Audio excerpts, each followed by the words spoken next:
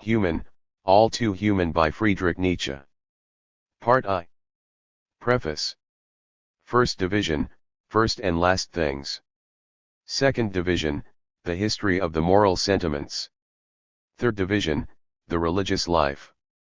Fourth Division, Concerning the Soul of Artists and Authors. Fifth Division, The Signs of Higher and Lower Culture. Sixth Division, Man in Society. Seventh Division, Wife and Child. Eighth Division, A Glance at the State. Ninth Division, Man Alone by Himself. An Epode, Among Friends. Part 2. Translator's Introduction. Preface. Part I. Miscellaneous Maxims and Opinions. Part 2. The Wanderer and His Shadow. Part I. Preface. 1. I have been told frequently, and always with great surprise, that there is something common and distinctive in all my writings, from the birth of tragedy to the latest published prelude to a philosophy of the future. They all contain, I have been told, snares and nets for unwary birds, and an almost perpetual unconscious demand for the inversion of customary valuations and valued customs. What? Everything only human, all too human? People lay down my writings with the sigh, not without a certain dread and distrust of morality itself, indeed almost tempted and encouraged to become advocates of the worst things, as being perhaps only the best disparaged. My writings have been called a school of suspicion and especially of disdain, more happily, also, a school of courage and even of audacity. Indeed, I myself do not think that anyone has ever looked at the world with such a profound suspicion, and not only as occasional devil's advocate, but equally also, to speak theologically, as enemy and impeacher of God, and he who realizes something of the consequences involved, in every profound suspicion, something of the chills and anxieties of loneliness to which every uncompromising difference of outlook condemns him who is affected therewith, will also understand how often I sought shelter in some kind of reverence or hostility, or scientificality, or levity or stupidity, in order to recover from myself, and, as it were, to obtain temporary self-forgetfulness, also why, when I did not find what I needed, I was obliged to manufacture it, to counterfeit and to imagine it in a suitable manner, and what else have poets ever done? And for what purpose has all the art in the world existed? What I always required most, however, for my cure and self-recovery, was the belief that I was not isolated in such circumstances, that I did not see in an isolated manner a magic suspicion of relationship and similarity to others in outlook and desire, repose in the confidence of friendship, a blindness in both parties without suspicion or note of interrogation, an enjoyment of foregrounds, and surfaces of the near and the nearest, of all that has color, epidermis, and outside appearance. Perhaps I might be reproached in this respect for much art and fine false coinage, for instance, for voluntarily and knowingly shutting my eyes to Schopenhauer's blind will to morality at a time when I had become sufficiently clear-sighted about morality, also for deceiving myself about Richard Wagner's incurable romanticism, as if it were a beginning and not an end, also about the Greeks, also about the Germans and their future, and there would still probably be quite a long list of such alsos. Supposing, however, that this were all true and that I were reproached with good reason, what do you know, what could you know as to how much artifice of self-preservation, how much rationality and higher protection there is in such self-deception, and how much falseness I still require in order to allow myself again and again the luxury of my sincerity? In short, I still live, and life, in spite of ourselves, is not devised by morality, it demands illusion, it lives by illusion. But there! I am already beginning again and doing what I have always done, old immoralist and bird-catcher that I am talking unmorally, ultra-morally, beyond good and evil. 2. Thus then, when I found it necessary, I invented once on a time the free spirits, to whom this discouragingly encouraging book with the title Human, All Too Human, is dedicated. There are no such free spirits, nor have there been such, but, as already said, I then required them for company to keep me cheerful in the midst of evils, sickness, loneliness, foreignness, acedia, inactivity, as brave companions and ghosts with whom I could laugh and gossip when so inclined and send to the devil when they became bores as compensation for the lack of friends. That such free spirits will be possible some day, that our Europe will have such bold and cheerful wights amongst her sons of tomorrow and the day after tomorrow, actually and bodily, and not merely, as in my case, as the shadows of a hermit's phantasmagoria, I should be the last to doubt thereof. Already I see them coming, slowly, slowly, and perhaps I am doing something to hasten their coming when I describe in advance under what auspices I see them originate, and upon what paths I see them come. 3. One may suppose that a spirit in which the type free spirit is to become fully mature and sweet, has had its decisive event in a great emancipation, and that it was all the more fettered previously and apparently bound forever to its corner and pillar. What is it that binds most strongly? What cords are almost unrendable?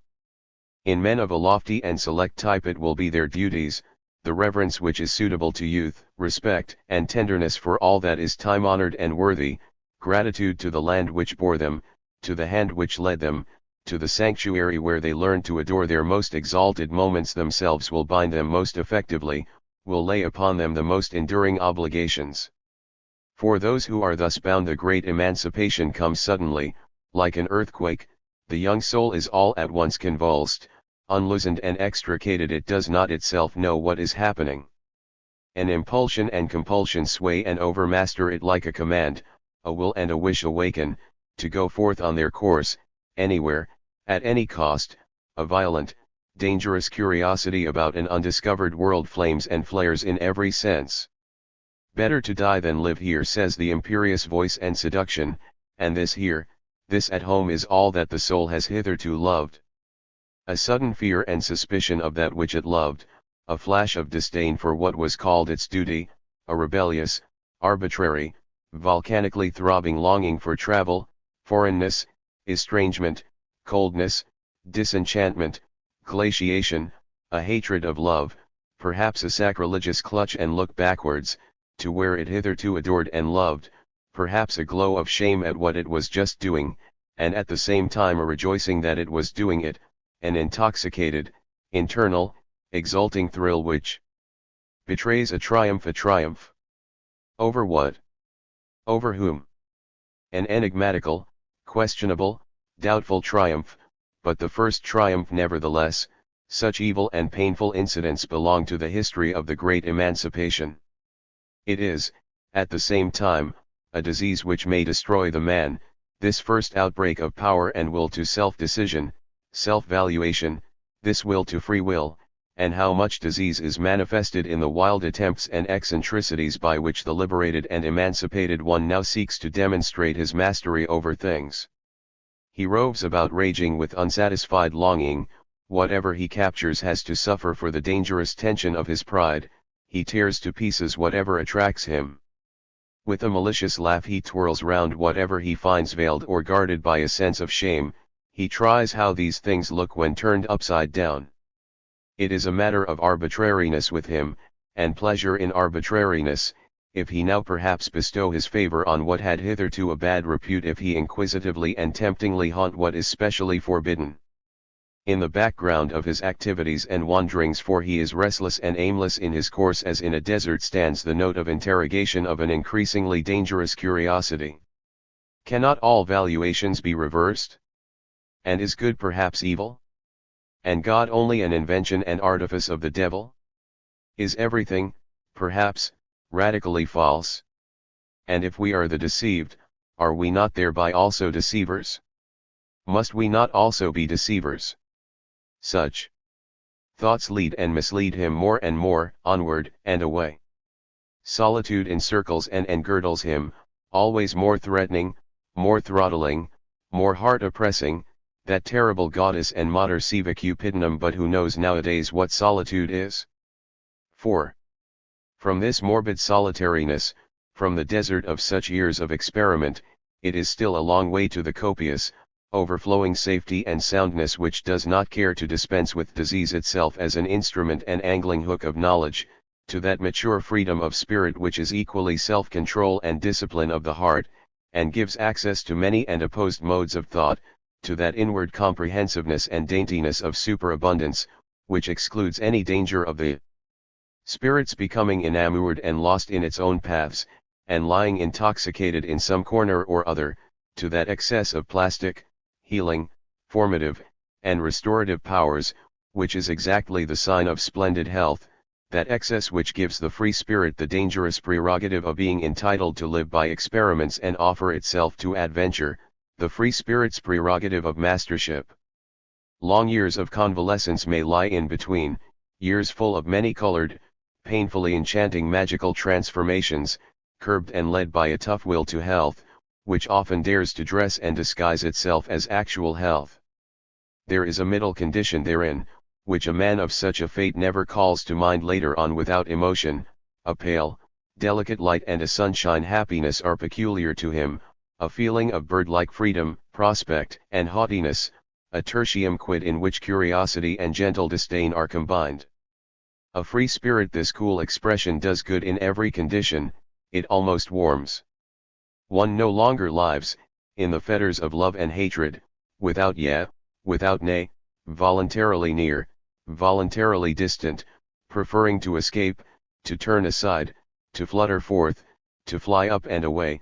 One is fastidious like everyone who has once seen an immense variety beneath him, and one has become the opposite of those who trouble themselves about things which do not concern them. In fact, it is nothing but things which now concern the free spirit, and how many things, which no longer trouble him. 5. A step further towards recovery, and the free spirit again draws near to life, slowly, it is true, and almost stubbornly, almost distrustfully. Again it grows warmer around him, and, as it were, yellower, feeling and sympathy gain depth, thawing winds of every kind pass lightly over him. He almost feels as if his eyes were now first opened to what is near. He marvels and is still. Where has he been? The near and nearest things, how changed they appear to him! What a bloom and magic they have acquired meanwhile! He looks back gratefully grateful to his wandering, his austerity and self-estrangement, his farsightedness and his bird-like flights in cold heights. What a good thing that he did not always stay at home, by himself, like a sensitive, stupid tenderling. He has been beside himself, there is no doubt. He now sees himself for the first time, and what surprises he feels thereby! What thrills unexperienced hitherto! What joy even in the weariness, in the old illness, in the relapses of the convalescent! How he likes to sit still and suffer, to practice patience, to lie in the sun! Who is as familiar as he with the joy of winter, with the patch of sunshine upon the wall? They are the most grateful animals in the world, and also the most unassuming, these lizards of convalescence with their faces half turned towards life once more. There are those amongst them who never let a day pass without hanging a little hymn of praise on its trailing fringe. And, speaking seriously, it is a radical cure for all pessimism, the well-known disease of old idealists and falsehood-mongers, to become ill after the manner of these free spirits, to remain ill a good while, and then grow well, I mean better, for a still longer period. It is wisdom, practical wisdom, to prescribe even health for oneself for a long time only in small doses. 6. About this time it may at last happen, under the sudden illuminations of still disturbed and changing health, that the enigma of that great emancipation begins to reveal itself to the free, and ever freer, spirit, that enigma which had hitherto lain obscure, questionable, and almost intangible, in his memory. If for a long time he scarcely dared to ask himself, why so apart? So alone? Denying everything that I revered? Denying reverence itself? Why this hatred, this suspicion, this severity towards my own virtues? He now dares and asks the questions aloud, and already hears something like an answer to them. Thou shouldst become master over thyself, and master also of thine own virtues. Formerly they were thy masters, but they are only entitled to be thy tools amongst other tools. Thou shouldst obtain power over thy pro and contra, and learn how to put them forth and withdraw them again in accordance with thy higher purpose. Thou shouldst learn how to take the proper perspective of every valuation, the shifting, distortion, and apparent teleology of the horizons and everything that belongs to perspective, also the amount of stupidity which opposite values involve, and all the intellectual loss with which every pro and every contra has to be paid for. Thou shouldst learn how much necessary injustice there is in every for and against, injustice as inseparable from life, and life itself as conditioned by the perspective and its injustice. Above all, thou shouldst see clearly where the injustice is always greatest, namely, where life has developed most punily, restrictedly, necessitously, and incipiently, and yet cannot help regarding itself as the purpose and standard of things, and for the sake of self-preservation, secretly, basely, and continuously wasting away and calling in question the higher, greater, and richer. Thou shouldst see clearly the problem of gradation of rank, and how power and right and amplitude of perspective grow up together. Thou shouldst but enough, the free spirit knows henceforth which thou shalt he has obeyed, and also what he can now do, what he only now may do. 7. Thus doth the free spirit answer himself with regard to the riddle of emancipation, and ends therewith, while he generalises his case, in order thus to decide with regard to his experience. As it has happened to me, he says to himself, so must it happen to every one in whom a mission seeks to embody itself and to come into the world. The secret power and necessity of this mission will operate in and upon the destined individuals like an unconscious pregnancy long before they have had the mission itself in view and have known its name. Our destiny rules over us, even when we are not yet aware of it. It is the future that makes laws for our today.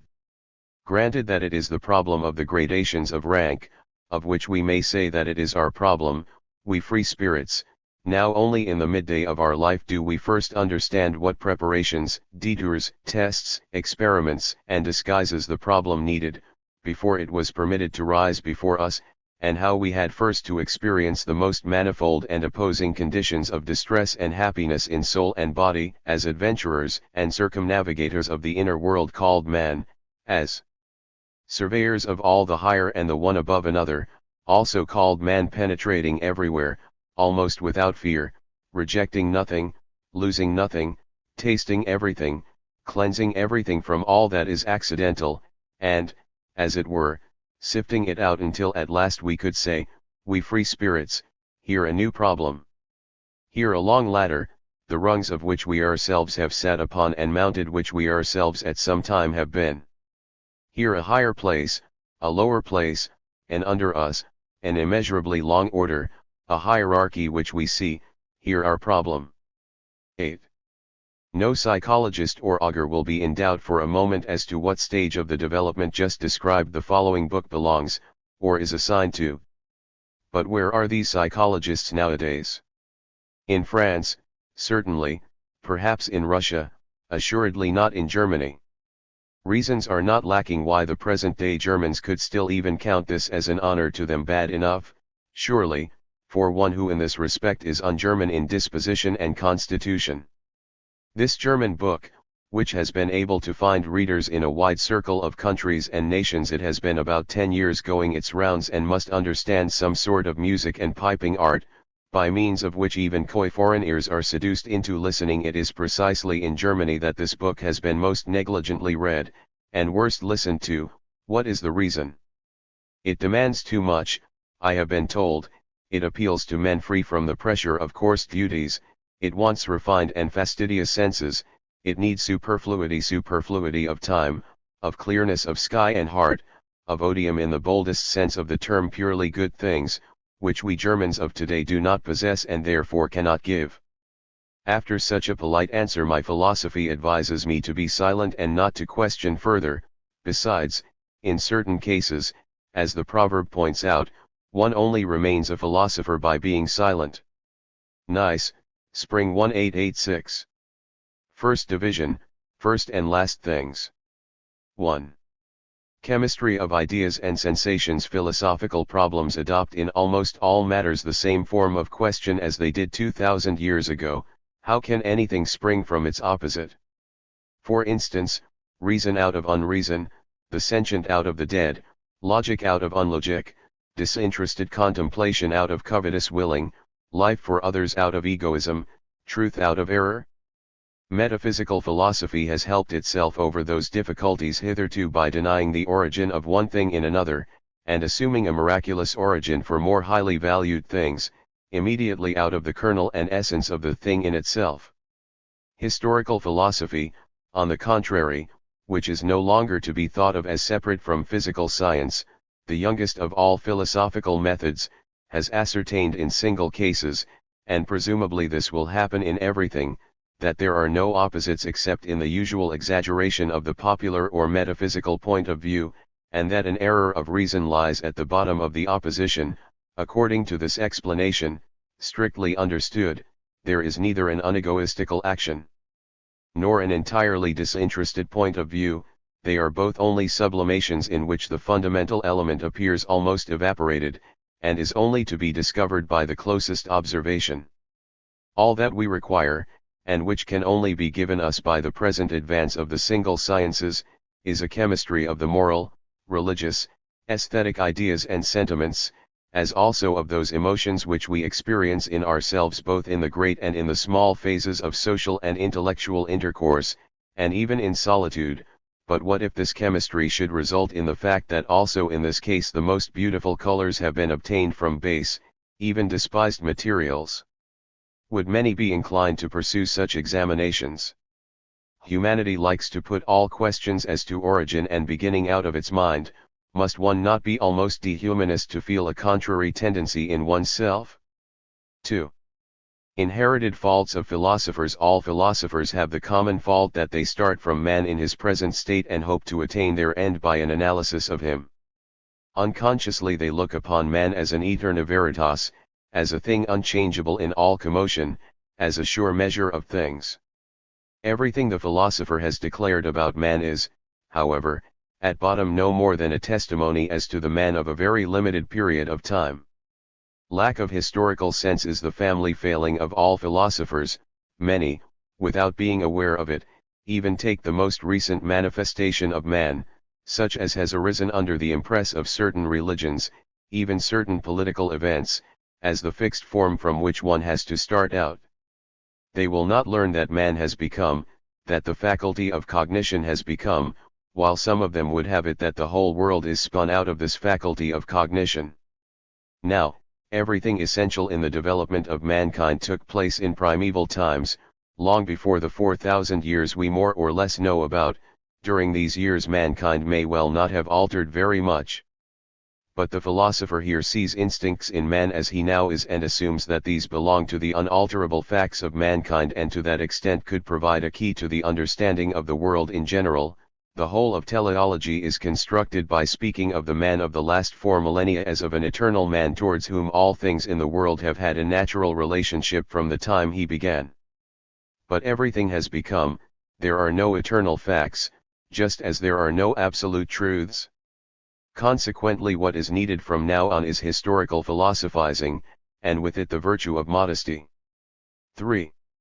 Estimation of unpretentious truths. It is the mark of a higher culture to value the little unpretentious truths which have been discovered by means of rigorous method more highly than the errors handed down by metaphysical ages and men, which blind us and make us happy. At first, one has scorn on his lips for unpretentious truths, as if they could offer no match for the others. They stand so modest, simple, sober, even apparently discouraging, while the other truths are so beautiful, splendid, enchanting, or even enrapturing. But truths that are hard-won, certain, enduring, and therefore still of consequence for all further knowledge are the higher. To keep to them is manly, and shows bravery, simplicity, restraint. Eventually, not only the individual, but all mankind will be elevated to this manliness, when men finally grow accustomed to the greater esteem for durable, lasting knowledge and have lost all belief in inspiration and a seemingly miraculous communication of truths. The admirers of forms, with their standard of beauty and sublimity, will, to be sure, have good reason to mock at first, when esteem for unpretentious truths and the scientific spirit first comes to rule, but only because either their eye has not yet been opened to the charm of the simplest form, or because men raised in that spirit have not yet been fully and inwardly permeated by it, so that they continue thoughtlessly to imitate old forms, and poorly, too, like someone who no longer really cares about the matter. Previously, the mind was not obliged to think rigorously, its importance lay in spinning out symbols and forms. That has changed, that earnestness in the symbolical has become the mark of a lower culture. As our arts themselves grow ever more intellectual, our senses more spiritual, and as, for instance, people now judge concerning what sounds well to the senses quite differently from how they did 100 years ago, so the forms of our life grow ever more spiritual, to the eye of older ages perhaps uglier, but only because it is incapable of perceiving how the kingdom of the inward, spiritual beauty constantly grows deeper and wider, and to what extent the inner intellectual look may be of more importance to us all than the most beautiful bodily frame and the noblest architectural structure. 4. Astrology and the like. It is probable that the objects of religious, moral, aesthetic and logical sentiment likewise belong only to the surface of things, while man willingly believes that here, at least, he has touched the heart of the world. He deceives himself, because those things enrapture him so profoundly, and make him so profoundly unhappy, and he therefore shows the same pride here as in astrology. For astrology believes that the firmament moves round the destiny of man. The moral man, however, takes it for granted that what he has essentially at heart must also be the essence and heart of things. 5. Misunderstanding of dreams. In the ages of a rude and primitive civilization, man believed that in dreams he became acquainted with a second actual world. Herein lies the origin of all metaphysics. Without dreams there could have been found no reason for a division of the world. The distinction, too, between soul and body is connected with the most ancient comprehension of dreams, also the supposition of an imaginary soul-body, therefore the origin of all belief in spirits, and probably also the belief in gods. The dead continues to live, for he appears to the living in a dream, thus men reasoned of old for thousands and thousands of years. 6. The scientific spirit partially but not wholly powerful. The smallest subdivisions of science taken separately are dealt with purely in relation to themselves. The general, great sciences, on the contrary, regarded as a whole, call up the question certainly a very non-objective one. Wherefore? To what end? It is this utilitarian consideration which causes them to be dealt with less impersonally when taken as a whole than when considered in their various parts. In philosophy, above all, as the apex of the entire pyramid of science, the question as to the utility of knowledge is involuntarily brought forward, and every philosophy has the unconscious intention of ascribing to it the greatest usefulness. For this reason there is so much high-flying metaphysics in all philosophies and such a shyness of the apparently unimportant solutions of physics, for the importance of knowledge for life must appear as great as possible. Here is the antagonism between the separate provinces of science and philosophy. The latter desires, what art does, to give the greatest possible depth and meaning to life and actions. In the former one seeks knowledge and nothing further, whatever may emerge thereby. So far there has been no philosopher in whose hands philosophy has not grown into an apology for knowledge. On this point, at least, every one is an optimist, that the greatest usefulness must be ascribed to knowledge. They are all tyrannized over by logic, and this is optimism in its essence. 7. The killjoy in science. Philosophy separated from science when it asked the question, which is the knowledge of the world and of life which enables man to live most happily. This happened in the Socratic schools. The veins of scientific investigation were bound up by the point of view of happiness and are so still. 8. Pneumatic explanation of nature. Metaphysics explains the writing of nature, so to speak, pneumatically, as the Church and her learned men formerly did with the Bible.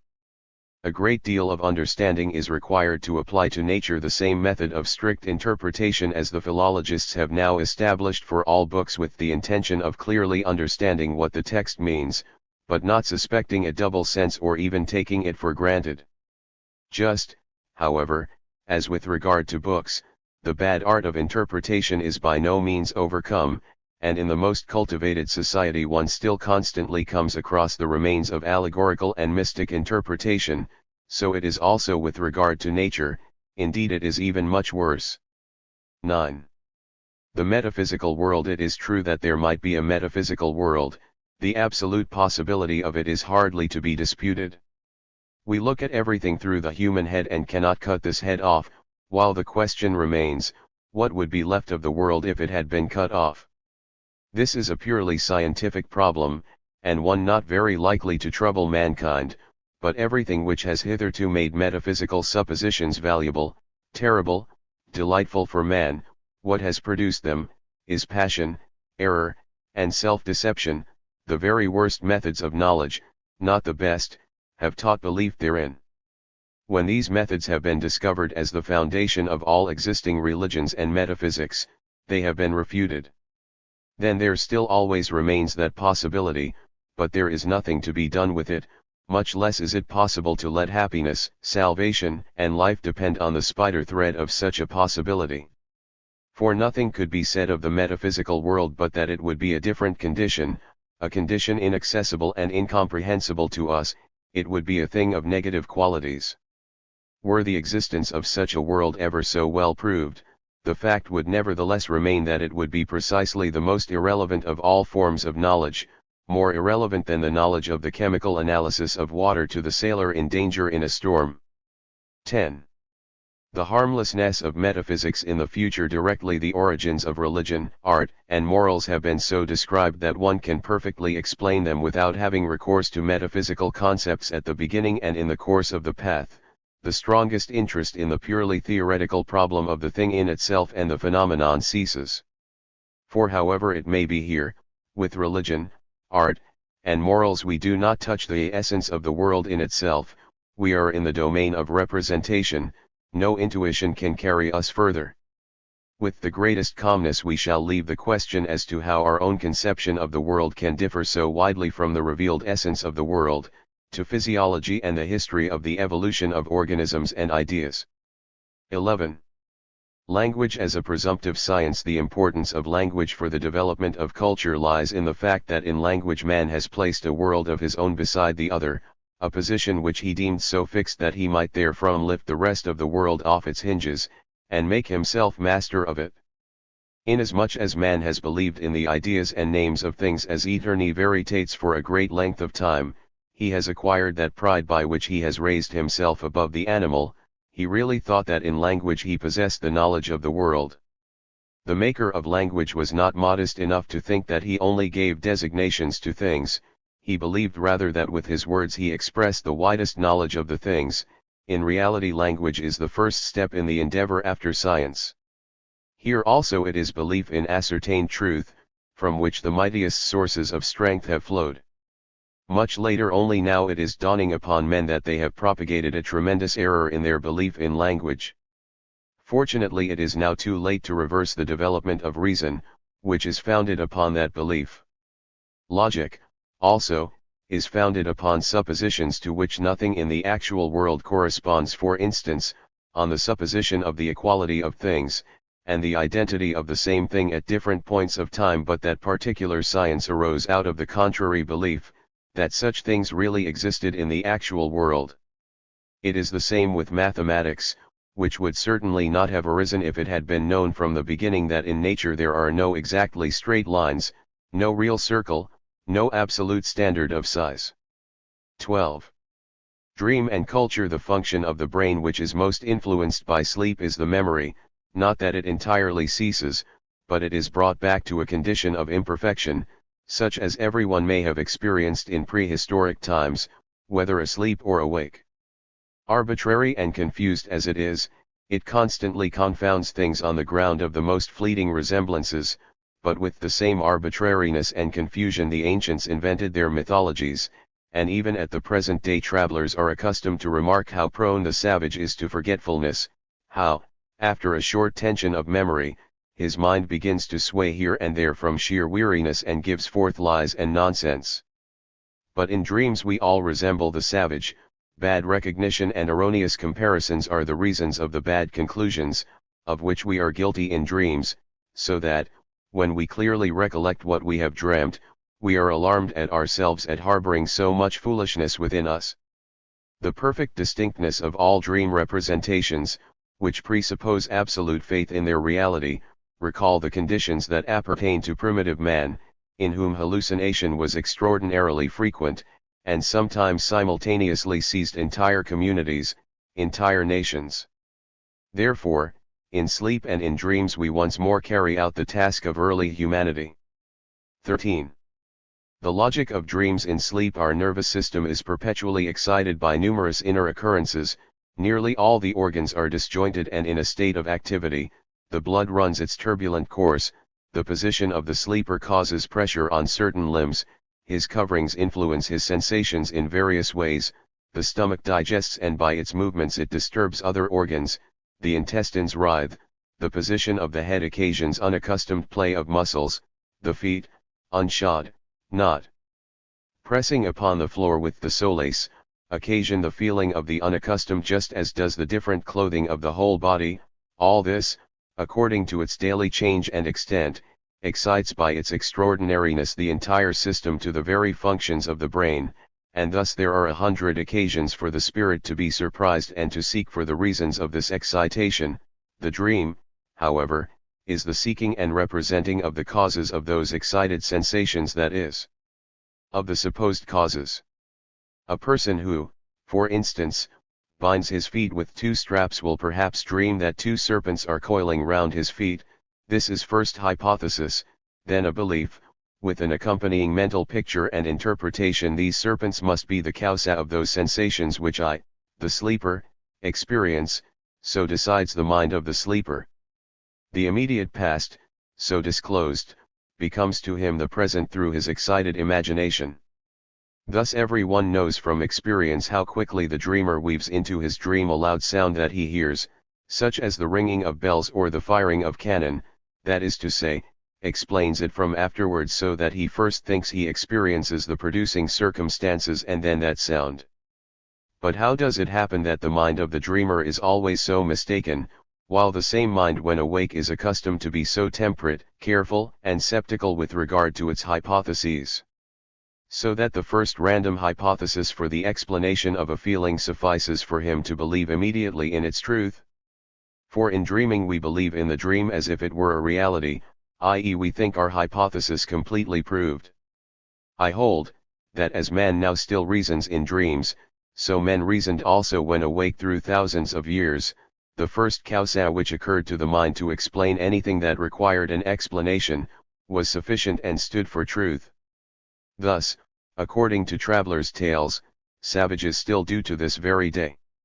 This ancient element in human nature still manifests itself in our dreams, for it is the foundation upon which the higher reason has developed and still develops in every individual. The dream carries us back into remote conditions of human culture, and provides a ready means of understanding them better. Dream thinking is now so easy to us because during immense periods of human development we have been so well drilled in this form of fantastic and cheap explanation, by means of the first agreeable notions.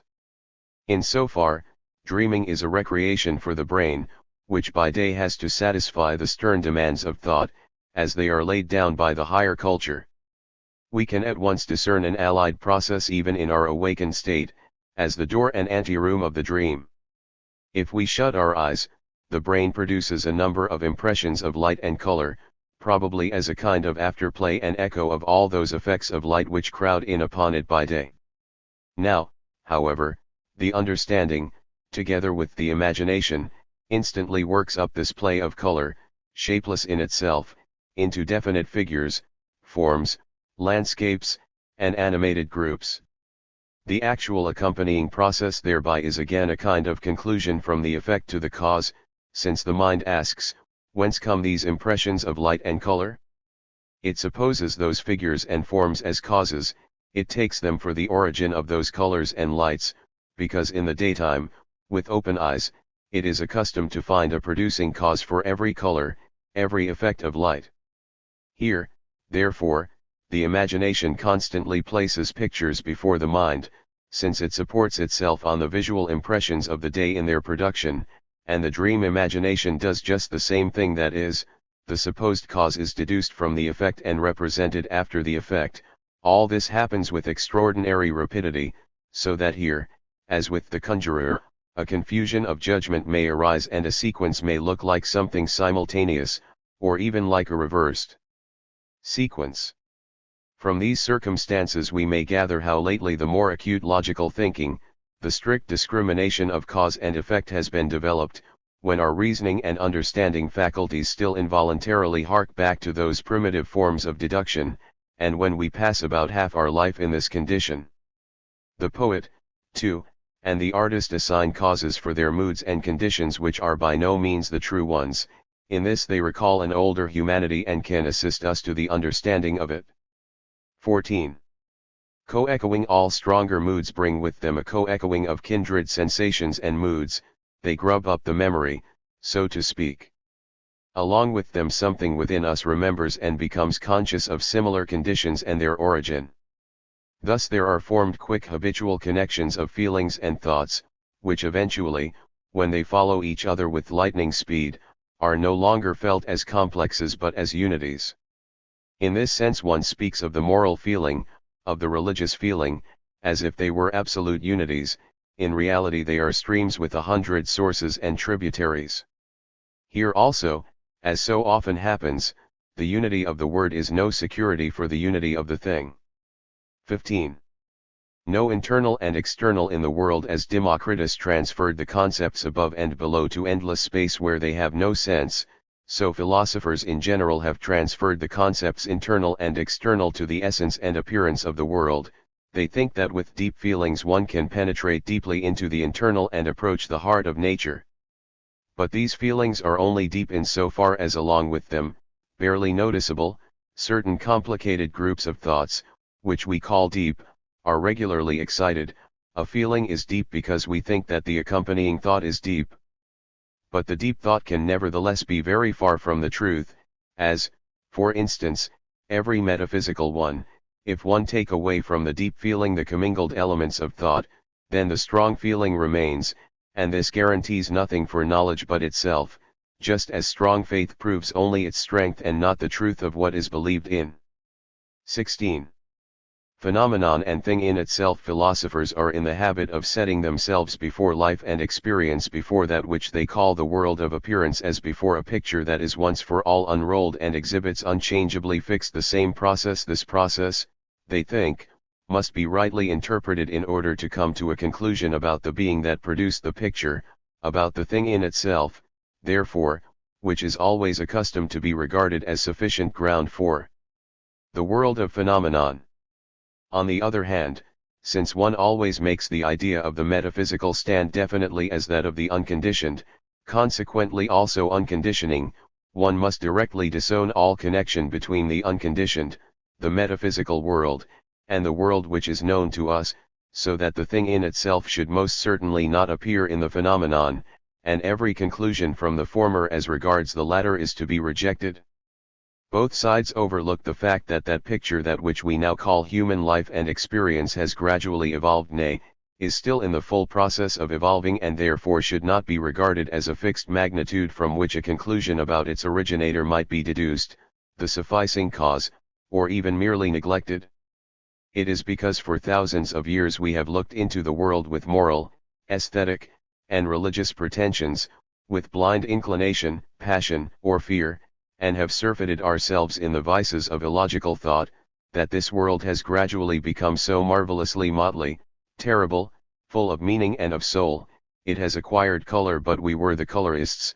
The human intellect, on the basis of human needs, of human emotions, has caused this phenomenon to appear and has carried its erroneous fundamental conceptions into things. Late, very late, it takes to thinking, and now the world of experience and the thing in itself seem to it so extraordinarily different and separated, that it gives up drawing conclusions from the former to the latter, or in a terribly mysterious manner demands the renunciation of our intellect, of our personal will, in order thereby to reach the essential, that one may become essential. Again, others have collected all the characteristic features of our world of phenomenon, that is, the idea of the world spun out of intellectual errors and inherited by us, and instead of accusing the intellect as the offenders, they have laid the blame on the nature of things as being the cause of the hard fact of this very sinister character of the world, and have preached the deliverance from being. With all these conceptions, the constant and laborious process of science, which at last celebrates its greatest triumph in a history of the origin of thought, becomes completed in various ways, the result of which might perhaps run as follows: that which we now call the world is the result of a mass of errors and fantasies which arose gradually in the general development of organic being, which are intergrown with each other, and are now inherited by us as the accumulated treasure of all the past as a treasure, for the value of our humanity depends upon it. From this world of representation strict science is really only able to liberate us to a very slight extent, as it is also not at all desirable, inasmuch as it cannot essentially break the power of primitive habits of feeling, but it can gradually elucidate the history of the rise of that world as representation and lift us, at least for moments, above and beyond the whole process. Perhaps we shall then recognize that the thing in itself is worth a Homeric laugh, that it seemed so much, indeed everything, and is really empty, namely, empty of meaning. 17. Metaphysical explanations. The young man values metaphysical explanations, because they show him something highly significant in things which he found unpleasant or despicable, and if he is dissatisfied with himself, the feeling becomes lighter when he recognizes the innermost world puzzle or world misery in that which he so strongly disapproves of in himself. To feel himself less responsible and at the same time to find things more interesting, that seems to him a double benefit for which he has to thank metaphysics. Later on, certainly, he gets distrustful of the whole metaphysical method of explanation, then perhaps it grows clear to him that those results can be obtained equally well and more scientifically in another way, that physical and historical explanations produce the feeling of personal relief to at least the same extent, and that the interest in life and its problems is perhaps still more aroused thereby. 18. Fundamental questions of metaphysics. When the history of the rise of thought comes to be written, a new light will be thrown on the following statement of a distinguished logician: the primordial general law of the cognizant subject consists in the inner necessity of recognizing every object in itself in its own nature, as a thing identical with itself, consequently self-existing and at bottom remaining ever the same and unchangeable, in short, in recognizing everything as a substance. Even this law, which is here called primordial, has evolved. It will some day be shown how gradually this tendency arises in the lower organisms, how the feeble moles of their organizations at first see only the same thing, how then, when the various awakenings of pleasure and displeasure become noticeable, various substances are gradually distinguished, but each with one attribute, i.e. one single relation to such an organism. The first step in logic is the judgment, the nature of which, according to the decision of the best logicians, consists in belief. At the bottom of all belief lies the sensation of the pleasant or the painful in relation to the sentient subject. A new third sensation as the result of two previous single sensations is the judgment in its simplest form. We organic beings have originally no interest in anything but its relation to us in connection with pleasure and pain. Between the moments, the states of feeling, when we become conscious of this connection, lie moments of rest, of non-feeling. The world and everything is then without interest for us, we notice no change in it, as even now a deeply interested person does not notice when anyone passes him. To the plant, things are as a rule tranquil and eternal, everything like itself. From the period of the lower organisms, man has inherited the belief that similar things exist. This theory is only contradicted by the matured experience of the most advanced science. The primordial belief of everything organic from the beginning is perhaps even this, that all the rest of the world is one and immovable. The point furthest removed from those early beginnings of logic is the idea of causality. Indeed, we still really think that all sensations and activities are acts of the free will. When the sentient individual contemplates himself, he regards every sensation, every alteration as something isolated, that is to say, unconditioned and disconnected. It rises up in us without connection with anything foregoing or following. We are hungry, but do not originally think that the organism must be nourished. the feeling seems to make itself felt without cause and purpose, it isolates itself and regards itself as arbitrary. Therefore, belief in the freedom of the will is an original error of everything organic, as old as the existence of the awakenings of logic in it. The belief in unconditioned substances and similar things is equally a primordial as well as an old error of everything organic. But inasmuch as all metaphysics has concerned itself chiefly with substance and the freedom of will, it may be designated as the science which treats of the fundamental errors of mankind, but treats of them as if they were fundamental truths. 19. Number. The discovery of the laws of numbers is made upon the ground of the original, already prevailing error, that there are many similar things, but in reality there is nothing similar, at least, that there are things, but there is no thing. The supposition of plurality always presumes that there is something which appears frequently, but here already error reigns, already we imagine beings, unities, which do not exist. Our sensations of space and time are false, for they lead examined in sequence to logical contradictions. In all scientific determinations we always reckon inevitably with certain false quantities, but as these quantities are at least constant, as, for instance, our sensation of time and space, the conclusions of science have still perfect accuracy and certainty in their connection with one another. One may continue to build upon them until that final limit where the erroneous original suppositions, those constant faults, come into conflict with the conclusions, for instance in the doctrine of atoms. There still we always feel ourselves compelled to the acceptance of a thing or material substratum that is moved, whilst the whole scientific procedure has pursued the very task of resolving everything substantial, material, into motion. Here, too, we still separate with our sensation the mover and the moved and cannot get out of the circle, because the belief in things has from immemorial times been bound up with our being. When Kant says, the understanding does not derive its laws from nature, but dictates them to her, it is perfectly true with regard to the idea of nature which we are compelled to associate with her. Nature equals world as representation, that is to say as error, but which is the summing up of a number of errors of the understanding. The laws of numbers are entirely inapplicable to a world which is not our representation. These laws obtain only in the human world. 20. A few steps back, a degree of culture, and assuredly a very high one, is attained when man rises above superstitious and religious notions and fears, and, for instance, no longer believes in guardian angels or in original sin, and has also ceased to talk of the salvation of his soul. If he has attained to this degree of freedom, he has still also to overcome metaphysics with the greatest exertion of his intelligence. Then, however, a retrogressive movement is necessary. He must understand the historical justification as well as the psychological in such representations.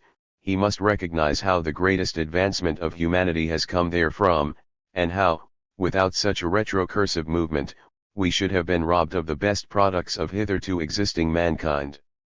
With regard to philosophical metaphysics, I always see increasing numbers who have attained to the negative goal, that all positive metaphysics is error, but as yet few who climb a few rungs backwards. One ought to look out, perhaps, over the last steps of the ladder, but not try to stand upon them. The most enlightened only succeed so far as to free themselves from metaphysics and look back upon it with superiority, while it is necessary here, too, as in the hippodrome, to turn round the end of the course. 21.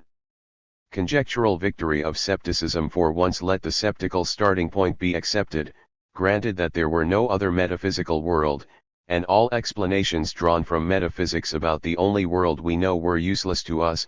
In what light should we then look upon men and things? We can think this out for ourselves.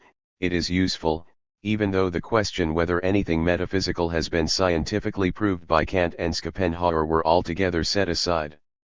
For it is quite possible, according to historical probability, that some time or other man, as a general rule, may grow sceptical. The question will then be this: what form will human society take under the influence of such a mode of thought? Perhaps the scientific proof of some metaphysical world or other is already so difficult that mankind will never get rid of a certain distrust of it. And when there is distrust of metaphysics, there are on the whole the same results as if it had been directly refuted and could no longer be believed in. The historical question with regard to an unmetaphysical frame of mind in mankind remains the same in both cases. 22. Unbelief in the monumentum aere perennius. An actual drawback which accompanies the cessation of metaphysical views lies in the fact that the individual looks upon his short span of life too exclusively and receives no stronger incentives to build durable institutions intended to last for centuries. He himself wishes to pluck the fruit from the tree which he plants, and therefore he no longer plants those trees which require regular care for centuries, and which are destined to afford shade to a long series of generations. For metaphysical views furnish the belief that in them the last conclusive foundation has been given, upon which henceforth all the future of mankind is compelled to settle down and establish itself. The individual furthers his salvation, when, for instance, he founds a church or convent.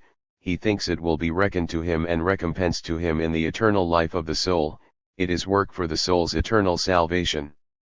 Can science also arouse such faith in its results? As a matter of fact, it needs doubt and distrust as its most faithful auxiliaries. Nevertheless, in the course of time, the sum of inviolable truths, those, namely, which have weathered all the storms of skepticism, and all destructive analysis, may have become so great, in the regimen of health, for instance, that one may determine to found thereupon eternal works. For the present, the contrast between our excited ephemeral existence and the long-winded repose of metaphysical ages still operates too strongly, because the two ages still stand too closely together. The individual man himself now goes through too many inward and outward developments for him to venture to arrange his own lifetime permanently and once and for all. An entirely modern man, for instance, who is going to build himself a house, has a feeling as if he were going to immure himself alive in a mausoleum. 23. The age of comparison. The less men are fettered by tradition, the greater becomes the inward activity of their motives, the greater, again, in proportion thereto, the outward restlessness, the confused flux of mankind, the polyphony of strivings. For whom is there still an absolute compulsion to bind himself and his descendants to one place? For whom is there still anything strictly compulsory? As all styles of arts are imitated simultaneously, so also are all grades and kinds of morality, of customs, of cultures. Such an age obtains its importance because in it the various views of the world, customs, and cultures can be compared and experienced simultaneously, which was formerly not possible with the always localized sway of every culture, corresponding to the rooting of all artistic styles in place and time. An increased aesthetic feeling will now at last decide amongst so many forms presenting themselves for comparison. It will allow the greater number, that is to say all those rejected by it, to die out. In the same way a selection amongst the forms and customs of the higher moralities is taking place, of which the aim can be nothing else than the downfall of the lower moralities. It is the age of comparison. That is its pride, but more justly also its grief. Let us not be afraid of this grief. Rather will we comprehend as adequately as possible the task our age sets us. Posterity will bless us for doing so, a posterity which knows itself to be as much above the terminated original national cultures as above the culture of comparison, but which looks back with gratitude on both kinds of culture as upon antiquities worthy of veneration. 24. The possibility of progress. When a scholar of the ancient culture forswears the company of men who believe in progress, he does quite right. For the greatness and goodness of ancient culture lie behind it, and historical education compels one to admit that they can never be fresh again. An unbearable stupidity or an equally insufferable fanaticism would be necessary to deny this. But men can consciously resolve to develop themselves towards a new culture. Whilst formerly they only developed unconsciously and by chance, they can now create better conditions for the rise of human beings, for their nourishment, education, and instruction. They can administer the earth economically as a whole, and can generally weigh and restrain the powers of man. This new, conscious culture kills the old, which, regarded as a whole, has led an unconscious animal and plant life. It also kills distrust in progress. Progress is possible. I must say that it is over-hasty and almost nonsensical to believe that progress must necessarily follow, but how could one deny that it is possible? On the other hand, progress in the sense and on the path of the old culture is not even thinkable. Even if romantic fantasy has also constantly used the word progress to denote its aims, for instance, circumscribed primitive national cultures, it borrows the picture of it in any case from the past. Its thoughts and ideas on this subject are entirely without originality. 25. Private and ecumenical morality. Since the belief has ceased that a God directs in general the fate of the world and, in spite of all apparent crookedness in the path of humanity, leads it on gloriously, men themselves must set themselves ecumenical aims embracing the whole earth. The older morality, especially that of Kant, required from the individual actions which were desired from all men. That was a delightfully naive thing, as if each one knew offhand what course of action was beneficial to the whole of humanity, and consequently which actions in general were desirable. It is a theory like that of free trade, taking for granted that the general harmony must result of itself according to innate laws of amelioration. Perhaps a future contemplation of the needs of humanity will show that it is by no means desirable that all men should act alike. In the interest of ecumenical aims, it might rather be that for whole sections of mankind, special, and perhaps under certain circumstances even evil, tasks would have to be set. In any case, if mankind is not to destroy itself by such a conscious universal rule, there must previously be found, as a scientific standard for ecumenical aims, a knowledge of the conditions of culture superior to what has hitherto been attained. Herein lies the enormous task of the great minds of the next century. 26. Reaction. As progress now and again there appear rugged, powerful, impetuous, but nevertheless backward-lagging minds which conjure up once more a past phase of mankind, they serve to prove that the new tendencies against which they are working are not yet sufficiently strong, that they still lack something, otherwise they would show better opposition to those exorcisers. Thus, for example, Luther's Reformation bears witness to the fact that in his century all the movements of the freedom of the spirit were still uncertain, tender, and youthful. Science could not yet lift up its head. Indeed, the whole Renaissance seems like an early spring which is almost snowed under again. But in this century also, Schopenhauer's metaphysics showed that even now the scientific spirit is not yet strong enough. Thus the whole medieval Christian view of the world and human feeling could celebrate its resurrection in Schopenhauer's doctrine, in spite of the long-achieved destruction of all Christian dogmas. There is much science in his doctrine, but it does not dominate it. It is rather the old well-known metaphysical requirement that does so. It is certainly one of the greatest and quite invaluable advantages which we gain from Schopenhauer, that he occasionally forces our sensations back into older, mightier modes of contemplating the world and man, to which no other path would so easily lead us. The gain to history and justice is very great. I do not think that anyone would so easily succeed now in doing justice to Christianity and its Asiatic relations without Schopenhauer's assistance, which is specially impossible from the basis of still existing Christianity. Only after this great success of justice, only after we have corrected so essential a point as the historical mode of contemplation which the Age of Enlightenment brought with it, may we again bear onward the banner of enlightenment, the banner with the three names, Petrarch, Erasmus, Voltaire. We have turned reaction into progress. 27. A substitute for religion. It is believed that something good is said of philosophy when it is put forward as a substitute for religion for the people. As a matter of fact, in the spiritual economy there is need, at times, of an intermediary order of thought. The transition from religion to scientific contemplation is a violent, dangerous leap, which is not to be recommended. To this extent the recommendation is justifiable. But one should eventually learn that the needs which have been satisfied by religion and are now to be satisfied by philosophy are not unchangeable. These themselves can be weakened and eradicated. Think, for instance, of the Christian's distress of soul, his sighing over inward corruption, his anxiety for salvation, all notions which originate only in errors of reason and deserve not satisfaction but destruction. A philosophy can serve either to satisfy those needs or to set them aside, for they are acquired, temporally limited needs, which are based upon suppositions contradictory to those of science. Here, in order to make a transition, art is far rather to be employed to relieve the mind overburdened with emotions, for those notions receive much less support from it than from a metaphysical philosophy. It is easier, then, to pass over from art to a really liberating philosophical science. 28.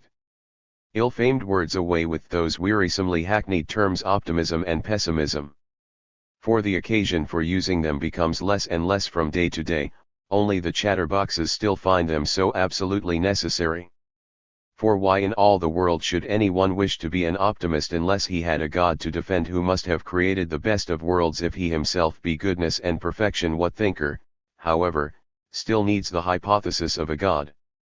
But every occasion for a pessimistic confession of faith is also lacking when one has no interest in being annoyed at the advocates of God, the theologians, or the theologizing philosophers, and in energetically defending the opposite view, that evil reigns, that pain is greater than pleasure, that the world is a bungled piece of work, the manifestation of an ill will to life. But who still bothers about the theologians now except the theologians? Apart from all theology and its contentions, it is quite clear that the world is not good and not bad, to say nothing of its being the best or the worst, and that the terms good and bad have only significance with respect to man, and indeed, perhaps, they are not justified even here in the way they are usually employed. In any case we must get rid of both the calumniating and the glorifying conception of the world. 29. Intoxicated by the scent of the blossoms, it is supposed that the ship of humanity has always a deeper draught, the heavier it is laden.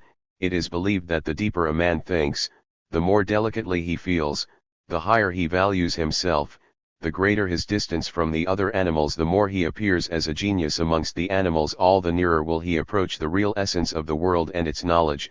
This he actually does too, through science, but he means to do so still more through his religions and arts. These certainly are blossoms of the world, but by no means any nearer to the root of the world than the stalk. It is not possible to understand the nature of things better through them, although almost everyone believes he can. Error has made man so deep, sensitive, and inventive that he has put forth such blossoms as religions and arts. Pure knowledge could not have been capable of it. Whoever were to unveil for us the essence of the world would give us all the most disagreeable disillusionment. Not the world as thing in itself, but the world as representation, as error, is so full of meaning, so deep, so wonderful, bearing happiness and unhappiness in its bosom. This result leads to a philosophy of the logical denial of the world, which, however, can be combined with a practical world affirming just as well as with its opposite. 30. Bad habits in reasoning. The usual false conclusions of mankind are these: a thing exists, therefore it has a right to exist. Here there is inference from the ability to live to its suitability, from its suitability to its rightfulness. Then, an opinion brings happiness, therefore it is the true opinion.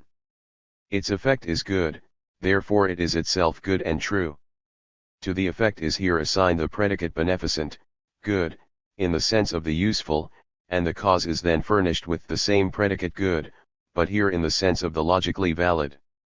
The inversion of the sentences would read thus: an affair cannot be carried through, or maintained, therefore it is wrong.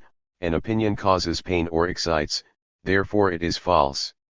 The free spirit who learns only too often the faultiness of this mode of reasoning, and has to suffer from its consequences, frequently gives way to the temptation to draw the very opposite conclusions, which, in general, are naturally just as false.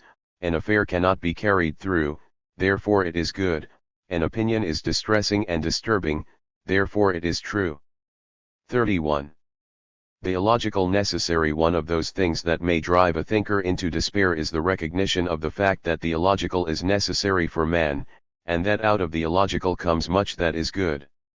It is so firmly rooted in the passions, in language, in art, in religion, and generally in everything that gives value to life, that it cannot be withdrawn without thereby hopelessly injuring these beautiful things. It is only the all too naive people who can believe that the nature of man can be changed into a purely logical one, but if there were degrees of proximity to this goal, how many things would not have to be lost on this course? Even the most rational man has need of nature again from time to time, i.e. his illogical fundamental attitude towards all things. 32. In justice necessary, all judgments on the value of life are illogically developed, and therefore unjust. The inexactitude of the judgment lies, firstly, in the manner in which the material is presented, namely very imperfectly, secondly, in the manner in which the conclusion is formed out of it, and thirdly, in the fact that every separate element of the material is again the result of vitiated recognition, and this, too, of necessity. For instance, no experience of an individual, however near he may stand to us, can be perfect, so that we could have a logical right to make a complete estimate of him. All estimates are rash, and must be so. Finally, the standard by which we measure our nature is not of unalterable dimensions. We have moods and vacillations, and yet we should have to recognize ourselves as a fixed standard in order to estimate correctly the relation of anything whatever to ourselves. From this it will, perhaps, follow that we should make no judgments at all, if one could only live without making estimations, without having likes and dislikes. For all dislike is connected with an estimation, as well as all inclination. An impulse towards or away from anything without a feeling that something advantageous is desired, something injurious avoided, an impulse without any kind of conscious valuation of the worth of the aim does not exist in man.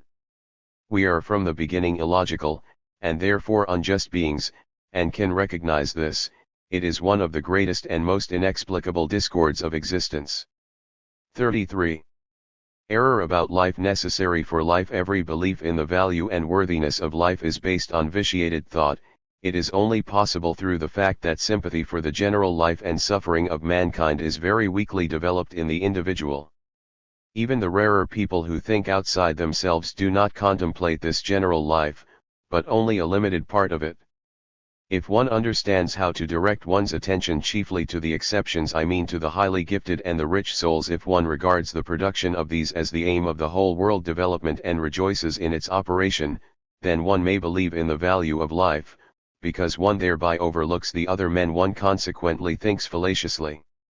So too, when one directs one's attention to all mankind, but only considers one species of impulses in them, the less egoistical ones, and excuses them with regard to the other instincts, one may then again entertain hopes of mankind in general and believe so far in the value of life, consequently in this case also through fallaciousness of thought. Let one, however, behave in this or that manner, with such behavior one is an exception amongst men. Now, most people bear life without any considerable grumbling, and consequently believe in the value of existence, but precisely because each one is solely self-seeking and self-affirming, and does not step out of himself like those exceptions, everything extra-personal is imperceptible to them, or at most seems only a faint shadow. Therefore on this alone is based the value of life for the ordinary everyday man, that he regards himself as more important than the world. The great lack of imagination from which he suffers is the reason why he cannot enter into the feelings of other beings, and therefore sympathizes as little as possible with their fate and suffering. He, on the other hand, who really could sympathize therewith, would have to despair of the value of life, were he to succeed in comprehending and feeling in himself the general consciousness of mankind. He would collapse with a curse on existence, for mankind as a whole has no goals, consequently man, in considering his whole course, cannot find in it his comfort and support, but his despair. If, in all that he does, he considers the final aimlessness of man, his own activity assumes in his eyes the character of wastefulness. But to feel oneself just as much wasted as humanity, and not only as an individual, as we see the single blossom of nature wasted, is a feeling above all other feelings. But who is capable of it? Assuredly only a poet, and poets always know how to console themselves. 34. For tranquility, but does not our philosophy thus become a tragedy? Does not truth become hostile to life, to improvement? A question seems to weigh upon our tongue and yet hesitate to make itself heard, whether one can consciously remain in untruthfulness. Or, supposing one were obliged to do this, would not death be preferable? For there is no longer any must. Morality, in so far as it had any must or shalt, has been destroyed by our mode of contemplation, just as religion has been destroyed. Knowledge can only allow pleasure and pain, benefit and injury to subsist as motives, but how will these motives agree with the sense of truth? They also contain errors, for, as already said, inclination and aversion, and their very incorrect determinations, practically regulate our pleasure and pain. The whole of human life is deeply immersed in untruthfulness. The individual cannot draw it up out of this well, without thereby taking a deep dislike to his whole past, without finding his present motives those of honor, for instance inconsistent, and without opposing scorn and disdain to the passions which conduce to happiness in the future. Is it true that there remains but one sole way of thinking which brings after it despair as a personal experience, as a theoretical result, a philosophy of dissolution, disintegration, and self-destruction? I believe that the decision with regard to the after effects of the knowledge will be given through the temperament of a man. I could imagine another after effect, just as well as that one described, which is possible in certain natures, by means of which a life would arise much simpler, freer from emotions than is the present one, so that though at first, indeed, the old motives of passionate desire might still have strength from old hereditary habit, they would gradually become weaker under the influence of purifying knowledge. One would live at last amongst men, and with oneself as with nature without praise, reproach, or agitation, feasting one's eyes, as if it were a play, upon much of which one was formerly afraid. One would be free from the emphasis, and would no longer feel the goading, of the thought that one is not only nature or more than nature. Certainly, as already remarked, a good temperament would be necessary for this, an even, mild, and naturally joyous soul, a disposition which would not always need to be on its guard against spite and sudden outbreaks, and would not convey in its utterances anything of a grumbling or sudden nature, those well-known vexatious qualities of old dogs and men who have been long chained up. On the contrary, a man from whom the ordinary fetters of life have so far fallen that he continues to live only for the sake of ever better knowledge must be able to renounce without envy and regret, much, indeed almost everything that is precious to other men. He must regard as the all-sufficing and the most desirable condition, the free, fearless soaring over men, customs, laws, and the traditional valuations of things. The joy of this condition he imparts willingly, and he has perhaps nothing else to impart wherein, to be sure, there is more privation and renunciation. If, nevertheless, more is demanded from him, he will point with a friendly shake of his head to his brother, the free man of action, and will perhaps not conceal a little derision, for as regards this freedom it is a very peculiar case. Second division, the history of the moral sentiments. 35. Advantages of psychological observation. That reflection on the human, all too human, or, according to the learned expression, psychological observation is one of the means by which one may lighten the burden of life. That exercise in this art produces presence of mind in difficult circumstances, in the midst of tiresome surroundings, even that from the most thorny and unpleasant periods of one's own life one may gather maxims and thereby feel a little better. All this was believed, was known in former centuries.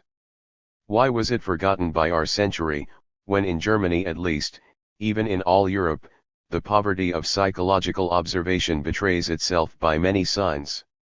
Not exactly in novels, tales, and philosophical treatises. They are the work of exceptional individuals, rather in the judgments on public events and personalities, but above all there is a lack of the art of psychological analysis and summing up in every rank of society, in which a great deal is talked about men, but nothing about man.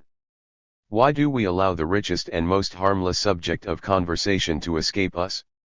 Why are not the great masters of psychological maxims more read? For, without any exaggeration, the educated man in Europe who has read La Rochefoucauld and his kindred in mind and art, is rarely found, and still more rare is he who knows them and does not blame them.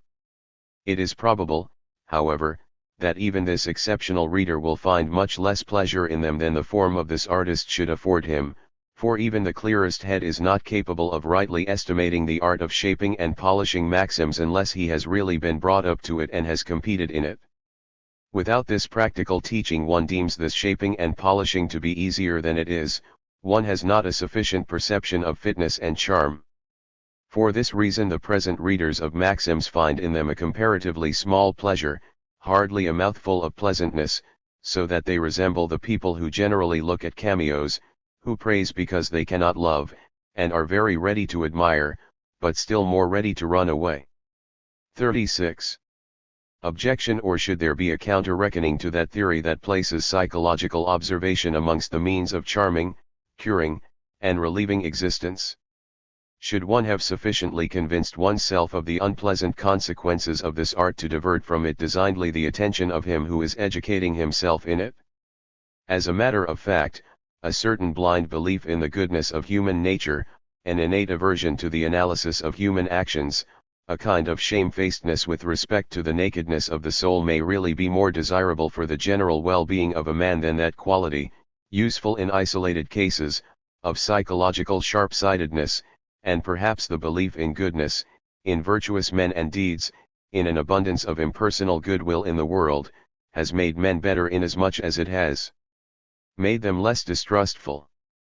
When one imitates Plutarch's heroes with enthusiasm, and turns with disgust from a suspicious examination of the motives for their actions, it is not truth which benefits thereby, but the welfare of human society, the psychological mistake and, generally speaking, the insensibility on this matter helps humanity forwards, while the recognition of truth gains more through the stimulating power of hypothesis than La Rochefoucauld has said in his preface to the first edition of his Sentences et Maximes Morales. Cecle monde nama vertu nsd ordinaire un fantôme forme parnos passions, a qui en donne un nom honnête pour faire impuniment ce en voud. La Rochefoucauld and those other French masters of soul examination, who have lately been joined by a German, the author of Psychological Observations, resemble good marksmen who again and again hit the bullseye, but it is the bullseye of human nature. Their art arouses astonishment, but in the end a spectator who is not led by the spirit of science, but by humane intentions, will probably execrate an art which appears to implant in the soul the sense of the disparagement and suspicion of mankind. 37. Nevertheless, however it may be with reckoning and counter-reckoning, in the present condition of philosophy the awakening of moral observation is necessary. Humanity can no longer be spared the cruel sight of the psychological dissecting table with its knives and forceps. For here rules that science which inquires into the origin and history of the so-called moral sentiments, and which, in its progress, has to draw up and solve complicated sociological problems. The older philosophy knows the latter one not at all, and has always avoided the examination of the origin and history of moral sentiments on any feeble pretext. With what consequences it is now very easy to see, after it has been shown by many examples how the mistakes of the greatest philosophers generally have their starting point in a wrong explanation of certain human actions and sensations, just as on the ground of an erroneous analysis, for instance, that of the so-called unselfish actions a false ethic is built up. Then, to harmonious with this again, religion and mythological confusion are brought in to assist, and finally the shades of these dismal spirits fall also over physics and the general mode of regarding the world. If it is certain, however, that superficiality in psychological observation has laid, and still lays, the most dangerous snares for human judgments and conclusions, then there is need now of that endurance of work which does not grow weary of piling stone upon stone, pebble on pebble. There is need of courage not to be ashamed of such humble work and to turn a deaf ear to scorn. And this is also true. Numberless single observations on the human and all too human have first been discovered, and given utterance to, in circles of society which were accustomed to offer sacrifice therewith to a clever desire to please, and not to scientific knowledge. And the odor of that old home of the moral maxim, a very seductive odor, has attached itself almost inseparably to the whole species, so that on its account the scientific man involuntarily betrays a certain distrust of this species and its earnestness. But it is sufficient to point to the consequences, for already it begins to be seen what results of a serious kind spring from the ground of psychological observation.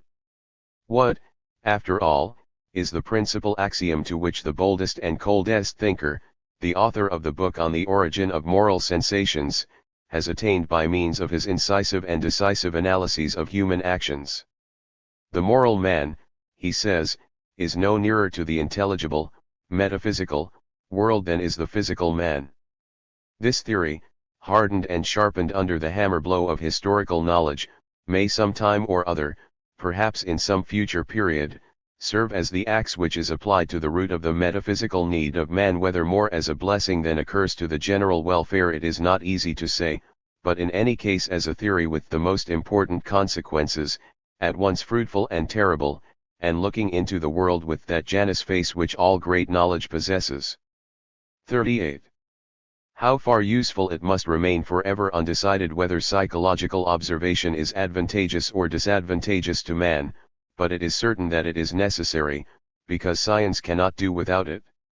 Science, however, has no consideration for ultimate purposes, any more than nature has, but just as the latter occasionally achieves things of the greatest suitableness without intending to do so, so also true science, as the imitator of nature in ideas, will occasionally and in many ways further the usefulness and welfare of man, but also without intending to do so. But whoever feels too chilled by the breath of such a reflection has perhaps too little fire in himself. Let him look around him meanwhile, and he will become aware of illnesses which have need of ice poultices, and of men who are so kneaded together of heat and spirit that they can hardly find an atmosphere that is cold and biting enough. Moreover, as individuals and nations that are too serious have need of frivolities, as others too mobile and excitable have need occasionally of heavily oppressing burdens for the sake of their health, should not we, the more intellectual people of this age, that grows visibly more and more inflamed, seize all quenching and cooling means that exist, in order that we may at least remain as constant, harmless, and moderate as we still are, and thus, perhaps, serve some time or other as mirror and self-contemplation for this age? 39. The fable of intelligible freedom. The history of the sentiments by means of which we make a person responsible consists of the following principal phases. First, all single actions are called good or bad without any regard to their motives, but only on account of the useful or injurious consequences which result for the community. But soon the origin of these distinctions is forgotten, and it is deemed that the qualities good or bad are contained in the action itself without regard to its consequences, by the same error according to which language describes the stone as hard, the tree as green, with which, in short, the result is regarded as the cause. Then the goodness or badness is implanted in the motive, and the action in itself is looked upon as morally ambiguous. Mankind even goes further, and applies the predicate good or bad no longer to single motives, but to the whole nature of an individual, out of whom the motive grows as the plant grows out of the earth. Thus, in turn, man is made responsible for his operations, then for his actions, then for his motives, and finally for his nature. Eventually it is discovered that even this nature cannot be responsible, inasmuch as it is an absolutely necessary consequence concreted out of the elements and influences of past and present things, that man, therefore, cannot be made responsible for anything, neither for his nature, nor his motives, nor his actions, nor his effects. It has therewith come to be recognized that the history of moral valuations is at the same time the history of an error, the error of responsibility, which is based upon the error of the freedom of will. Schopenhauer thus decided against it, because certain actions bring ill humor, consciousness of guilt, in their train. There must be a responsibility, for there would be no reason for this ill humor if not only all human actions were not done of necessity, which is actually the case and also the belief of this philosopher, but man himself from the same necessity is precisely the being that he is, which Schopenhauer denies. From the fact of that ill humor Schopenhauer thinks he can prove a liberty which man must somehow have had, not with regard to actions, but with regard to nature, liberty, therefore, to be thus or otherwise, not to act thus or otherwise. From the Esse, the sphere of freedom and responsibility, there results, in his opinion, the operari, the sphere of strict causality, necessity, and irresponsibility. This ill humor is apparently directed to the operari in so far it is erroneous, but in reality it is directed to the esse, which is the deed of a free will, the fundamental cause of the existence of an individual. Man becomes that which he wishes to be, his will is anterior to his existence. Here the mistaken conclusion is drawn that from the fact of the ill humor, the justification, the reasonable admissibleness of this ill humor is presupposed, and starting from this mistaken conclusion, Schopenhauer arrives at his fantastic sequence of the so-called intelligible freedom.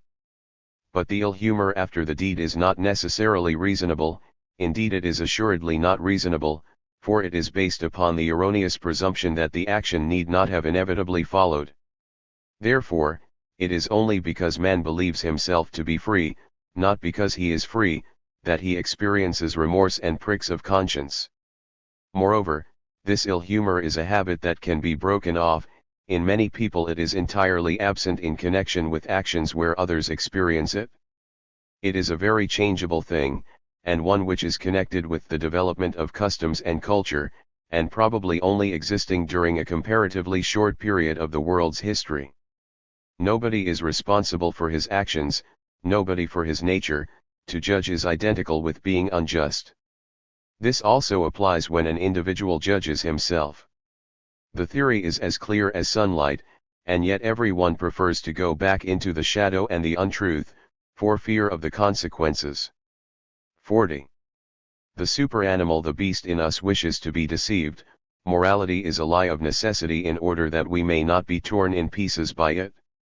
Without the errors which lie in the assumption of morality, man would have remained an animal. Thus, however, he has considered himself as something higher and has laid strict laws upon himself. Therefore he hates the grades which have remained nearer to animalness, whereby the former scorn of the slave, as a not yet man, is to be explained as a fact. 41. The unchangeable character, that the character is unchangeable, is not true in a strict sense. This favorite theory means, rather, that during the short lifetime of an individual the new influencing motives cannot penetrate deeply enough to destroy the ingrained marks of many thousands of years. But if one were to imagine a man of 80,000 years, one would have in him an absolutely changeable character, so that a number of different individuals would gradually develop out of him. The shortness of human life misleads us into forming many erroneous ideas about the qualities of man. 42.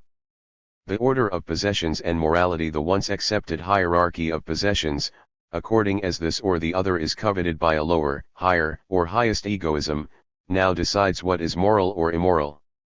To prefer a lesser good, for instance, the gratification of the senses, to a more highly valued good, for instance, health, is accounted immoral, and also to prefer luxury to liberty.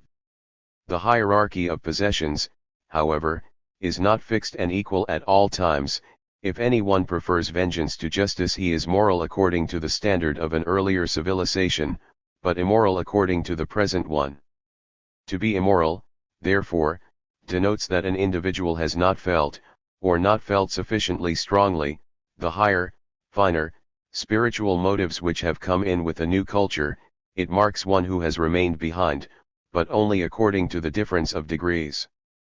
The order of possessions itself is not raised and lowered according to a moral point of view, but each time that it is fixed it supplies the decision as to whether an action is moral or immoral. 43. Cruel people, as those who have remained behind. People who are cruel nowadays must be accounted for by us as the grades of earlier civilizations which have survived. Here are exposed those deeper formations in the mountain of humanity which usually remain concealed. They are backward people whose brains, through all manner of accidents in the course of inheritance, have not been developed in so delicate and manifold a way. They show us what we all were and horrify us, but they themselves are as little responsible as is a block of granite for being granite. There must, too, be grooves and twists in our brains which answer to that condition of mind, as in the form of certain human organs there are supposed to be traces of a fish state. But these grooves and twists are no longer the bed through which the stream of our sensation flows. 44. Gratitude and revenge. The reason why the powerful man is grateful is this: his benefactor, through the benefit he confers, has mistaken and intruded into the sphere of the powerful man. Now the latter, in return, penetrates into the sphere of the benefactor by the act of gratitude. It is a milder form of revenge. Without the satisfaction of gratitude, the powerful man would have shown himself powerless, and would have been reckoned as such ever after. Therefore every society of the good, which originally meant the powerful, places gratitude amongst the first duties. Swift propounded the maxim that men were grateful in the same proportion as they were revengeful. 45. The twofold early history of good and evil. The conception of good and evil has a twofold early history, namely, once in the soul of the ruling tribes and castes. Whoever has the power of returning good for good, evil for evil, and really practices requital, and who is, therefore, grateful and revengeful, is called good. Whoever is powerless, and unable to requite, is reckoned as bad. As a good man one is reckoned among the good, a community which has common feelings because the single individuals are bound to one another by the sense of requital. As a bad man one belongs to the bad, to a party of subordinate, powerless people who have no common feeling. The good are a caste, the bad are a mass like dust. Good and bad have for a long time meant the same thing as noble and base, master and slave. On the other hand, the enemy is not looked upon as evil, he can requite. In Homer the Trojan and the Greek are both good. It is not the one who injures us, but the one who is despicable, who is called bad. Good is inherited in the community of the good. It is impossible that a bad man could spring from such good soil. If, nevertheless, one of the good ones does something which is unworthy of the good, refuge is sought in excuses, the guilt is thrown upon a god. For instance, it is said that he has struck the good man with blindness and madness. Then in the soul of the oppressed and powerless. Here every other man is looked upon as hostile, inconsiderate, rapacious, cruel, cunning, be he noble or base. Evil is the distinguishing word for man, even for every conceivable living creature, e.g. for a god, human, divine, is the same thing as devilish, evil. The signs of goodness, helpfulness, pity, are looked upon with fear as spite, the prelude to a terrible result, stupefaction and outwitting, in short, as refined malice. With such a disposition in the individual a community could hardly exist, or at most it could exist only in its crudest form, so that in all places where this conception of good and evil obtains, the downfall of the single individuals, of their tribes and races, is at hand. Our present civilization has grown up on the soil of the ruling tribes and castes. 46. Sympathy stronger than suffering. There are cases when sympathy is stronger than actual suffering. For instance, we are more pained when one of our friends is guilty of something shameful than when we do it ourselves. For one thing, we have more faith in the purity of his character than he has himself, then our love for him, probably on account of this very faith, is stronger than his love for himself. And even if his egoism suffers more thereby than our egoism, inasmuch as it has to bear more of the bad consequences of his fault, the unegoistic in us, this word is not to be taken too seriously, but only as a modification of the expression, is more deeply wounded by his guilt than is the unegoistic in him. 47. Hypochondria. There are people who become hypochondriacal through their sympathy and concern for another person. The kind of sympathy which results therefrom is nothing but a disease. Thus there is also a Christian hypochondria, which afflicts those solitary, religiously minded people who keep constantly before their eyes the sufferings and death of Christ. 48. Economy of goodness. Goodness and love, as the most healing herbs and powers in human intercourse, are such costly discoveries that one would wish as much economy as possible to be exercised in the employment of these balsamic means, but this is impossible. The economy of goodness is the dream of the most daring utopians.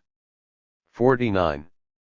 Goodwill amongst the small, but countlessly frequent and therefore very effective, things to which science should pay more attention than to the great, rare things, is to be reckoned goodwill. I mean that exhibition of a friendly disposition in intercourse, that smiling eye, that clasp of the hand, that cheerfulness with which almost all human actions are usually accompanied. Every teacher, every official, adds this to whatever is his duty. It is the perpetual occupation of humanity, and at the same time the waves of its light, in which everything grows, in the narrowest circle, namely, within the family. Life blooms and flourishes only through that goodwill.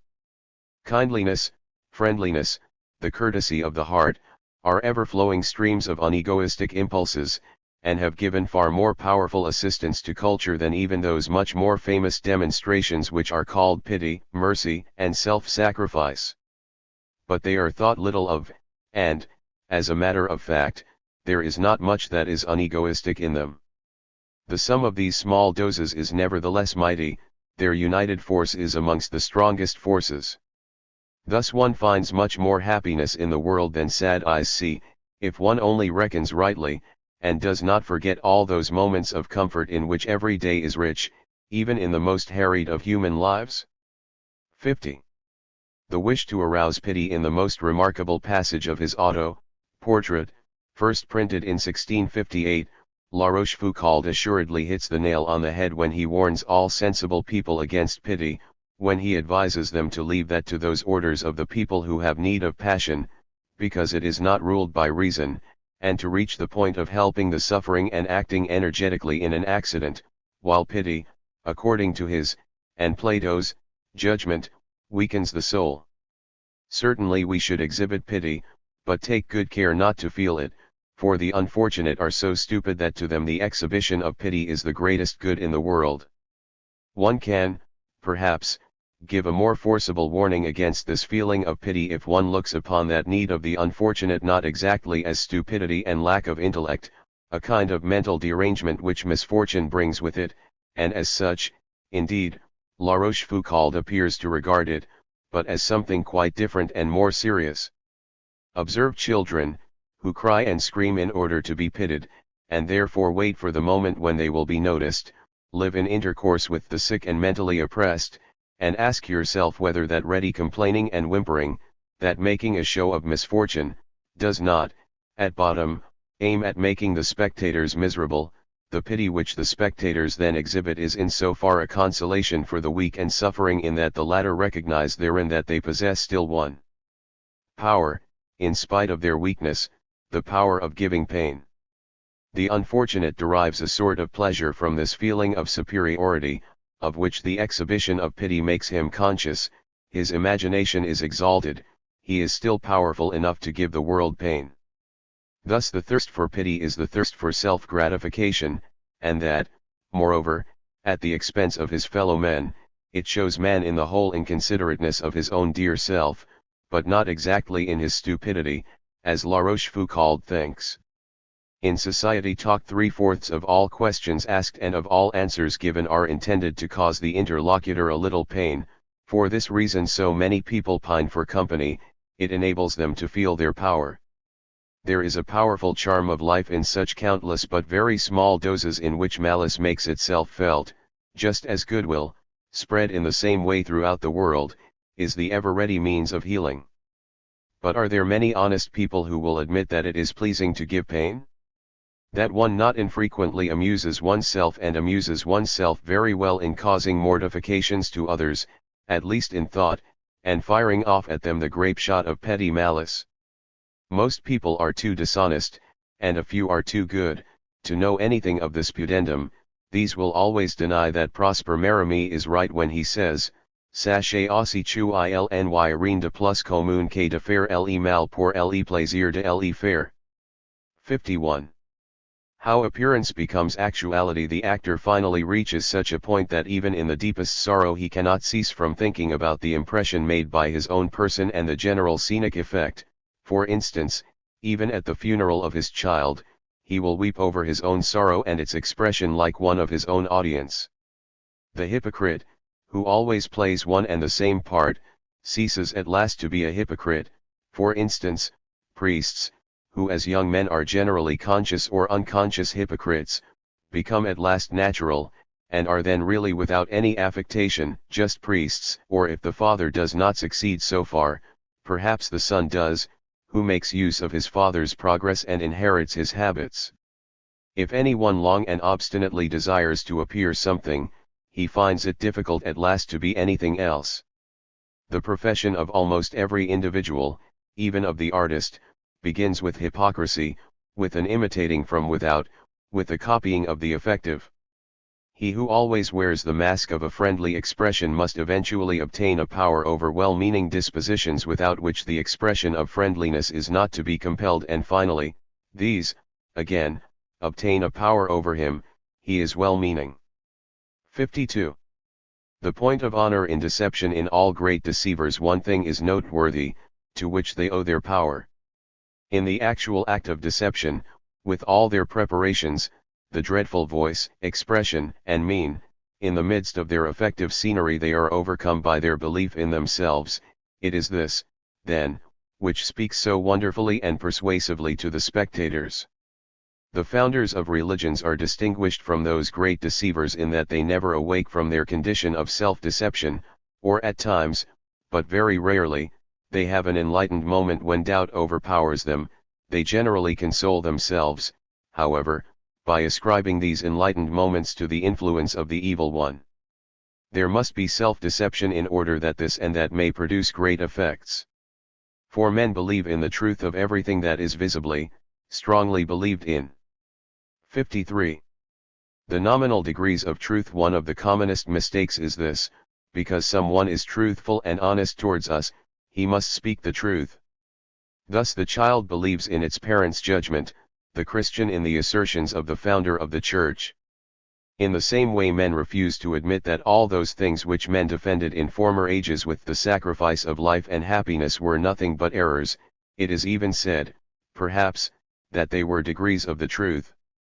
But what is really meant is that when a man has honestly believed in something, and has fought and died for his faith, it would really be too unjust if he had only been inspired by an error. Such a thing seems a contradiction of eternal justice. Therefore the heart of sensitive man ever enunciates against his head the axiom: between moral action and intellectual insight there must absolutely be a necessary connection. It is unfortunately otherwise, for there is no eternal justice. 54. Falsehood: why do people mostly speak the truth in daily life? Assuredly not because a God has forbidden falsehood. But, firstly, because it is more convenient, as falsehood requires invention, deceit, and memory. As Swift says, he who tells a lie is not sensible how great a task he undertakes, for in order to uphold one lie he must invent 20 others. Therefore, because it is advantageous in upright circumstances to say straight out, I want this, I have done that, and so on, because, in other words, the path of compulsion and authority is surer than that of cunning. But if a child has been brought up in complicated domestic circumstances, he employs falsehood, naturally and unconsciously says whatever best suits his interests. A sense of truth and a hatred of falsehood are quite foreign and unknown to him, and so he lies in all innocence. 55. Throwing suspicion on morality for faith's sake: no power can be maintained when it is only represented by hypocrites.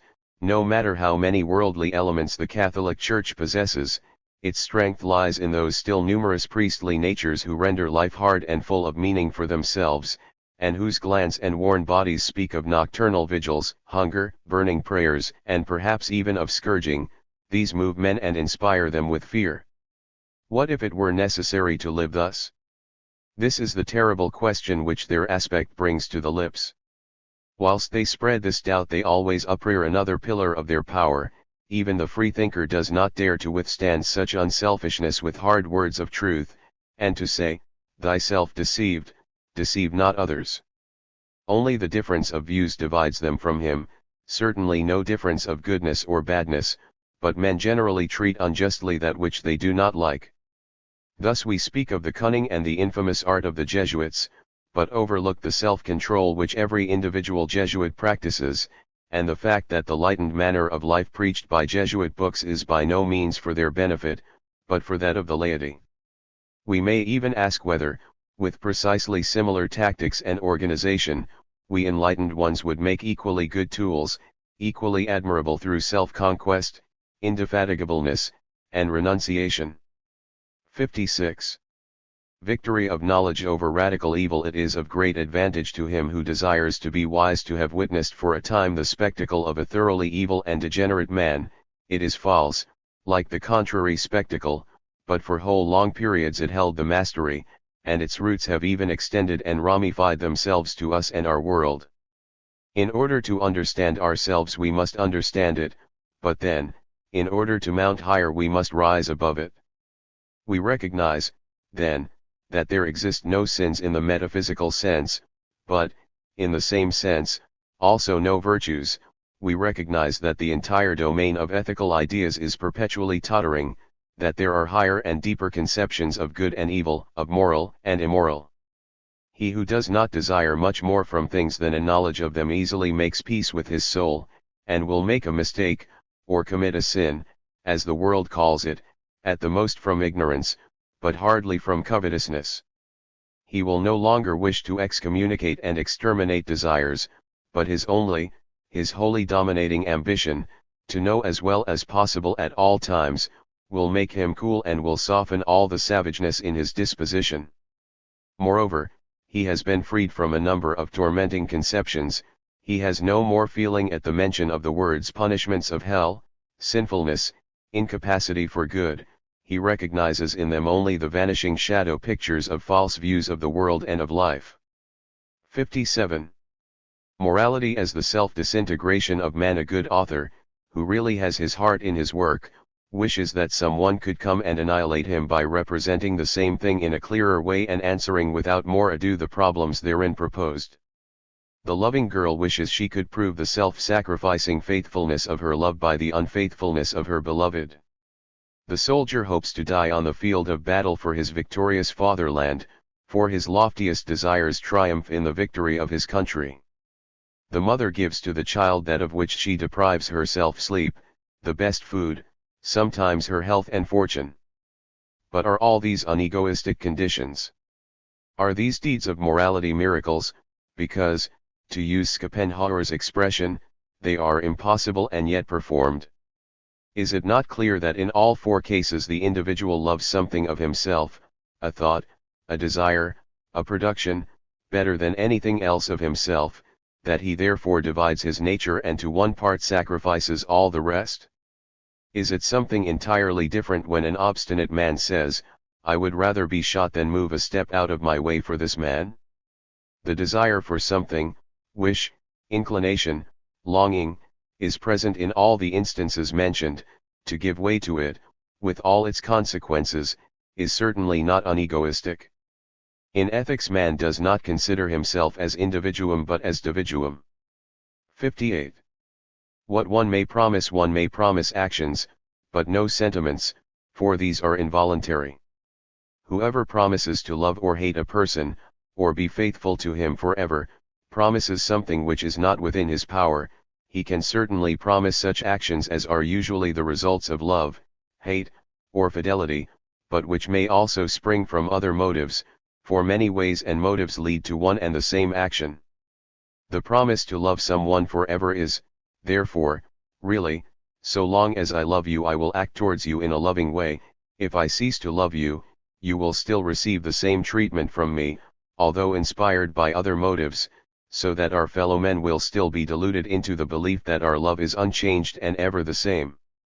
One promises therefore, the continuation of the semblance of love, when, without self-deception, one speaks vows of eternal love. 59.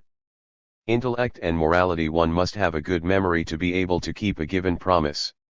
One must have a strong power of imagination to be able to feel pity. So closely is morality bound to the goodness of the intellect. 60.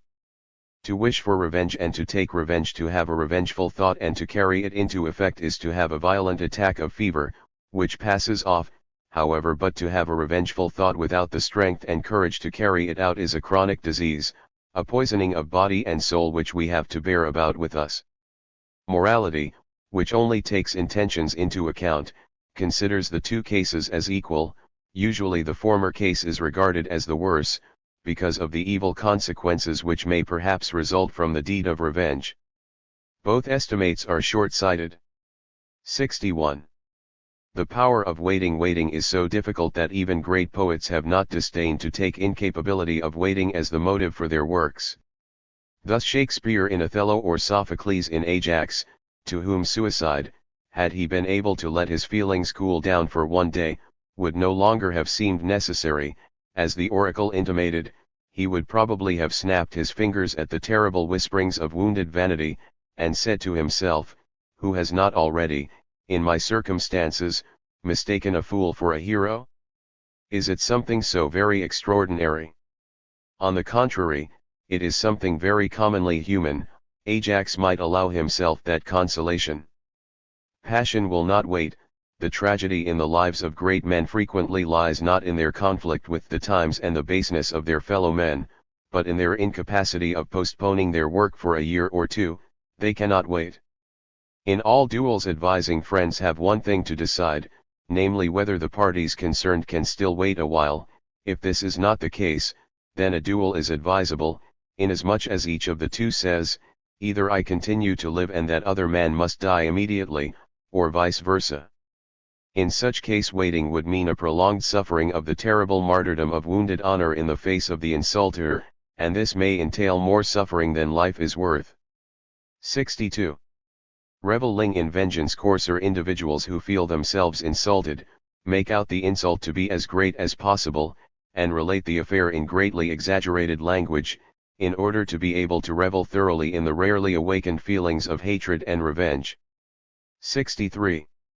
The value of disparagement. In order to maintain their self-respect in their own eyes and a certain thoroughness of action, not a few men, perhaps even the majority, find it absolutely necessary to run down and disparage all their acquaintances. But as mean natures are numerous, and since it is very important whether they possess that thoroughness or lose it, hence. 64. The man in a passion. We must beware of one who is in a passion against us as of one who has once sought our life, for the fact that we still live is due to the absence of power to kill. If looks would suffice, we should have been dead long ago.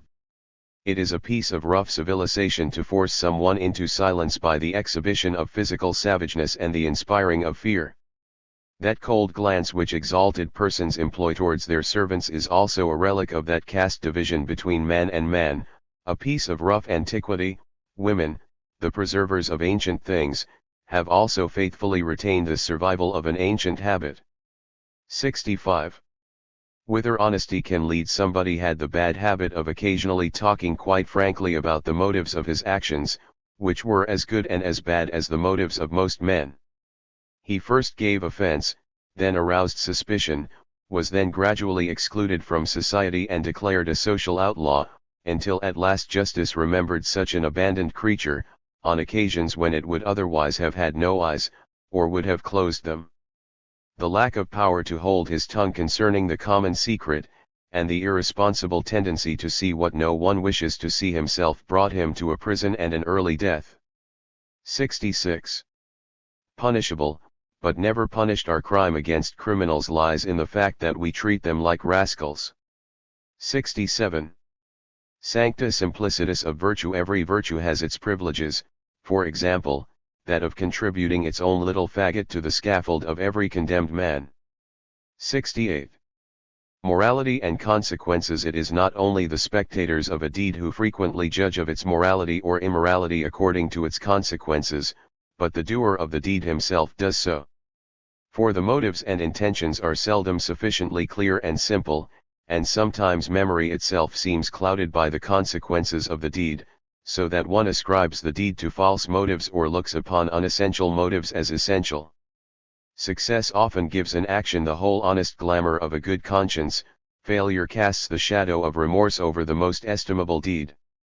Hence arises the well-known practice of the politician, who thinks, only grant me success, with that I bring all honest souls over to my side and make myself honest in my own eyes. In the same way success must replace a better argument. Many educated people still believe that the triumph of Christianity over Greek philosophy is a proof of the greater truthfulness of the former, although in this case it is only the coarser and more powerful that has triumphed over the more spiritual and delicate. which possesses the greater truth may be seen from the fact that the awakening sciences have agreed with Epicurus' philosophy on point after point, but on point after point have rejected Christianity. 69.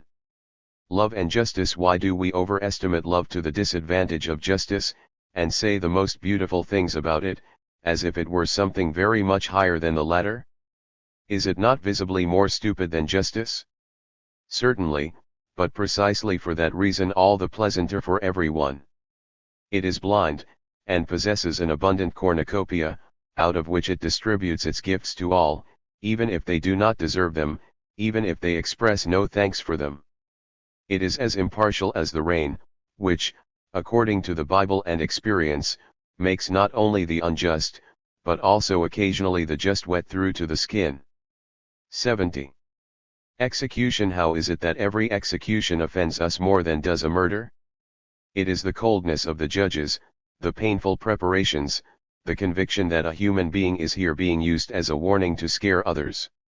For the guilt is not punished, even if it existed. It lies with educators, parents, surroundings, in ourselves, not in the murderer. I mean the determining circumstances. 71. Hope. Pandora brought the box of ills and opened it. It was the gift of the gods to men, outwardly a beautiful and seductive gift, and called the casket of happiness. Out of it flew all the evils, living winged creatures, thence they now circulate and do men injury day and night. One single evil had not yet escaped from the box, and by the will of Zeus Pandora closed the lid and it remained within. Now forever man has the casket of happiness in his house and thinks he holds a great treasure. It is at his disposal, he stretches out his hand for it whenever he desires, for he does not know the box which Pandora brought was the casket of evil, and he believes the ill which remains within to be the greatest blessing. It is hope. Zeus did not wish man, however much he might be tormented by the other evils, to fling away his life, but to go on letting himself be tormented again and again. Therefore he gives man hope. In reality it is the worst of all evils, because it prolongs the torments of man. 72. The degree of moral inflammability unknown according to whether we have or have not had certain disturbing views and impressions. For instance, an unjustly executed, killed, or martyred father, a faithless wife, a cruel hostile attack. It depends whether our passions reach fever heat and influence our whole life or not. No one knows to what he may be driven by circumstances, pity, or indignation. He does not know the degree of his own inflammability. Miserable little circumstances make us miserable. It is generally not the quantity of experiences, but their quality, on which lower and higher man depends, in good and evil. 73. The martyr. In spite of himself there was a man belonging to a party who was too nervous and cowardly ever to contradict his comrades. They made use of him for everything, they demanded everything from him, because he was more afraid of the bad opinion of his companions than of death itself. His was a miserable, feeble soul. They recognized this, and on the ground of these qualities they made a hero of him, and finally even a martyr. Although the coward inwardly always said no, with his lips he always said yes, even on the scaffold, when he was about to die for the opinions of his party, for beside him stood one of his old companions, who so tyrannized over him by word and look that he really suffered death in the most respectable manner, and has ever since been celebrated as a martyr and a great character. 74. The everyday standard. One will seldom go wrong if one attributes extreme actions to vanity, average ones to habit, and petty ones to fear. 75. Misunderstanding concerning virtue. Whoever has known immorality in connection with pleasure, as is the case with a man who has a pleasure-seeking youth behind him, imagines that virtue must be connected with absence of pleasure. Whoever, on the contrary, has been much plagued by his passions and vices, longs to find in virtue peace and the soul's happiness. Hence it is possible for two virtuous persons not to understand each other at all. 76. The ascetic makes a necessity of virtue. 77. Transferring honor from the person to the thing. Deeds of love and sacrifice for the benefit of one's neighbor are generally honored, wherever they are manifested. Thereby we multiply the valuation of things which are thus loved, or for which we sacrifice ourselves, although perhaps they are not worth much in themselves. A brave army is convinced of the cause for which it fights. 78. Ambition a substitute for the moral sense. The moral sense must not be lacking in those natures which have no ambition. The ambitious manage without it, with almost the same results. For this reason the sons of unpretentious, unambitious families, when once they lose the moral sense, generally degenerate very quickly into complete scamps. 79. Vanity enriches. How poor would be the human mind without vanity. Thus, however, it resembles a well-stocked and constantly replenished bazaar which attracts buyers of every kind. There they can find almost everything, obtain almost everything, provided that they bring the right sort of coin, namely admiration. 80. Old age and death. Apart from the commands of religion, the question may well be asked, why is it more worthy for an old man who feels his powers decline, to await his slow exhaustion and extinction than with full consciousness to set a limit to his life? Suicide in this case is a perfectly natural, obvious action, which should justly arouse respect as a triumph of reason, and did arouse it in those times when the heads of Greek philosophy and the sturdiest patriots used to seek death through suicide. The seeking, on the contrary, to prolong existence from day to day, with anxious consultation of doctors and painful mode of living, without the power of drawing nearer to the actual aim of life, is far less worthy. Religion is rich in excuses to reply to the demand for suicide, and thus it ingratiates itself with those who wish to cling to life. 81. Errors of the sufferer and the doer. When a rich man deprives a poor man of a possession, for instance, a prince taking the sweetheart of a plebeian, an error arises in the mind of the poor man.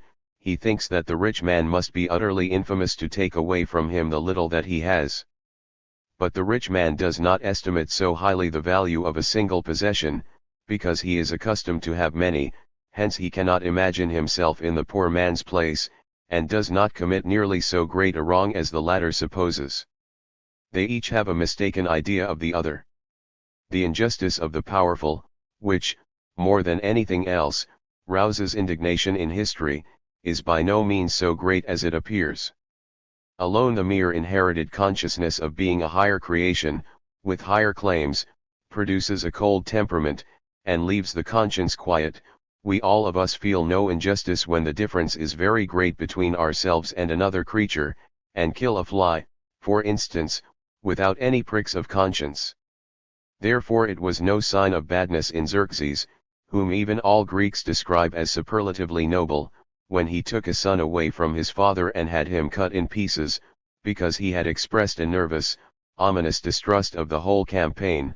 In this case the individual is put out of the way like an unpleasant insect.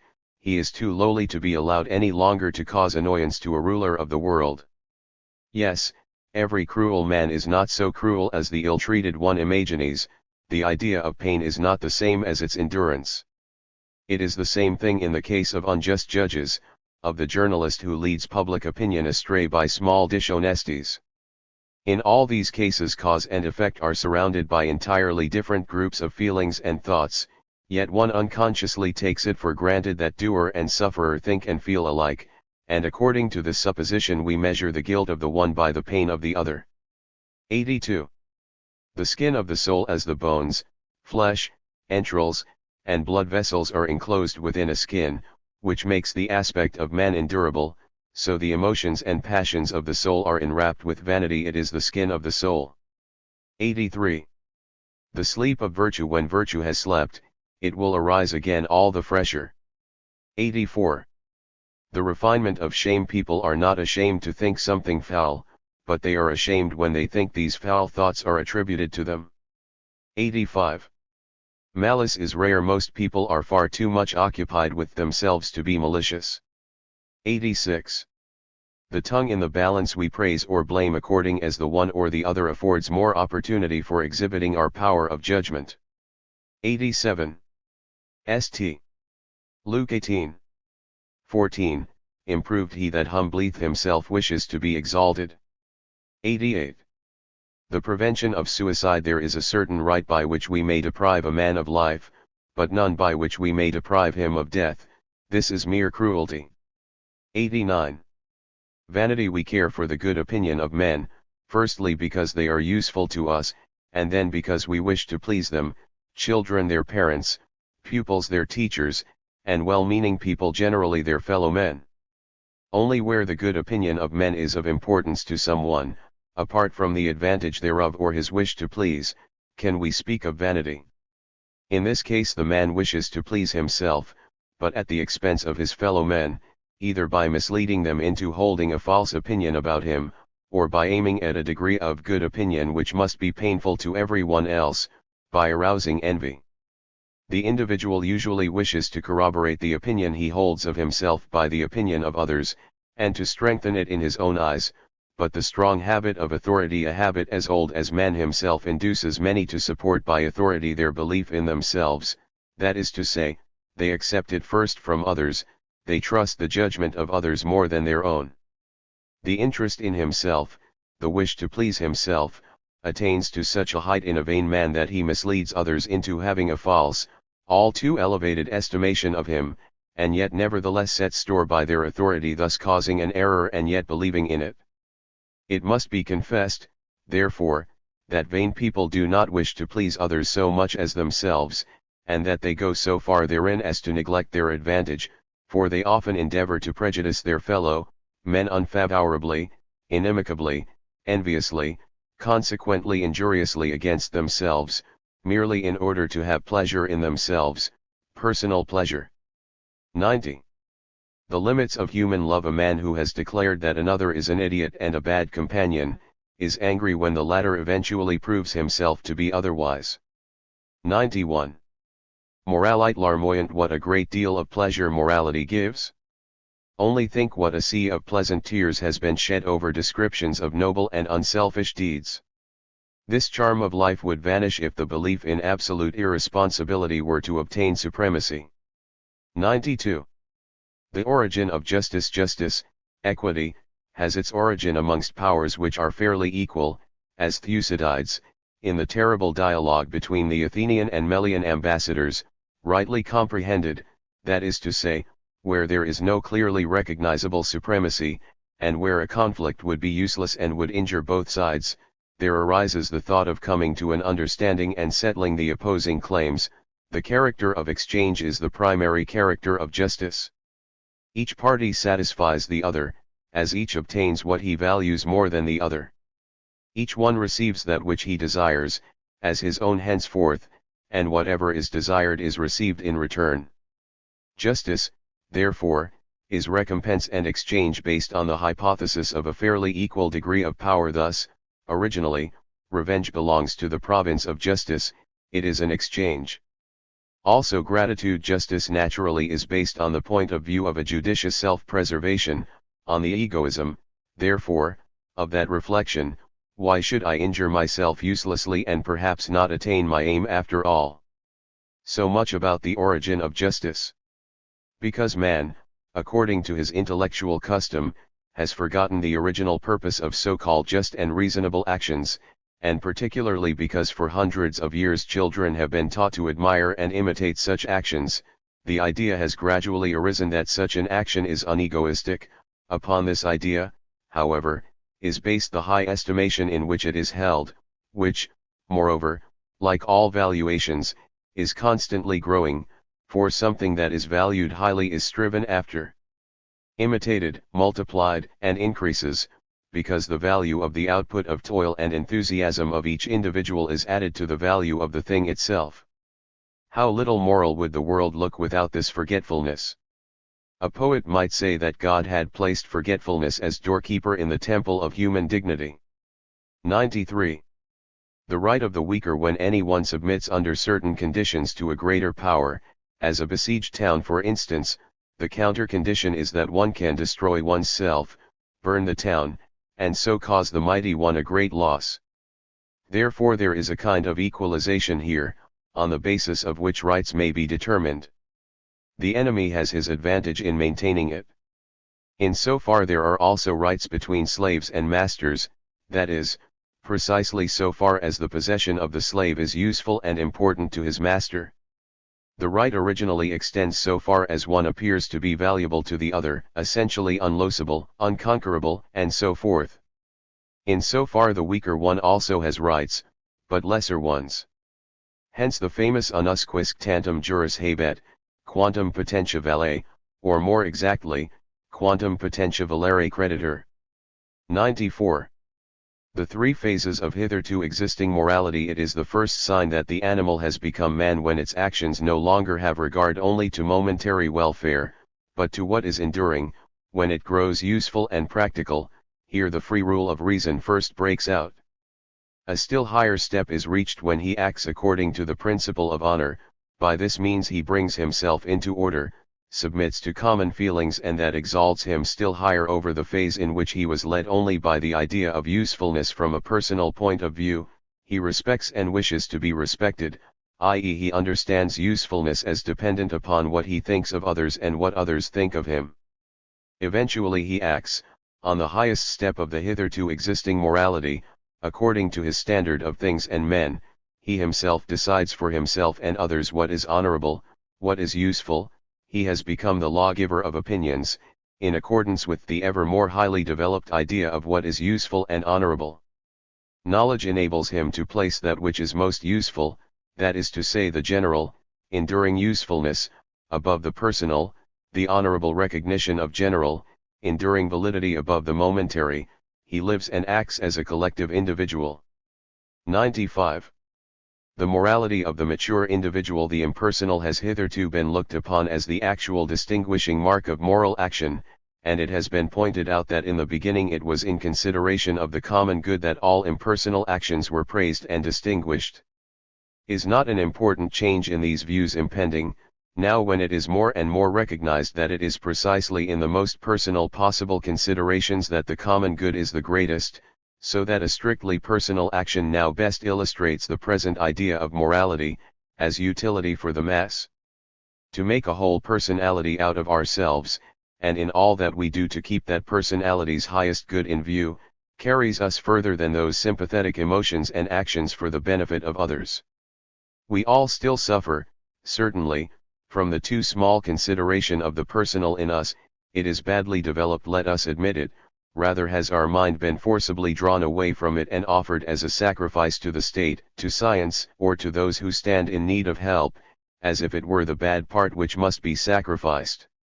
We are still willing to work for our fellow men, but only so far as we find our own greatest advantage in this work, no more and no less. It is only a question of what we understand as our advantage. The unripe, undeveloped, crude individual will understand it in the crudest way. 96. Custom and morality. To be moral, correct, and virtuous is to be obedient to an old established law and custom. Whether we submit with difficulty or willingly is immaterial, enough that we do so.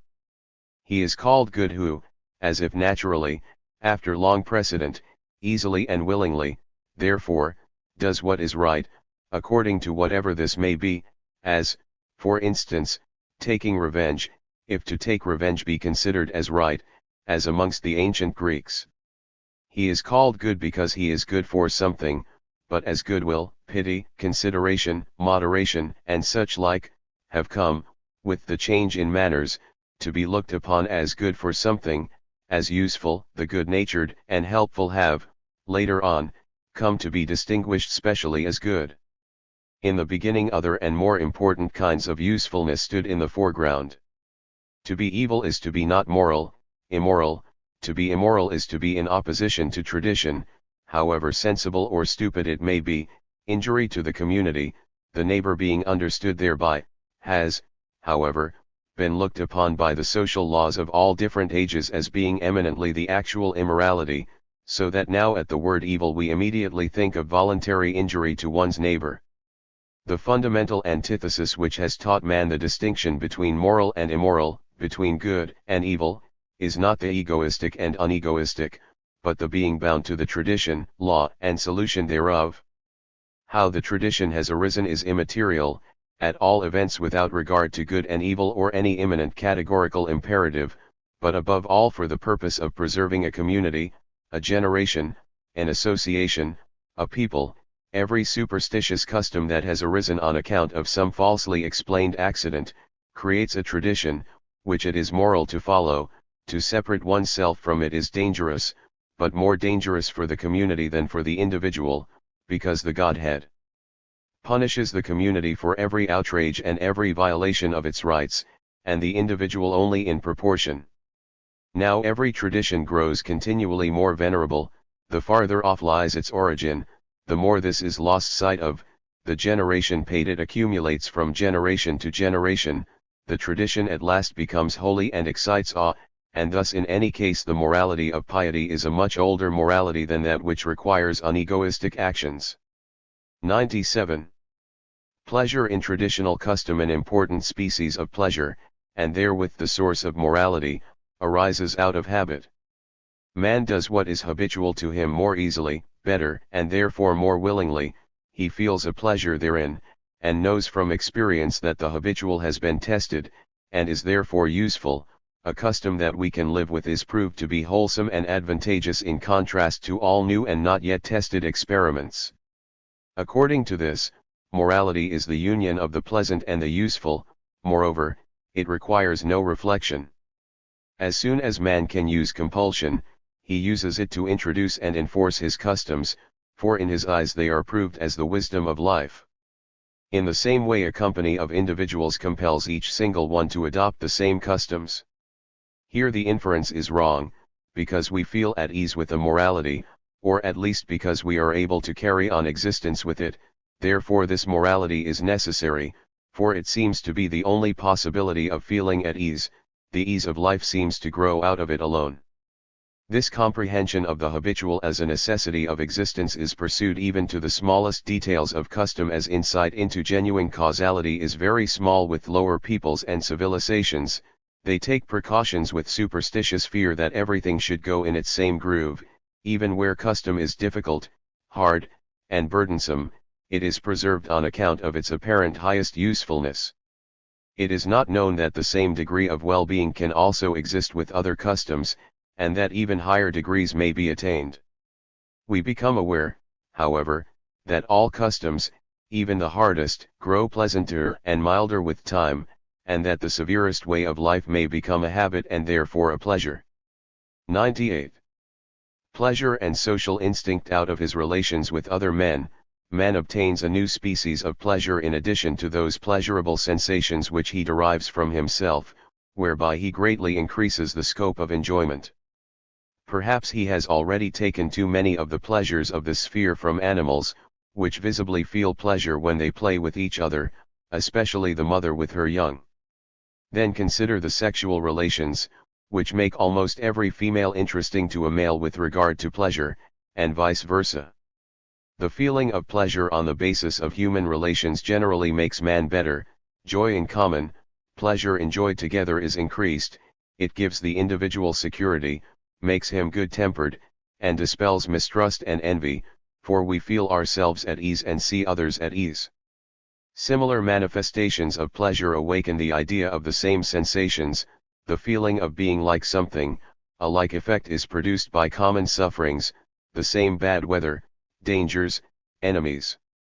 Upon this foundation is based the oldest alliance, the object of which is the mutual obviating and averting of a threatening danger for the benefit of each individual. And thus the social instinct grows out of pleasure. 99.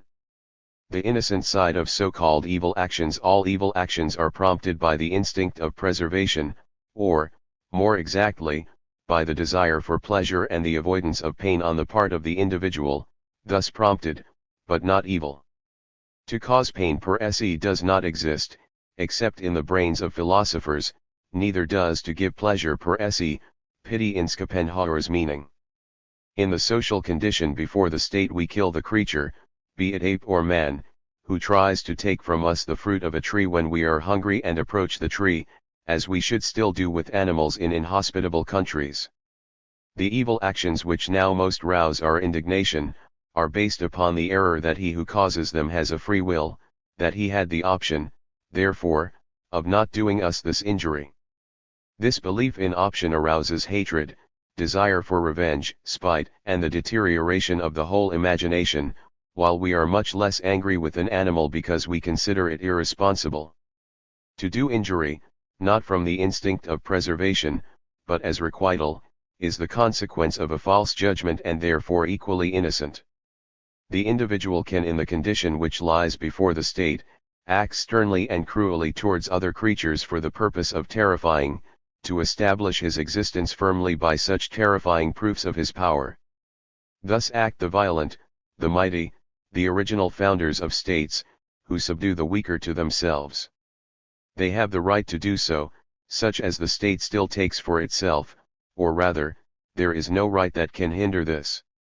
The ground for all morality can only be made ready when a stronger individual or a collective individual, for instance society or the state, subdues the single individuals, draws them out of their singleness, and forms them into an association. Compulsion precedes morality, indeed morality itself is compulsion for a time, to which one submits for the avoidance of pain. Later on it becomes custom, later still, free obedience, and finally almost instinct. Then, like everything long accustomed and natural, it is connected with pleasure and is henceforth called virtue. 100. Shame exists everywhere where there is a mystery. This, however, is a religious idea, which was widely extended in the older times of human civilization. Everywhere were found bounded domains to which access was forbidden by divine right, except under certain conditions, at first locally, as, for example, certain spots that ought not to be trodden by the feet of the uninitiated, in the neighborhood of which these latter experienced horror and fear. This feeling was a good deal carried over into bother relations, for instance, the sex relations, which, as a privilege and delta upsilon tau omicron nu of riper years, had to be withheld from the knowledge of the young for their advantage, relations for the protection and sanctification of which many gods were invented and were set up as guardians in the nuptial chamber.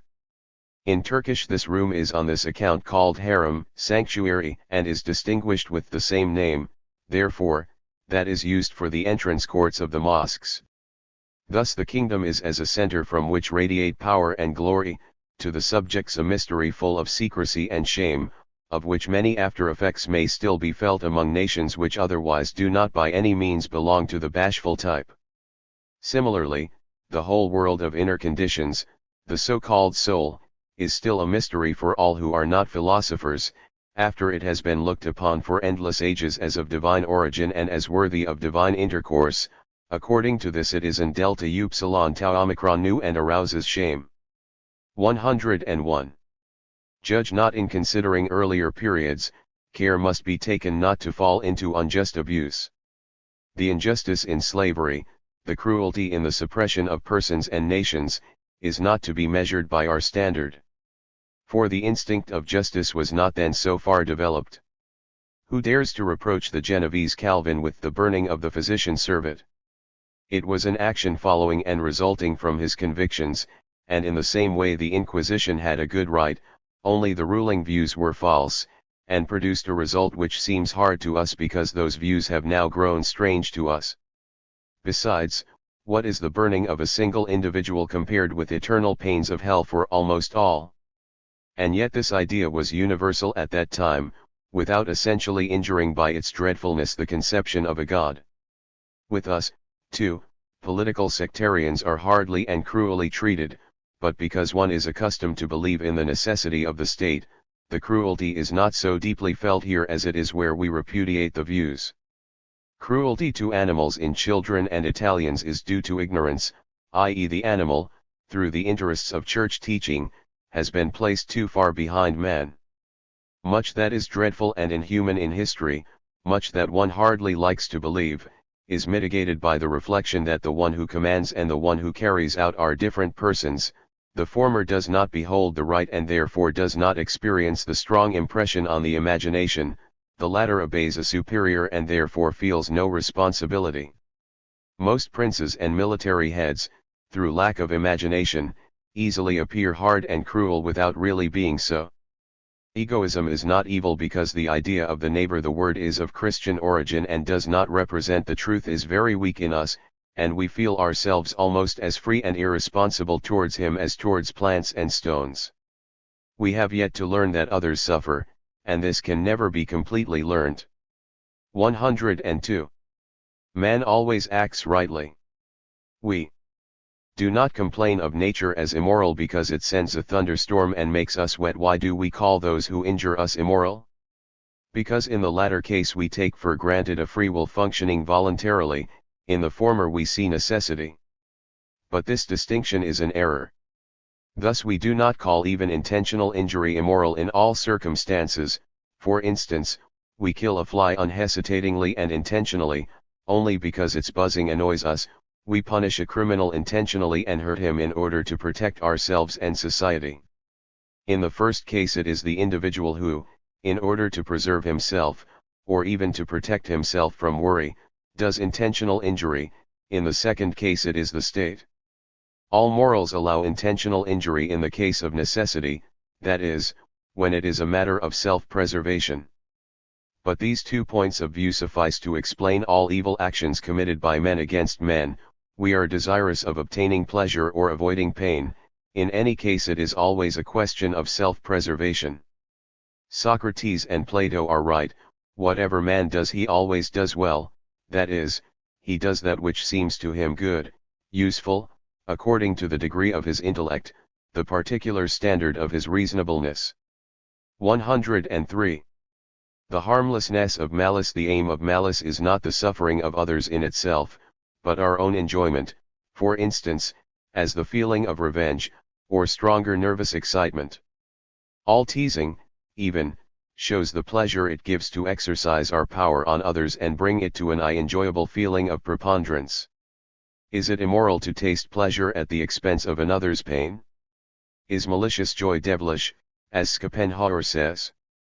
We give ourselves pleasure in nature by breaking off twigs, loosening stones, fighting with wild animals, and do this in order to become thereby conscious of our strength. Is the knowledge, therefore, that another suffers through us, the same thing concerning which we otherwise feel irresponsible, supposed to make us immoral? But if we did not know this we would not thereby have the enjoyment of our own superiority, which can only manifest itself by the suffering of others, for instance, in teasing. All pleasure per se is neither good nor evil, whence should come the decision that in order to have pleasure ourselves we may not cause displeasure to others. From the point of view of usefulness alone, that is, out of consideration for the consequences, for possible displeasure, when the injured one or the replacing state gives the expectation of resentment and revenge, this only can have been the original reason for denying ourselves such actions. Pity aims just as little at the pleasure of others as malice at the pain of others per se. For it contains at least 2, perhaps many more, elements of a personal pleasure, and is so far self-gratification, in the first place as the pleasure of emotion, which is the kind of pity that exists in tragedy, and then, when it impels to action, as the pleasure of satisfaction in the exercise of power. If, besides this, a suffering person is very dear to us, we lift a sorrow from ourselves by the exercise of sympathetic actions. Except by a few philosophers, pity has always been placed very low in the scale of moral feelings, and rightly so. 104.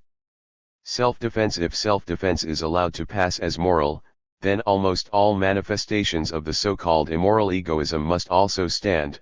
Men injure, rob, or kill in order to preserve or defend themselves, to prevent personal injury. They lie where cunning and dissimulation are the right means of self-preservation. Intentional injury, when our existence or safety, preservation of our comfort, is concerned, is conceded to be moral. The state itself injures, according to this point of view, when it punishes. In unintentional injury, of course, there can be nothing immoral, that is ruled by chance. Is there, then, a kind of intentional injury where our existence or the preservation of our comfort is not concerned? Is there an injuring out of pure malice, for instance in cruelty? If one does not know how much an action hurts, it is no deed of malice. Thus the child is not malicious towards the animal, not evil, he examines and destroys it like a toy. But do we ever know entirely how an action hurts another? As far as our nervous system extends, we protect ourselves from pain. If it extended farther, to our fellow men, namely, we should do no one an injury, except in such cases as we injure ourselves, where we cut ourselves for the sake of cure, tire, and exert ourselves for the sake of health. We conclude by analogy that something hurts somebody, and through memory and the strength of imagination we may suffer from it ourselves. But still, what a difference there is between toothache and the pain, pity, that the sight of toothache calls forth. Therefore, in injury out of so-called malice, the degree of pain produced is always unknown to us, but inasmuch as there is pleasure in the action, the feeling of one's own power, one's own strong excitement, the action is committed, in order to preserve the comfort of the individual, and is regarded, therefore, from a similar point of view as defense and falsehood in necessity. No life without pleasure. The struggle for pleasure is the struggle for life.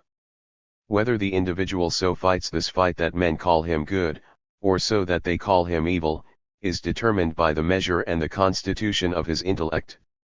105. Recompensing justice. Whoever has completely comprehended the doctrine of absolute irresponsibility can no longer include the so-called punishing and recompensing justice in the idea of justice, should this consist of giving to each man his due. For he who is punished does not deserve the punishment, he is only used as a means of henceforth warning away from certain actions. Equally so, he who is rewarded does not merit this reward, he could not act otherwise than he did. Therefore the reward is meant only as an encouragement to him and others, to provide a motive for subsequent actions. Words of praise are flung to the runners on the course, not to the one who has reached the goal. Neither punishment nor reward is anything that comes to one as one's own, they are given from motives of usefulness, without one having a right to claim them. Hence we must say, the wise man gives no reward because the deed has been well done, just as we have said, the wise man does not punish because evil has been committed, but in order that evil shall not be committed. If punishment and reward no longer existed, then the strongest motives which deter men from certain actions and impel them to certain other actions, would also no longer exist. The needs of mankind require their continuance, and inasmuch as punishment and reward, blame and praise, work most sensibly on vanity, the same need requires the continuance of vanity. 106. At the waterfall. In looking at a waterfall we imagine that there is freedom of will and fancy in the countless turnings, twistings, and breakings of the waves, but everything is compulsory, every movement can be mathematically calculated. So it is also with human actions, one would have to be able to calculate every single action beforehand if one were all-knowing, equally so all progress of knowledge, every error, all malice. The one who acts certainly labors under the illusion of voluntariness. If the world's will were to stand still for a moment and an all-knowing, calculating reason were there to make use of this pause, it could foretell the future of every creature to the remotest times, and mark out every track upon which that will would continue to roll. The delusion of the acting agent about himself, the supposition of a free will, belongs to this mechanism which still remains to be calculated. 107. Irresponsibility and innocence. The complete irresponsibility of man for his actions and his nature is the bitterest drop which he who understands must swallow if he was accustomed to see the patent of nobility of his humanity in responsibility and duty. All his valuations, distinctions, disinclinations, are thereby deprived of value and become false. His deepest feeling for the sufferer and the hero was based on an error. He may no longer either praise or blame, for it is absurd to praise and blame nature and necessity. In the same way as he loves a fine work of art, but does not praise it, because it can do nothing for itself, in the same way as he regards plants, so must he regard his own actions and those of mankind. He can admire strength, beauty, abundance, in themselves, but must find no merit therein. The chemical progress and the strife of the elements, the torments of the sick person who thirsts after recovery, are all equally as little merits as those struggles of the soul and states of distress in which we are torn hither and thither by different impulses until we finally decide for the strongest, as we say, but in reality it is the strongest motive which decides for us. All these motives, however, whatever fine names we may give them, have all grown out of the same root, in which we believe the evil poisons to be situated. Between good and evil actions there is no difference of species, but at most of degree. Good actions are sublimated evil ones, evil actions are vulgarised and stupefied good ones. The single longing of the individual for self-gratification, together with the fear of losing it, satisfies itself in all circumstances. Man may act as he can, that is as he must, be it in deeds of vanity, revenge, pleasure, usefulness, malice, cunning, be it in deeds of sacrifice, of pity, of knowledge. The degrees of the power of judgment determine whither any one lets himself be drawn through this longing. To every society, to every individual, a scale of possessions is continually present, according to which he determines his actions and judges those of others. But this standard changes constantly. Many actions are called evil and are only stupid, because the degree of intelligence which decided for them was very low. In a certain sense, even, all actions are still stupid, for the highest degree of human intelligence which can now be attained will assuredly be yet surpassed, and then, in a retrospect, all our actions and judgments will appear as limited and hasty as the actions and judgments of primitive wild peoples now appear limited and hasty to us. To recognize all this may be deeply painful, but consolation comes after. Such pains are the pangs of birth. The butterfly wants to break through its chrysalis, it rends and tears it, and is then blinded and confused by the unaccustomed light, the kingdom of liberty. In such people as are capable of such sadness, and how few are, the first experiment made is to see whether mankind can change itself from a moral into a wise mankind. The sun of a new gospel throws its rays upon the highest point in the soul of each single individual, then the mists gather thicker than ever, and the brightest light and the dreariest shadow lie side by side. Everything is necessity, so says the new knowledge, and this knowledge itself is necessity. Everything is innocence, and knowledge is the road to insight into this innocence. Our pleasure, egoism, vanity necessary for the production of the moral phenomena and their highest result, the sense for truth and justice in knowledge, were error and the confusion of the imagination the only means through which mankind could raise itself gradually to this degree of self-enlightenment and self-liberation. Who would dare to undervalue these means? Who would dare to be sad if he perceived the goal to which those roads led? Everything in the domain of morality has evolved, is changeable, unstable, everything is dissolved, it is true, but everything is also streaming towards one goal. Even if the inherited habit of erroneous valuation, love, and hatred, continue to reign in us, yet under the influence of growing knowledge it will become weaker. A new habit, that of comprehension, of not loving, not hating, of overlooking, is gradually implanting itself in us upon the same ground, and in thousands of years will perhaps be powerful enough to give humanity the strength to produce wise, innocent, consciously innocent, men, as it now produces unwise, guilt-conscious men. That is the necessary preliminary step, not its opposite. Third division, the religious life. 108. The double fight against evil. When misfortune overtakes us, we can either pass over it so lightly that its cause is removed, or so that the result which it has on our temperament is altered, through a changing, therefore, of the evil into a good, the utility of which is perhaps not visible until later on. Religion and art, also metaphysical philosophy, work upon the changing of the temperament, partly through the changing of our judgment on events, for instance, with the help of the phrase "whom the Lord loveth he chasteneth," partly through the awakening of a pleasure in pain, in emotion generally, whence the tragic art takes its starting point. The more a man is inclined to twist and arrange meanings, the less he will grasp the causes of evil and disperse them. The momentary mitigation and influence of a narcotic, as for example in toothache, suffices him even in more serious sufferings. The more the dominion of creeds and all arts dispense with narcotics, the more strictly men attend to the actual removing of the evil, which is certainly bad for writers of tragedy, for the material for tragedy is growing scarcer because the domain of pitiless, inexorable fate is growing ever narrower, but worse still for the priests, for they have hitherto lived on the narcotization of human woes. 109.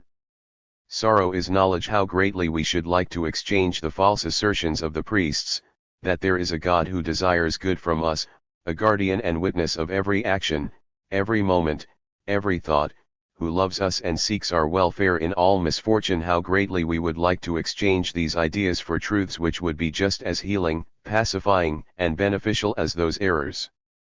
But there are no such truths. At most philosophy can oppose to them metaphysical appearances, at bottom also untruths. The tragedy consists in the fact that we cannot believe those dogmas of religion and metaphysics, if we have strict methods of truth in heart and brain. On the other hand, mankind has, through development, become so delicate, irritable, and suffering, that it has need of the highest means of healing and consolation, whence also the danger arises that man would bleed to death from recognized truth, or, more correctly, from discovered error. Byron has expressed this in the immortal lines: "Sorrow is knowledge, they who know the most must mourn the deepest o'er the fatal truth. The tree of knowledge is not that of life. For such troubles there is no better help than to recall the stately levity of Horace, at least for the worst hours and eclipses of the soul, and to say with him, quid cedernus minorum concilius animum fatigas, cur non sub alta vel platano vel hac. Pinadjacentes. 1. But assuredly frivolity or melancholy of every degree is better than a romantic retrospection and desertion of the flag, an approach to Christianity in any form, for according to the present condition of knowledge it is absolutely impossible to approach it without hopelessly soiling our intellectual conscience and giving ourselves away to ourselves and others. Those pains may be unpleasant enough, but we cannot become leaders and educators of mankind without pain, and woe to him who would wish to attempt this and no longer have that clear conscience. 110. The truth in religion. In the period of rationalism justice was not done to the importance of religion, of that there is no doubt, but equally there is no doubt that in the reaction that followed this rationalism justice was far overstepped, for religions were treated lovingly, even amorously, and, for instance, a deeper, even the very deepest, understanding of the world was ascribed to them, which science has only to strip of its dogmatic garment in order to possess the truth in unmythical form. Religions should, therefore, this was the opinion of all opposers of rationalism sensu allegorico, with all consideration for the understanding of the masses, give utterance to that ancient wisdom which is wisdom itself, inasmuch as all true science of later times has always led up to it instead of away from it, so that between the oldest wisdom of mankind and all later harmonies similarity of discernment and a progress of knowledge, in case one should wish to speak of such a thing, rests not upon the nature but upon the way of communicating it. This whole conception of religion and science is thoroughly erroneous, and none would still dare to profess it if Schopenhauer's eloquence had not taken it under its protection, this resonant eloquence which, however, only reached its hearers a generation later. As surely as from Schopenhauer's religious moral interpretations of men and the world much may be gained for the understanding of the Christian and other religions, so surely also is he mistaken about the value of religion for knowledge. Therein he himself was only a too docile pupil of the scientific teachers of his time, who all worshipped romanticism and had forsworn the spirit of enlightenment. Had he been born in our present age he could not possibly have talked about the sensus allegoricus of religion. He would much rather have given honor to truth, as he used to do, with the words, "No religion, direct or indirect, either as dogma or as allegory, has ever contained a truth. For each has been born of fear and necessity, through the byways of reason did it slip into existence, once, perhaps, when imperiled by science, some philosophic doctrine has lied itself into its system in order that it may be found there later, but this is a theological trick of the time when a religion already doubts itself. These tricks of theology, which certainly were practiced in the early days of Christianity, as the religion of a scholarly period steeped in philosophy, have led to that superstition of the sensus allegoricus, but yet more the habits of the philosophers, especially the half-natures, the poetical philosophers and the philosophizing artists, to treat all the sensations which they discovered in themselves as the fundamental nature of man in general, and hence to allow their own religious feelings an important influence in the building up of their systems. As philosophers frequently philosophized under the custom of religious habits, or at least under the anciently inherited power of that metaphysical need, they developed doctrinal opinions which really bore a great resemblance to the Jewish or Christian or Indian religious views, a resemblance, namely, such as children usually bear to their mothers, only that in this case the fathers were not clear about that motherhood, as happens sometimes, but in their innocence romanced about a family likeness between all religion and science. In reality, between religions and real science there exists neither relationship nor friendship, nor even enmity. They live on different planets. Every philosophy which shows a religious comet's tail shining in the darkness of its last prospects makes all the science it contains suspicious. All this is presumably also religion, even though in the guise of science. Moreover, if all nations were to agree about certain religious matters, for instance the existence of a God, which, it may be remarked, is not the case with regard to this point, this would only be an argument against those affirmed matters, for instance the existence of a God. The consensus gentium and hominum in general can only take place in case of a huge folly. On the other hand, there is no consensus omnium sapientium, with regard to any single thing, with that exception mentioned in Goethe's lines. Alle die Weiss esten aller der Zeiten. Lachel nuendi winken uendi stimmen mit ein. Thoricht, auf Besserung der Thoren zu Herren.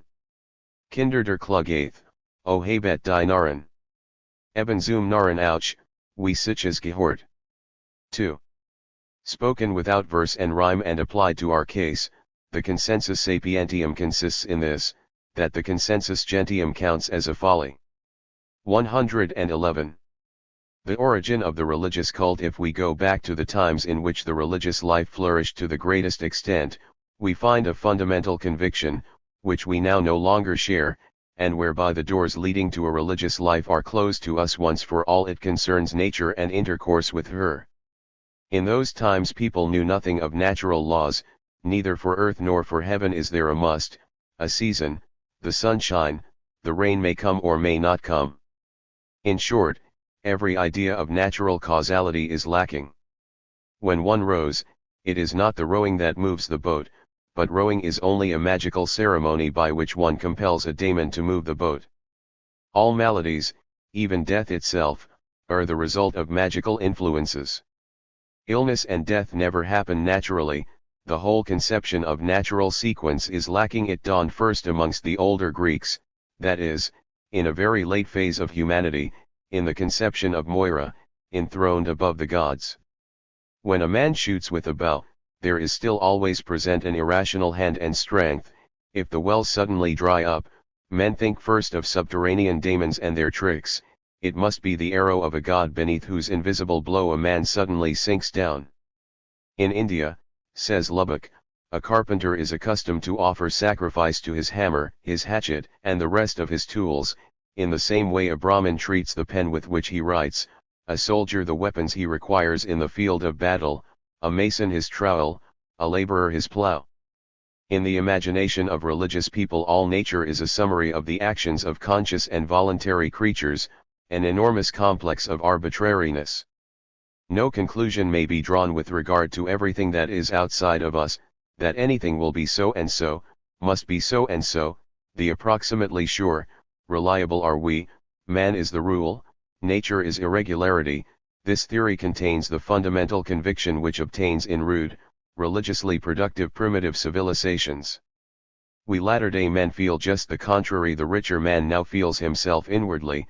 The more polyphonous is the music and the noise of his soul, the more powerfully the symmetry of nature works upon him. We all recognize with Goethe the great means in nature for the appeasing of the modern soul. We listen to the pendulum swing of this greatest of clocks with a longing for rest, for home and tranquility, as if we could absorb the symmetry into ourselves and could only thereby arrive at the enjoyment of ourselves. Formerly it was otherwise. If we consider the rude, early condition of nations, or contemplate present-day savages at close quarters, we find them most strongly influenced by law and by tradition. The individual is almost automatically bound to them, and moves with the uniformity of a pendulum. To him nature uncomprehended, terrible, mysterious nature must appear as the sphere of liberty, of voluntariness, of the higher power, even as a superhuman degree of existence, as God. In those times and conditions, however, every individual felt that his existence, his happiness, and that of the family and the state, and the success of all undertakings, depended on those spontaneities of nature. Certain natural events must appear at the right time, others be absent at the right time. How can one have any influence on these terrible unknown things? How can one bind the sphere of liberty? Thus he asks himself, thus he inquires anxiously, is there, then, no means of making those powers as regular through tradition and law as you are yourself?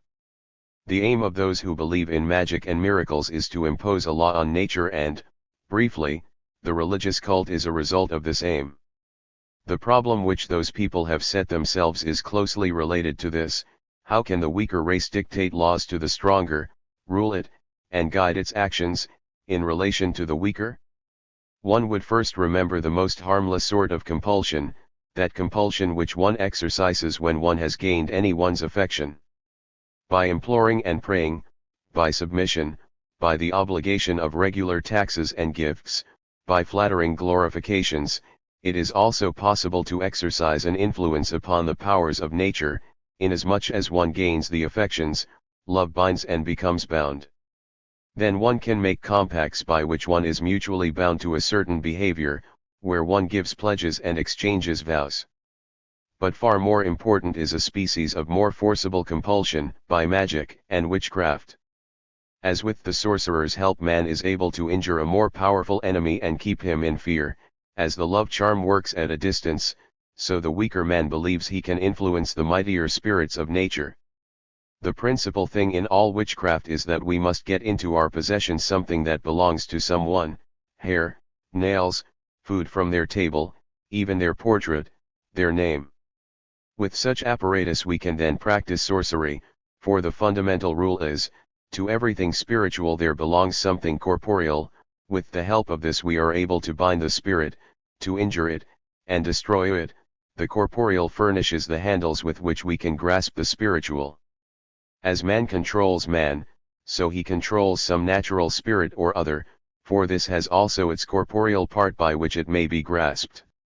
The tree and, compared with it, the seed from which it sprang, this enigmatical contrast seems to prove that the same spirit embodied itself in both forms, now small, now large. A stone that begins to roll suddenly is the body in which a spirit operates. If there is an enormous rock lying on a lonely heath, it seems impossible to conceive human strength sufficient to have brought it there. Consequently the stone must have moved there by itself, that is, it must be possessed by a spirit. Everything that has a body is susceptible to witchcraft, therefore also the natural spirits. If a god is bound to his image, we can use the most direct compulsion against him, through refusal of sacrificial food, scourging, binding in fetters, and so on. In order to obtain by force the missing favor of their god, the lower classes in China wind cords round the image of the one who has left them in the lurch, pull it down and drag it through the streets in the dust and the dirt. You dog of a spirit, they say, we gave you a magnificent temple to live in, we gilded you prettily, we fed you well, we offered you sacrifice, and yet you are so ungrateful. Similar forcible measures against pictures of the saints and Virgin when they refuse to do their duty in pestilence or drought, have been witnessed even during the present century in Catholic countries. Through all these magic relations to nature, countless ceremonies have been called into life, and at last, when the confusion has grown too great, an endeavor has been made to order and systematize them, in order that the favorable course of the whole progress of nature, i.e. of the great succession of the seasons, may seem to be guaranteed by a corresponding course of a system of procedure. The essence of the religious cult is to determine and confine nature to human advantage, to impress it with a legality, therefore, which it did not originally possess, while at the present time we wish to recognize the legality of nature in order to adapt ourselves to it. In short, then, the religious cult is based upon the representations of sorcery between man, and the sorcerer is older than the priest. but it is likewise based upon other and nobler representations. It premises the sympathetic relation of man to man, the presence of goodwill, gratitude, the hearing of pleaders, of treaties between enemies, the granting of pledges, and the claim to the protection of property. In very low stages of civilization, man does not stand in the relation of a helpless slave to nature, he is not necessarily its involuntary bondsman. In the Greek grade of religion, particularly in relation to the Olympian gods, there may even be imagined a common life between two castes, a nobler and more powerful one, and one less noble, but in their origin both belong to each other somehow, and are of one kind. They need not be ashamed of each other. That is the nobility of the Greek religion. 112. At the sight of certain antique sacrificial implements, the fact of how many feelings are lost to us may be seen, for instance, in the mingling of the droll, even of the obscene, with the religious feeling. The sensation of the possibility of this mixture vanishes. We only comprehend historically that it existed in the feasts of Demeter and Dionysus, in the Christian Easter plays and mysteries. But we also know that which is noble in alliance with burlesque and such like, the touching mingled with the laughable, which perhaps a later age will not be able to understand. 113. Christianity as antiquity. When on a Sunday morning we hear the old bells ring out, we ask ourselves, is it possible? This is done on account of a Jew crucified 2,000 years ago who said he was the Son of God. The proof of such an assertion is wanting. Certainly in our times the Christian religion is an antiquity that dates from very early ages, and the fact that its assertions are still believed, when otherwise all claims are subjected to such strict examination, is perhaps the oldest part of this heritage. A God who creates a son from a mortal woman, a sage who requires that man should no longer work, no longer judge, but should pay attention to the signs of the approaching end of the world, a justice that accepts an innocent being as a substitute in sacrifice, one who commands his disciples to drink his blood, prayers for miraculous intervention, sins committed against a God and atoned for through a God, the fear of a future to which death is the portal, the form of the cross in an age which no longer knows the signification and the shame of the cross. 3. How terrible all this appears to us, as if risen from the grave of the ancient past. Is it credible that such things are still believed? 114. What is on Greek in Christianity? The Greeks did not regard the Homeric gods as raised above them like masters, nor themselves as being under them like servants, as the Jews did. They only saw, as in a mirror, the most perfect examples of their own caste, an ideal, therefore, and not an opposite of their own nature. There is a feeling of relationship, a mutual interest arises, a kind of simicky. Man thinks highly of himself when he gives himself such gods, and places himself in a relation like that of the lower nobility towards the higher, while the Italian nations hold a genuine peasant faith, with perpetual fear of evil and mischievous powers and tormenting spirits. Wherever the Olympian gods retreated into the background, Greek life was more somber and more anxious. Christianity, on the contrary, oppressed man and crushed him utterly, sinking him as if in deep mire. Then into the feeling of absolute depravity it suddenly threw the light of divine mercy, so that the surprised man, dazzled by forgiveness, gave a cry of joy and for a moment believed that he bore all heaven within himself. All psychological feelings of Christianity work upon this unhealthy excess of sentiment, and upon the deep corruption of head and heart it necessitates. It desires to destroy, break, stupefy, confuse only one thing it does not desire, namely moderation, and therefore it is in the deepest sense barbaric, Asiatic, ignoble and un-Greek. 115. To be religious with advantage. There are sober and industrious people on whom religion is embroidered like a hem of higher humanity. These do well to remain religious, it beautifies them. All people who do not understand some kind of trade in weapons, tongue and pen included as weapons, become servile.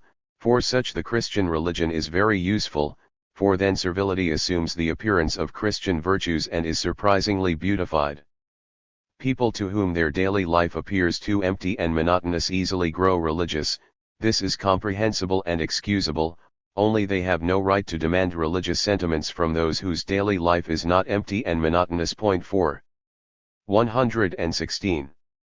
The commonplace Christian. If Christianity were right, with its theories of an avenging God, of general sinfulness, of redemption, and the danger of eternal damnation, it would be a sign of weak intellect and lack of character not to become a priest, apostle or hermit, and to work only with fear and trembling for one's own salvation.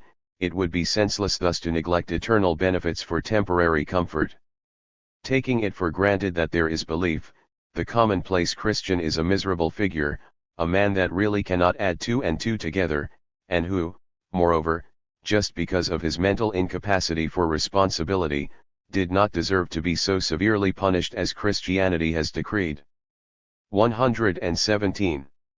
Of the wisdom of Christianity. It is a clever stroke on the part of Christianity to teach the utter unworthiness, sinfulness, and despicableness of mankind so loudly that the disdain of their fellow men is no longer possible. He may sin as much as he likes, he is not essentially different from me. It is I who am unworthy and despicable in every way, says the Christian to himself. But even this feeling has lost its sharpest sting, because the Christian no longer believes in his individual despicableness. He is bad as men are generally, and comforts himself a little with the axiom, we are all of one kind. 118. Change of front. As soon as a religion triumphs, it has for its enemies all those who would have been its first disciples. 119. The fate of Christianity. Christianity arose for the purpose of lightening the heart, but now it must first make the heart heavy in order afterwards to lighten it. Consequently it will perish. 120. The proof of pleasure. The agreeable opinion is accepted as true. This is the proof of the pleasure, or, as the Church says, the proof of the strength, of which all religions are so proud when they ought to be ashamed of it. If faith did not make blessed, it would not be believed in. Of how little value must it be, then? 121. A dangerous game. Whoever now allows scope to his religious feelings must also let them increase. He cannot do otherwise. His nature then gradually changes, it favors whatever is connected with and near to the religious element, the whole extent of judgment and feeling becomes clouded, overcast with religious shadows. Sensation cannot stand still, one must therefore take care. 122. The blind disciples. So long as one knows well the strength and weakness of one's doctrine, one's art, one's religion, its power is still small. The disciple and apostle who has no eyes for the weaknesses of the doctrine, the religion, and so forth, dazzled by the aspect of the master and by his reverence for him, has on that account usually more power than the master himself. Without blind disciples the influence of a man and his work has never yet become great. To help a doctrine to victory often means only so to mix it with stupidity that the weight of the latter carries off also the victory for the former. 123. Church disestablishment. There is not enough religion in the world even to destroy religions. 124.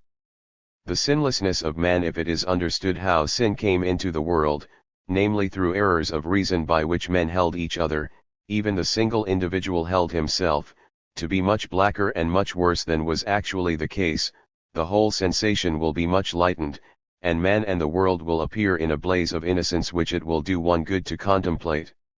In the midst of nature man is always the child per se. This child sometimes has a heavy and terrifying dream, but when it opens its eyes it always finds itself back again in paradise. 125. The irreligiousness of artists. Homer is so much at home amongst his gods, and is so familiar with them as a poet, that he must have been deeply irreligious. That which the popular faith gave him a meager, rude, partly terrible superstition he treated as freely as the sculptor does his clay, with the same unconcern, therefore, which Aeschylus and Aristophanes possessed, and by which in later times the great artists of the Renaissance distinguished themselves, as also did Shakespeare and Goethe. 126.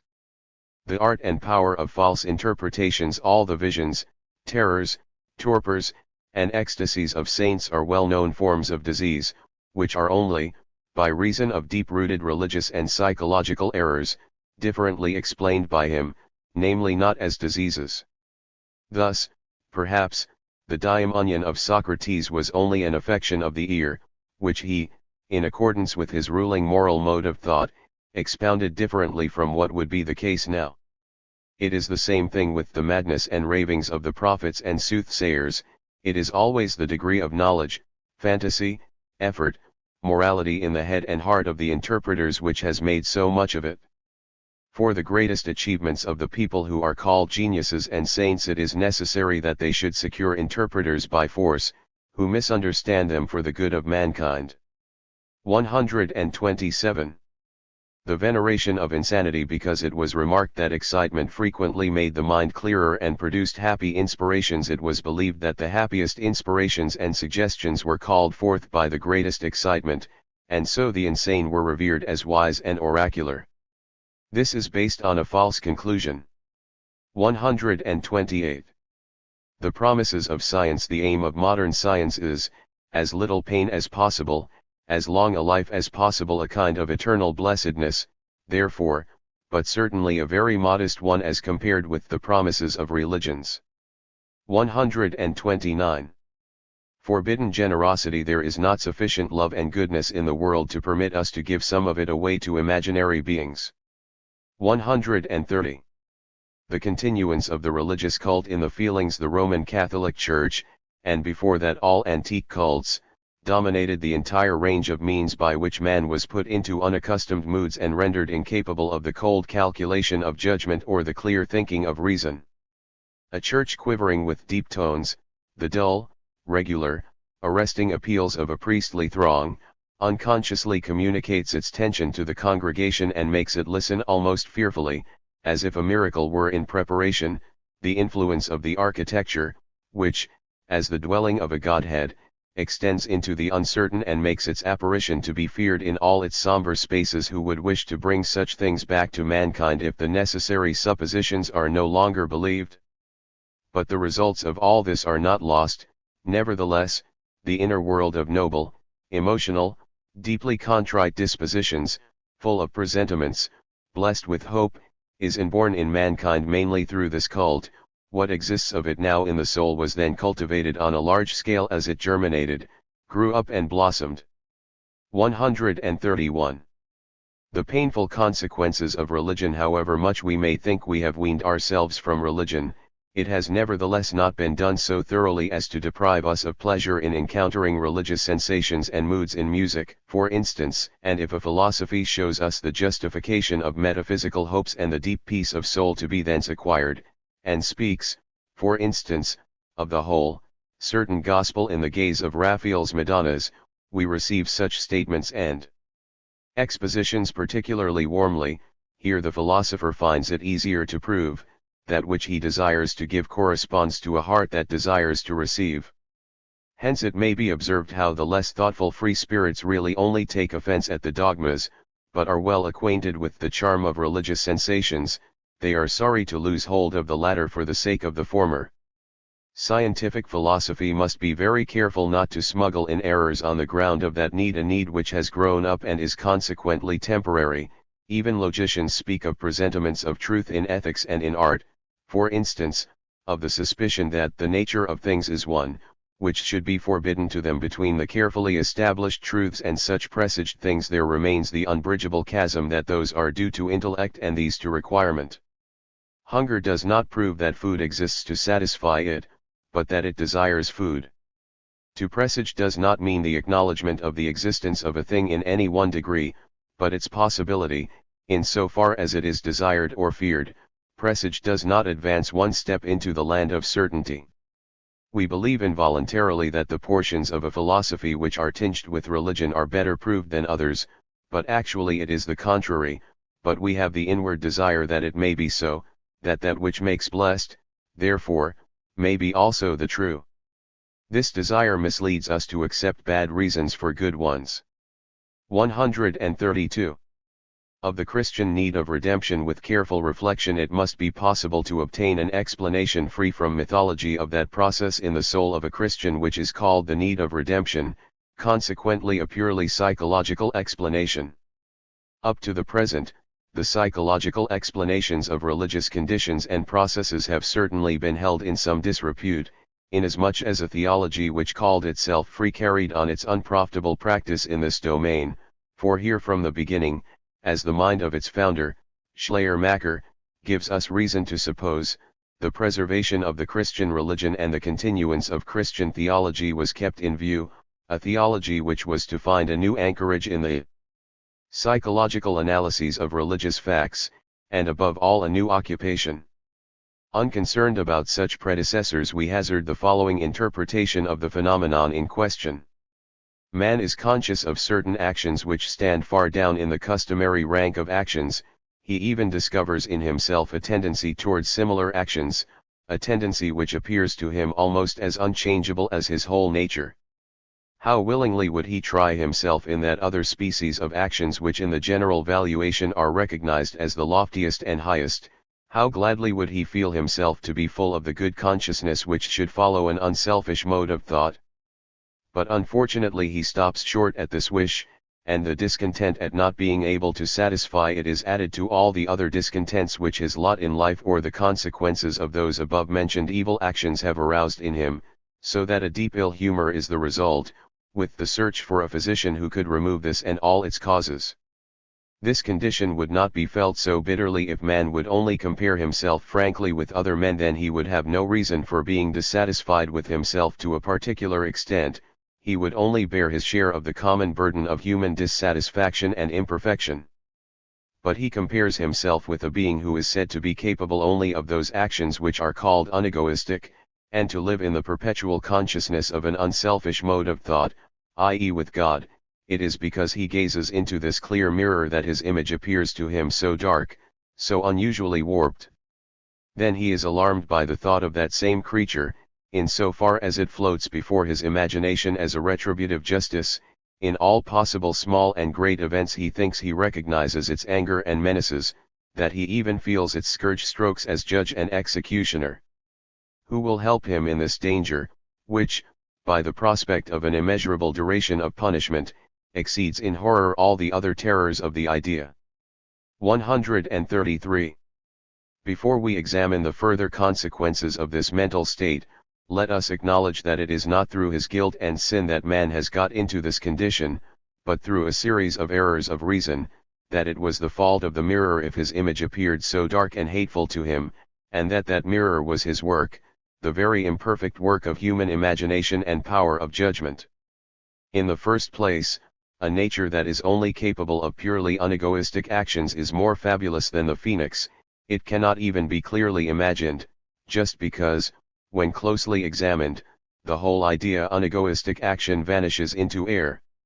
No man ever did a thing which was done only for others and without any personal motive.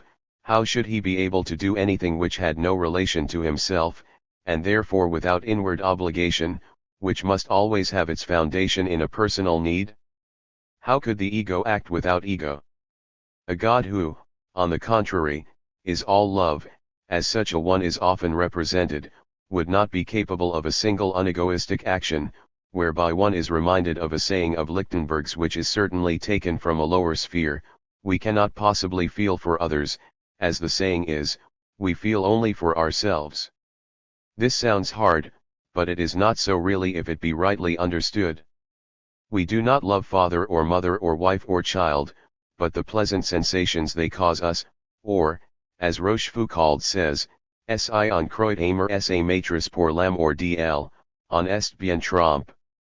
To know the reason why actions of love are valued more than others, not on account of their nature, namely, but of their usefulness, we should compare the examinations already mentioned, on the origin of moral sentiments. But should a man desire to be entirely like that God of love, to do and wish everything for others and nothing for himself, the latter is impossible for the reason that he must do very much for himself to be able to do something for the love of others. Then it is taken for granted that the other is sufficiently egoistic to accept that sacrifice again and again, that living for him so that the people of love and sacrifice have an interest in the continuance of those who are loveless and incapable of sacrifice, and, in order to exist, the highest morality would be obliged positively to compel the existence of unmorality, whereby it would certainly annihilate itself. Further, the conception of a God disturbs and humbles so long as it is believed in, but as to how it arose there can no longer be any doubt in the present state of the science of comparative ethnology, and with the comprehension of this origin all belief falls to the ground. The Christian who compares his nature with God's is like Don Quixote, who undervalued his own bravery because his head was full of the marvelous deeds of the heroes of the chivalric romances. The standard of measurement in both cases belongs to the domain of fable. But if the idea of God is removed, so is also the feeling of sin as a trespass against divine laws, as a stain in a creature vowed to God. Then, perhaps, there still remains that dejection which is intergrown and connected with the fear of the punishment of worldly justice or of the scorn of men, the dejection of the pricks of conscience, the sharpest thorn in the consciousness of sin, is always removed if we recognize that though by our own deed we have sinned against human descent, human laws and ordinances, still that we have not imperiled the eternal salvation of the soul and its relation to the Godhead. And if man succeeds in gaining philosophic conviction of the absolute necessity of all actions and their entire irresponsibility, and absorbing this into his flesh and blood, even those remains of the pricks of conscience vanish. 134. Now if the Christian, as we have said, has fallen into the way of self-contempt in consequence of certain errors through a false, unscientific interpretation of his actions and sensations, he must notice with great surprise how that state of contempt, the pricks of conscience and displeasure generally, does not endure, how sometimes there come hours when all this is wafted away from his soul and he feels himself once more free and courageous. In truth, the pleasure in himself, the comfort of his own strength, together with the necessary weakening through time of every deep emotion, has usually been victorious. Man loves himself once again, he feels it, but precisely this new love, this self-esteem, seems to him incredible. He can only see in it the wholly undeserved descent of a stream of mercy from on high. If he formerly believed that in every event he could recognize warnings, menaces, punishments, and every kind of manifestation of divine anger, he now finds divine goodness in all his experiences. This event appears to him to be full of love, that one a helpful hint, a third, and, indeed, his whole happy mood, a proof that God is merciful. As formerly, in his state of pain, he interpreted his actions falsely, so now he misinterprets his experiences. His mood of comfort he believes to be the working of a power operating outside of himself. The love with which he really loves himself seems to him to be divine love, that which he calls mercy, and the prologue to redemption, is actually self-forgiveness, self-redemption. 135. Therefore, a certain false psychology, a certain kind of imaginative interpretation of motives and experiences, is the necessary preliminary for one to become a Christian and to feel the need of redemption. When this error of reason and imagination is recognized, one ceases to be a Christian. 136. Of Christian asceticism and holiness, as greatly as isolated thinkers have endeavored to depict as a miracle the rare manifestations of morality, which are generally called asceticism and holiness, miracles which it would be almost an outrage and sacrilege to explain by the light of common sense, as strong also is the inclination towards this outrage. A mighty impulse of nature has at all times led to a protest against those manifestations. Science, in so far as it is an imitation of nature, at least allows itself to rise against the supposed inexplicableness and unapproachableness of these objections. So far it has certainly not succeeded. Those appearances are still unexplained, to the great joy of the above-mentioned worshippers of the morally marvelous. For, speaking generally, the unexplained must be absolutely inexplicable, the inexplicable absolutely unnatural, supernatural, wonderful. Thus runs the demand in the souls of all religious and metaphysical people, also of artists, if they should happen to be thinkers at the same time, whilst the scientist sees in this demand the evil principle in itself.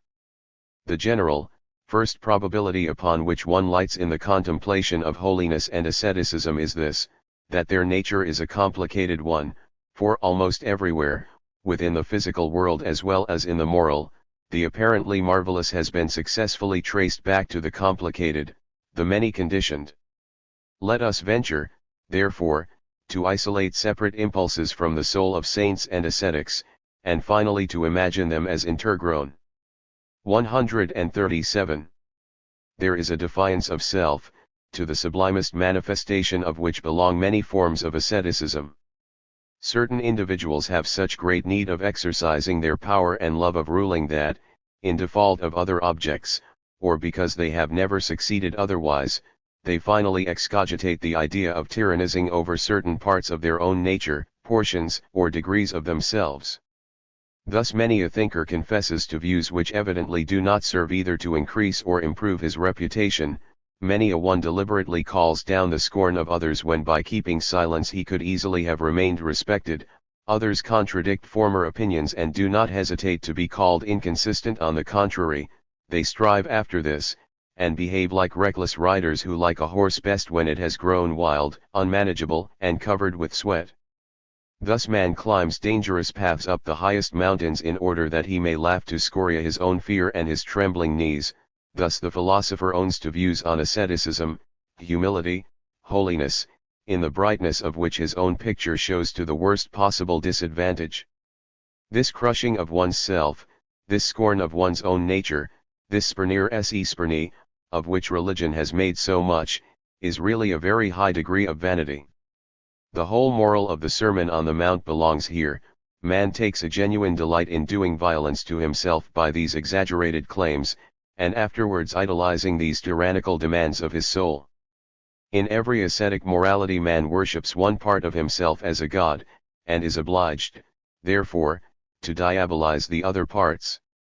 138. Man is not equally moral at all hours, this is well known.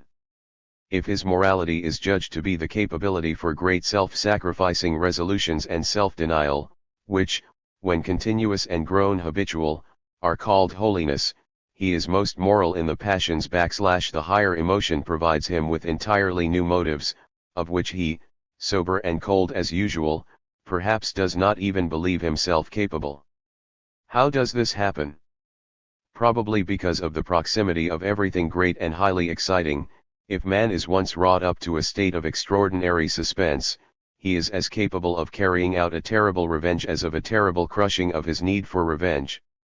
Under the influence of powerful emotion, he desires in any case the great, the powerful, the immense, and if he happens to notice that the sacrifice of himself satisfies him as well as, or better than, the sacrifice of others, he chooses that. Actually, therefore, he only cares about discharging his emotion. In order to ease his tension he seizes the enemy's spears and buries them in his breast. That there was something great in self-denial and not in revenge had to be taught to mankind by long habit. A godhead that sacrificed itself was the strongest, most effective symbol of this kind of greatness. As the conquest of the most difficult enemy, the sudden mastering of an affection, thus this denial appears, and so far it passes for the summit of morality. In reality it is a question of the confusion of one idea with another, while the temperament maintains an equal height, an equal level. Temperate men who are resting from their passions no longer understand the morality of those moments, but the general admiration of those who had the same experiences upholds them. Pride is their consolation when affection and the understanding of their deed vanish. Therefore, at bottom even those actions of self-denial are not moral, inasmuch as they are not done strictly with regard to others, rather the other only provides the highly strung temperament with an opportunity of relieving itself through that denial. 139. In many respects the ascetic seeks to make life easy for himself, usually by complete subordination to a strange will or a comprehensive law and ritual, something like the way a Brahmin leaves nothing whatever to his own decision but refers every moment to holy precepts. This submission is a powerful means of attaining self-mastery. Man is occupied and is therefore not bored, and yet has no incitement to self-will or passion. After a completed deed there is no feeling of responsibility and with it no tortures of remorse. We have renounced our own will once and forever, and this is easier than only renouncing it occasionally, as it is also easier to give up a desire entirely than to keep it within bounds. When we remember the present relation of man to the state, we find that, even here, unconditional obedience is more convenient than conditional. The saint, therefore, makes his life easier by absolute renunciation of his personality, and we are mistaken if in that phenomenon we admire the loftiest heroism of morality. In any case, it is more difficult to carry one's personality through without vacillation and unclearness than to liberate oneself from it in the above-mentioned manner. Moreover, it requires far more spirit and consideration.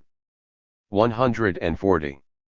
After having found in many of the less easily explicable actions manifestations of that pleasure in emotion per se, I should like to recognize also in self-contempt, which is one of the signs of holiness, and likewise in the deeds of self-torture, through hunger and scourging, mutilation of limbs, feigning of madness, a means by which those natures fight against the general weariness of their life will, their nerves.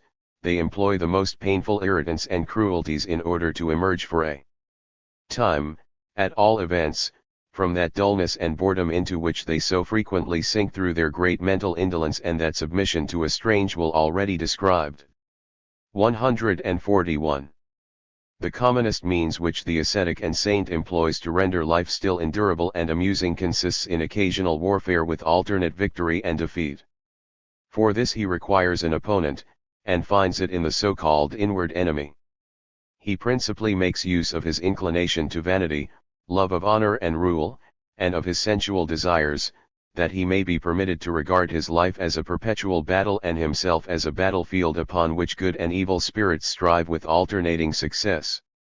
It is well known that sensual imagination is moderated, indeed almost dispelled, by regular sexual intercourse, whereas, on the contrary, it is rendered unfettered and wild by abstinence or irregularity. The imagination of many Christian saints was filthy to an extraordinary degree, by virtue of those theories that these desires were actual demons raging within them. They did not feel themselves to be too responsible. To this feeling we owe the very instructive frankness of their self-confessions.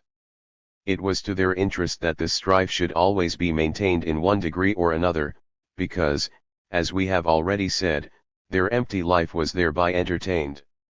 But in order that the strife might seem sufficiently important and arouse the enduring sympathy and admiration of non-saints, it was necessary that sensuality should be ever more reviled and branded. The danger of eternal damnation was so tightly bound up with these things that it is highly probable that for whole centuries Christians generated children with a bad conscience, wherewith humanity has certainly suffered a great injury. And yet here truth is all topsy-turvy, which is particularly unsuitable for truth. Certainly Christianity had said that every man is conceived and born in sin, and in the insupportable superlative Christianity of Calderon this thought again appears, tied up and twisted, as the most distorted paradox there is, in the well-known lines. The greatest sin of man is that he was ever born. In all pessimistic religions the act of generation was looked upon as evil in itself. This is by no means the verdict of all mankind, not even of all pessimists. For instance, Empedocles saw in all erotic things nothing shameful, diabolical, or sinful, but rather, in the great plain of disaster he saw only one hopeful and redeeming figure, that of Aphrodite. She appeared to him as a guarantee that the strife should not endure eternally, but that the scepter should one day be given over to a gentler daemon. The actual Christian pessimists had, as has been said, an interest in the dominance of a diverse opinion.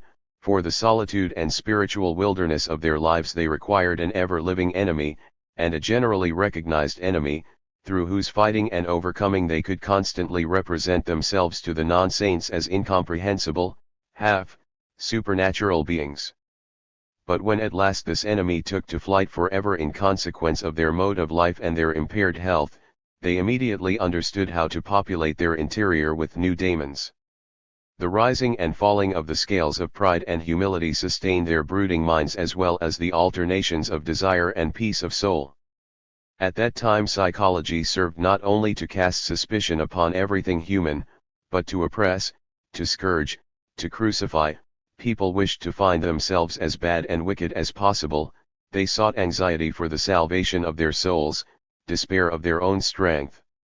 Everything natural with which man has connected the idea of evil and sin, as, for instance, he is still accustomed to do with regard to the erotic, troubles and clouds the imagination, causes a frightened glance, makes man quarrel with himself and uncertain and distrustful of himself. Even his dreams have the flavor of a restless conscience. And yet in the reality of things the suffering from what is natural is entirely without foundation, it is only the consequence of opinions about things. It is easily seen how men grow worse by considering the inevitably natural as bad, and afterwards always feeling themselves made thus. It is the trump card of religion and metaphysics, which wish to have man evil and sinful by nature, to cast suspicion on nature and thus really to make him bad, for he learns to feel himself evil since he cannot divest himself of the clothing of nature. After living for long a natural life, he gradually comes to feel himself weighed down by such a burden of sin that supernatural powers are necessary to lift this burden, and therewith arises the so-called need of redemption, which corresponds to no real but only to an imaginary sinfulness. If we survey the separate moral demands of the earliest times of Christianity, it will everywhere be found that requirements are exaggerated in order that man cannot satisfy them. The intention is not that he should become more moral, but that he should feel himself as sinful as possible. If man had not found this feeling agreeable, why would he have thought out such an idea and stuck to it so long?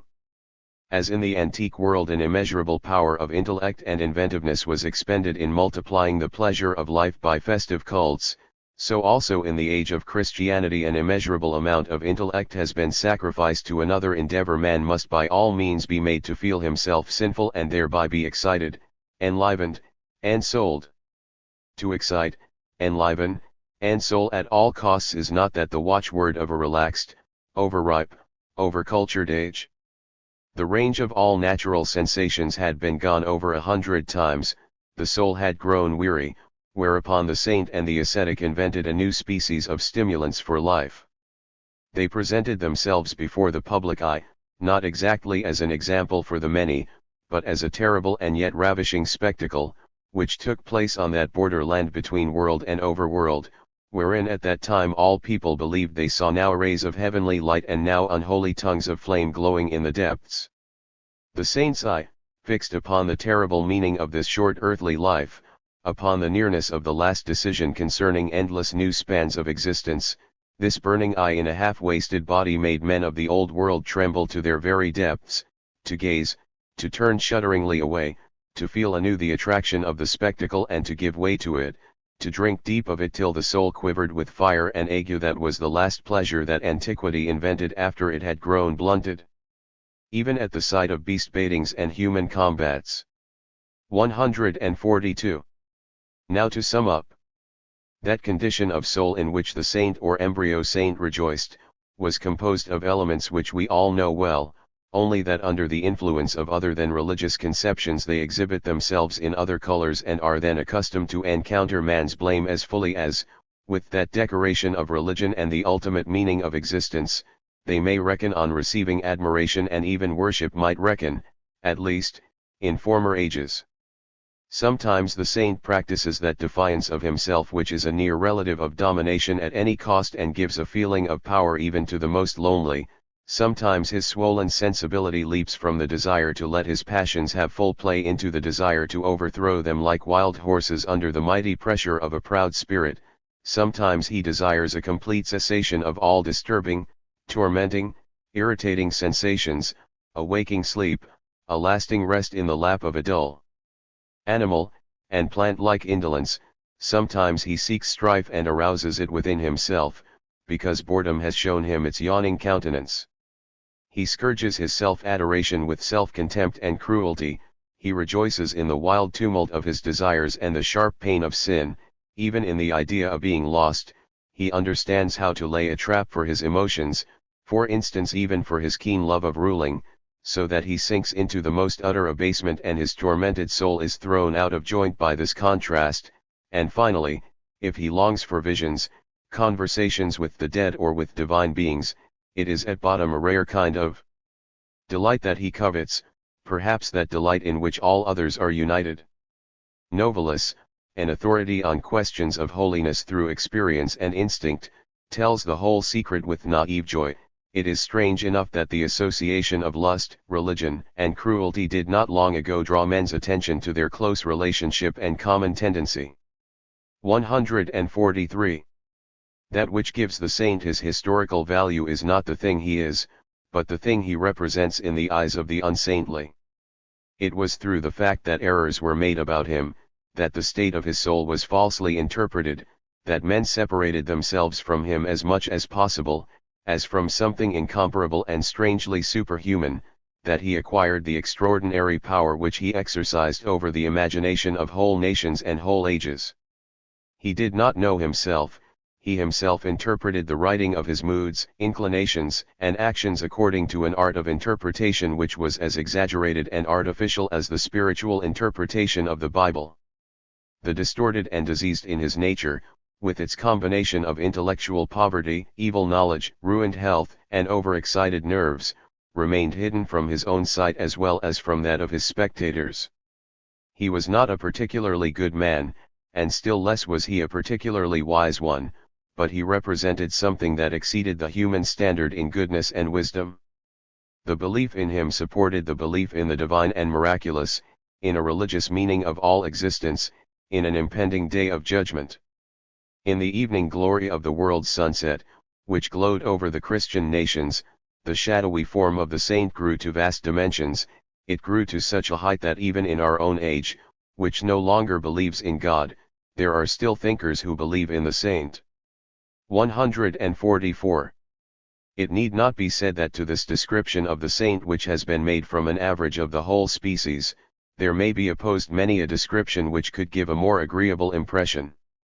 Certain exceptions stand out from among this species, it may be through great mildness and philanthropy, it may be through the magic of unusual energy, others are attractive in the highest degree, because certain wild ravings have poured streams of light on their whole being, as is the case, for instance, with the famous founder of Christianity, who thought he was the Son of God and therefore felt himself sinless, so that through this idea which we must not judge too hardly because the whole antique world swarms with sons of God, he reached that same goal, that feeling of complete sinlessness, complete irresponsibility, which every one can now acquire by means of science.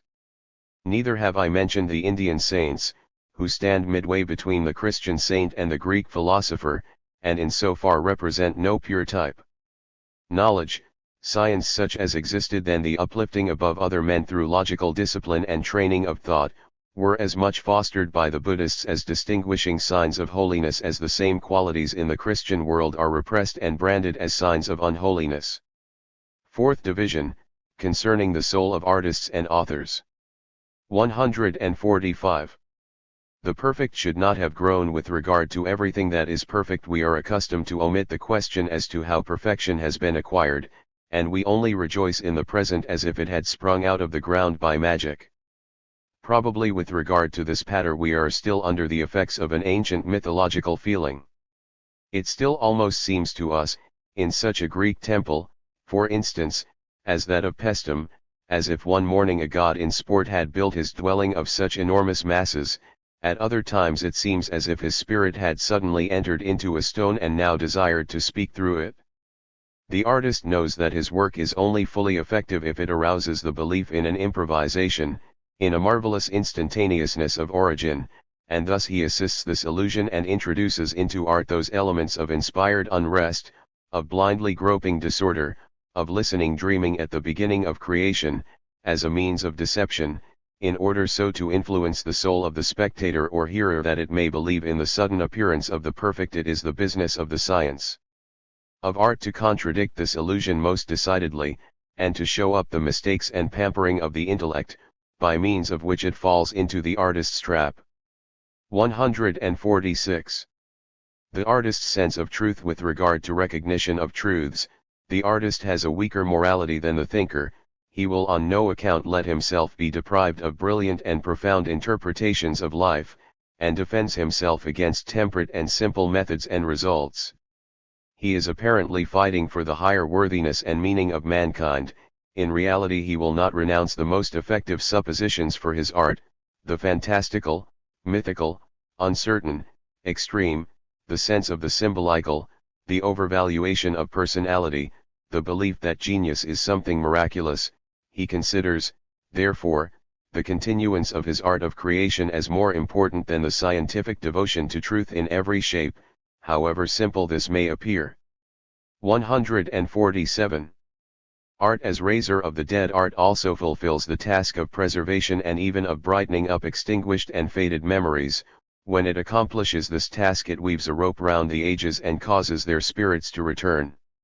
It is, certainly, only a phantom life that results therefrom, as out of graves, or like the return in dreams of our beloved dead, but for some moments, at least, the old sensation lives again and the heart beats to an almost forgotten time. Hence, for the sake of the general usefulness of art, the artist himself must be excused if he does not stand in the front rank of the enlightenment and progressive civilization of humanity. All his life long he has remained a child or a youth, and has stood still at the point where he was overcome by his artistic impulse. The feelings of the first years of life, however, are acknowledged to be nearer to those of earlier times than to those of the present century. Unconsciously it becomes his mission to make mankind more childlike. This is his glory and his limitation. 148. Poets as the LLGHTENERS of life. Poets, inasmuch as they desire to lighten the life of man, either divert his gaze from the wearisome present, or assist the present to acquire new colors by means of a life which they cause to shine out of the past. To be able to do this, they must in many respects themselves be beings who are turned towards the past, so that they can be used as bridges to far distant times and ideas, to dying or dead religions and cultures. Actually they are always and of necessity epigoni. There are, however, certain drawbacks to their means of lightening life. They appease and heal only temporarily, only for the moment. They even prevent men from laboring towards a genuine improvement in their conditions, inasmuch as they remove and apply palliatives to precisely that passion of discontent that induces to action. 149. The slow arrow of beauty. The noblest kind of beauty is that which does not transport us suddenly, which does not make stormy and intoxicating impressions. Such a kind easily arouses disgust, but that which slowly filters into our minds, which we take away with us almost unnoticed, and which we encounter again in our dreams, but which, however, after having long lain modestly on our hearts, takes entire possession of us, fills our eyes with tears and our hearts with longing. What is it that we long for at the sight of beauty? We long to be beautiful. We fancy it must bring much happiness with it. But that is a mistake. 150. The animation of art. Art raises its head where creeds relax. It takes over many feelings and moods engendered by religion, lays them to its heart, and itself becomes deeper, more full of soul, so that it is capable of transmitting exultation and enthusiasm, which it previously was not able to do. The abundance of religious feelings which have grown into a stream are always breaking forth again and desire to conquer new kingdoms, but the growth of the Enlightenment undermined the dogmas of religion and inspired a fundamental mistrust of them, so that the feelings, thrust by the Enlightenment out of the religious sphere, throw themselves into art, in a few cases into political life, even straight into science. Everywhere where human endeavor wears a loftier, gloomier aspect, it may be assumed that the fear of spirits, incense, and church shadows have remained attached to it. 151. How meter beautifies. Meter casts a veil over reality. See, Goethe to Schiller, May 5, 1798, it causes various artificialities of speech and obscurities of thought. By the shadow it throws upon thought it sometimes conceals it, and sometimes brings it into prominence. As shadow is necessary to beauty, so the dull is necessary to lucidity. Art makes the aspect of life endurable by throwing over it the veil of obscure thought. 152. The art of the ugly soul. Art is confined within too narrow limits if it be required that only the orderly, respectable, well-behaved soul should be allowed to express itself therein. As in the plastic arts, so also in music and poetry, there is an art of the ugly soul side by side with the art of the beautiful soul, and the mightiest effects of art, the crushing of souls, moving of stones and humanizing of beasts, have perhaps been best achieved precisely by that art. 153. Art makes heavy the heart of the thinker. How strong metaphysical need is and how difficult nature renders our departure from it may be seen from the fact that even in the free spirit, when he has cast off everything metaphysical, the loftiest effects of art can easily produce a resounding of the long silent, even broken, metaphysical string. It may be, for instance, that at a passage in Beethoven's Ninth Symphony he feels himself floating above the earth in a starry dome with the dream of immortality in his heart. All the stars seem to shine round him, and the earth to sink farther and farther away. If he becomes conscious of this state, he feels a deep pain at his heart, and sighs for the man who will lead back to him his lost darling, be it called religion or metaphysics. In such moments his intellectual character is put to the test. 154. Playing with life. The lightness and frivolity of the Homeric imagination was necessary to calm and occasionally to raise the immoderately passionate temperament and acute intellect of the Greeks. If their intellect speaks, how harsh and cruel does life then appear? They do not deceive themselves, but they intentionally weave lies round life. Simonides advised his countrymen to look upon life as a game. Earnestness was too well known to them as pain. The gods so gladly hear the misery of mankind made the theme of song, and they knew that through art alone misery might be turned into pleasure.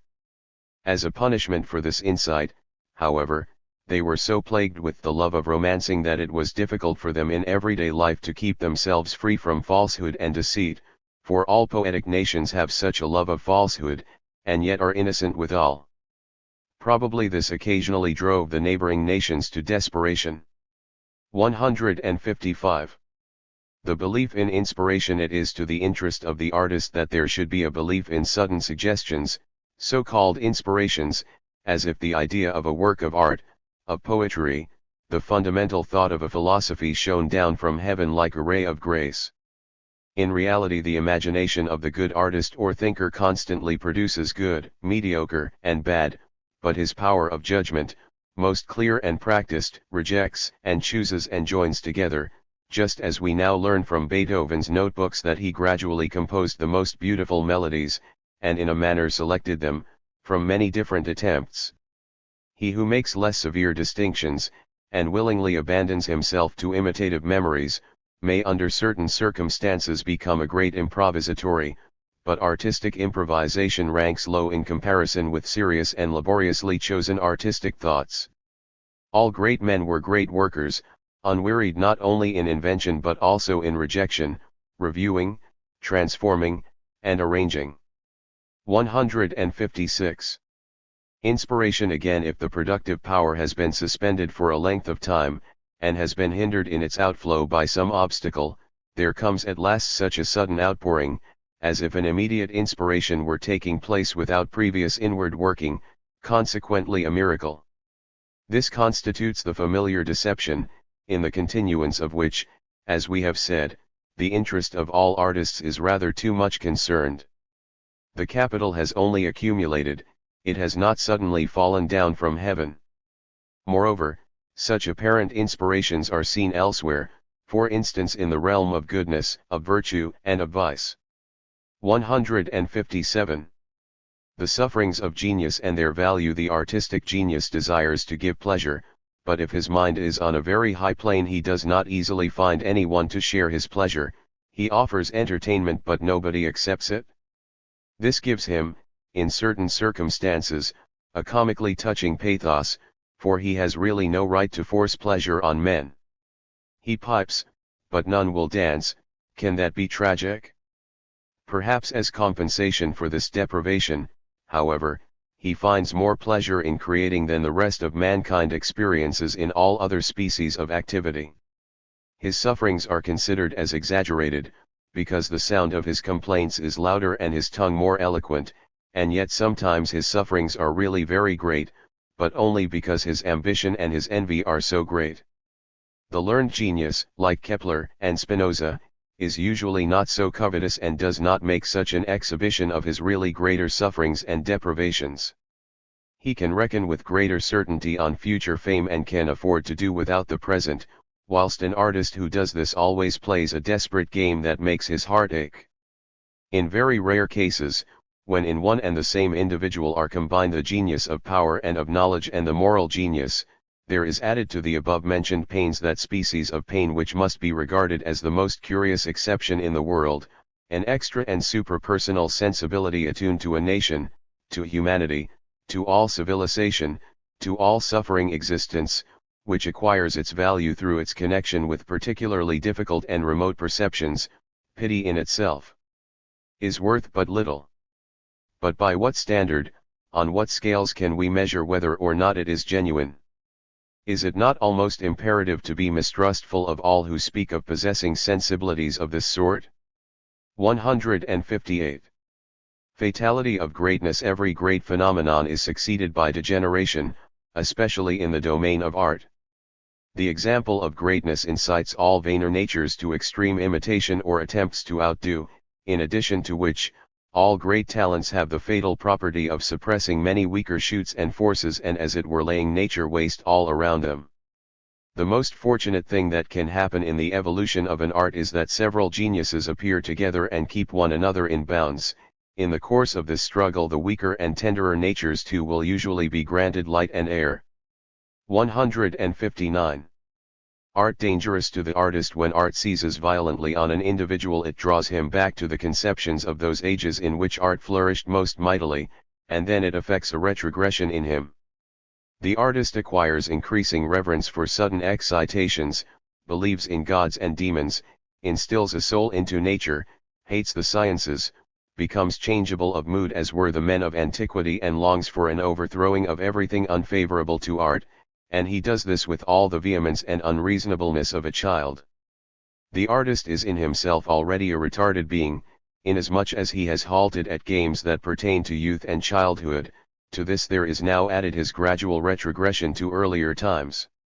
Thus there at last arises a violent antagonism between him and the men of his period, of his own age, and his end is gloomy, just as, according to the tales told in antiquity, Homer and Aeschylus at last lived and died in melancholia.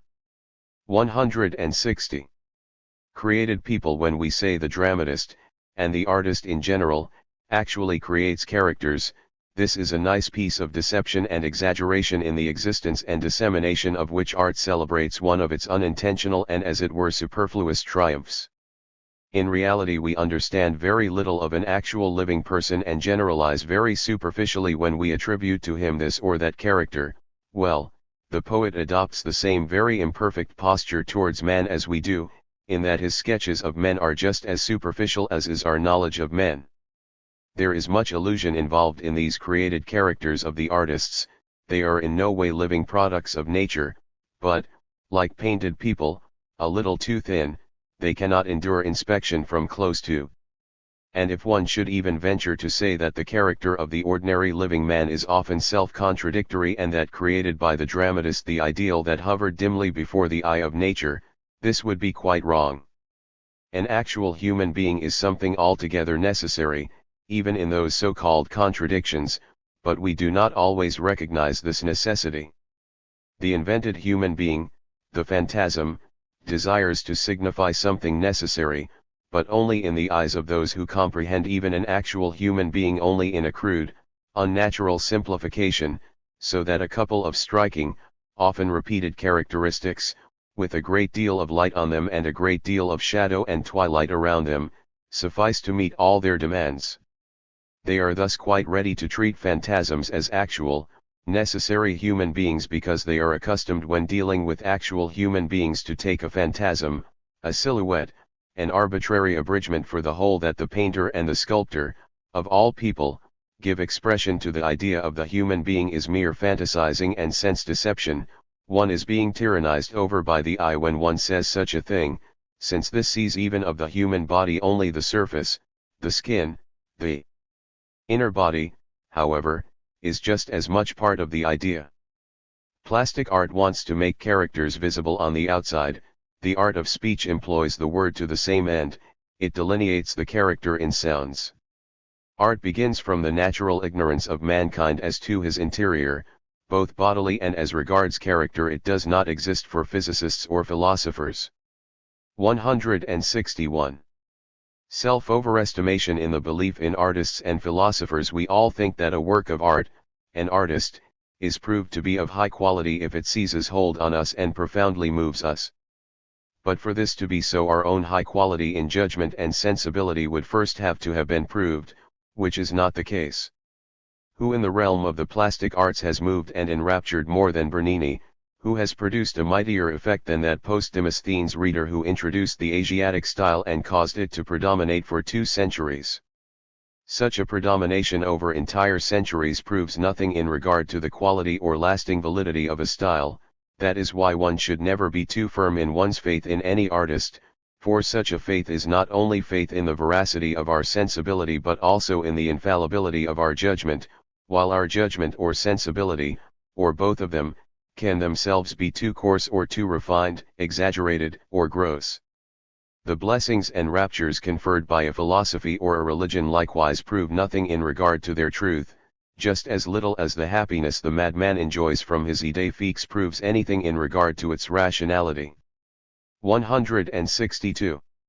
The cult of genius for the sake of vanity, because we think well of ourselves, but nevertheless do not imagine that we are capable of the conception of one of Raphael's pictures or of a scene such as those of one of Shakespeare's dramas.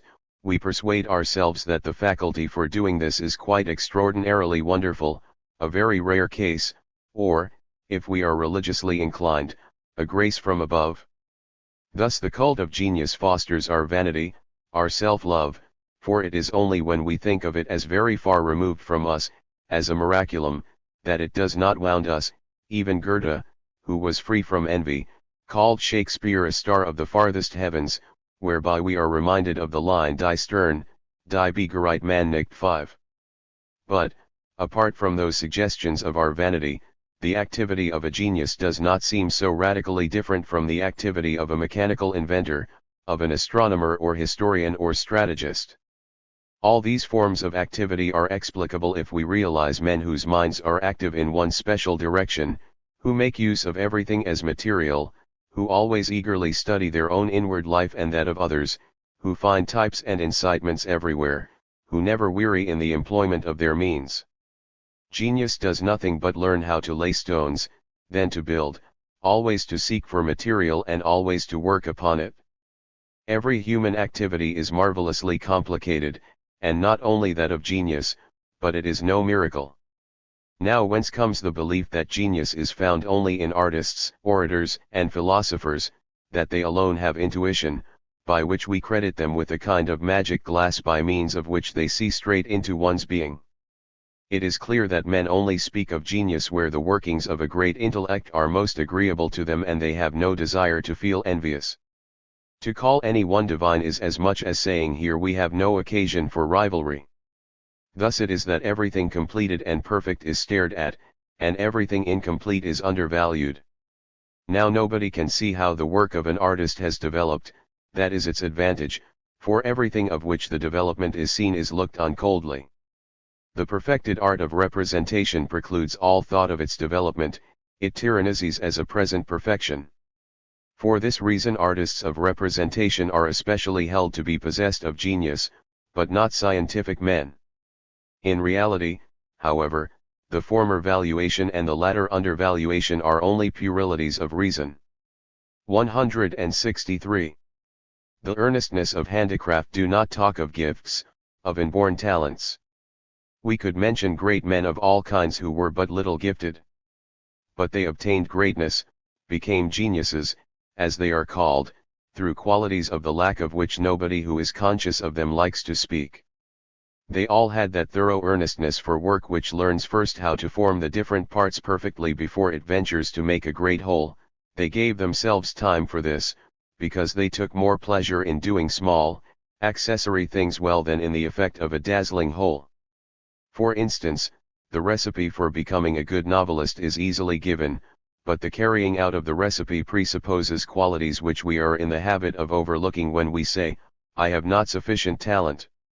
Make 100 or more sketches of novel plots, none more than 2 pages long, but of such clearness that every word in them is necessary. Write down anecdotes every day until you learn to find the most pregnant, most effective form, never weary of collecting and delineating human types and characters, above all, narrate things as often as possible and listen to narrations with a sharp eye and ear for the effect upon other people present, travel like a landscape painter and a designer of costumes, take from different sciences everything that is artistically effective, if it be well represented, finally, meditate on the motives for human actions, scorn not even the smallest point of instruction on this subject, and collect similar matters by day and night. Spend some 10 years in these various exercises, then the creations of your study may be allowed to see the light of day. But what do most people do, on the contrary? They do not begin with the part, but with the whole. Perhaps they make one good stroke, excite attention, and ever afterwards their work grows worse and worse, for good, natural reasons. But sometimes, when intellect and character are lacking for the formation of such an artistic career, fate and necessity take the place of these qualities and lead the future master step by step through all the phases of his craft. 164. The danger and the gain in the cult of genius. The belief in great, superior, fertile minds is not necessarily, but still very frequently, connected with that wholly or partly religious superstition that those spirits are of superhuman origin and possess certain marvelous faculties, by means of which they obtain their knowledge in ways quite different from the rest of mankind. They are credited with having an immediate insight into the nature of the world, through a peephole in the mantle of the phenomenon as it were, and it is believed that, without the trouble and severity of science, by virtue of this marvelous prophetic sight, they could impart something final and decisive about mankind and the world.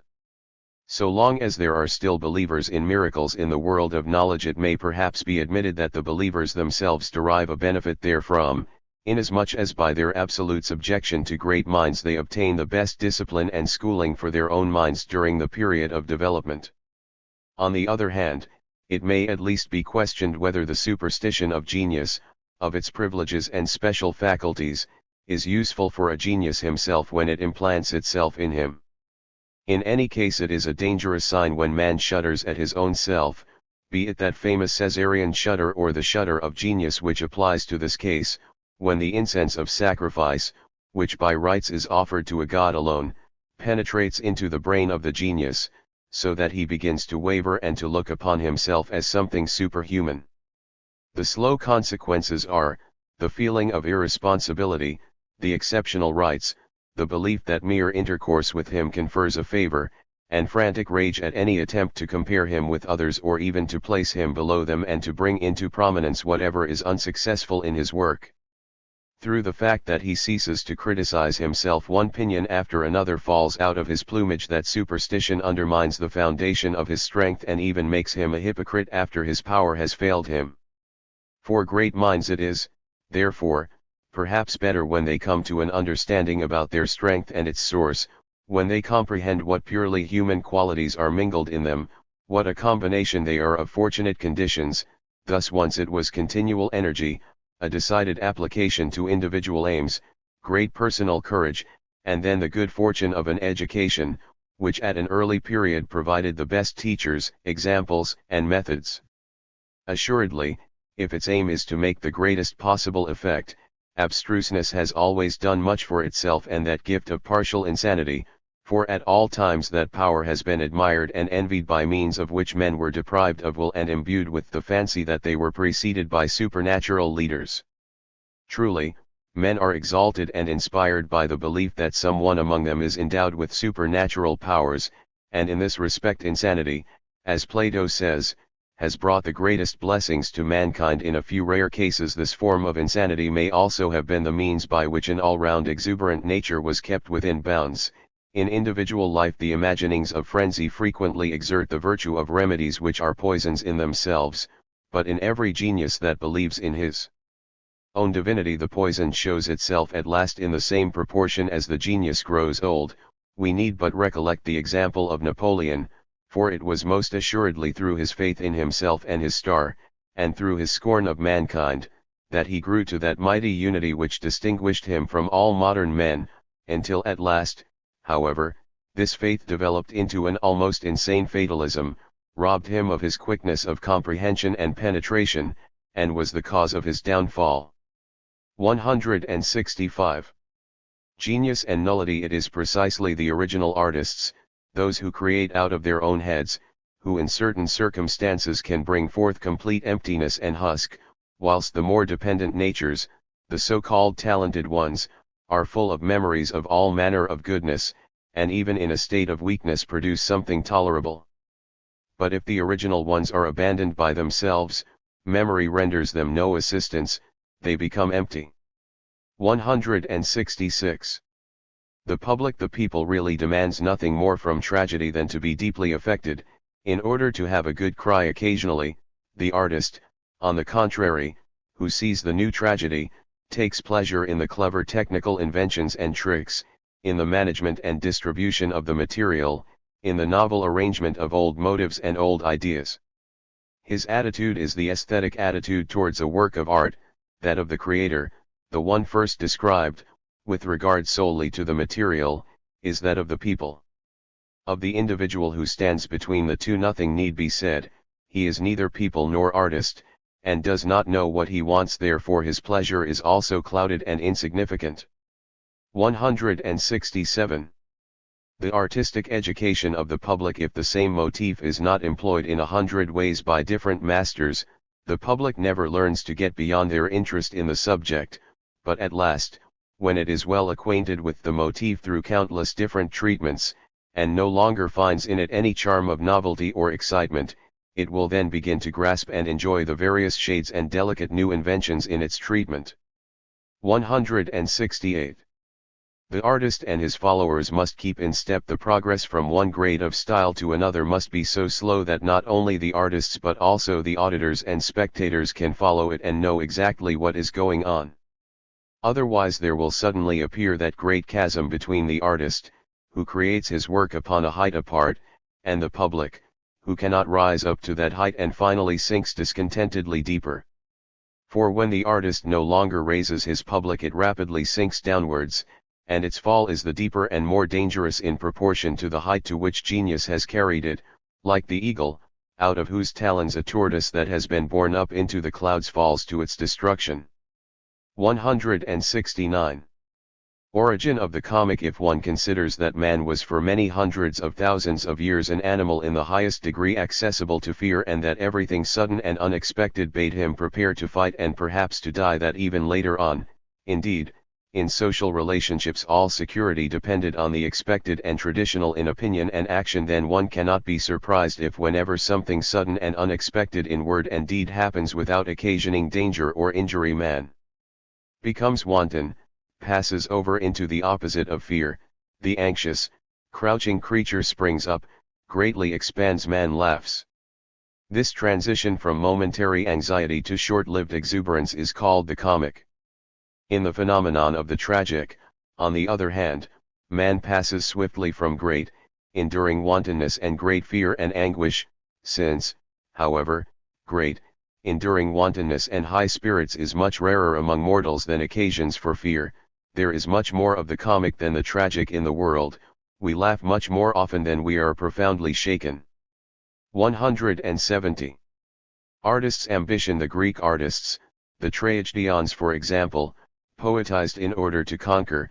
Their whole art cannot be thought of apart from contest. Hesiod's good Eris, ambition, gave their genius its wings. Now this ambition demands above all that their work should preserve the highest excellence in their own eyes, as they understand excellence, that is to say, without reference to a dominating taste or the general opinion as to what constitutes excellence in a work of art, and thus Aeschylus and Euripides were for a long time unsuccessful until they had finally educated judges of art who assessed their work according to the standards they themselves laid down. It is thus they aspire to victory over their competitors as they understand victory, a victory before their own seat of judgment. They want actually to be more excellent, then they exact agreement from others as to their own assessment of themselves and confirmation of their own judgment. To aspire to honor here means, to make oneself superior and to wish this superiority to be publicly acknowledged. If the former is lacking and the latter nonetheless still demanded, one speaks of vanity. If the latter is lacking and its absence not regretted, one speaks of pride. 171. The necessary in a work of art. Those who talk so much of the necessary in a work of art exaggerate, if they are artists, in majorum artis gloriam 6, or, if they are laity, out of ignorance. The forms of a work of art which express the ideas contained in it, its mode of speech, that is to say, always have something easy-going about them, like all forms of speech. The sculptor can add many little details or leave them out, the performer likewise, whether he be an actor or, in the realm of music, a virtuoso or conductor. These many little details and elaborations today appeal to him, tomorrow not. They exist for the sake of the artist rather than for that of art, for he too, given the rigorousness and self-constraint the representation of his principal idea demands of him, occasionally requires sweetmeats and playthings if he is not to grow sullen and morose. 172. Causing the master to be forgotten. The pianist who performs the work of a master will have played best when he makes his listeners forget the master, when it seems as though he is relating a tale from his own life or is experiencing something at that very moment. To be sure, if he himself is nothing of consequence, his listeners will execrate the loquacity with which he tells us about himself. He thus has to know how to engage the imagination of his listeners on his own behalf. Conversely, it is this which accounts for all the weaknesses and follies of the virtuoso. 173. Corriger la fortune. 7 evil chances occur in the lives of great artists, such as compel a painter, for instance, to leave his finest picture in the form of mere hurried sketches, or which compelled Beethoven, for example, to leave behind to us in many great sonatas, as is the case of the great B major 8, only an unsatisfactory piano arrangement of a symphony. Here the artist coming after ought to try posthumously to amend the life of the master, which is what he would do, for example, who, as a master of orchestration, should waken to life for us that symphony now lying in the death trance of the piano. 174. Diminution. There are many things, events, or people which cannot endure being reduced to scale.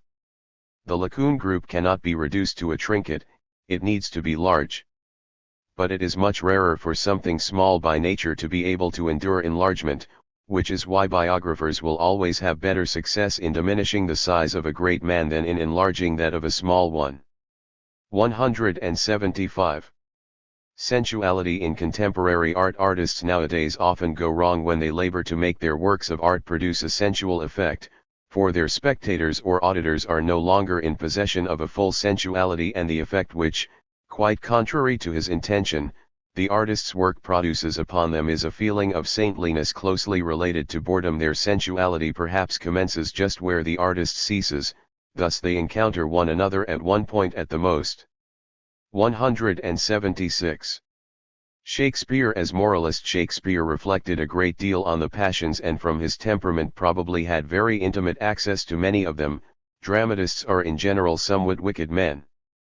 But, unlike Montaigne, he was incapable of discoursing on them, instead of which he placed observations about the passions into the mouths of impassioned characters, a practice which, though counter to nature, makes his plays so full of ideas they make all others seem empty, and can easily arouse in us a repugnance to them. The maxims of Schiller, which are almost always based on ideas either false or trite, are designed purely for the theatre, and as such they are extremely effective, while Shakespeare's do honor to his model, Montaigne, and contain entirely serious ideas in a polished form, but are for that reason too remote and subtle for the theatre public, and thus ineffective.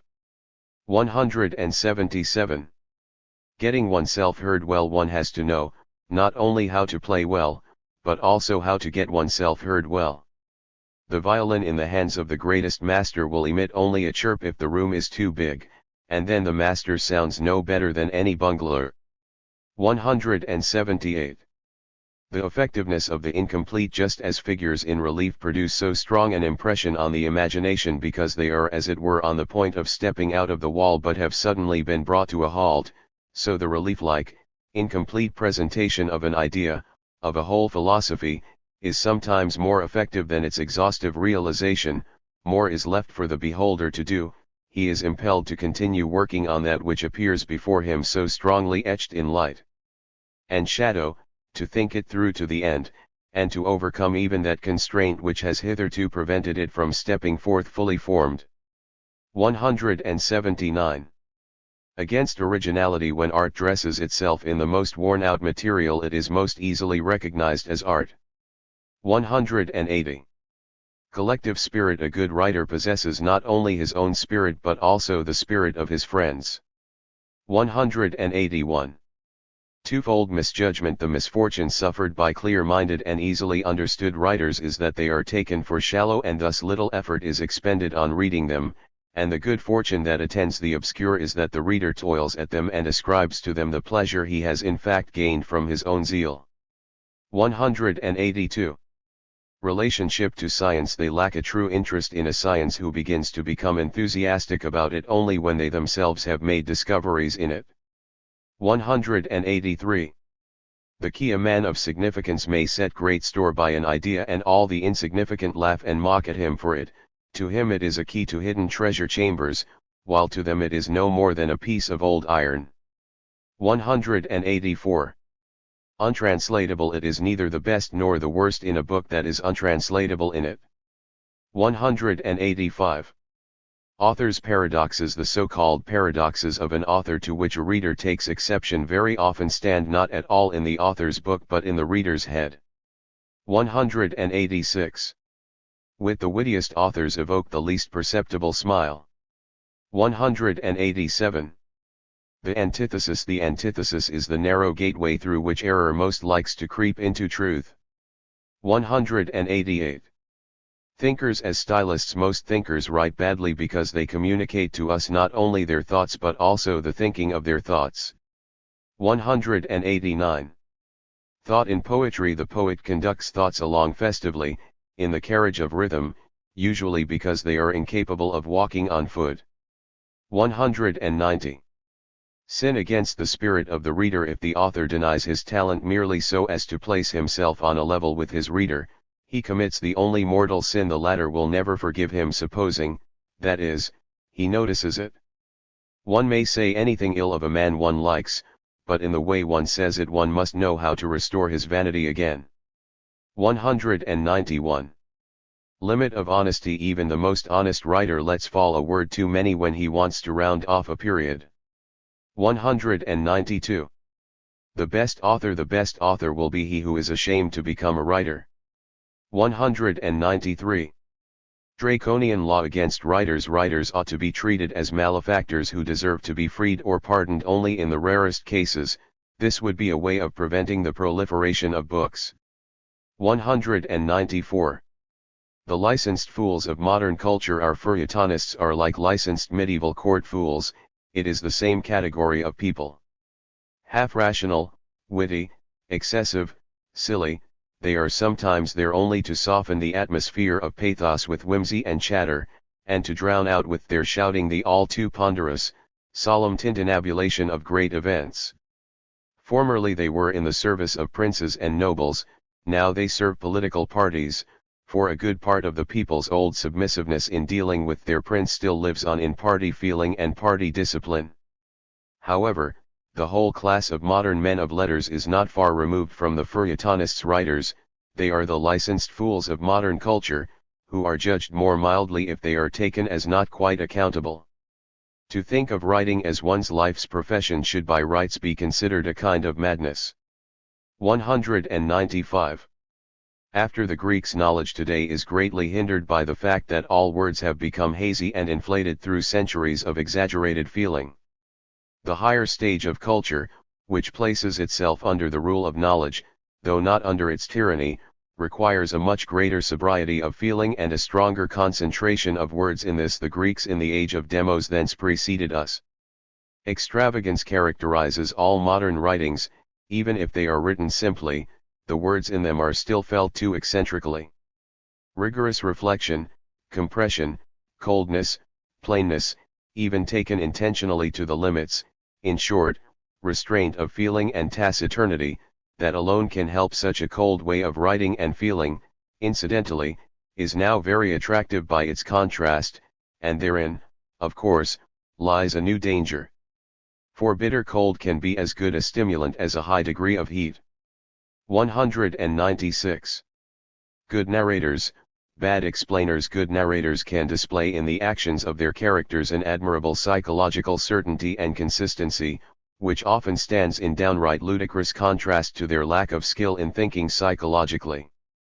Thus their culture appears at one moment as excellently high as in the next it appears regrettably low. Too often it even happens that they are obviously explaining the actions and natures of their own heroes incorrectly. There is no doubt about it, as improbable as it sounds.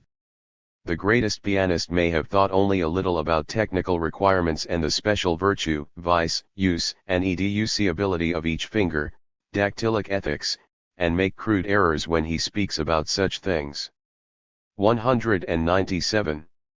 Writing of acquaintances and their readers. We read the writings of acquaintances, friends and enemies, doubly, inasmuch as our knowledge keeps whispering alongside, that is by him, a sign of his inner nature, his experience, his gift, and, on the other hand, a different kind of knowledge tries to ascertain what the yield of the work itself is, what esteem it deserves aside from its author, what enrichment of learning it brings with it. As is self-evident, these two kinds of reading and weighing interfere with one another. Even a conversation with a friend will produce good fruits of knowledge only when both people finally think solely of the matter at hand and forget that they are friends. 198. Sacrifice of rhythm. Good writers change the rhythm of some sentences simply because they do not credit the ordinary reader with the ability to grasp the meter of the sentence in its first version. So they simplify it for the reader, by choosing better-known rhythms. Such consideration for the contemporary reader's lack of rhythmical ability has already elicited some sighs, for much has already been sacrificed to it. Do good musicians experience the same thing? 199. The incomplete as artistic stimulant. Incompleteness is often more effective than completeness, especially in eulogies. For such purposes, one needs precisely a stimulating incompleteness as an irrational element that simulates a sea for the listener's imagination, and, like fog, hides its opposite shore, that is, the limitation of the subject being praised. If one mentions the well-known merits of a man, and is exhaustive and expansive in doing so, it always gives rise to the suspicion that these are his only merits. He who praises completely places himself above the man being praised. He seems to take him in at a glance. For that reason, completeness has a weakening effect. 200. Warning to writers and teachers. He who has once written, and feels in himself the passion of writing, acquires from almost all he does and experiences only that which can be communicated through writing. He no longer thinks of himself but of the writer and his public. He desires insight, but not for his own private use. He who is a teacher is usually incapable of any longer doing anything for his own benefit. He always thinks of the benefit of his pupils, and he takes pleasure in knowledge of any kind only insofar as he can teach it. He regards himself in the end as a thoroughfare of knowledge and as a means and instrument in general, so that he has ceased to be serious with regard to himself. 9. 201. Bad writers necessary. There will always have to be bad writers, for they reflect the taste of undeveloped, immature age groups, who have needs as much as the mature do. If human life were longer, there would be more of the individuals who have matured than of the immature, or at least as many. But as it is, the great majority die too young, which means there are always many more undeveloped intellects with bad taste. Moreover, these people demand satisfaction of their needs with the greater vehemence of youth, and they force the existence of bad authors. 202.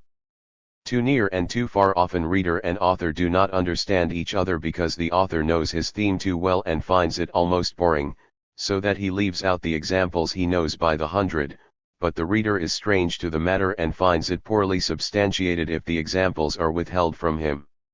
203. A vanished preparation for art. Of all the things the grammar school did, the most valuable was its training in Latin style, for this was an artistic exercise, while all other occupations were aimed solely at learning. To put the German essay first is barbarism, for we have no classical German style developed by a tradition of public eloquence, but if one wants to use the German essay to further the practice of thinking, it is certainly better if one ignores the style entirely for the time being, thus distinguishing between exercise in thinking and in describing.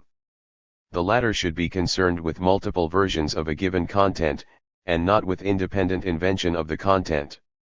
Description only, with the content given, was the assignment of Latin style, for which the old teachers possessed a long since lost refinement of hearing. Anyone who in the past learned to write well in a modern language owed it to this exercise. Now one is obliged to go to school under the older French teachers, and still further, he gained a concept of the majesty and difficulty of form, and was prepared for art in general in the only possible right way, through practice. 204. Dark and too bright side-by-side writers who do not know how to express their thoughts clearly in general, will in particular prefer to select the strongest, most exaggerated terms and superlatives. This produces an effect as of torchlights along confusing forest paths. 205. Painting in writing. When portraying important objects, one will do best to take the colors for the painting from the object itself, as would a chemist, and then to use them as would an artist, allowing the design to develop out of the distinctions and blendings of the colors. In this way, the painting acquires something of the thrilling innate quality that makes the object itself significant.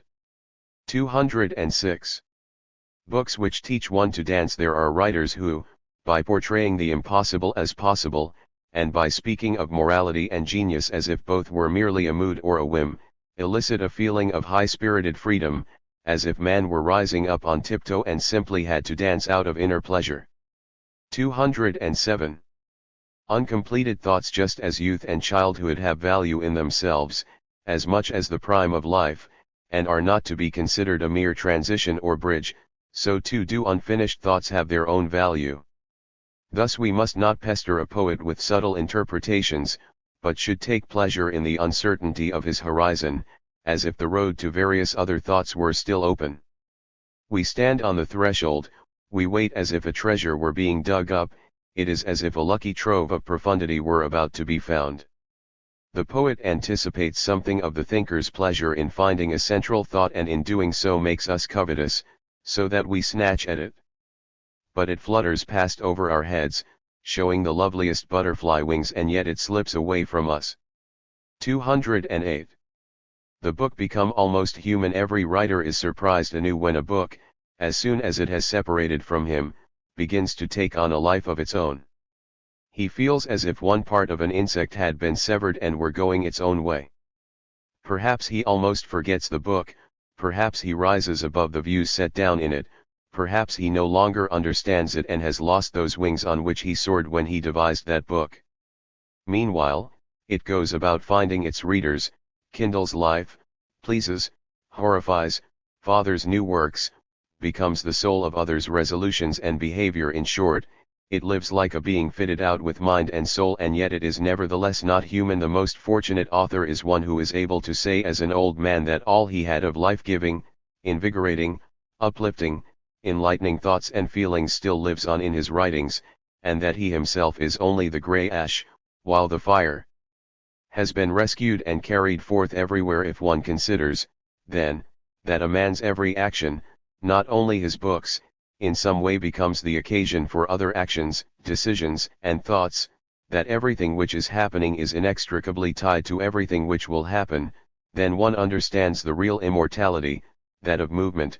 What once has moved others is like an insect in amber, enclosed and immortalized in the general intertwining of all that exists. 209. Joy in age. The thinker or artist whose better self has fled into his works feels an almost malicious joy when he sees his body and spirit slowly broken into and destroyed by time. It is as if he were in a corner, watching a thief at work on his safe, all the while knowing that it is empty and that all his treasures have been rescued. 210. Quiet fruitfulness. The born aristocrats of the spirit are not too zealous. Their creations appear and fall from the tree on a quiet autumn evening unprecipitately, in due time, not quickly pushed aside by something new. The desire to create continually is vulgar and betrays jealousy, envy, ambition. If one is something, one really does not need to make anything, and one nonetheless does very much. There exists above the productive man a yet higher species. 211. Achilles and Homer. It is always as between Achilles and Homer, the one has the experience, the sensation, the other describes it. A true writer only bestows words on the emotions and experiences of others. He is an artist so as to divine much from the little he himself has felt. Artists are by no means men of great passion, but they often pretend to be, in the unconscious feeling that their painted passions will seem more believable if their own life speaks for their experience in this field.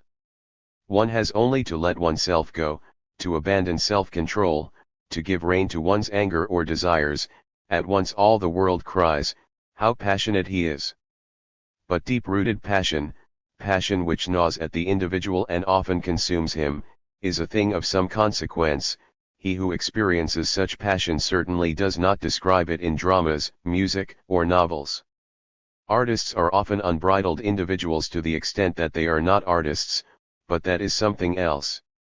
212. Old doubts over the effect of art are fear and pity really discharged by tragedy, as Aristotle has it 10, so that the auditor goes home colder and more placid? Do ghost stories make one less fearful and superstitious? It is true in the case of certain physical events, the enjoyment of love for example, that with the satisfaction of a need an alleviation and temporary relaxation of the drive occurs. But fear and pity are not in this sense needs of definite organs which want to be relieved.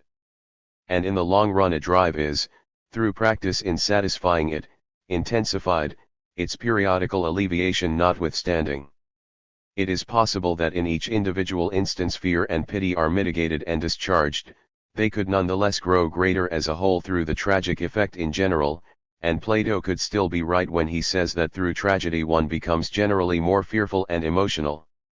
The tragic poet himself would then necessarily acquire a gloomy, disheartened view of the world and a soft, susceptible, tearful soul, and it would likewise accord with Plato's opinion of the matter if the tragic poet and with him whole city communities which take especial delight in him should degenerate to ever greater unbridledness and immoderation. But what right has our age to offer an answer to Plato's great question concerning the moral influence of art at all? Even if we possessed art, what influence of any kind does art exercise among us? 213. Pleasure in nonsense. How can man take pleasure in nonsense? For wherever in the world there is laughter this is the case. One can say, indeed, that almost everywhere there is happiness there is pleasure in nonsense. The overturning of experience into its opposite, of the purposive into the purposeless, of the necessary into the arbitrary, but in such a way that this event causes no harm and is imagined as occasioned by high spirits, delights us, for it momentarily liberates us from the constraint of the necessary, the purposive, and that which corresponds to our experience which we usually see as our inexorable masters. We play and laugh when the expected, which usually makes us fearful and tense, discharges itself harmlessly. It is the pleasure of the slave at the Saturnalia. 214. Ennoblement of reality. Because men once took the aphrodisiacal drive to be a godhead, showing worshipful gratitude when they felt its effect, that emotion has in the course of time been permeated with higher kinds of ideas, and thus in fact greatly ennobled. By virtue of this idealizing art, some peoples have turned diseases into great beneficial forces of culture. The Greeks, for example, who in earlier centuries suffered from widespread nervous epidemics, similar to epilepsy and the St. Vitus dance, and created the glorious prototype of the Bacchante from them. For the health of the Greeks was not at all robust, their secret was to honor illness like a god, too, if only it were powerful. 215. Music. Music is, of and in itself, not so significant for our inner world, nor so profoundly exciting, that it can be said to count as the immediate language of feeling, but its primeval union with poetry has deposited so much symbolism into rhythmic movement, into the varying strength and volume of musical sounds, that we now suppose it to speak directly to the inner world and to come from the inner world. Dramatic music becomes possible only when the tonal art has conquered an enormous domain of symbolic means, through song, opera, and 100 experiments in tone painting.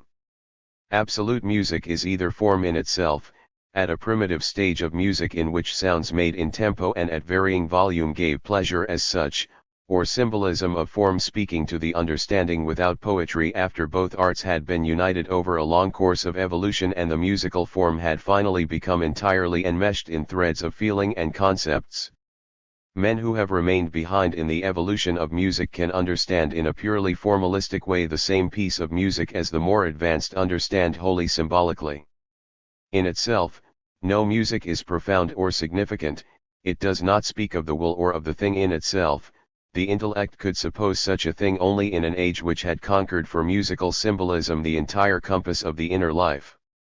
It was the intellect itself which first introduced the significance into sounds, just as, in the case of architecture, it likewise introduced a significance into the relations between lines and masses which is in itself quite unknown to the laws of mechanics. 216. Gesture and language. Imitation of gesture is older than language, and goes on involuntarily even now, when the language of gesture is universally suppressed, and the educated are taught to control their muscles. The imitation of gesture is so strong that we cannot watch a face in movement without the innervation of our own face. One can observe that feigned yawning will evoke natural yawning in the man who observes it. The imitated gesture led the imitator back to the sensation expressed by the gesture in the body or face of the one being imitated. This is how we learn to understand one another, this is how the child still learns to understand its mother. In general, painful sensations were probably also expressed by a gesture that in its turn caused pain, for example, tearing the hair, beating the breast, violent distortion and tensing of the facial muscles. Conversely, gestures of pleasure were themselves pleasurable and were therefore easily suited to the communication of understanding. Laughing as a sign of being tickled, which is pleasurable, then served to express other pleasurable sensations. As soon as men understood each other in gesture, a symbolism of gesture could evolve. I mean, one could agree on a language of tonal signs, in such a way that at first both tone and gesture, which were joined by tone symbolically, were produced, and later only the tone. It seems that in earlier times, something must often have occurred much like what is now going on before our eyes and ears in the development of music, namely of dramatic music, while music without explanatory dance and miming, language of gesture, is at first empty noise, long habituation to that juxtaposition of music and gesture teaches the ear an immediate understanding of the tonal figures. Finally, the ear reaches a level of rapid understanding such that it no longer requires visible movement, and understands the composer without it. Then we are talking about absolute music, that is, music in which everything can be understood symbolically, without further aids. 217. The desensualization of higher art. Because the artistic development of modern music has forced the intellect to undergo an extraordinary training, our ears have become increasingly intellectual.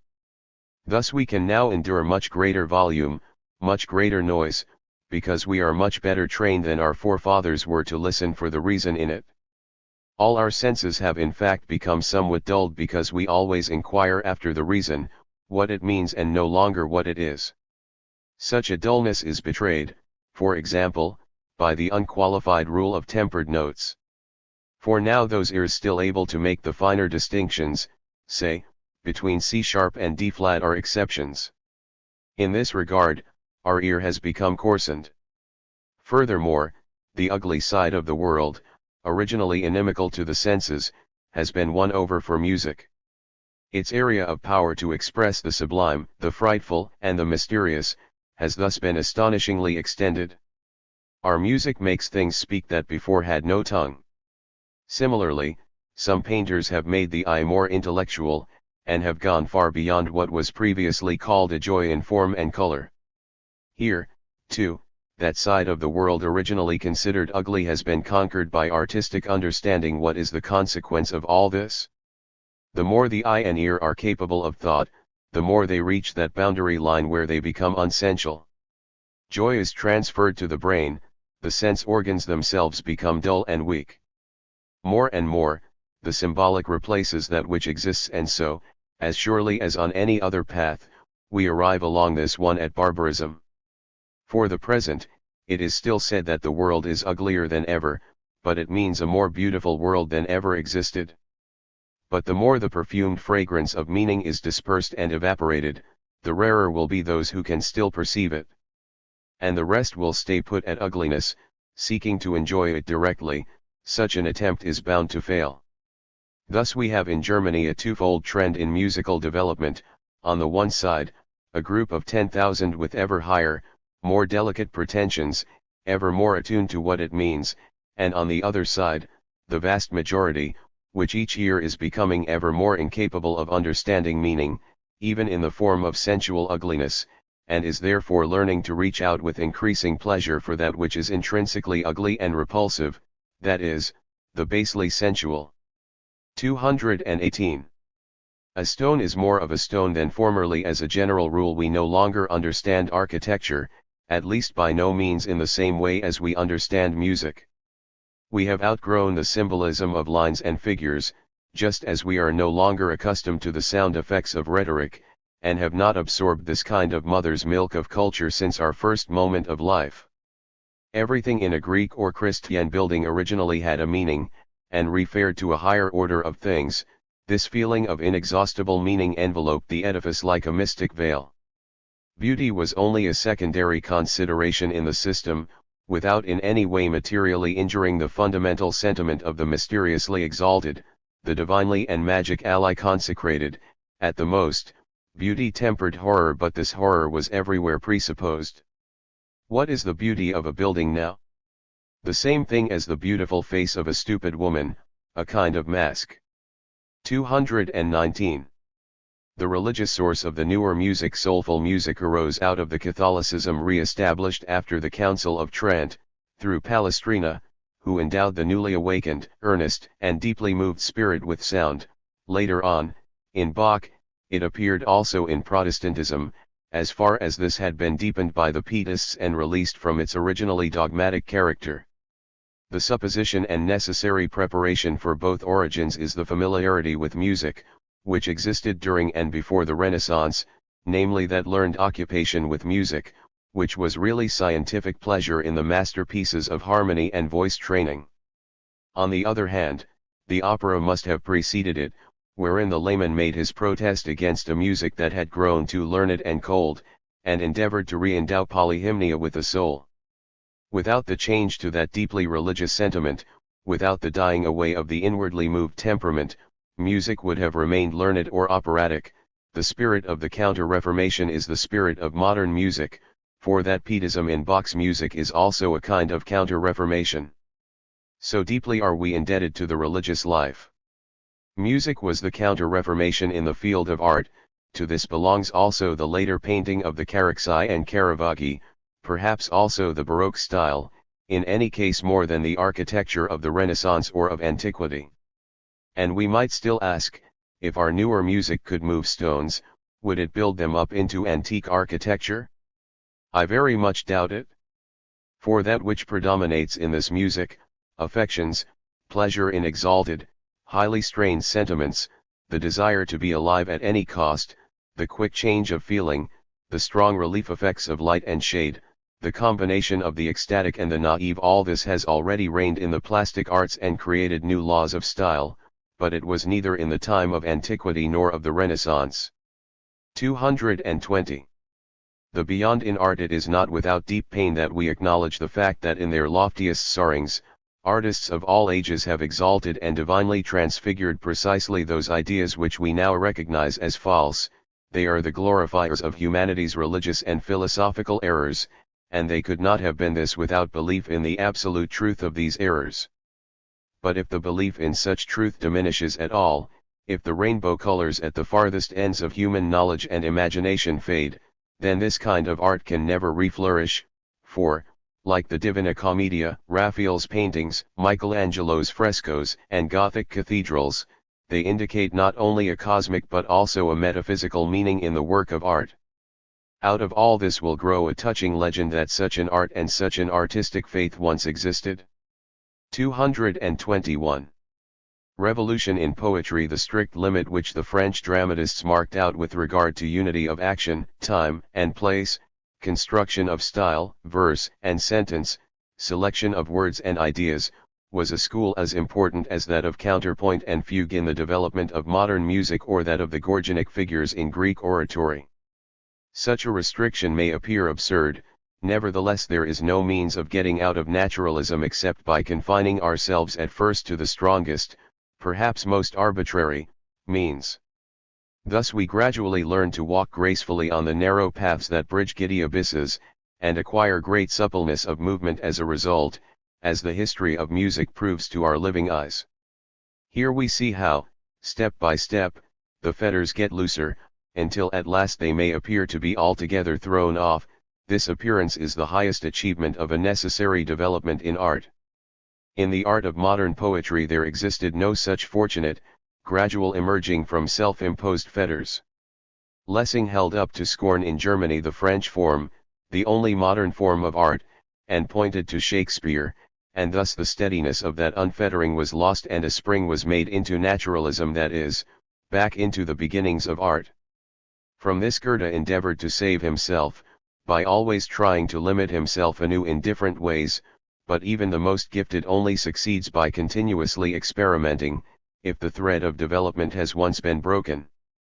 It is to the unconsciously revered, if also repudiated, model of French tragedy that Schiller owes his comparative sureness of form, and he remained fairly independent of Lessing, whose dramatic attempts he is well known to have rejected. But after Voltaire the French themselves suddenly lacked the great talents which would have led the development of tragedy out of constraint to that apparent freedom. Later on they followed the German example and made a spring into a sort of Rousseau-like state of nature and experiments. It is only necessary to read Voltaire's Mohammed from time to time in order to perceive clearly what European culture has lost through that breaking down of tradition. Once for all, Voltaire was the last of the great dramatists who with Greek proportion controlled his manifold soul. Equal even to the greatest storms of tragedy, he was able to do what no German could, because the French nature is much nearer akin to the Greek than is the German. He was also the last great writer who in the wielding of prose possessed the Greek ear, Greek artistic conscientiousness, and Greek simplicity and grace. He was, also, one of the last men able to combine in himself the greatest freedom of mind and an absolutely unrevolutionary way of thinking without being inconsistent and cowardly.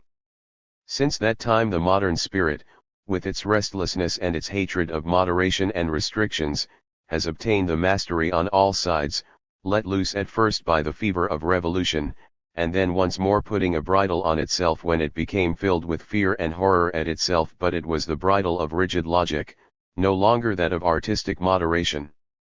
It is true that through that unfettering for a time we are able to enjoy the poetry of all nations, everything that has sprung up in hidden places, original, wild, wonderfully beautiful and gigantically irregular, from folk songs up to the great barbarian Shakespeare.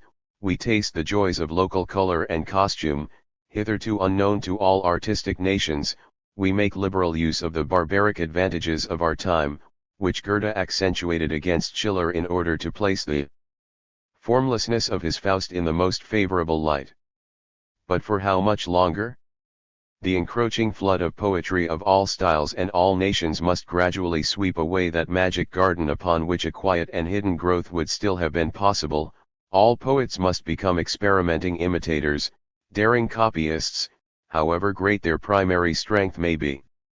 Eventually, the public, which has lost the habit of seeing the actual artistic fact in the controlling of depicting power, in the organizing mastery over all art means, must come ever more and more to value power for power's sake, color for color's sake, idea for idea's sake, inspiration for inspiration's sake.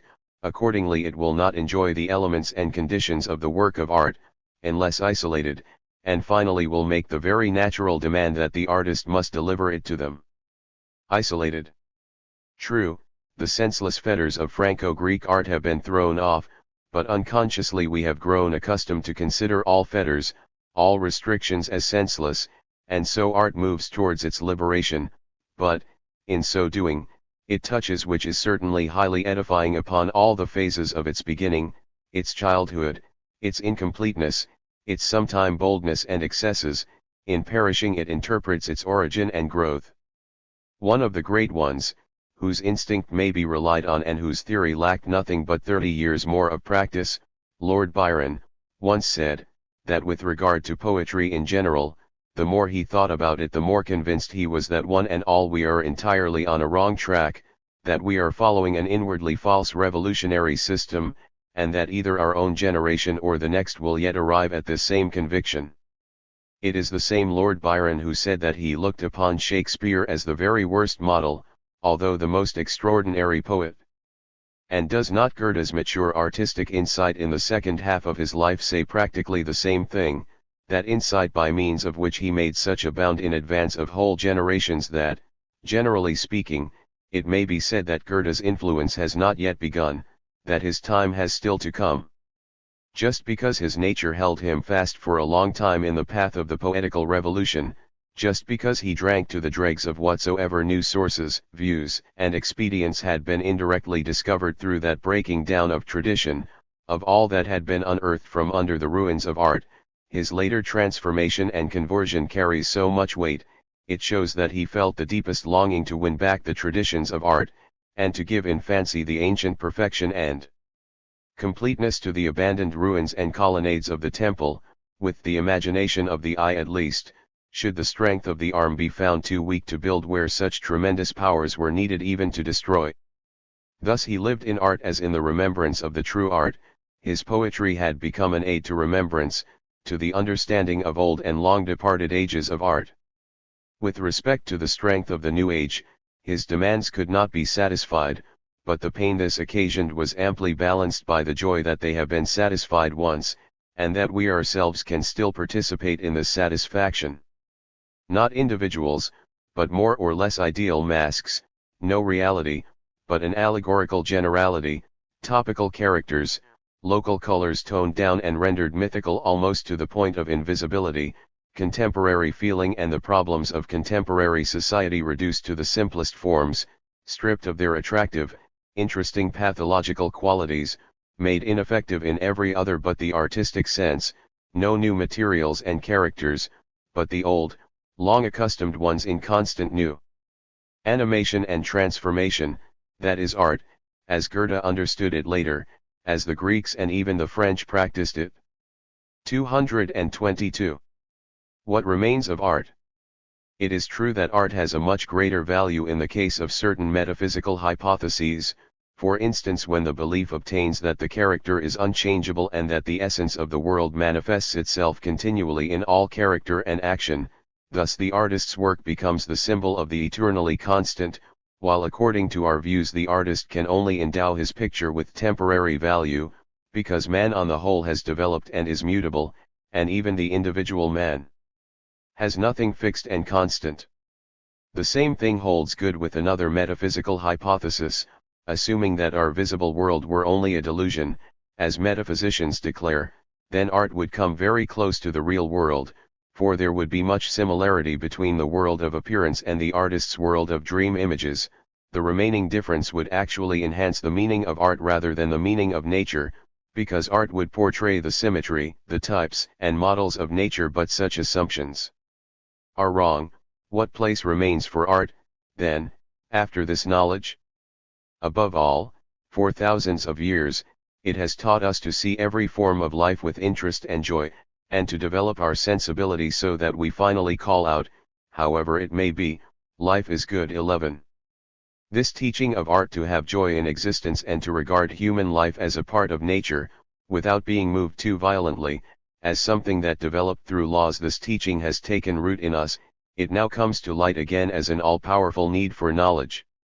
We could give art up, but in doing so we would not forfeit what it has taught us to do. Similarly, we have given up religion, but not the emotional intensification and exaltation it led to. As plastic art and music are the standard for the wealth of feeling really earned and won through religion, so the intense and manifold joy in life, which art implants in us, would still demand satisfaction were art to disappear. The scientific man is a further development of the artistic man. 223. Evening twilight of art. Just as in an old age one remembers one's youth and celebrates festivals of remembrance, so will mankind soon stand in relation to art, it will be a moving recollection of the joys of youth. Perhaps art has never before been comprehended so profoundly or with so much feeling as it is now, when the magic of death seems to play around it.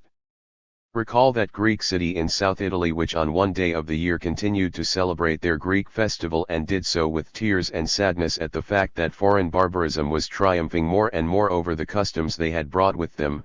It is to be doubted whether the Hellenic has ever been so greatly savored, or its golden nectar imbibed with so much relish, as it was among these declining Hellenes.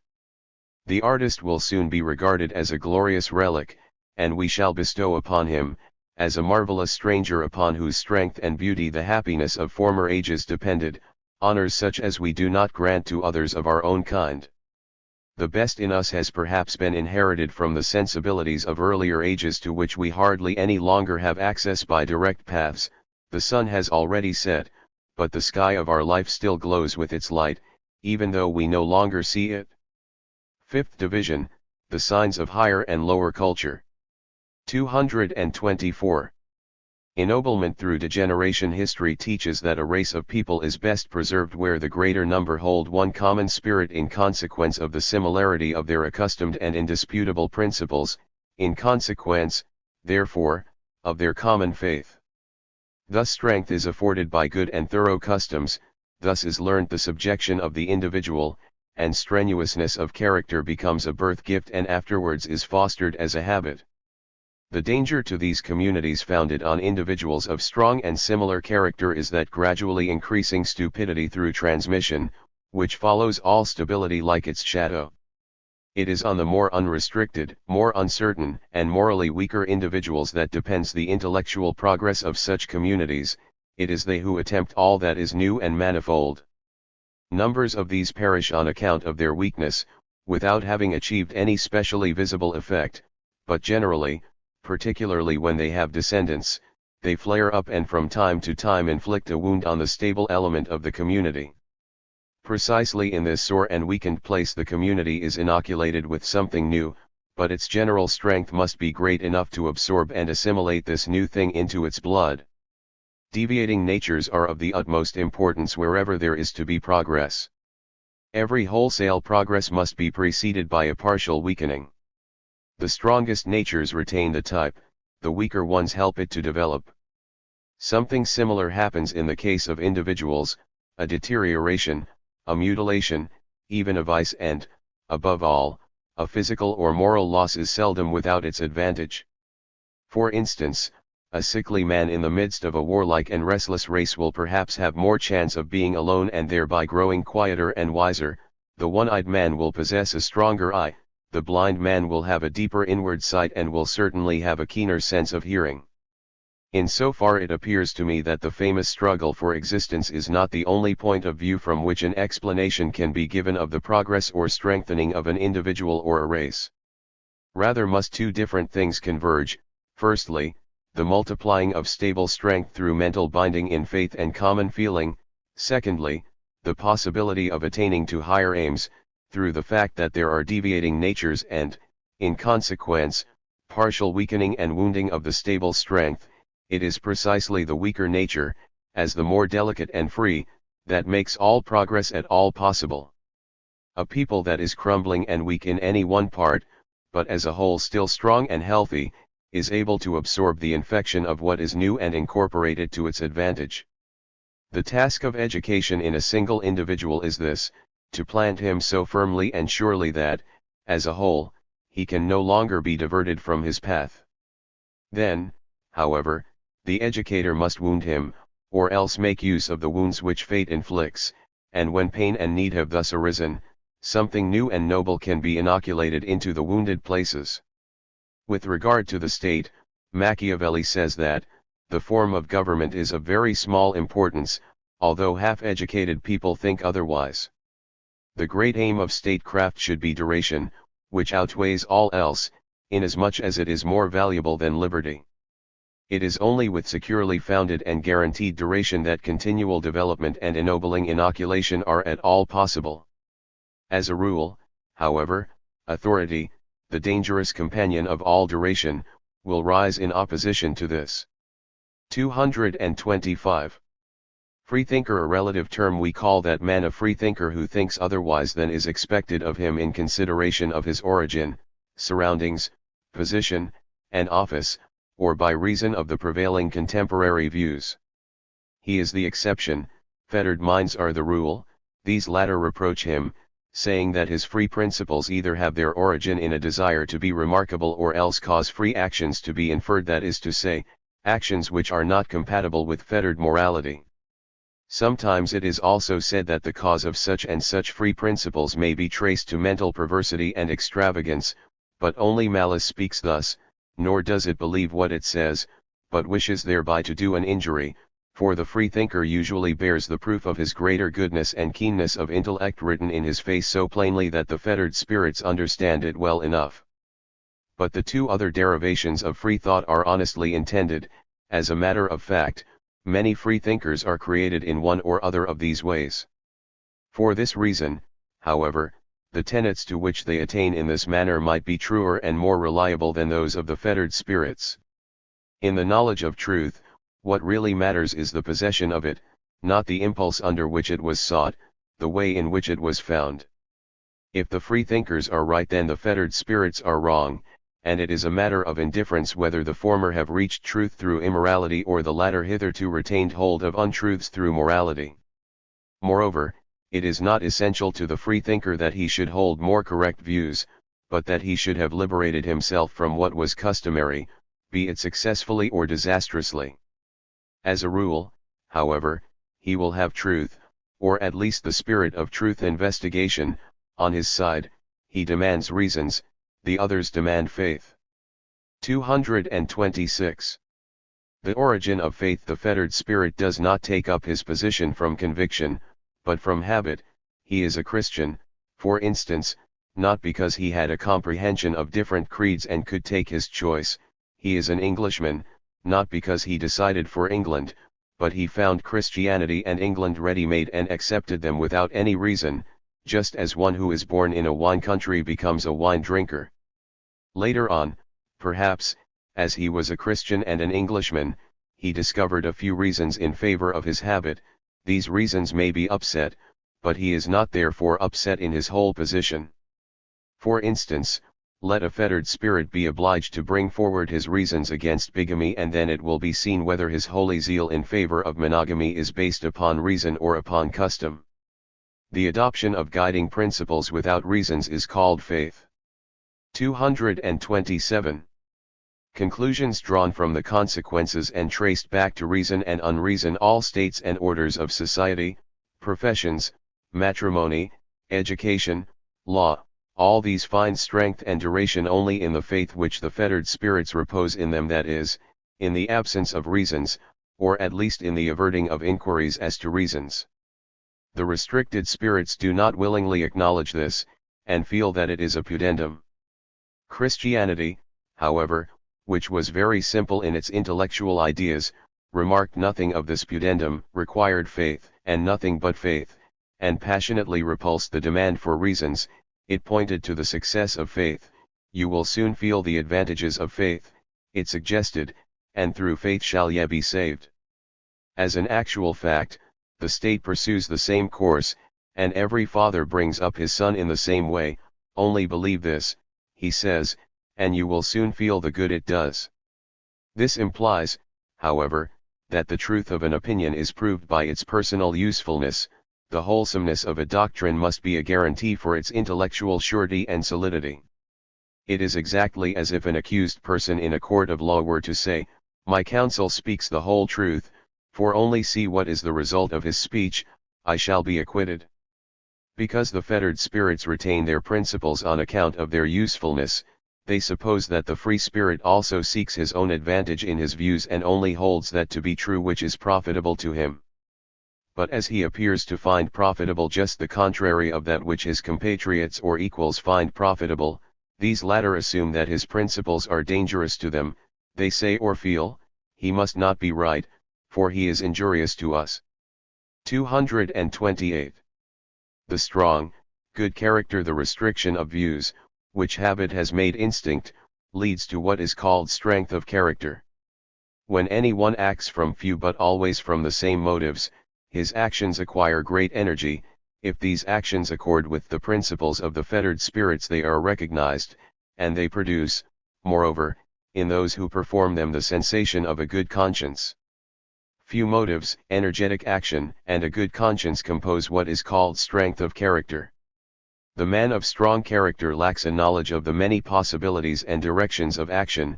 His intellect is fettered and restricted, because in a given case it shows him, perhaps, only two possibilities. Between these two he must now of necessity choose, in accordance with his whole nature, and he does this easily and quickly because he has not to choose between 50 possibilities. The educating surroundings aim at fettering every individual, by always placing before him the smallest number of possibilities. The individual is always treated by his educators as if he were, indeed, something new, but should become a duplicate. If he makes his first appearance as something unknown, unprecedented, he must be turned into something known and precedent. In a child, the familiar manifestation of restriction is called a good character. In placing itself on the side of the fettered spirits, the child first discloses its awakening common feeling. With this foundation of common sentiment, he will eventually become useful to his state or rank. 229. The standards and values of the fettered spirits. There are 4 species of things concerning which the restricted spirits say they are in the right. Firstly, all things that last are right. Secondly, all things that are not burdens to us are right. Thirdly, all things that are advantageous for us are right. Fourthly, all things for which we have made sacrifices are right. The last sentence, for instance, explains why a war that was begun in opposition to popular feeling is carried on with enthusiasm directly a sacrifice has been made for it.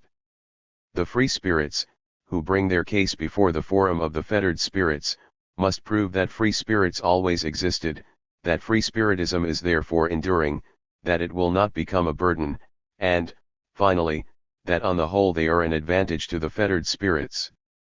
It is because they cannot convince the restricted spirits on this last point that they profit nothing by having proved the first and second propositions.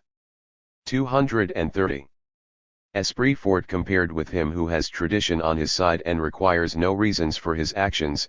The free spirit is always weak, especially in action, for he is acquainted with too many motives and points of view, and has, therefore, an uncertain and unpracticed hand.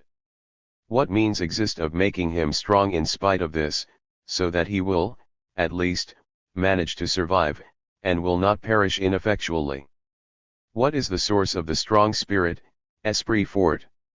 This is especially the question as to the production of genius. Whence comes the energy, the unbending strength, the endurance with which the one, in opposition to accepted ideas, endeavors to obtain an entirely individual knowledge of the world? 231. The rise of genius. The ingenuity with which a prisoner seeks the means of freedom, the most cold-blooded and patient employment of every smallest advantage, can teach us of what tools nature sometimes makes use in order to produce genius, a word which I beg will be understood without any mythological and religious flavor. She, nature, begins it in a dungeon and excites to the utmost its desire to free itself. Or to give another picture, someone who has completely lost his way in a wood, but who with unusual energy strives to reach the open in one direction or another, will sometimes discover a new path which nobody knew previously. Thus arise geniuses, who are credited with originality. It has already been said that mutilation, crippling, or the loss of some important organ, is frequently the cause of the unusual development of another organ, because this one has to fulfill its own and also another function. This explains the source of many a brilliant talent. These general remarks on the origin of genius may be applied to the special case, the origin of the perfect free spirit. 232. Conjecture as to the origin of free spiritism. Just as the glaciers increase when in equatorial regions the sun shines upon the seas with greater force than hitherto, so may a very strong and spreading free spiritism be a proof that somewhere or other the force of feeling has grown extraordinarily. 233. The voice of history in general, history appears to teach the following about the production of genius: it ill-treats and torments mankind, calls to the passions of envy, hatred, and rivalry, drives them to desperation, people against people, throughout whole centuries. Then, perhaps, like a stray spark from the terrible energy thereby aroused, there flames up suddenly the light of genius.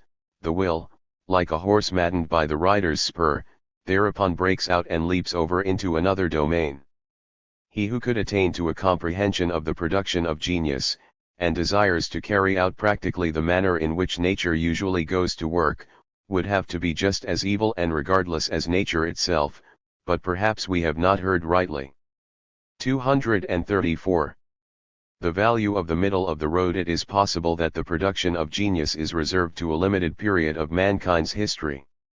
For we must not expect from the future everything that very defined conditions were able to produce, for instance, not the astounding effects of religious feeling.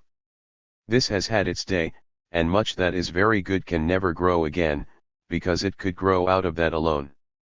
There will never again be a horizon of life and culture that is bounded by religion. Perhaps even the type of the saint is only possible with that certain narrowness of intellect, which apparently has completely disappeared. And thus the greatest height of intelligence has perhaps been reserved for a single age. It appeared and appears, for we are still in that age when an extraordinary, long accumulated energy of will concentrates itself, as an exceptional case, upon intellectual aims. That height will no longer exist when this wildness and energy cease to be cultivated. Mankind probably approaches nearer to its actual aim in the middle of its road, in the middle time of its existence, than at the end. It may be that powers with which, for instance, art is a condition, die out altogether. The pleasure in lying, in the undefined, the symbolical, in intoxication, in ecstasy might fall into disrepute. For certainly, when life is ordered in the perfect state, the present will provide no more motive for poetry, and it would only be those persons who had remained behind who would ask for poetical unreality. These, then, would assuredly look longingly backwards to the times of the imperfect state, of half-barbaric society, to our times. 235. Genius and the ideal state in conflict. The socialists demand a comfortable life for the greatest possible number.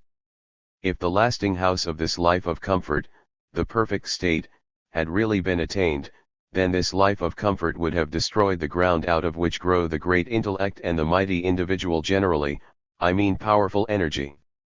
Were this state reached, mankind would have grown too weary to be still capable of producing genius. Must we not hence wish that life should retain its forcible character, and that wild forces and energies should continue to be called forth afresh? But warm and sympathetic hearts desire precisely the removal of that wild and forcible character, and the warmest hearts we can imagine desire it the most passionately of all, whilst all the time its passion derived its fire, its warmth, its very existence precisely from that wild and forcible character. The warmest heart, therefore, desires the removal of its own foundation, the destruction of itself. That is, it desires something illogical, it is not intelligent. The highest intelligence and the warmest heart cannot exist together in one person, and the wise man who passes judgment upon life looks beyond goodness and only regards it as something which is not without value in the general summing up of life.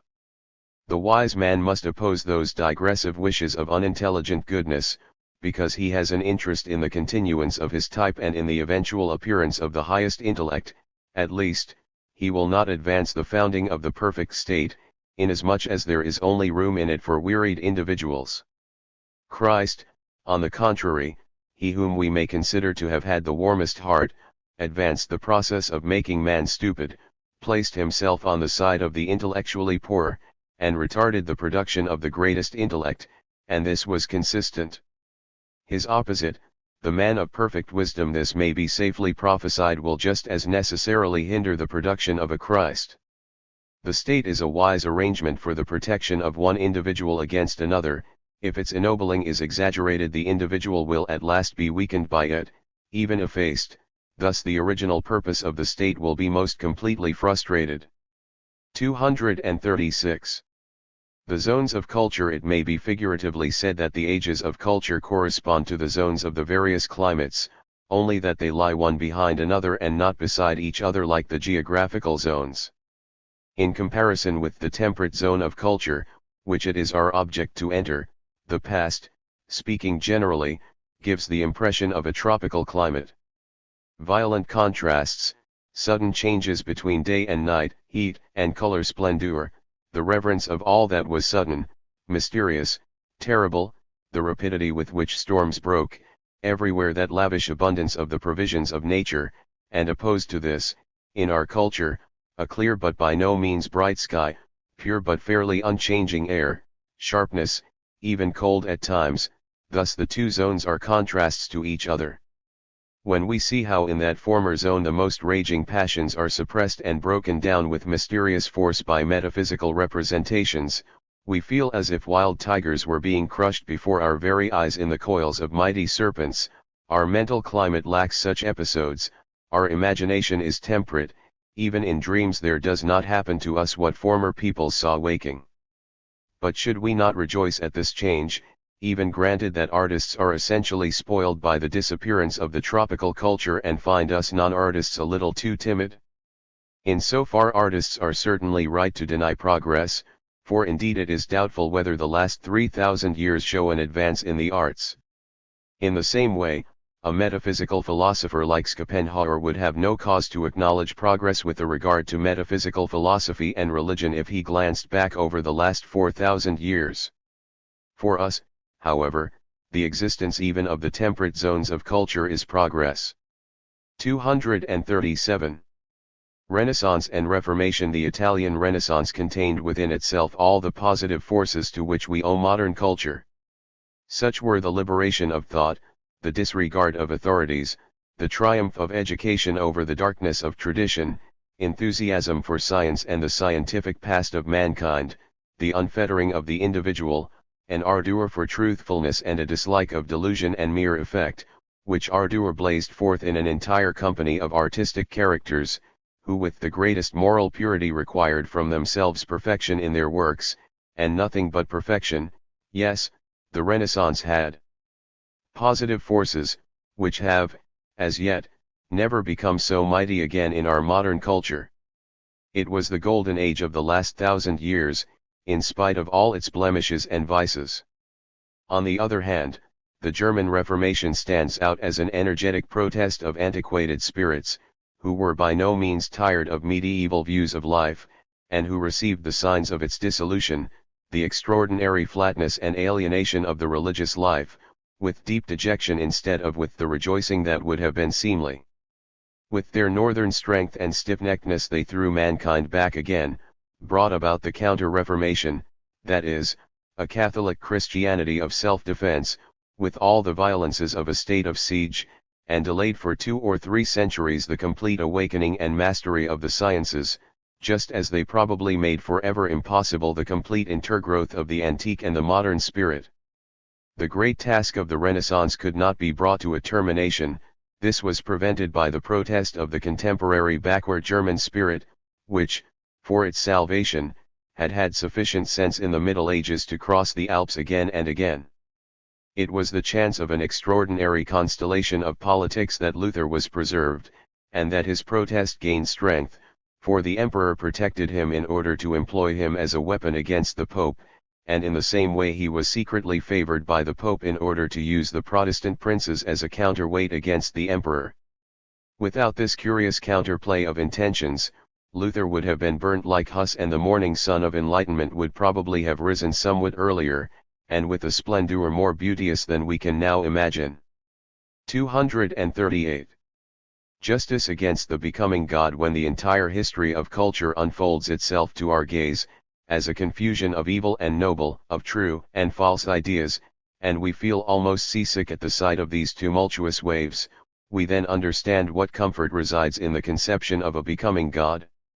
This deity is unveiled ever more and more throughout the changes and fortunes of mankind. It is not all blind mechanism, a senseless and aimless confusion of forces.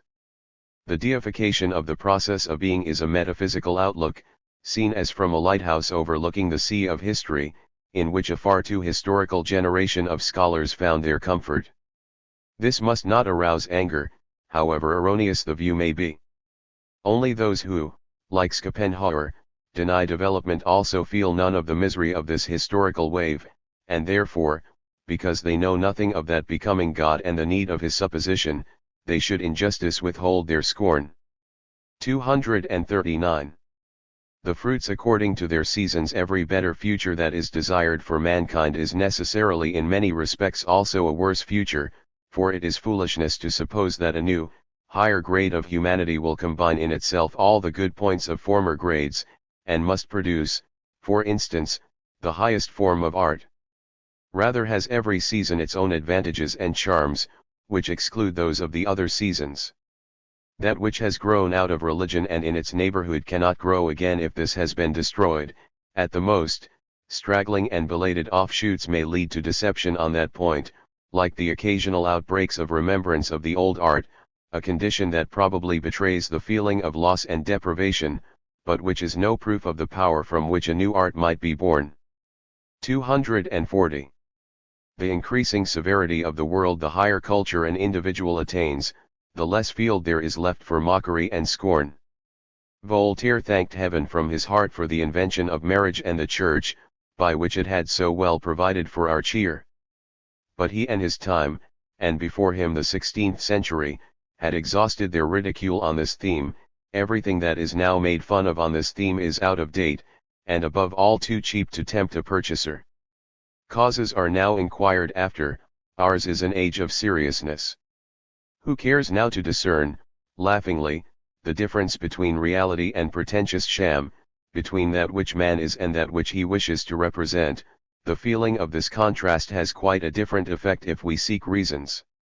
The more thoroughly anyone understands life, the less he will mock, though finally, perhaps, he will mock at the thoroughness of his understanding. 241. The genius of culture. If anyone wished to imagine a genius of culture, what would it be like? It handles as its tools falsehood, force, and thoughtless selfishness so surely that it could only be called an evil, demoniacal being, but its aims, which are occasionally transparent, are great and good. It is a centaur, half beast, half man, and, in addition, has angels' wings upon its head. 242.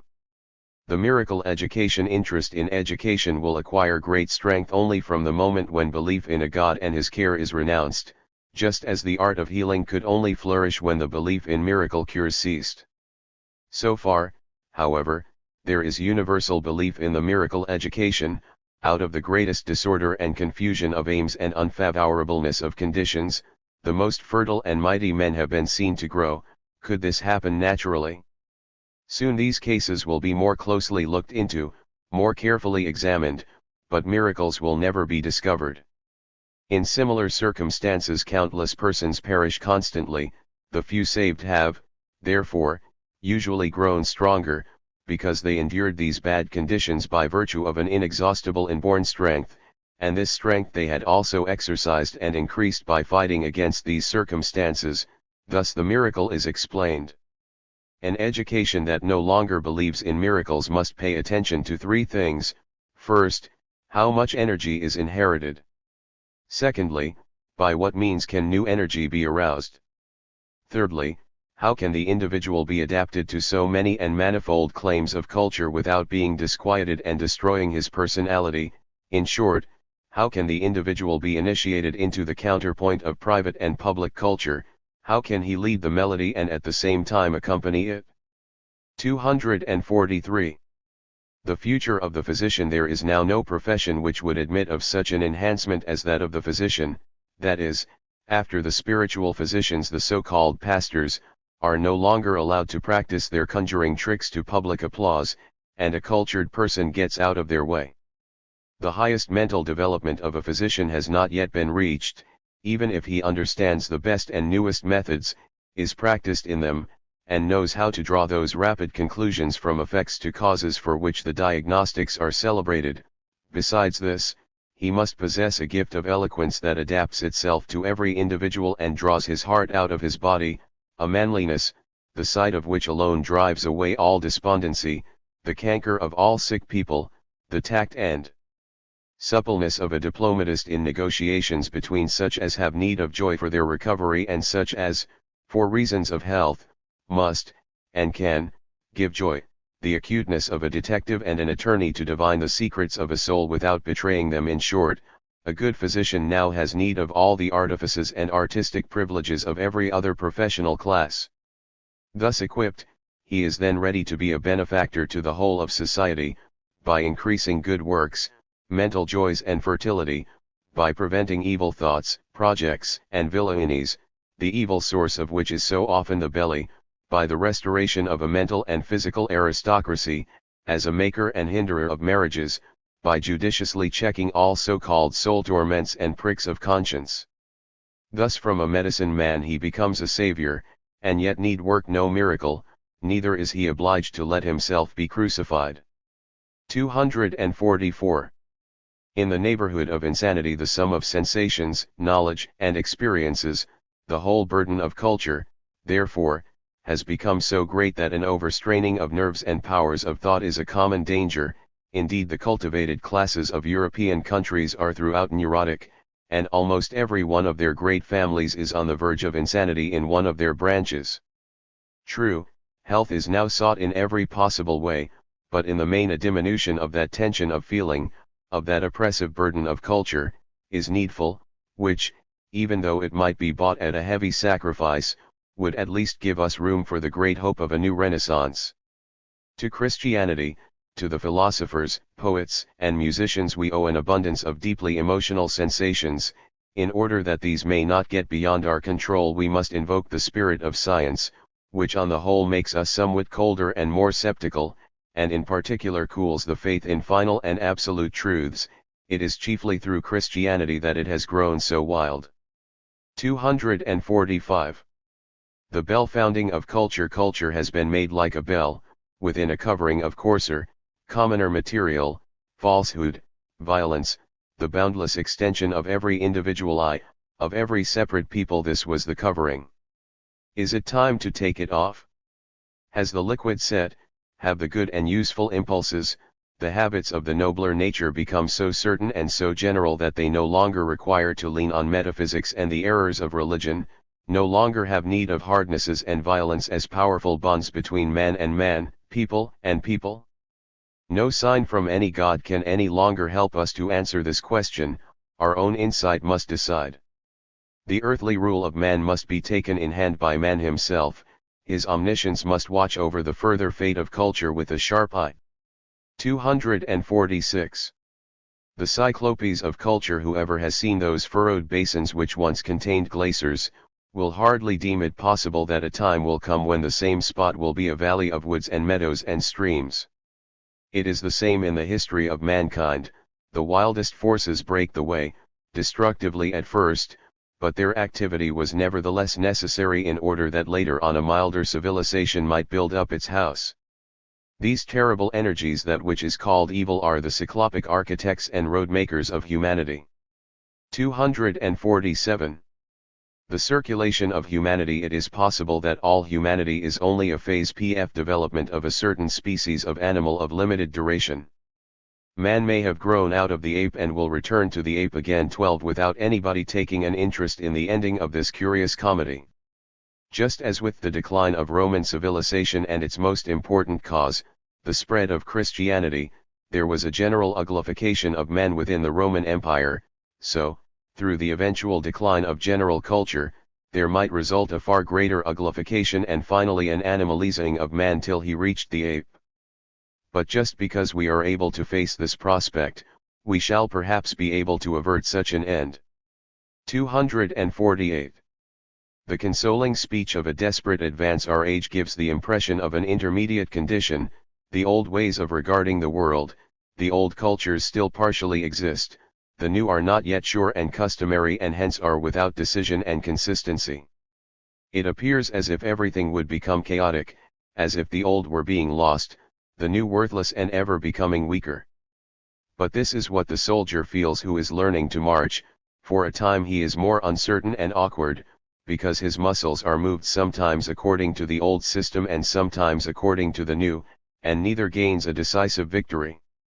We waver, but it is necessary not to lose courage and give up what we have newly gained. Moreover, we cannot go back to the old, we have burnt our boats, there remains nothing but to be brave. Whatever happen, march ahead, only get forward.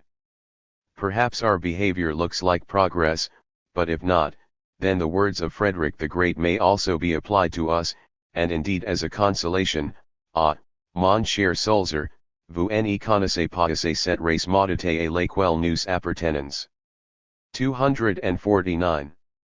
Suffering from past culture. Whoever has solved the problem of culture suffers from a feeling similar to that of one who has inherited unjustly gotten riches, or of a prince who reigns thanks to the violence of his ancestors. He thinks of their origin with grief and is often ashamed, often irritable. The whole sum of strength, joy, vigor, which he devotes to his possessions, is often balanced by a deep weariness. He cannot forget their origin. He looks despondingly at the future. He knows well that his successors will suffer from the past as he does. 250. Manners. Good manners disappear in proportion as the influence of a court and an exclusive aristocracy lessens. This decrease can be plainly observed from decade to decade by those who have an eye for public behavior, which grows visibly more vulgar. No one any longer knows how to court and flatter intelligently. Hence arises the ludicrous fact that in cases where we must render actual homage to a great statesman or artist, for instance, the words of deepest feeling, of simple, peasant-like honesty, have to be borrowed, owing to the embarrassment resulting from the lack of grace and wit. Thus the public ceremonious meeting of men appears ever more clumsy, but more full of feeling and honesty without really being so. But must there always be a decline in manners? It appears to me, rather, that manners take a deep curve and that we are approaching their lowest point. When society has become sure of its intentions and principles, so that they have a molding effect, the manners we have learned from former molding conditions are now inherited and always more weakly learned. There will then be company manners, gestures, and social expressions, which must appear as necessary and simply natural because they are intentions and principles. The better division of time and work, the gymnastic exercise transformed into the accompaniment of all beautiful leisure, increased and severer meditation, which brings wisdom and suppleness even to the body, will bring all this in its train. Here, indeed, we might think with a smile of our scholars, and consider whether, as a matter of fact, they who wish to be regarded as the forerunners of that new culture are distinguished by their better manners. This is hardly the case. Although their spirit may be willing enough, their flesh is weak. The past of culture is still too powerful in their muscles. They still stand in a fettered position, and are half worldly priests and half dependent educators of the upper classes, and besides this they have been rendered crippled and lifeless by the pedantry of science and by antiquated, spiritless methods. In any case, therefore, they are physically, and often three-fourths mentally, still the courtiers of an old, even antiquated culture, and as such are themselves antiquated. The new spirit that occasionally inhabits these old dwellings often serves only to make them more uncertain and frightened. In them there dwell the ghosts of the past as well as the ghosts of the future. What wonder if they do not wear the best expression or show the most pleasing behavior? 251. The future of science to him who works and seeks in her, science gives much pleasure to him who learns her facts, very little. But as all important truths of science must gradually become commonplace and everyday matters, even this small amount of pleasure ceases, just as we have long ceased to take pleasure in learning the admirable multiplication table. Now if science goes on giving less pleasure in herself, and always takes more pleasure in throwing suspicion on the consolations of metaphysics, religion, and art, that greatest of all sources of pleasure, to which mankind owes almost its whole humanity, becomes impoverished.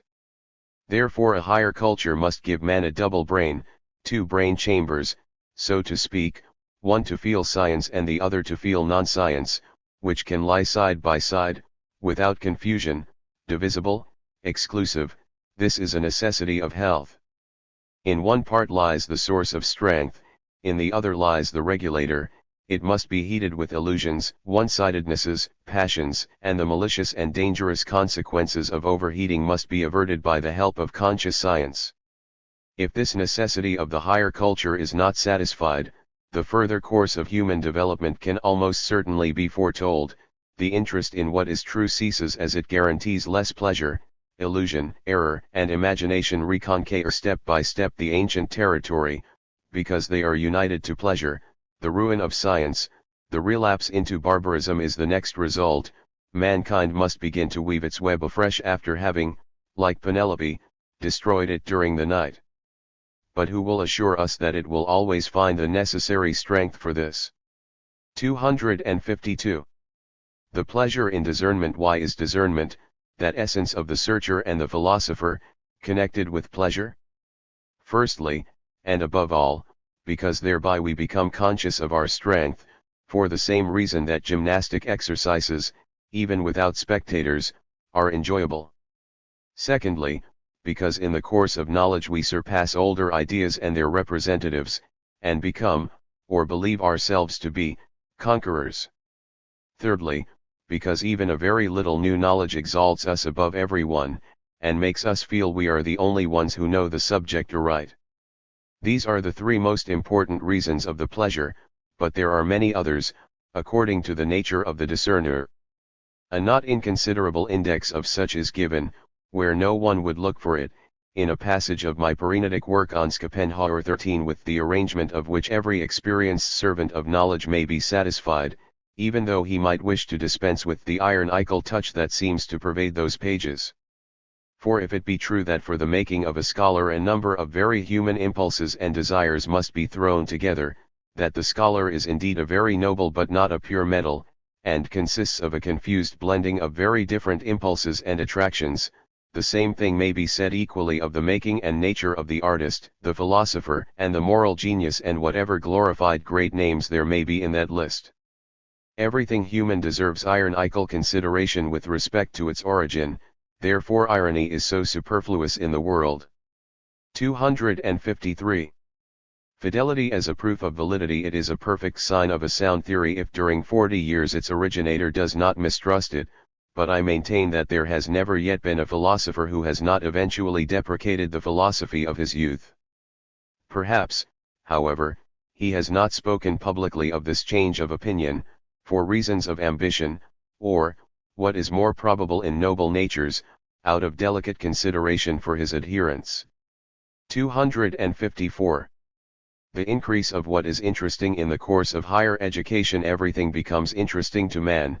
He knows how to find the instructive side of a thing quickly and to put his finger on the place where it can fill up a gap in his ideas, or where it may verify a thought.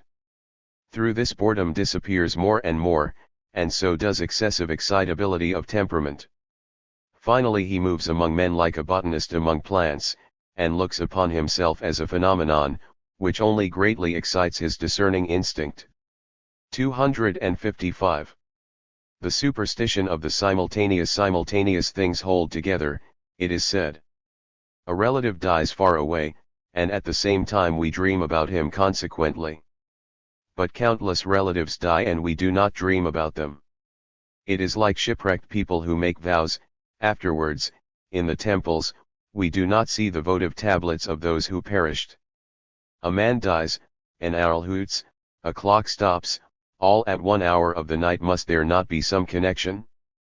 Such an intimacy with nature as the supposition implies is flattering to mankind. This species of superstition is found again in a refined form in historians and delineators of culture, who usually have a kind of hydrophobic horror of all that senseless mixture in which individual and national life is so rich. 256. Action and not knowledge exercised by science. The value of strictly pursuing science for a time does not lie precisely in its results, for these, in proportion to the ocean of what is worth knowing, are but an infinitesimally small drop. But it gives an additional energy, decisiveness, and toughness of endurance. It teaches how to attain an aim suitably. In so far it is very valuable, with a view to all that is done later on, to have once been a scientific man. 257. The youthful charm of science, the search for truth, still retains the charm of being in strong contrast to grey and now tiresome error, but this charm is gradually disappearing. It is true we still live in the youthful age of science and are accustomed to follow truth as a lovely girl, but how will it be when one day she becomes an elderly, ill-tempered looking woman? In almost all sciences the fundamental knowledge is either found in earliest times or is still being sought. What a different attraction this exerts compared to that time when everything essential has been found and there only remains for the seeker a scanty gleaning, which sensation may be learned in several historical disciplines. 258. The statue of humanity. The genius of culture fares as did Cellini when his statue of Perseus was being cast. The molten mass threatened to run short, but it had to suffice, so he flung in his plates and dishes, and whatever else his hands fell upon. In the same way genius flings in errors, vices, hopes, ravings, and other things of baser as well as of nobler metal, for the statue of humanity must emerge and be finished. What does it matter if commoner material is used here and there? 259. A male culture. The Greek culture of the classic age is a male culture. As far as women are concerned, Pericles expresses everything in the funeral speech: they are best when they are as little spoken of as possible amongst men.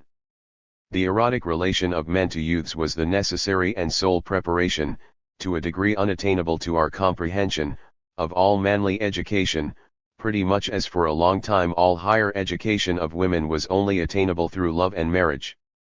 All idealism of the strength of the Greek nature threw itself into that relation, and it is probable that never since have young men been treated so attentively, so lovingly, so entirely with a view to their welfare, virtues, as in the 5th and 6th centuries BC, according to the beautiful saying of Hold Erlen, Den Lieben Jitterster Blik vom Bessen 14. The higher the light in which this relation was regarded, the lower sank intercourse with woman. Nothing else was taken into consideration than the production of children and lust. There was no intellectual intercourse, not even real love-making. If it be further remembered that women were even excluded from contests and spectacles of every description, there only remain the religious cults as their sole higher occupation.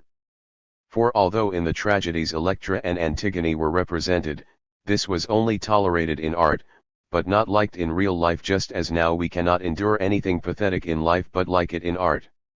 The women had no other mission than to produce beautiful, strong bodies, in which the father's character lived on as unbrokenly as possible, and therewith to counteract the increasing nerve tension of such a highly developed culture. This kept the Greek culture young for a relatively long time, for in the Greek mothers the Greek genius always returned to nature. 260. The prejudice in favor of greatness. It is clear that men overvalue everything great and prominent. This arises from the conscious or unconscious idea that they deem it very useful when one person throws all his strength into one thing and makes himself into a monstrous organ. Assuredly, an equal development of all his powers is more useful and happier for man, for every talent is a vampire which sucks blood and strength from other powers, and an exaggerated production can drive the most gifted almost to madness. Within the circle of the arts, too, extreme natures excite far too much attention, but a much lower culture is necessary to be captivated by them. Men submit from habit to everything that seeks power. 261. The tyrants of the mind. It is only where the ray of myth falls that the life of the Greeks shines, otherwise it is gloomy. The Greek philosophers are now robbing themselves of this myth. Is it not as if they wished to quit the sunshine for shadow and gloom? Yet no plant avoids the light, and, as a matter of fact, those philosophers were only seeking a brighter sun. The myth was not pure enough, not shining enough for them. They found this light in their knowledge, in that which each of them called his truth. But in those times knowledge shone with a greater glory. It was still young and knew but little of all the difficulties and dangers of its path. It could still hope to reach in one single bound the central point of all being, and from thence to solve the riddle of the world. These philosophers had a firm belief in themselves and their truth, and with it they overthrew all their neighbors and predecessors. Each one was a warlike, violent tyrant. The happiness in believing themselves the possessors of truth was perhaps never greater in the world, but neither were the hardness, the arrogance, and the tyranny and evil of such a belief. They were tyrants, they were that, therefore, which every Greek wanted to be, and which every one was if he was able. Perhaps Solon alone is an exception. He tells in his poems how he disdained personal tyranny. But he did it for love of his works, of his law-giving, and to be a lawgiver is a sublimated form of tyranny. Parmenides also made laws. Pythagoras and Empedocles probably did the same. Anaximander founded a city. Plato was the incarnate wish to become the greatest philosophic lawgiver and founder of states. He appears to have suffered terribly over the non-fulfillment of his nature, and towards his end his soul was filled with the bitterest gall. The more the Greek philosophers lost in power, the more they suffered inwardly from this bitterness and malice. When the various sects fought for their truths in the street, then first were the souls of these wooers of truth completely clogged through envy and spleen. The tyrannical element then raged like poison within their bodies. These many petty tyrants would have liked to devour each other. There survived not a single spark of love and very little joy in their own knowledge. The saying that tyrants are generally murdered and that their descendants are short-lived, is true also of the tyrants of the mind. Their history is short and violent, and their after-effects break off suddenly. It may be said of almost all great Hellenes that they appear to have come too late. It was thus with Aeschylus, with Pindar, with Demosthenes, with Thucydides, one generation and then it is past forever. That is the stormy and dismal element in Greek history. We now, it is true, admire the gospel of the tortoises.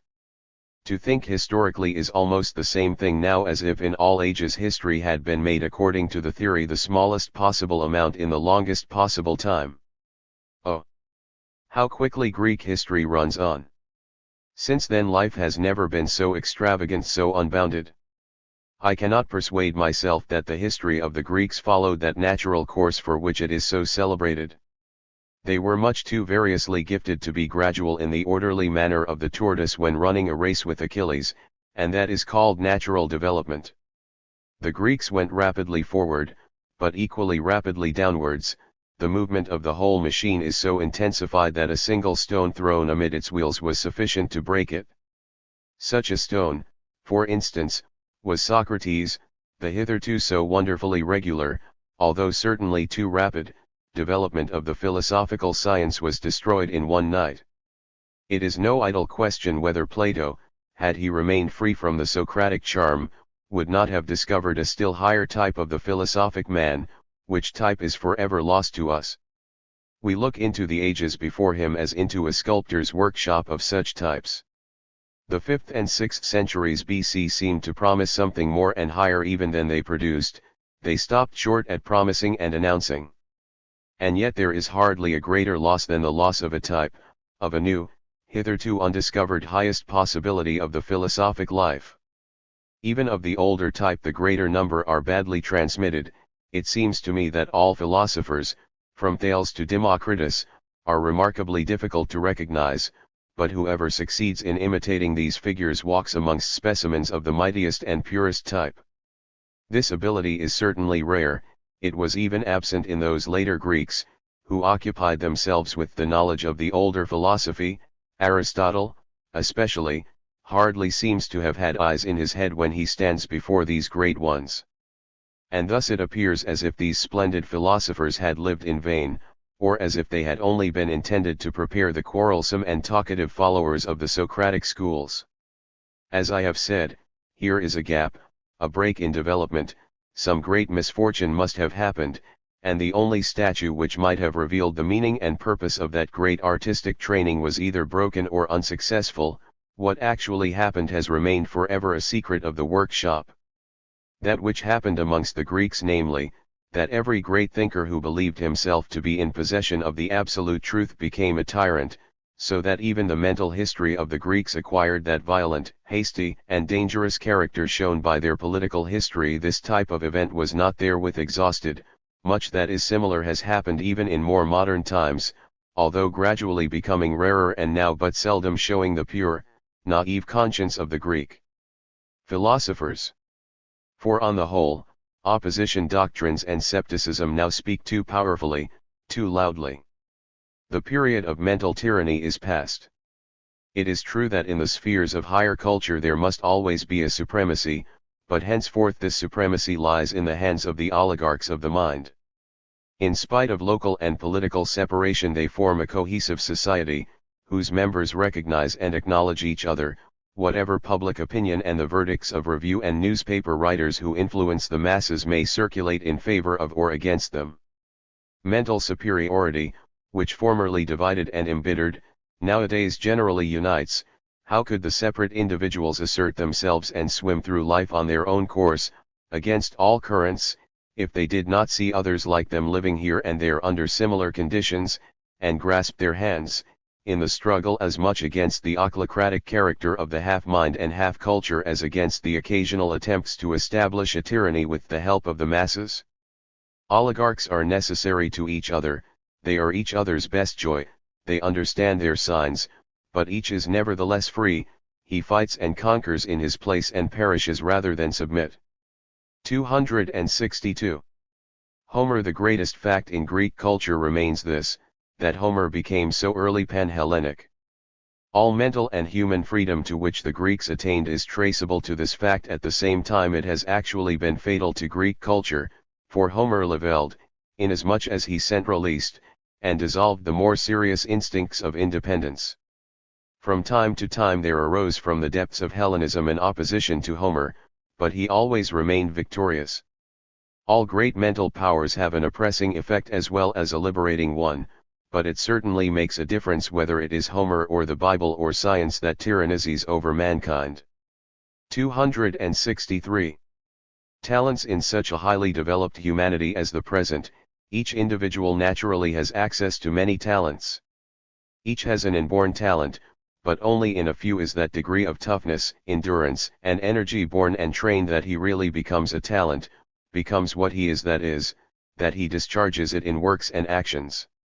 264. The witty person either overvalued or undervalued unscientific but talented people value every mark of intelligence, whether it be on a true or a false track. Above all, they want the person with whom they have intercourse to entertain them with his wit, to spur them on, to inflame them, to carry them away in seriousness and play, and in any case to be a powerful amulet to protect them against boredom. Scientific natures, on the other hand, know that the gift of possessing all manner of notions should be strictly controlled by the scientific spirit. It is not that which shines, deludes, and excites, but the often insignificant truth that is the fruit which he knows how to shake down from the tree of knowledge. Like Aristotle, he is not permitted to make any distinction between the bores and the wits. His daemon leads him through the desert as well as through tropical vegetation, in order that he may only take pleasure in the really actual, tangible, true. In insignificant scholars this produces a general disdain and suspicion of cleverness, and, on the other hand, clever people frequently have an aversion to science, as have, for instance, almost all artists. 265. Sense in school has no task more important than to teach strict thought, cautious judgment, and logical conclusions, hence it must pay no attention to what hinders these operations, such as religion, for instance. It can count on the fact that human vagueness, custom, and need will later on unstring the bow of all too severe thought. But so long as its influence lasts it should enforce that which is the essential and distinguishing point in man, sense and science, the very highest power of man as Goethe judges. The great natural philosopher, von Baer, thinks that the superiority of all Europeans, when compared to Asiatics, lies in the trained capability of giving reasons for that which they believe, of which the latter are utterly incapable. Europe went to the school of logical and critical thought, Asia still fails to know how to distinguish between truth and fiction, and is not conscious whether its convictions spring from individual observation and systematic thought or from imagination. Sense in the school has made Europe what it is. In the Middle Ages it was on the road to become once more a part and dependent of Asia, forfeiting, therefore, the scientific mind which it owed to the Greeks. 266. The undervalued effect of public school teaching. The value of a public school is seldom sought in those things which are really learnt there and are carried away never to be lost, but in those things which are learned and which the pupil only acquires against his will, in order to get rid of them again as soon as possible. Every educated person acknowledges that the reading of the classics, as now practiced, is a monstrous proceeding carried on before young people are ripe enough for it by teachers who with every word, often by their appearance alone, throw a mildew on a good author. But therein lies the value, generally unrecognized, of these teachers who speak the abstract language of the higher culture, which, though dry and difficult to understand, is yet a sort of higher gymnastics of the brain, and there is value in the constant recurrence in their language of ideas, artistic expressions, methods, and allusions which the young people hardly ever hear in the conversations of their relatives and in the street. Even if the pupils only hear, their intellect is involuntarily trained to a scientific mode of regarding things. It is not possible to emerge from this discipline entirely untouched by its abstract character, and to remain a simple child of nature. 267. Learning many languages. The learning of many languages fills the memory with words instead of with facts and thoughts, and this is a vessel which, with every person, can only contain a certain limited amount of contents. Therefore the learning of many languages is injurious, inasmuch as it arouses a belief in possessing dexterity and, as a matter of fact, it lends a kind of delusive importance to social intercourse. It is also indirectly injurious in that it opposes the acquirement of solid knowledge and the intention to win the respect of men in an honest way. Finally, it is the axe which is laid to the root of a delicate sense of language in our mother tongue, which thereby is incurably injured and destroyed. The two nations which produced the greatest stylists, the Greeks and the French, learned no foreign languages. But as human intercourse must always grow more cosmopolitan, and as, for instance, a good merchant in London must now be able to read and write 8 languages, the learning of many tongues has certainly become a necessary evil, but which, when finally carried to an extreme, will compel mankind to find a remedy, and in some far-off future there will be a new language, used at first as a language of commerce, then as a language of intellectual intercourse generally, then for all, as surely as some time or other there will be aviation. Why else should philology have studied the laws of languages for a whole century, and have estimated the necessary, the valuable, and the successful portion of each separate language? 268. The war history of the individual in a single human life that passes through many styles of culture. We find that struggle condensed which would otherwise have been played out between 2 generations, between father and son. The closeness of the relationship sharpens the struggle, because each party ruthlessly drags in the familiar inward nature of the other party, and thus the struggle in the single individual becomes most embittered. Here every new phase disregards the earlier ones with cruel injustice and misunderstanding of their means and aims. 269. A quarter of an hour earlier a man is found occasionally whose views are beyond his time, but only to such an extent that he anticipates the common views of the next decade. He possesses public opinion before it is public, that is, he has fallen into the arms of a view that deserves to be trivial a quarter of an hour sooner than other people. But his fame is usually far noisier than the fame of those who are really great and prominent. 270. The art of reading every strong tendency is one-sided, it approaches the aim of the straight line and, like this, is exclusive, that is, it does not touch many other aims, as do weak parties and natures in their wave-like rolling to and fro. It must also be forgiven to philologists that they are one-sided. The restoration and keeping pure of texts, besides their explanation, carried on in common for hundreds of years, has finally enabled the right methods to be found. The whole of the Middle Ages was absolutely incapable of a strictly philological explanation, that is, of the simple desire to comprehend what an author says. It was an achievement, finding these methods, let it not be undervalued. Through this all science first acquired continuity and steadiness, so that the art of reading rightly, which is called philology, attained its summit. 271. The art of reasoning. The greatest advance that men have made lies in their acquisition of the art to reason rightly. It is not so very natural, as Schopenhauer supposes when he says, all are capable of reasoning, but few of judging, it is learnt late and has not yet attained supremacy. False conclusions are the rule in older ages, and the mythologies of all peoples, their magic and their superstition, their religious cult and their law are the inexhaustible sources of proof of this theory. 272. Phases of individual culture. The strength and weakness of mental productiveness depend far less on inherited talents than on the accompanying amount of elasticity. Most educated young people of 30 turn round at the solstice of their lives and are afterwards disinclined for new mental turnings. Therefore, for the salvation of a constantly increasing culture, a new generation is immediately necessary, which will not do very much either, for in order to come up with the father's culture the son must exhaust almost all the inherited energy which the father himself possessed at that stage of life when his son was born, with the little addition he gets further on, for as here the road is being traversed for the second time progress is a little quicker, in order to learn that which the father knew, the son does not consume quite so much strength. Men of great elasticity, like Goethe, for instance, get through almost more than 4 generations in succession would be capable of, but then they advance too quickly, so that the rest of mankind only comes up with them in the next century, and even then perhaps not completely, because the exclusiveness of culture and the consecutiveness of development have been weakened by the frequent interruptions. Men catch up more quickly with the ordinary phases of intellectual culture which has been acquired in the course of history.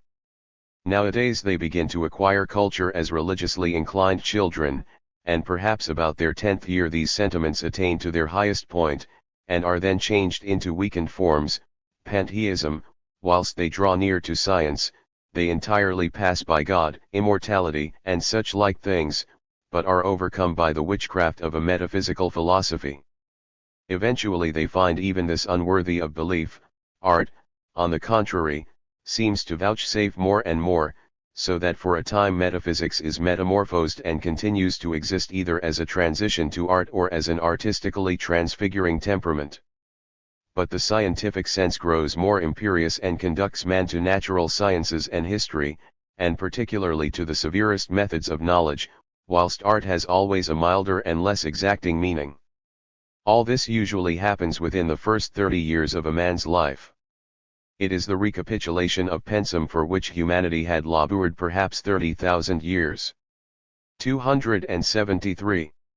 Retrograded, not left behind whoever, in the present day, still derives his development from religious sentiments, and perhaps lives for some length of time afterwards in metaphysics and art, has assuredly gone back a considerable distance and begins his race with other modern men under unfavorable conditions, he apparently loses time and space. But because he stays in those domains where ardor and energy are liberated and force flows continuously as a volcanic stream out of an inexhaustible source, he goes forward all the more quickly as soon as he has freed himself at the right moment from those dominators, his feet are winged, his breast has learned quieter, longer, and more enduring breathing. He has only retreated in order to have sufficient room to leap, thus something terrible and threatening may lie in this retrograde movement. 274.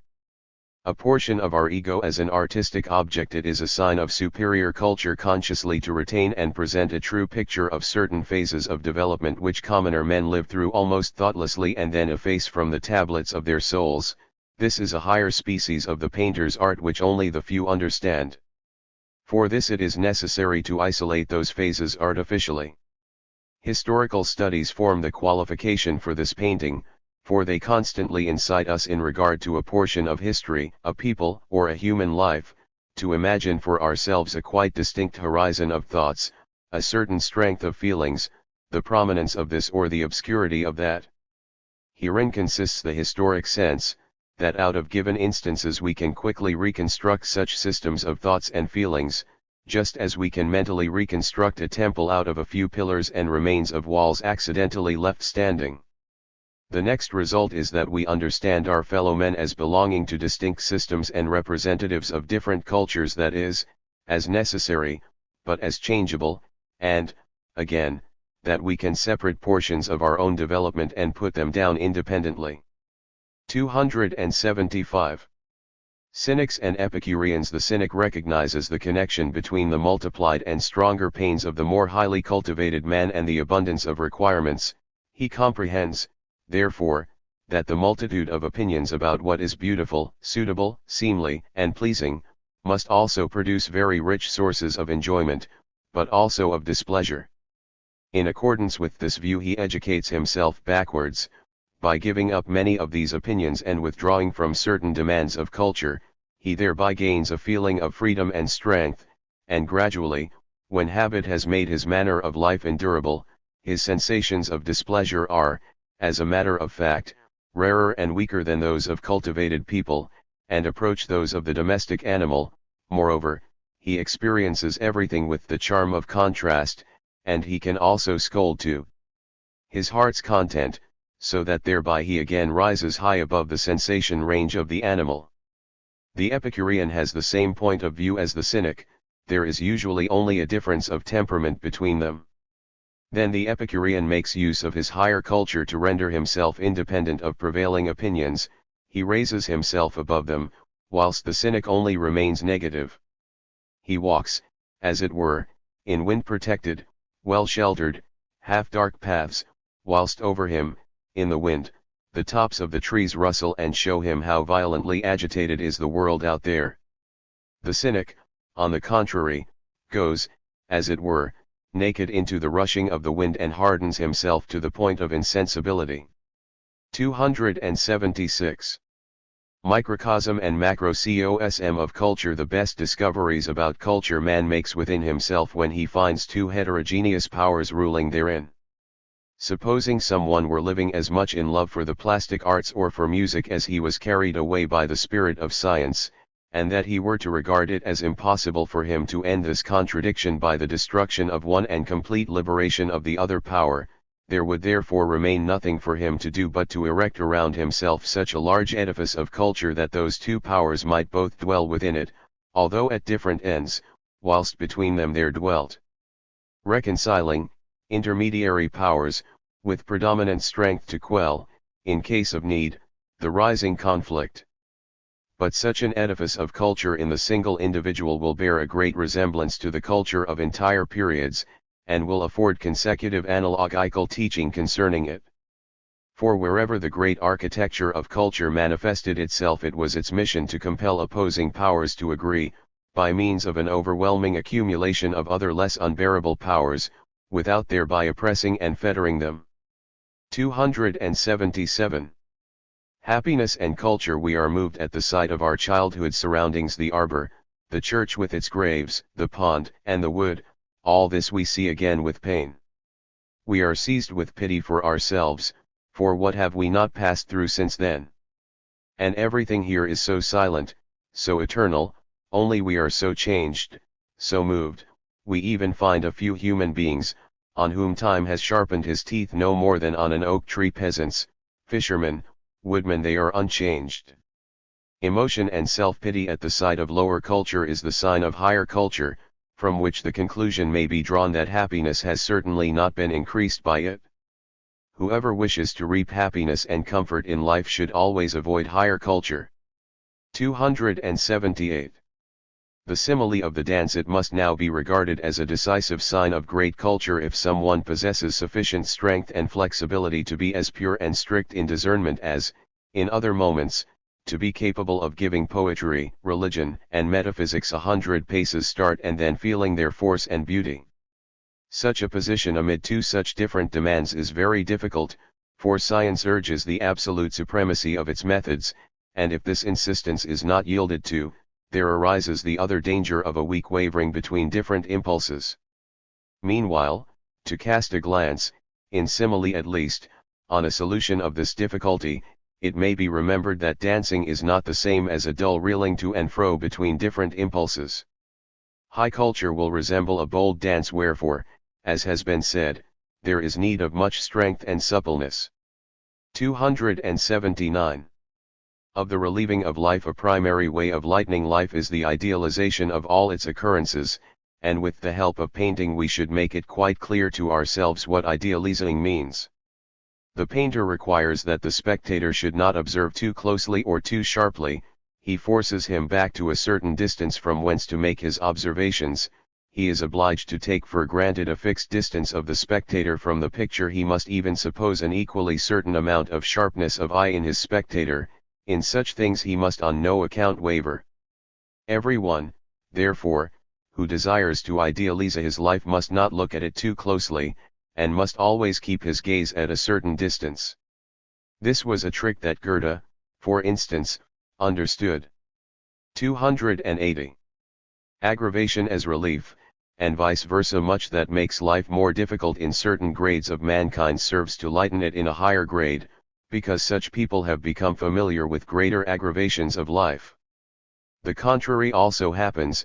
For instance, religion has a double face, according to whether a man looks up to it to relieve him of his burden and need, or looks down upon it as upon fetters laid on him to prevent him from soaring too high into the air. 281.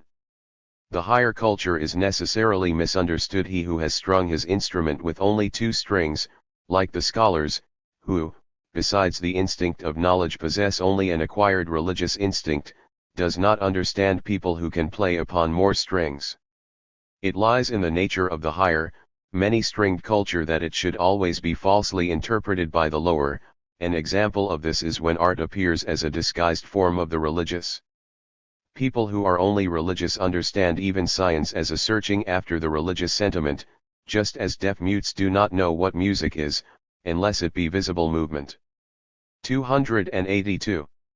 Lamentation. It is, perhaps, the advantages of our epoch that bring with them a backward movement and an occasional undervaluing of the vita contemplativa. But it must be acknowledged that our time is poor in the matter of great moralists, that Pascal, Epictetus, Seneca, and Plutarch are now but little read, that work and industry formerly in the following of the great goddess Health sometimes appear to rage like a disease. Because time to think and tranquility in thought are lacking, we no longer ponder over different views, but content ourselves with hating them. With the enormous acceleration of life, mind and eye grow accustomed to a partial and false sight and judgment, and all people are like travelers whose only acquaintance with countries and nations is derived from the railway. An independent and cautious attitude of knowledge is looked upon almost as a kind of madness. The free spirit is brought into disrepute, chiefly through scholars, who miss their thoroughness and ant-like industry in his art of regarding things and would gladly banish him into one single corner of science, while it has the different and higher mission of commanding the battalion rearguard of scientific and learned men from an isolated position, and showing them the ways and aims of culture.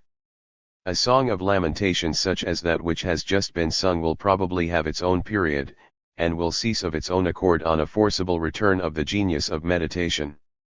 283. The chief deficiency of active people. Active people are usually deficient in the higher activity, I mean individual activity. They are active as officials, merchants, scholars, that is as a species, but not as quite distinct separate and single individuals. In this respect they are idle. It is the misfortune of the active that their activity is almost always a little senseless. For instance, we must not ask the money-making banker the reason of his restless activity. It is foolish. The active roll as the stone rolls, according to the stupidity of mechanics.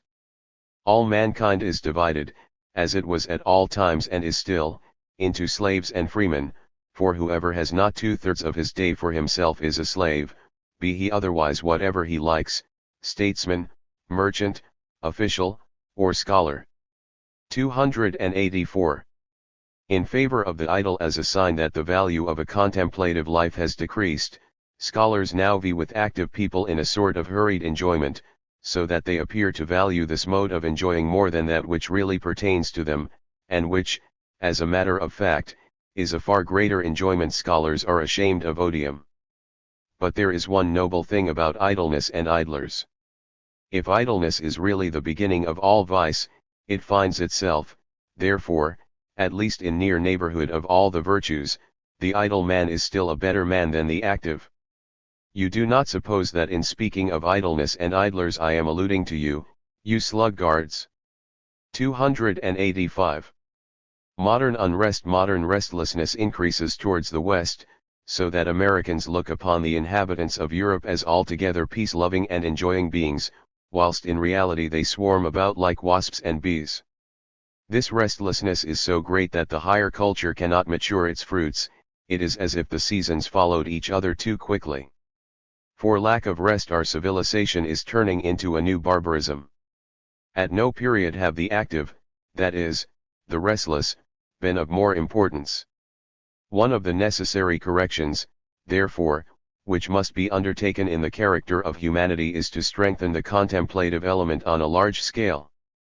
But every individual who is quiet and steady in heart and head already has the right to believe that he possesses not only a good temperament, but also a generally useful virtue, and even fulfills a higher mission by the preservation of this virtue. 286. To what extent the active man is lazy? I believe that every one must have his own opinion about everything, concerning which opinions are possible, because he himself is a peculiar, unique thing, which assumes towards all other things a new and never hitherto existing attitude. But idleness, which lies at the bottom of the active man's soul, prevents him from drawing water out of his own well. Freedom of opinion is like health, both are individual, and no good general conception can be set up of either of them. That which is necessary for the health of one individual is the cause of disease in another, and many means and ways to the freedom of the spirit are for more highly developed natures the ways and means to confinement. 287. Censor vitae. Alternations of love and hatred for a long period distinguish the inward condition of a man who desires to be free in his judgment of life. He does not forget, and bears everything a grudge, for good and evil. At last, when the whole tablet of his soul is written full of experiences, he will not hate and despise existence, neither will he love it, but will regard it sometimes with a joyful, sometimes with a sorrowful eye, and, like nature, will be now in a summer and now in an autumn mood. 288. The secondary result: whoever earnestly desires to be free will therewith and without any compulsion lose all inclination for faults and vices. He will also be more rarely overcome by anger and vexation. His will desires nothing more urgently than to discern, and the means to do this, that is, the permanent condition in which he is best able to discern. 289. The value of disease. The man who is bedridden often perceives that he is usually ill of his position, business, or society, and through them has lost all self-possession. He gains this piece of knowledge from the idleness to which his illness condemns him. 290. Sensitiveness. In the country, if there are no firm, quiet lines on the horizon of his life, a species of mountain and forest line, man's inmost will itself becomes restless, inattentive, and covetous. As is the nature of a dweller in towns, he has no happiness and confers no happiness. 291.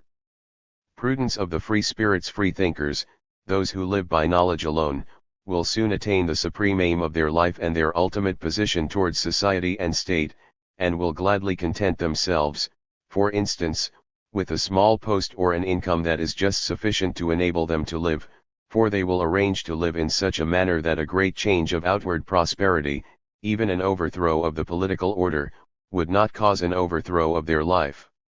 To all these things they devote as little energy as possible in order that with their whole accumulated strength, and with a long breath, they may dive into the element of knowledge. Thus they can hope to dive deep and be able to see the bottom.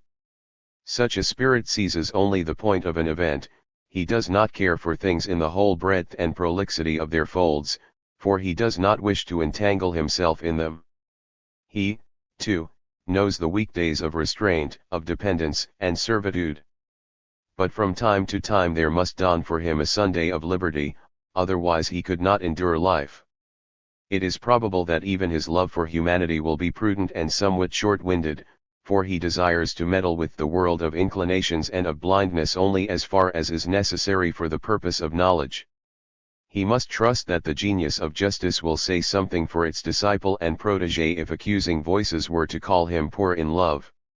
In his mode of life and thought there is a refined heroism, which scorns to offer itself to the great mob reverence, as its coarser brother does, and passes quietly through and out of the world. Whatever labyrinths it traverses, beneath whatever rocks its stream has occasionally worked its way. When it reaches the light it goes clearly, easily, and almost noiselessly on its way, and lets the sunshine strike down to its very bottom. 292.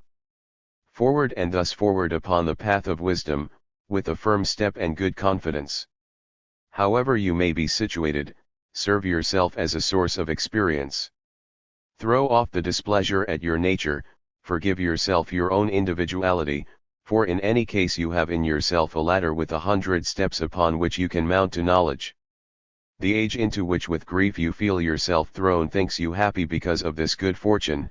It calls out to you that you shall still have experiences which men of later ages will perhaps be obliged to forego. Do not despise the fact of having been religious, consider fully how you have had a genuine access to art. Can you not, with the help of these experiences, follow immense stretches of former humanity with a clearer understanding? Is not that ground which sometimes displeases you so greatly, that ground of clouded thought, precisely the one upon which have grown many of the most glorious fruits of older civilizations? You must have loved religion and art as you loved mother and nurse, otherwise you cannot be wise. But you must be able to see beyond them, to outgrow them. If you remain under their ban you do not understand them. You must also be familiar with history and that cautious play with the balances, on the one hand, on the other hand. Go back, treading in the footsteps made by mankind in its great and painful journey through the desert of the past, and you will learn most surely whither it is that all later humanity never can or may go again. And inasmuch as you wish with all your strength to see in advance how the knots of the future are tied, your own life acquires the value of an instrument and means of knowledge. It is within your power to see that all you have experienced, trials, errors, faults, deceptions, passions, your love and your hope, shall be merged wholly in your aim. This aim is to become a necessary chain of culture links yourself, and from this necessity to draw a conclusion as to the necessity in the progress of general culture. When your sight has become strong enough to see to the bottom of the dark well of your nature and your knowledge, it is possible that in its mirror you may also behold the faraway visions of future civilizations. Do you think that such a life with such an aim is too wearisome, too empty of all that is agreeable? Then you have still to learn that no honey is sweeter than that of knowledge, and that the overhanging clouds of trouble must be to you as an udder from which you shall draw milk for your refreshment. And only when old age approaches will you rightly perceive how you listen to the voice of nature, that nature which rules the whole world through pleasure.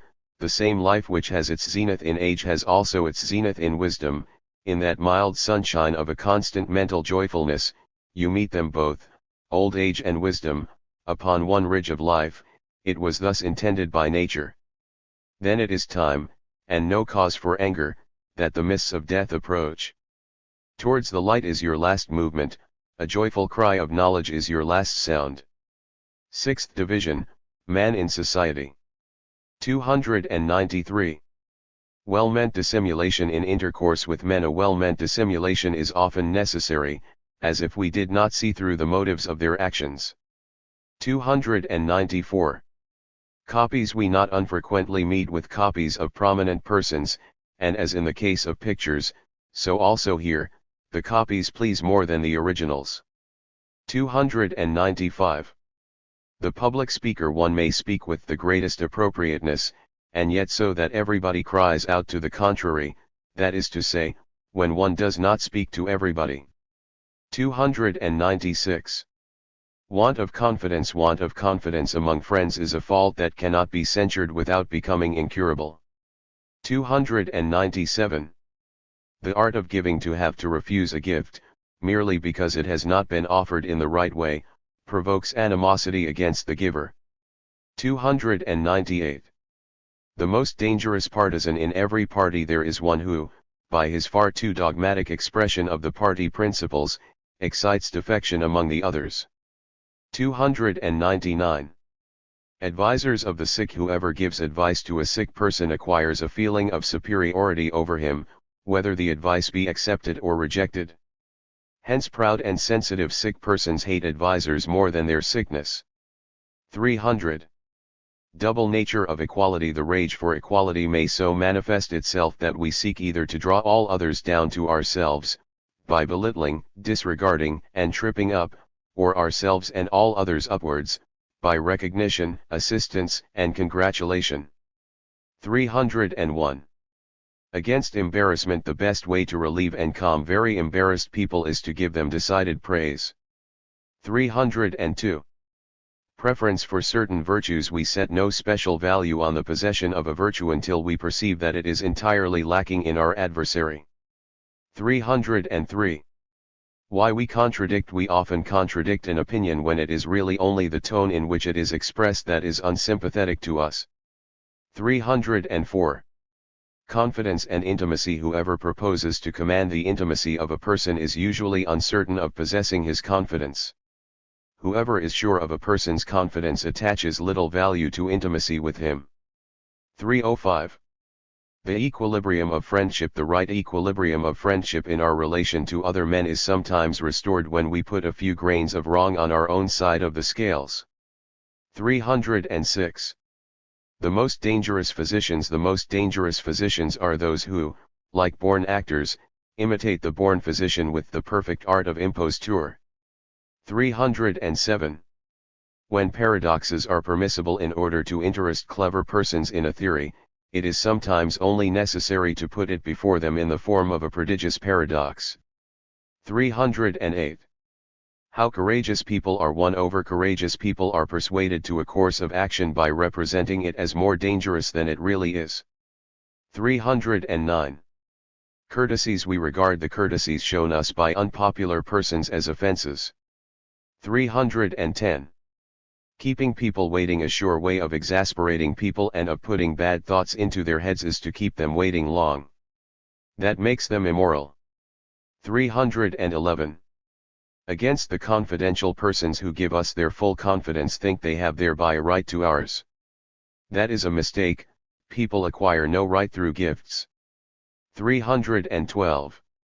A mode of settlement. It often suffices to give a person whom we have injured an opportunity to make a joke about us, to give him personal satisfaction, and even to make him favorably disposed to us.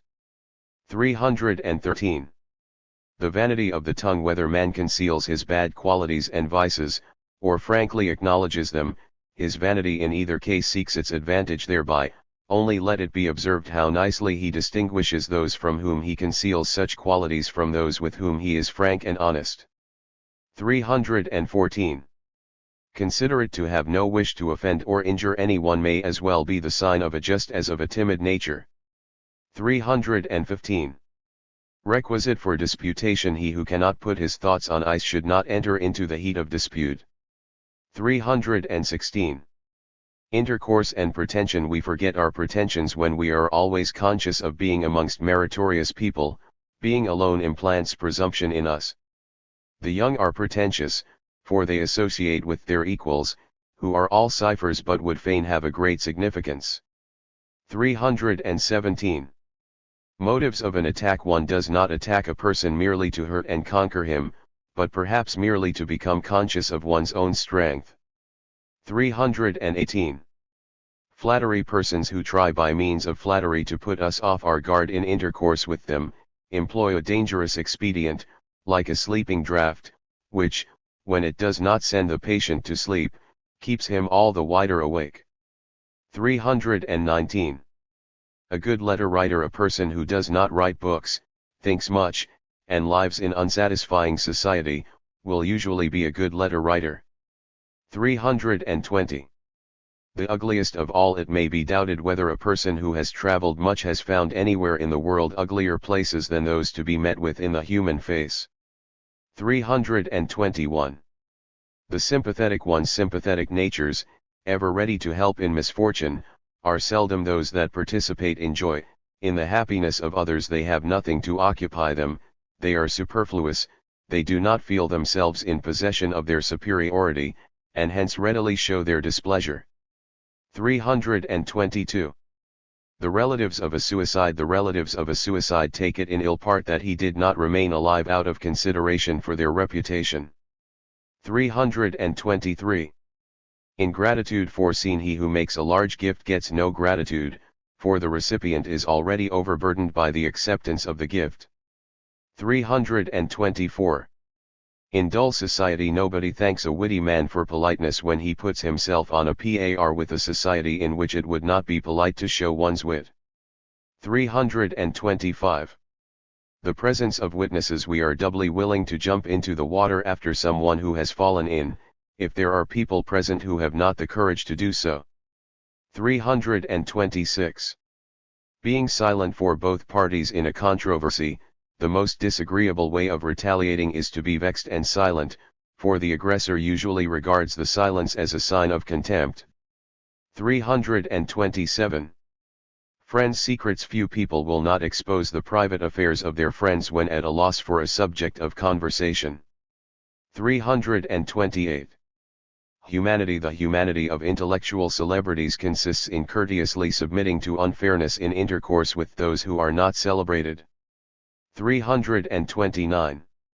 The embarrassed people who do not feel sure of themselves in society seize every opportunity of publicly showing their superiority to close friends, for instance by teasing them. 330.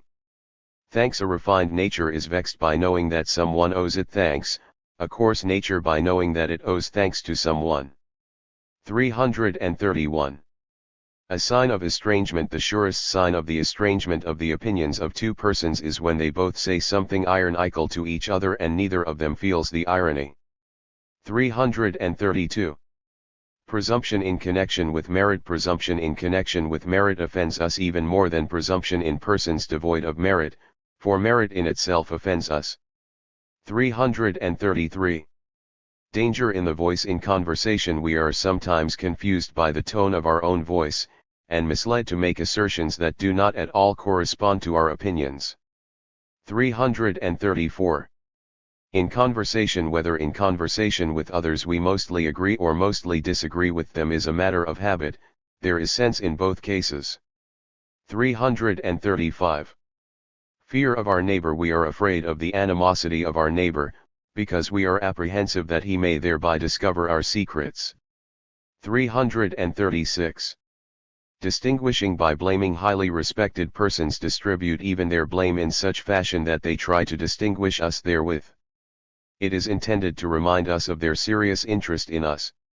We misunderstand them entirely when we take their blame literally and protest against it, we thereby offend them and estrange ourselves from them. 337. Indignation at the goodwill of others. We are mistaken as to the extent to which we think we are hated or feared, because, though we ourselves know very well the extent of our divergence from a person, tendency, or party, those others know us only superficially, and can, therefore, only hate us superficially. We often meet with goodwill which is inexplicable to us, but when we comprehend it, it shocks us, because it shows that we are not considered with sufficient seriousness or importance. 338. Thwarting vanities. When two persons meet whose vanity is equally great, they have afterwards a bad impression of each other, because each has been so occupied with the impression he wished to produce on the other that the other has made no impression upon him. At last it becomes clear to them both that their efforts have been in vain, and each puts the blame on the other. 339. Improper behavior as a good sign. A superior mind takes pleasure in the tactlessness, pretentiousness, and even hostility of ambitious youths. It is the vicious habit of fiery horses which have not yet carried a rider, but, in a short time, will be so proud to carry one. 340. When it is advisable to suffer wrong, it is well to put up with accusations without refutation, even when they injure us, when the accuser would see a still greater fault on our part if we contradicted and perhaps even refuted him. In this way, certainly, a person may always be wronged and always have right on his side, and may eventually, with the best conscience in the world, become the most intolerable tyrant and tormentor, and what happens in the individual may also take place in whole classes of society. 341.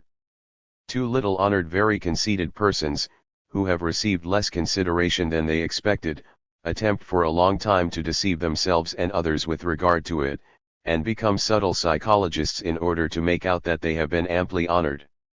Should they not attain their aim, should the veil of deception be torn, they give way to all the greater fury. 342. Primitive conditions re-echoing in speech. By the manner in which people make assertions in their intercourse, we often recognize an echo of the times when they were more conversant with weapons than anything else. Sometimes they handle their assertions like sharpshooters using their arms, sometimes we think we hear the whiz and clash of swords, and with some men an assertion crashes down like a stout cudgel. Women, on the contrary, speak like beings who for thousands of years have sat at the loom, plied the needle, or played the child with children. 343. The narrator, he who gives an account of something, readily betrays whether it is because the fact interests him, or because he wishes to excite interest by the narration. In the latter case he will exaggerate, employ superlatives, and such like. He then does not usually tell his story so well, because he does not think so much about his subject as about himself. 344. The reciter, he who recites dramatic works, makes discoveries about his own character.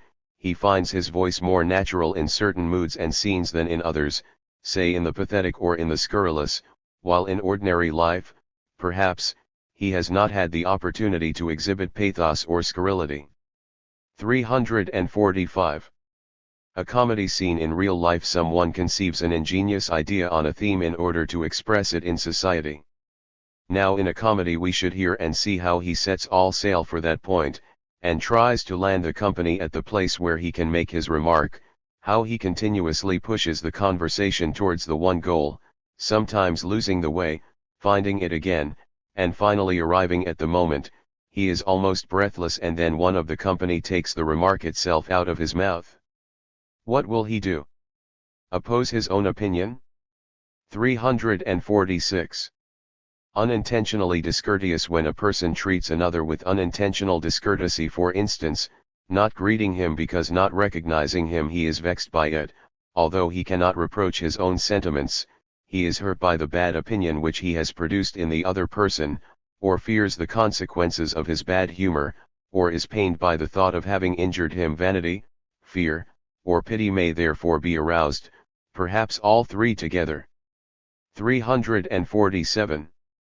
A masterpiece of treachery, to express a tantalizing distrust of a fellow conspirator, lest he should betray one, and this at the very moment when one is practicing treachery oneself, is a masterpiece of wickedness, because it absorbs the other's attention and compels him for a time to act very unsuspiciously and openly, so that the real traitor has thus acquired a free hand. 348. To injure and to be injured. It is far pleasanter to injure and afterwards beg for forgiveness than to be injured and grant forgiveness. He who does the former gives evidence of power and afterwards of kindness of character. The person injured, however, if he does not wish to be considered inhuman, must forgive. His enjoyment of the other's humiliation is insignificant on account of this constraint. 349. In a dispute, when we contradict another's opinion and at the same time develop our own, the constant consideration of the other opinion usually disturbs the natural attitude of our own, which appears more intentional, more distinct, and perhaps somewhat exaggerated. 350. An artifice. He who wants to get another to do something difficult must on no account treat the matter as a problem, but must set forth his plan plainly as the only one possible, and when the adversary's eye betrays objection and opposition, he must understand how to break off quickly, and allow him no time to put in a word. 351. Pricks of conscience after social gatherings. Why does our conscience prick us after ordinary social gatherings?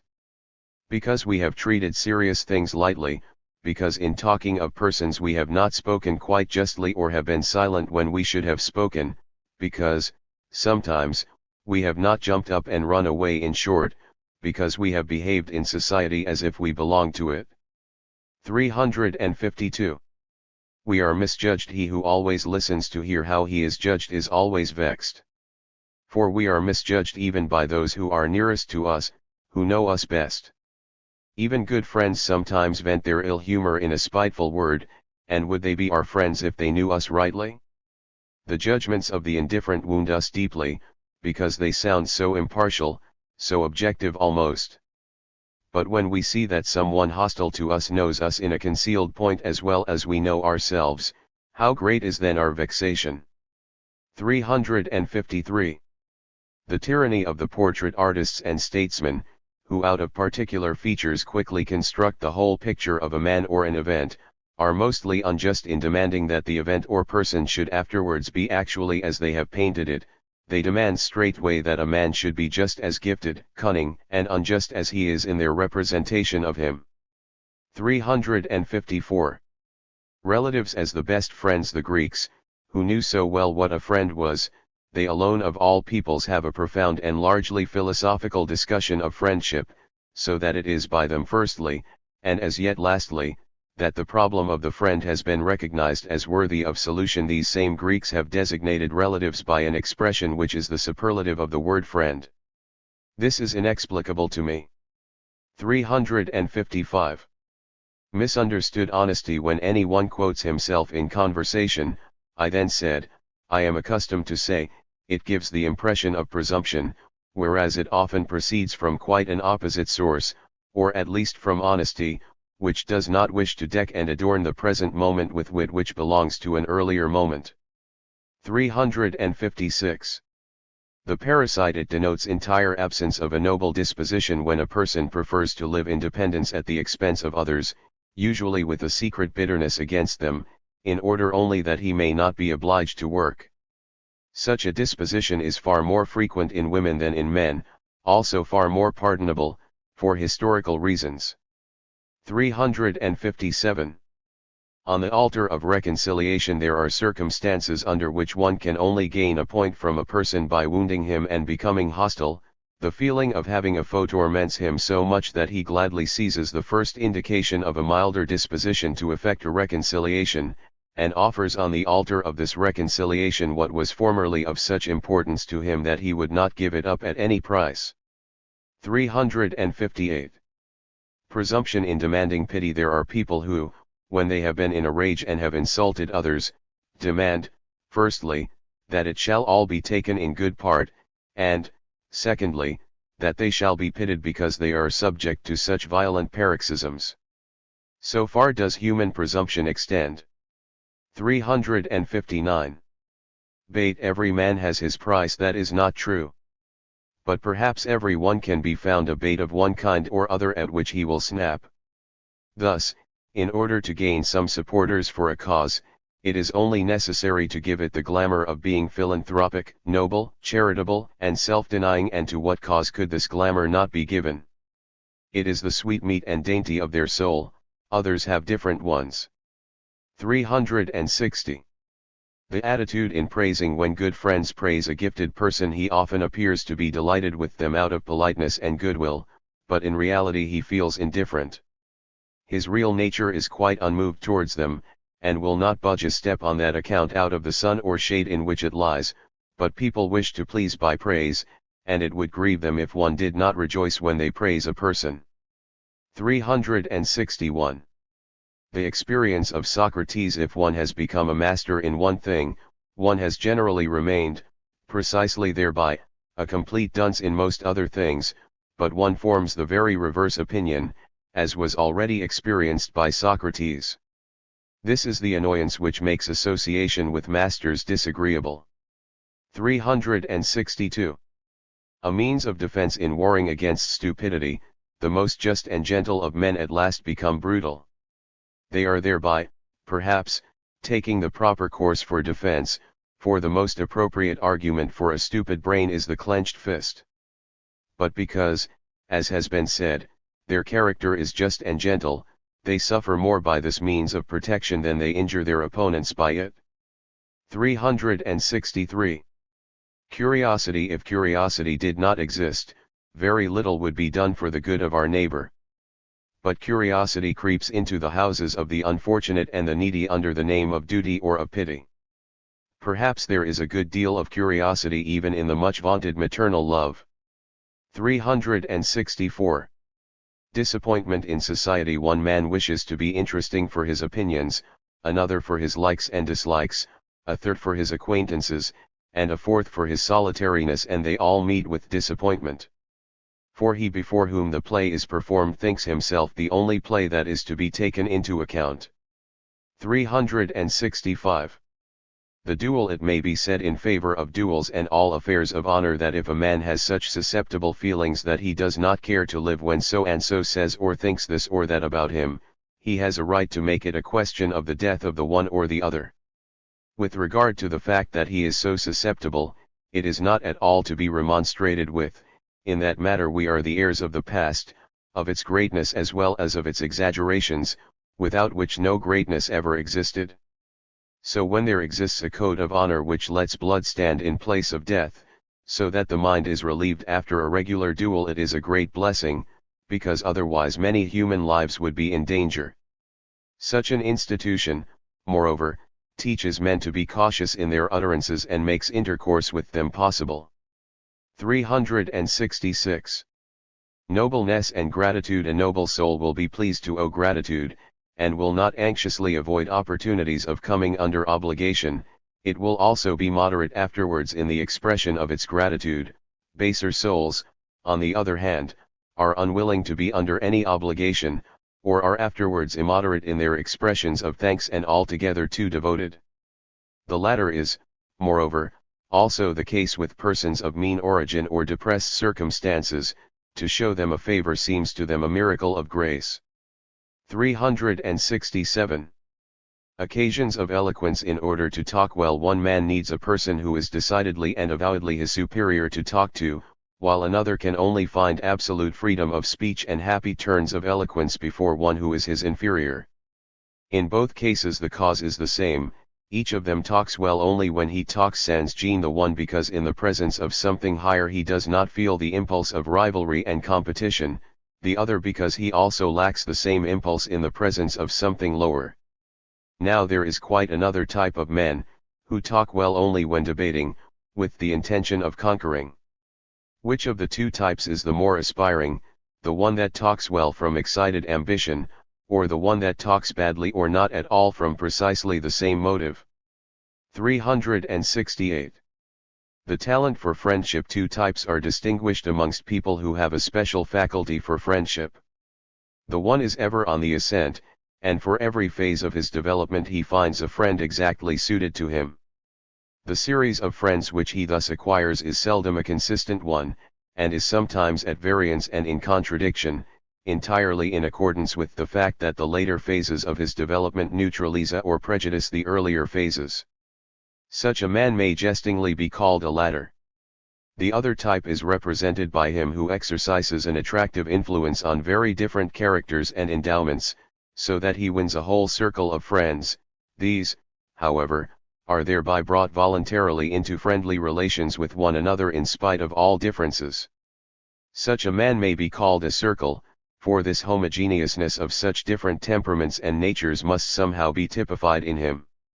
Furthermore, the faculty for having good friends is greater in many people than the faculty for being a good friend. 369. Tactics in conversation. After a conversation with a person, one is best pleased with him when one has had an opportunity of exhibiting one's intelligence and amiability in all its glory. Shrewd people who wish to impress a person favorably make use of this circumstance. They provide him with the best opportunities for making a good joke, and so on in conversation. An amusing conversation might be imagined between two very shrewd persons, each wishing to impress the other favorably, and therefore each throwing to the other the finest chances in conversation, which neither of them accepted, so that the conversation on the whole might turn out spiritless and unattractive because each assigned to the other the opportunity of being witty and charming. 370. Discharge of indignation. The man who meets with a failure attributes this failure rather to the ill will of another than to fate. His irritated feelings are alleviated by thinking that a person and not a thing is the cause of his failure, for he can revenge himself on persons, but is obliged to swallow down the injuries of fate.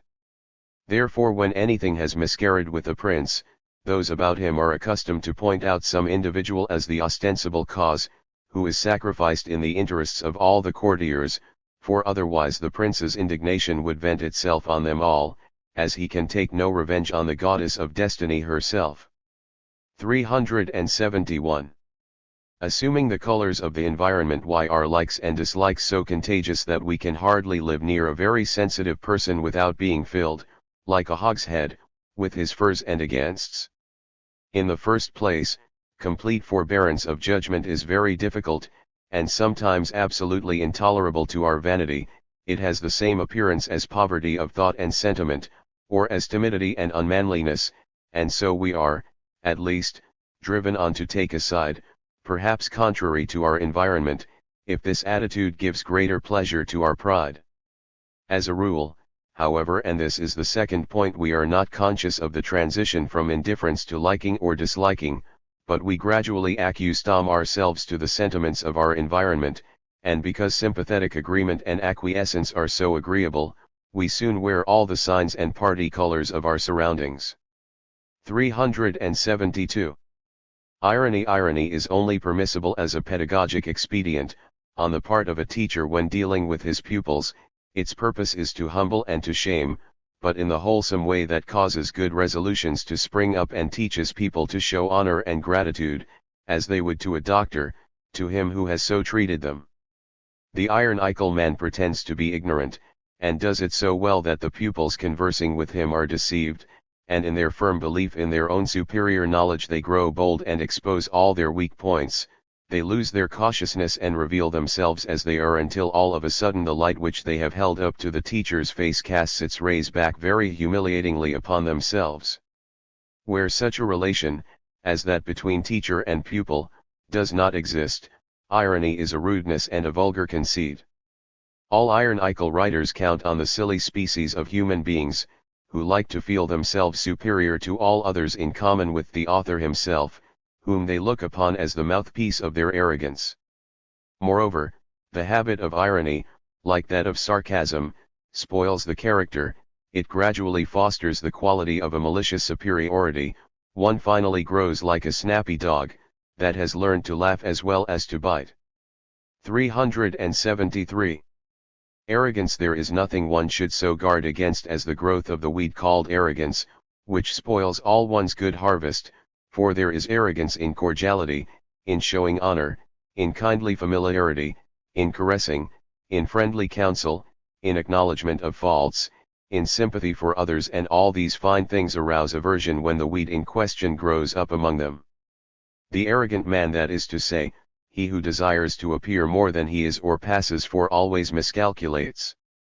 It is true that he obtains a momentary success, inasmuch as those with whom he is arrogant generally give him the amount of honor that he demands, owing to fear or for the sake of convenience, but they take a bad revenge for it, inasmuch as they subtract from the value which they hitherto attach to him just as much as he demands above that amount.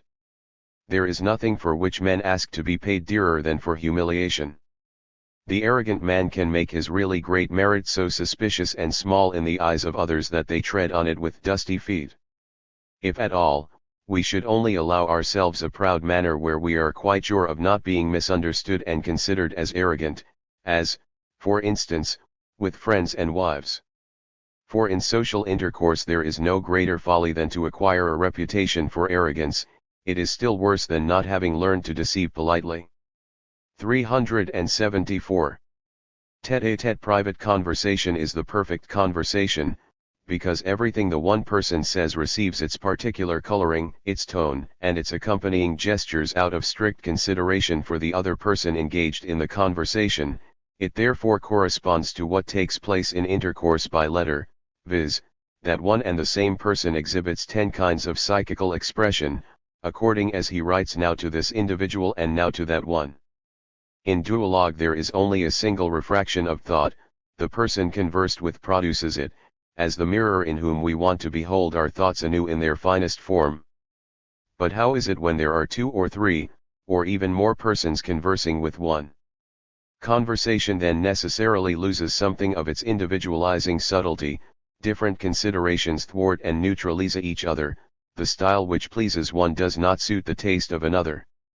In intercourse with several individuals a person is therefore to withdraw within himself and represent facts as they are, but he has also to remove from the subjects the pulsating ether of humanity which makes conversation one of the pleasantest things in the world. Listen only to the tone in which those who mingle with whole groups of men are in the habit of speaking. It is as if the fundamental base of all speech were, "It is myself, I say this, so make what you will of it." That is the reason why clever ladies usually leave a singular, painful, and forbidding impression on those who have met them in society. It is the talking to many people, before many people, that robs them of all intellectual amiability and shows only their conscious dependence on themselves, their tactics, and their intention of gaining a public victory in full light, whilst in a private conversation the same ladies become womanly again, and recover their intellectual grace and charm. 375. Posthumous fame. There is sense in hoping for recognition in a distant future only when we take it for granted that mankind will remain essentially unchanged, and that whatever is great is not for one age only but will be looked upon as great for all time.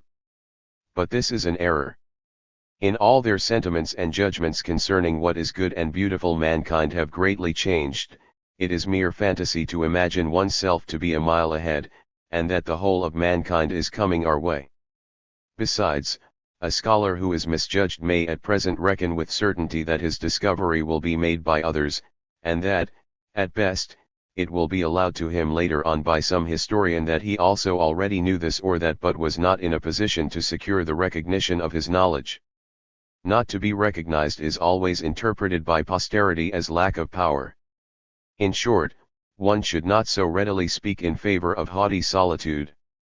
There are, however, exceptional cases, but it is chiefly our faults, weakness, and follies that hinder the recognition of our great qualities. 376. Of friends, just consider with thyself how different are the feelings, how divided are the opinions of even the nearest acquaintances, how even the same opinions in thy friend's mind have quite a different aspect and strength from what they have in thine own, and how manifold are the occasions which arise for misunderstanding and hostile severance. After all this thou wilt say to thyself, how insecure is the ground upon which all our alliances and friendships rest, how liable to cold downpours and bad weather, how lonely is every creature.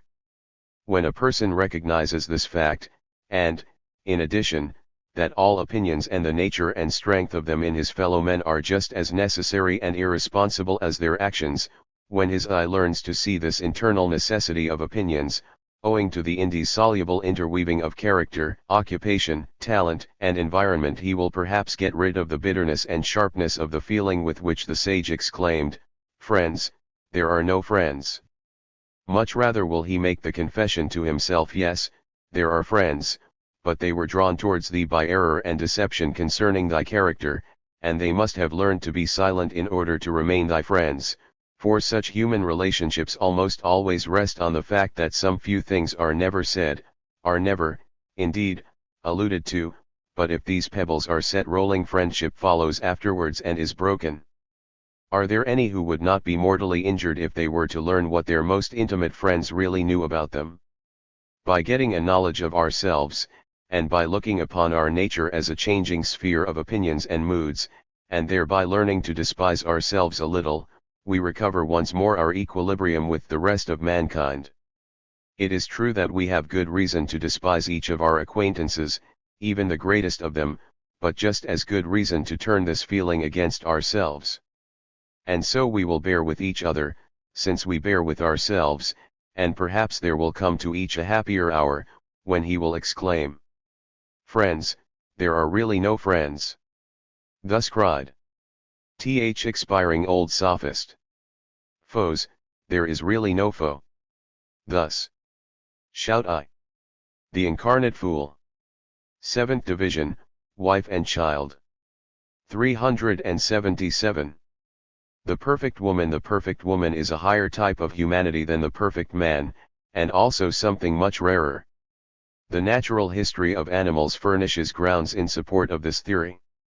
378. Friendship and marriage. The best friend will probably get the best wife, because a good marriage is based on talent for friendship. 379. The survival of the parents. The undissolved dissonances in the relation of the character and sentiments of the parents survive in the nature of the child and make up the history of its inner sufferings. 380. Inherited from the mother, every one bears within him an image of woman. Inherited from his mother, it determines his attitude towards women as a whole, whether to honor, despise, or remain generally indifferent to them. 381. Correcting nature. Whoever has not got a good father should procure one. 382. Fathers and sons. Fathers have much to do to make amends for having sons. 383.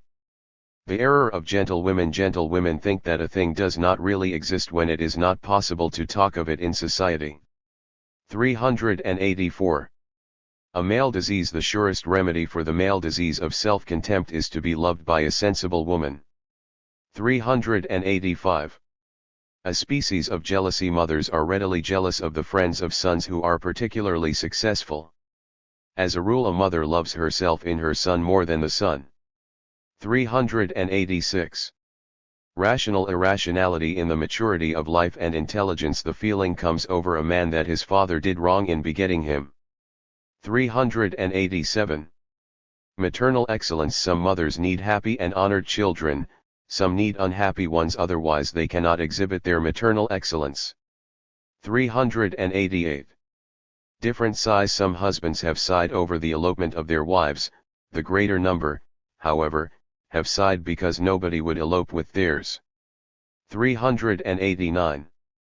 Love matches. Marriages which are contracted for love, so-called love matches, have error for their father and need, necessity, for their mother. 390.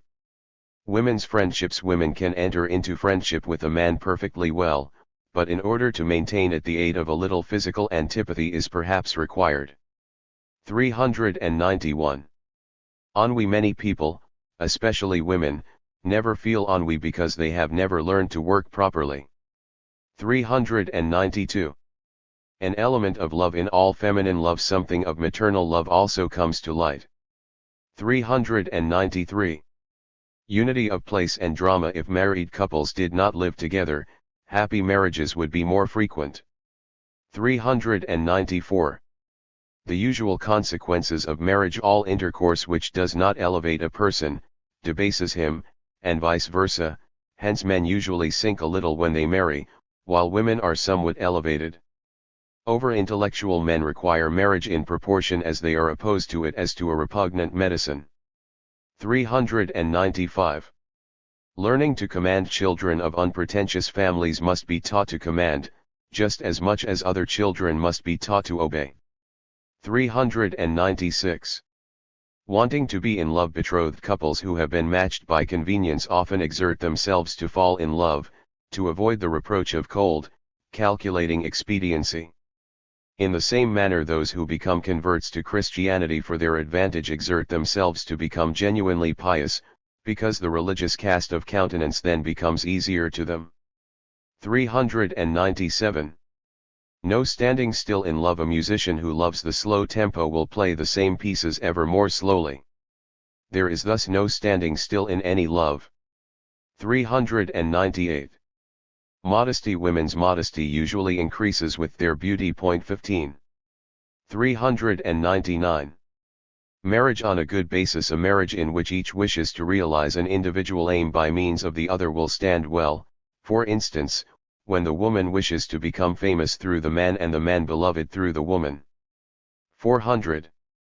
Produce nature. Through love women actually become what they appear to be in the imagination of their lovers. 401.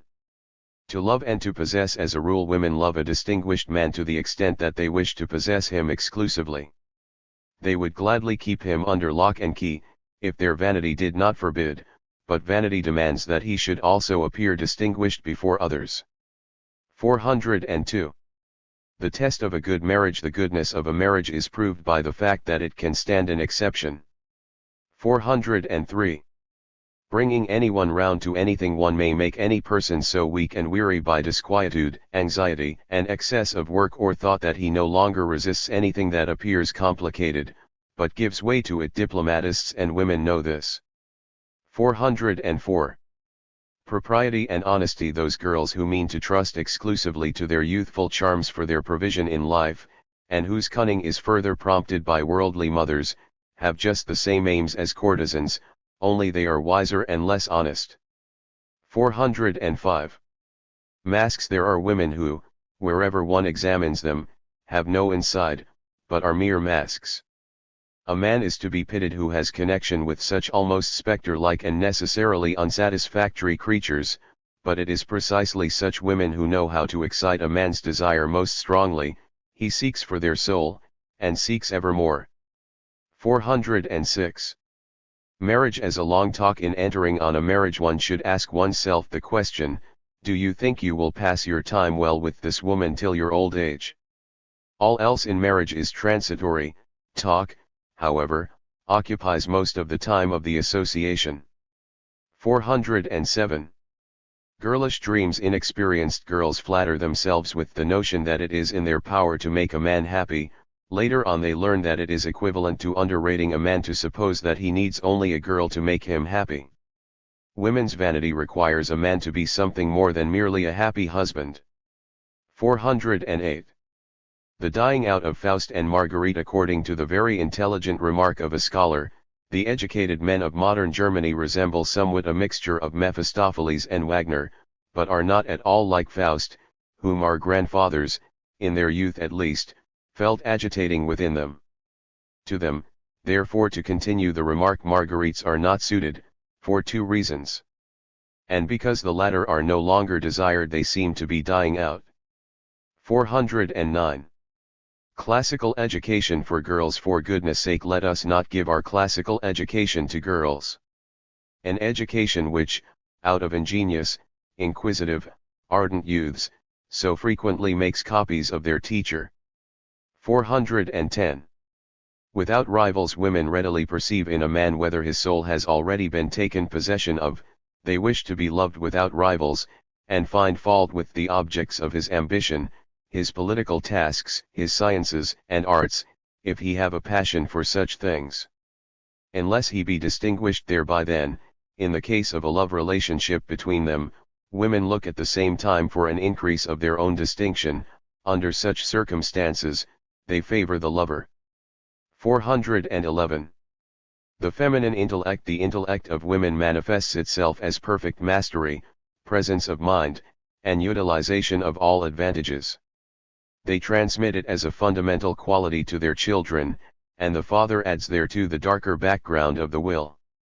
His influence determines as it were the rhythm and harmony with which the new life is to be performed, but its melody is derived from the mother. For those who know how to put a thing properly, women have intelligence, men have character and passion. This does not contradict the fact that men actually achieve so much more with their intelligence. They have deeper and more powerful impulses, and it is these which carry their understanding, in itself something passive, to such an extent. Women are often silently surprised at the great respect men pay to their character.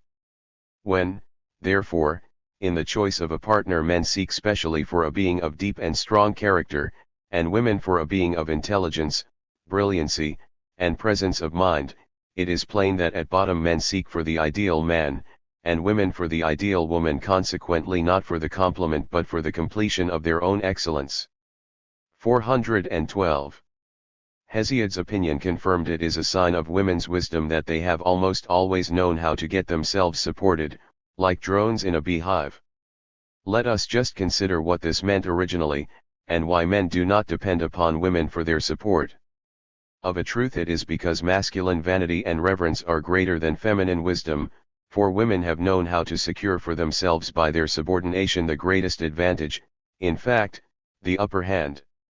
Even the care of children may originally have been used by the wisdom of women as an excuse for withdrawing themselves as much as possible from work. And at present they still understand, when they are really active, as housekeepers, for instance, how to make a bewildering fuss about it, so that the merit of their activity is usually 10 times overestimated by men. 413. Lovers. As short-sighted people, a pair of powerful spectacles has sometimes sufficed to cure a person in love, and whoever has had sufficient imagination to represent a face or form 20 years older, has probably gone through life not much disturbed. 414. Women in hatred. In a state of hatred, women are more dangerous than men, for one thing, because they are hampered by no regard for fairness when their hostile feelings have been aroused, but let their hatred develop unchecked to its utmost consequences, then also, because they are expert in finding sore spots, which every man and every party possess, and pouncing upon them, for which purpose their dagger-pointed intelligence is of good service, whilst men, hesitating at the sight of wounds, are often generously and conciliatorily inclined. 415. Love. The love idolatry which women practice is fundamentally and originally an intelligent device, inasmuch as they increase their power by all the idealizings of love and exhibit themselves as so much the more desirable in the eyes of men. But by being accustomed for centuries to this exaggerated appreciation of love, it has come to pass that they have been caught in their own net and have forgotten the origin of the device. They themselves are now still more deceived than the men, and on that account also suffer more from the disillusionment which, almost necessarily, enters into the life of every woman so far, at any rate, as she has sufficient imagination and intelligence to be able to be deceived and undeceived. 416. The emancipation of women. Can women be at all just, when they are so accustomed to love and to be immediately biased for or against? For that reason they are also less interested in things and more in individuals, but when they are interested in things they immediately become their partisans, and thereby spoil their pure, innocent effect. Thus there arises a danger, by no means small, in entrusting politics and certain portions of science to them, history, for instance. For what is rarer than a woman who really knows what science is? Indeed, the best of them cherish in their breasts a secret scorn for science, as if they were somehow superior to it. Perhaps all this can be changed in time, but meanwhile it is so. 417. The inspiration in women's judgments. The sudden decisions, for or against, which women are in the habit of making, the flashing illumination of personal relations caused by their spasmodic inclinations and aversions, in short, the proofs of feminine injustice have been invested with a luster by men who are in love, as if all women had inspirations of wisdom, even without the Delphic cauldron and the laurel wreaths, and their utterances are interpreted and duly set forth as Sibylline oracles. For long afterwards, when one considers, however, that for every person and for every cause something can be said in favor of it but equally also something against it, that things are not only two-sided, but also three- and four-sided, it is almost difficult to be entirely at fault in such sudden decisions. Indeed, it might be said that the nature of things has been so arranged that women should always carry their point. 16. 418. Being loved. As one of every two persons in love is usually the one who loves, the other the one who is loved, the belief has arisen that in every love affair there is a constant amount of love, and that the more of it the one person monopolises the less is left for the other. Exceptionally it happens that the vanity of each of the parties persuades him or her that it is he or she who must be loved, so that both of them wish to be loved, from which cause many half-funny, half-absurd scenes take place, especially in married life. 419. Contradictions in feminine minds. Owing to the fact that women are so much more personal than objective, there are tendencies included in the range of their ideas which are logically in contradiction to one another. They are accustomed in turn to become enthusiastically fond just of the representatives of these tendencies and accept their systems in the lump, but in such wise that a dead place originates wherever a new personality afterwards gets the ascendancy. It may happen that the whole philosophy in the mind of an old lady consists of nothing but such dead places. 420. Who suffers the more? After a personal dissension and quarrel between a woman and a man, the latter party suffers chiefly from the idea of having wounded the other, whilst the former suffers chiefly from the idea of not having wounded the other sufficiently, so she subsequently endeavors by tears, sobs, and discompost mien, to make his heart heavier. 421. An opportunity for feminine magnanimity. If we could disregard the claims of custom in our thinking, we might consider whether nature and reason do not suggest several marriages for men, one after another, perhaps that, at the age of 22, he should first marry an older girl who is mentally and morally his superior, and can be his leader through all the dangers of the 20s, ambition, hatred, self-contempt, and passions of all kinds. This woman's affection would subsequently change entirely into maternal love, and she would not only submit to it but would encourage the man in the most salutary manner, if in his 30s he contracted an alliance with quite a young girl whose education he himself should take in hand. Marriage is a necessary institution for the 20s, a useful, but not necessary, institution for the 30s, for later life it is often harmful, and promotes the mental deterioration of the man. 422.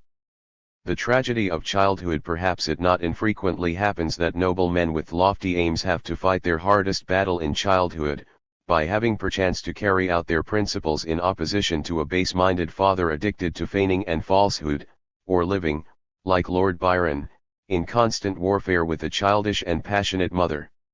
He who has had such an experience will never be able to forget all his life who has been his greatest and most dangerous enemy.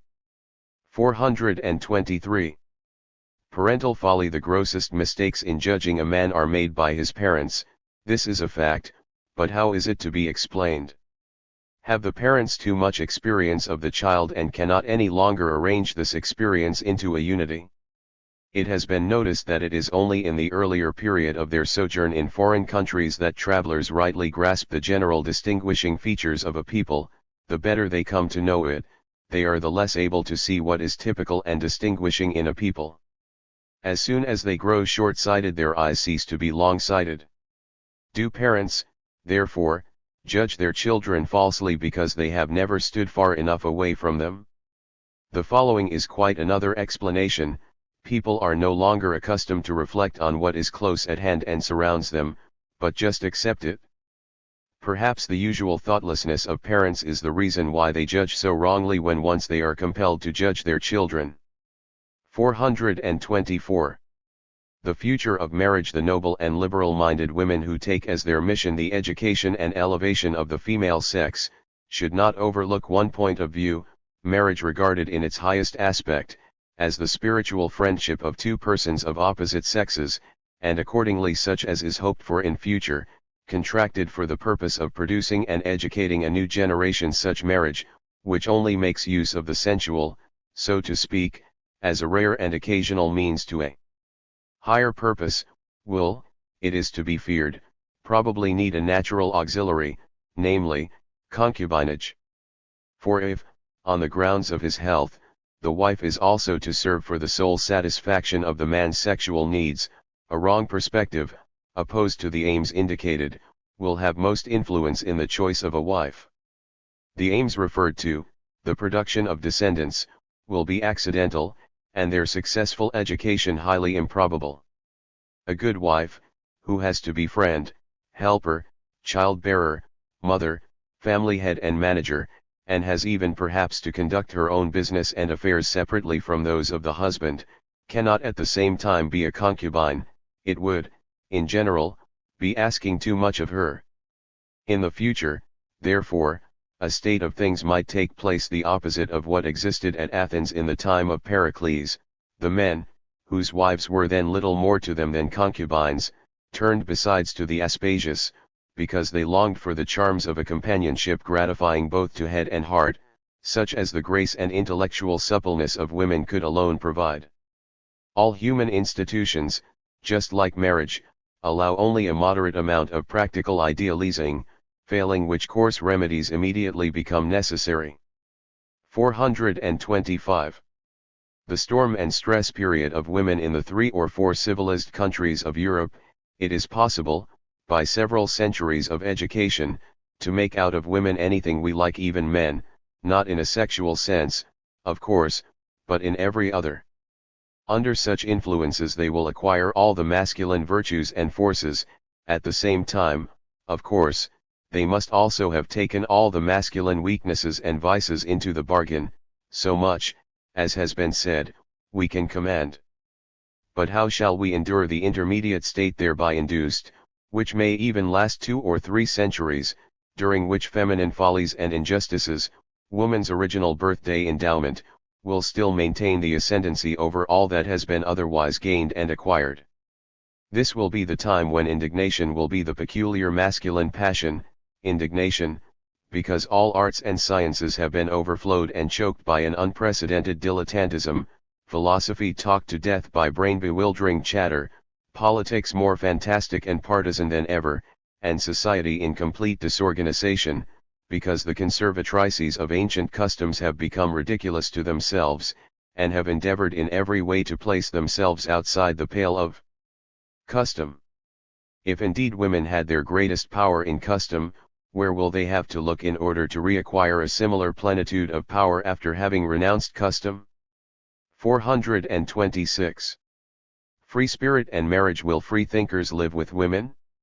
In general, I think that, like the prophesying birds of old, like the truth thinkers and truth speakers of the present, they must prefer to fly alone. 427.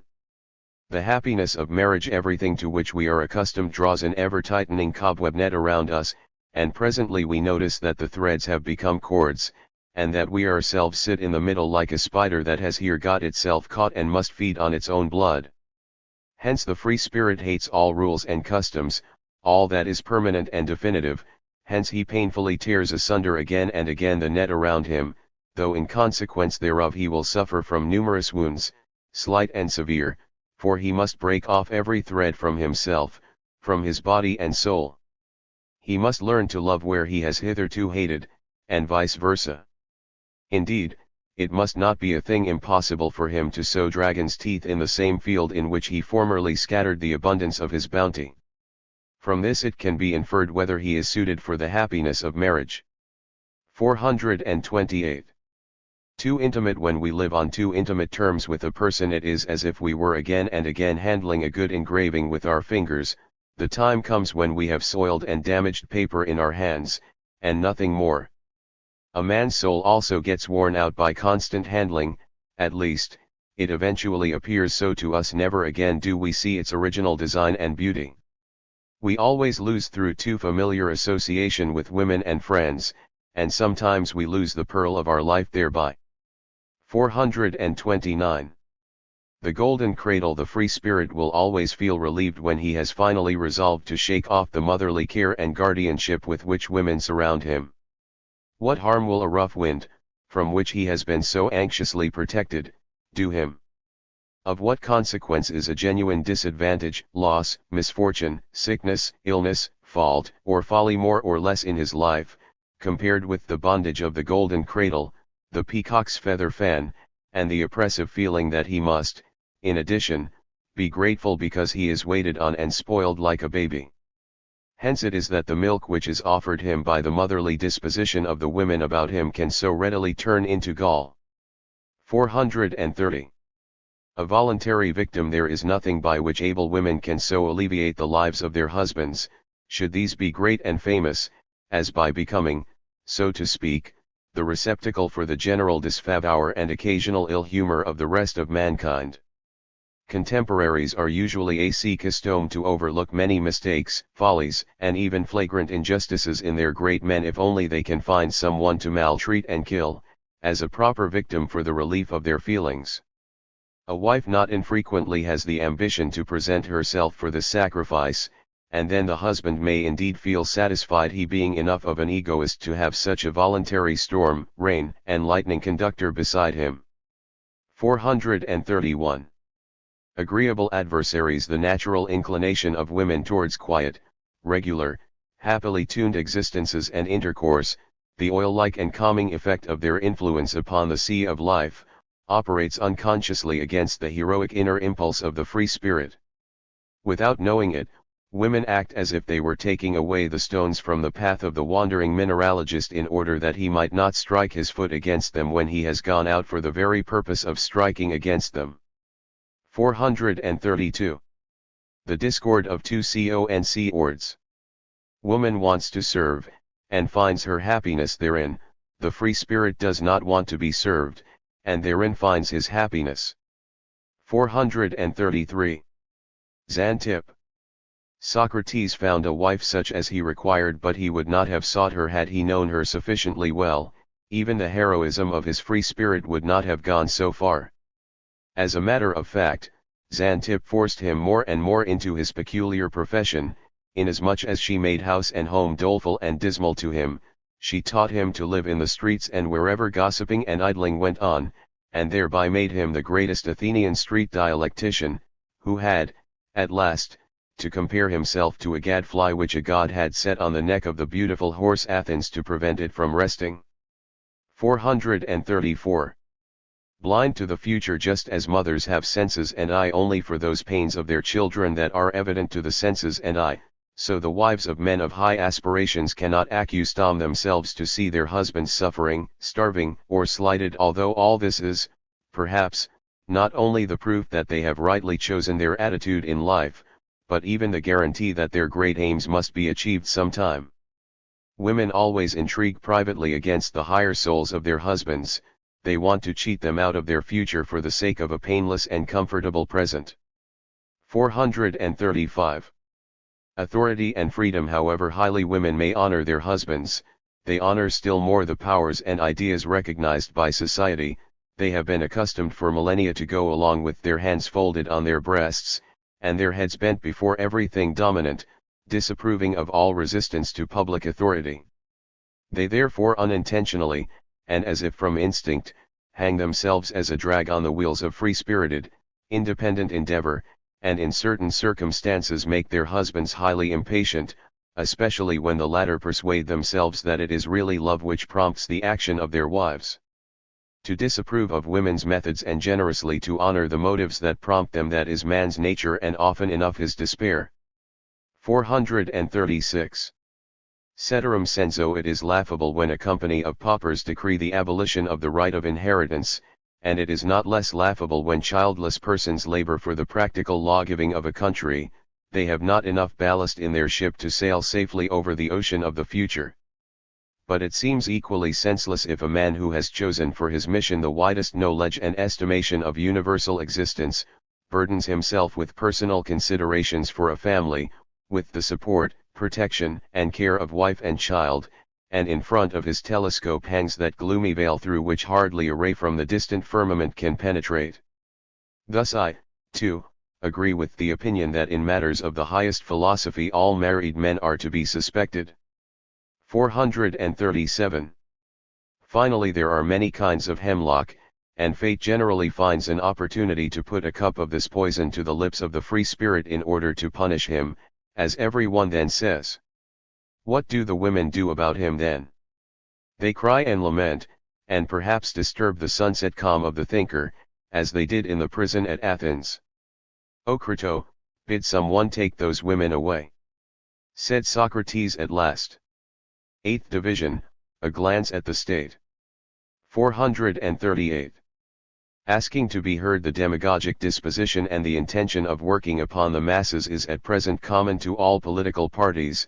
On this account they are all obliged to change their principles into great alfresco follies and thus make a show of them. In this matter there is no further alteration to be made. Indeed, it is superfluous even to raise a finger against it, for here Voltaire's saying applies: quando la populace est immicul derisionur, taut est perdu. Since this has happened, we have to accommodate ourselves to the new conditions, as we have to accommodate ourselves when an earthquake has displaced the old boundaries and the contour of the land and altered the value of property. Moreover, when it is once for all a question in the politics of all parties to make life endurable to the greatest possible majority, this majority may always decide what they understand by an endurable life. If they believe their intellect capable of finding the right means to this end, why should we doubt about it? They want, once for all, to be the architects of their own good or ill fortune, and if their feeling of free choice and their pride in the 5 or 6 ideas that their brain conceals and brings to light, really makes life so agreeable to them that they gladly put up with the fatal consequences of their narrow-mindedness, there is little to object to, provided that their narrow-mindedness does not go so far as to demand that everything shall become politics in this sense, that all shall live and act according to this standard. For, in the first place, it must be more than ever permissible for some people to keep aloof from politics and to stand somewhat aside. To this they are also impelled by the pleasure of free choice, and connected with this there may even be some little pride in keeping silence when too many, and only the many, are speaking. Then this small group must be excused if they do not attach such great importance to the happiness of the majority.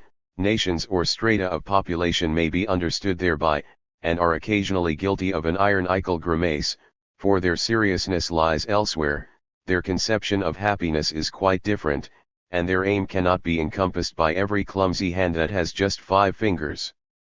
Finally, there comes from time to time what is certainly most difficult to concede to them, but must also be conceded, a moment when they emerge from their silent solitariness and try once more the strength of their lungs. They then call to each other like people lost in a wood, to make themselves known and for mutual encouragement, whereby, to be sure, much becomes audible that sounds evil to ears for which it is not intended. Soon, however, silence again prevails in the wood, such silence that the buzzing, humming, and fluttering of the countless insects that live in, above, and beneath it, are again plainly heard. 439.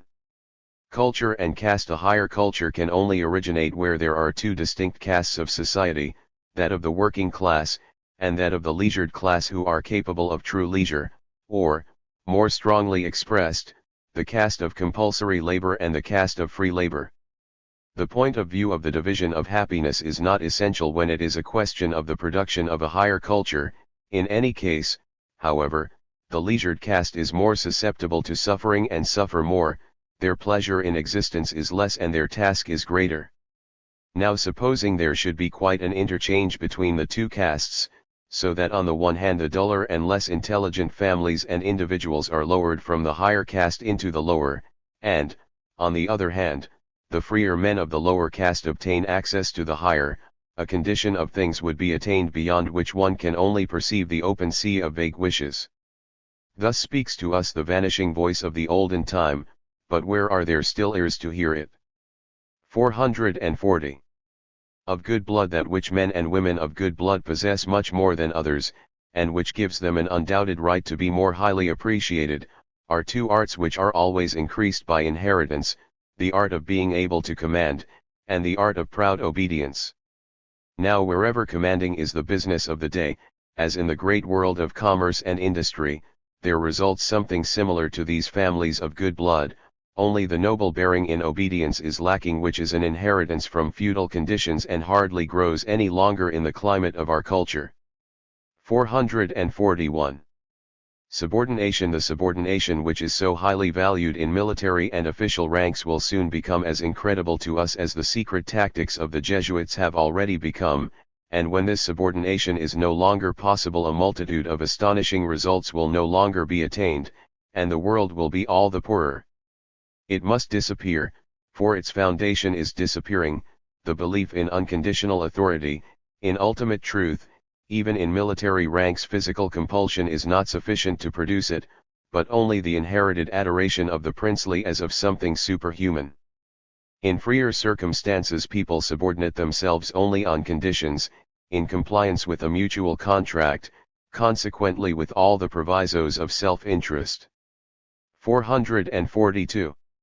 The national army. The greatest disadvantage of the national army, now so much glorified, lies in the squandering of men of the highest civilization. It is only by the favorableness of all circumstances that there are such men at all. How carefully and anxiously should we deal with them, since long periods are required to create the chance conditions for the production of such delicately organized brains. But as the Greeks wallowed in the blood of Greeks, so do Europeans now in the blood of Europeans, and indeed, taken relatively, it is mostly the highly cultivated who are sacrificed, those who promise an abundant and excellent posterity, for such stand in the front of the battle as commanders, and also expose themselves to most danger, by reason of their higher ambition. At present, when quite other and higher tasks are assigned than patria and honor, the rough Roman patriotism is either something dishonorable or a sign of being behind the times. 443. Hope as presumption. Our social order will slowly melt away, as all former orders have done, as soon as the suns of new opinions have shone upon mankind with a new glow. We can only wish this melting away in the hope thereof, and we are only reasonably entitled to hope when we believe that we and our equals have more strength in heart and head than the representatives of the existing state of things. As a rule, therefore, this hope will be a presumption, an overestimation. 444. War against war. It may be said that it makes the victor stupid and the vanquished revengeful. In favor of war it may be said that it barbarizes in both its above-named results, and thereby makes more natural, it is the sleep or the winter period of culture, man emerges from it with greater strength for good and for evil. 445. In the prince's service, to be able to act quite regardlessly, it is best for a statesman to carry out his work not for himself but for a prince. The eye of the spectator is dazzled by the splendor of this general disinterestedness, so that it does not see the malignancy and severity which the work of a statesman brings with it. 17. 446. A question of power, not of right as regards socialism, in the eyes of those who always consider higher utility, if it is really arising against their oppressors, of those who for centuries have been oppressed and downtrodden, there is no problem of right involved, notwithstanding the ridiculous, effeminate question, how far ought we to grant its demands? But only a problem of power, how far can we make use of its demands? The same, therefore, as in the case of a natural force, steam, for instance, which is either forced by man into his service, as a machine god, or which, in case of defects of the machine, that is to say, defects of human calculation in its construction, destroys it and man together. In order to solve this question of power, we must know how strong socialism is, in what modification it may yet be employed as a powerful lever in the present mechanism of political forces. Under certain circumstances we should do all we can to strengthen it. With every great force, be it the most dangerous, men have to think how they can make of it an instrument for their purposes. Socialism acquires a right only if war seems to have taken place between the two powers, the representatives of the old and the new, when, however, a wise calculation of the greatest possible preservation and advantageousness to both sides gives rise to a desire for a treaty. Without treaty no right. So far, however, there is neither war nor treaty on the ground in question, therefore no rights, no ought. 447. Utilizing the most trivial dishonesty, the power of the press consists in the fact that every individual who ministers to it only feels himself bound and constrained to a very small extent. He usually expresses his opinion, but sometimes also does not express it in order to serve his party or the politics of his country, or even himself. Such little faults of dishonesty, or perhaps only of a dishonest silence, are not hard to bear by the individual, but the consequences are extraordinary, because these little faults are committed by many at the same time. Each one says to himself, for such small concessions I lie better and can make my income, by the want of such little compliances I make myself impossible. Because it seems almost morally indifferent to write a line more, perhaps even without signature, or not to write it, a person who has money and influence can make any opinion a public one. He who knows that most people are weak in trifles, and wishes to attain his own ends thereby, is always dangerous. 448. Too loud a tone in grievances through the fact that an account of a bad state of things, for instance, the crimes of an administration, bribery and arbitrary favor in political or learned bodies, is greatly exaggerated, it fails in its effect on intelligent people, but has all the greater effect on the unintelligent, who would have remained indifferent to an accurate and moderate account. But as these latter are considerably in the majority, and harbor in themselves stronger willpower and more impatient desire for action, the exaggeration becomes the cause of investigations, punishments, promises, and reorganizations. In so far it is useful to exaggerate the accounts of bad states of things. 449. The apparent weather, makers of politics, just as people tacitly assume that he who understands the weather, and foretells it about a day in advance, makes the weather, so even the educated and learned, with a display of superstitious faith, ascribe to great statesmen as their most special work all the important changes and conjunctures that have taken place during their administration, when it is only evident that they knew something thereof a little earlier than other people and made their calculations accordingly. Thus they are also looked upon as weather makers, and this belief is not the least important instrument of their power. 450. New and old conceptions of government to draw such a distinction between government and people as if two separate spheres of power, a stronger and higher, and a weaker and lower, negotiated and came to terms with each other, is a remnant of transmitted political sentiment, which still accurately represents the historic establishment of the conditions of power in most states. When Bismarck, for instance, describes the constitutional system as a compromise between government and people, he speaks in accordance with a principle which has its reason in history, from whence, to be sure, it also derives its admixture of folly, without which nothing human can exist.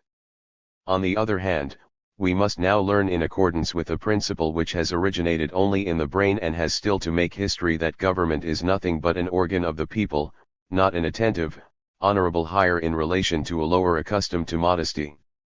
Before we accept this hitherto unhistorical and arbitrary, although logical, formulation of the conception of government, let us but consider its consequences, for the relation between people and government is the strongest typical relation, after the pattern of which the relationship between teacher and pupil, master and servants, father and family, leader and soldier, master and apprentice, is unconsciously formed.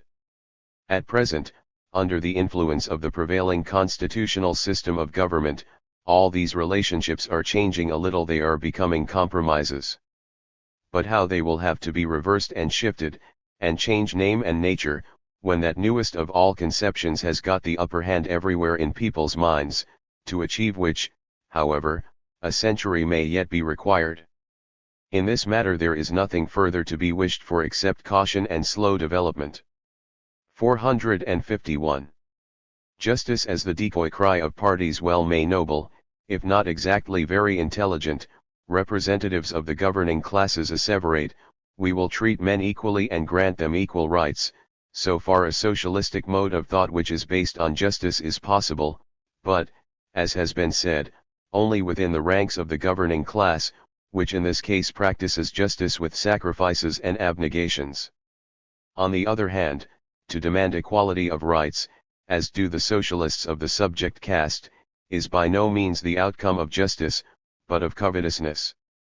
If you expose bloody pieces of flesh to a beast, and withdraw them again, until it finally begins to roar, do you think that roaring implies justice? 452. Possession and justice. When the socialists point out that the division of property at the present day is the consequence of countless deeds of injustice and violence, and, in summa, repudiate obligation to anything with so unrighteous a basis, they only perceive something isolated. The entire past of ancient civilization is built up on violence, slavery, deception, and error. We, however, cannot annul ourselves, the heirs of all these conditions, nay, the concrescences of all this past, and are not entitled to demand the withdrawal of a single fragment thereof. The unjust disposition lurks also in the souls of non-possessors. They are not better than the possessors and have no moral prerogative, for at one time or another their ancestors have been possessors. Not forcible new distributions, but gradual transformations of opinion are necessary. Justice in all matters must become greater, the instinct of violence weaker. 453. The helmsman of the passions. The statesman excites public passions in order to have the advantage of the counter-passions thereby aroused. To give an example, a German statesman knows quite well that the Catholic Church will never have the same plans as Russia, indeed, that it would far rather be allied with the Turks than with the former country. He likewise knows that Germany is threatened with great danger from an alliance between France and Russia. If he can succeed, therefore, in making France the focus and fortress of the Catholic Church, he has averted this danger for a lengthy period. He has, accordingly, an interest in showing hatred against the Catholics, in transforming, by all kinds of hostility, the supporters of the Pope's authority into an impassioned political power which is opposed to German politics, and must, as a matter of course, coalesce with France as the adversary of Germany. His aim is the Catholicizing of France, just as necessarily as Mirabeau saw the salvation of his native land in decatholicizing it. The one state, therefore, desires to muddle millions of minds of another state in order to gain advantage thereby. It is the same disposition which supports the republican form of government of a neighboring state le disordre organize, as Maramy says, for the sole reason that it assumes that this form of government makes the nation weaker, more distracted, less fit for war. 454. The dangerous revolutionary spirits. Those who are bent on revolutionizing society may be divided into those who seek something for themselves thereby and those who seek something for their children and grandchildren. The latter are the more dangerous, for they have the belief and the good conscience of disinterestedness. The others can be appeased by favors. Those in power are still sufficiently rich and wise to adopt that expedient. The danger begins as soon as the aims become impersonal. Revolutionists seeking impersonal interests may consider all defenders of the present state of things as personally interested, and may therefore feel themselves superior to their opponents. 455. The political value of paternity. When a man has no sons, he has not a full right to join in a discussion concerning the needs of a particular community. A person must himself have staked his dearest object along with the others. That alone binds him fast to the state. He must have in view the well-being of his descendants, and must, therefore, above all, have descendants in order to take a right and natural share in all institutions and the changes thereof. The development of higher morality depends on a person's having sons. It disposes him to be unegoistic, or, more correctly, it extends his egoism in its duration and permits him earnestly to strive after goals which lie beyond his individual lifetime. 456. Pride of descent. A man may be justly proud of an unbroken line of good ancestors down to his father, not however of the line itself, for every one has that. Descent from good ancestors constitutes the real nobility of birth. A single break in the chain, one bad ancestor, therefore, destroys the nobility of birth. Every one who talks about his nobility should be asked, have you no violent, avaricious, dissolute, wicked, cruel man amongst your ancestors? If with good cognizance and conscience he can answer no, then let his friendship be sought. 457. Slaves and labourers. The fact that we regard the gratification of vanity as of more account than all other forms of well-being, security, position, and pleasures of all sorts, is shown to a ludicrous extent by every one wishing for the abolition of slavery and utterly abhorring to put any one into this position, apart altogether from political reasons, while every one must see knowledge to himself that in all respects slaves live more securely and more happily than modern laborers, and that slave labor is very easy labor compared with that of the laborer. We protest in the name of the dignity of man, but, expressed more simply, that is just our darling vanity which feels non-equality, and inferiority in public estimation, to be the hardest lot of all. The cynic thinks differently concerning the matter, because he despises honor, and so Diogenes was for some time a slave and tutor. 458. Leading minds and their instruments. We see that great statesmen, and in general all who have to employ many people to carry out their plans, sometimes proceed one way and sometimes another. They either choose with great skill and care the people suitable for their plans, and then leave them a comparatively large amount of liberty, because they know that the nature of the person selected impels them precisely to the point where they themselves would have them go, or else they choose badly, in fact take whatever comes to hand, but out of every piece of clay they form something useful for their purpose. These latter minds are the more high-handed. They also desire more submissive instruments. Their knowledge of mankind is usually much smaller, their contempt of mankind greater than in the case of the first mentioned class, but the machines they construct generally work better than the machines from the workshops of the former. 459. Arbitrary law. Necessary jurists dispute whether the most perfectly thought out law or that which is most easily understood should prevail in a nation. The former, the best model of which is Roman law, seems incomprehensible to the layman, and is therefore not the expression of his sense of justice. Popular laws, the Germanic, for instance, have been rude, superstitious, illogical, and in part idiotic, but they represented very definite, inherited national morals and sentiments.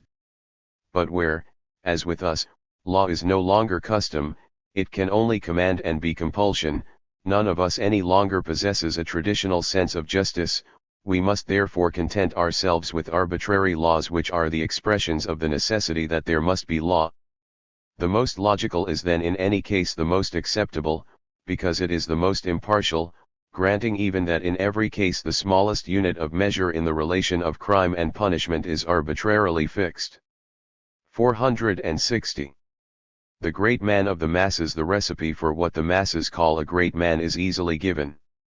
In all circumstances let a person provide them with something very pleasant, or first let him put it into their heads that this or that would be very pleasant, and then let him give it to them. On no account give it immediately, however, but let him acquire it by the greatest exertions, or seem thus to acquire it.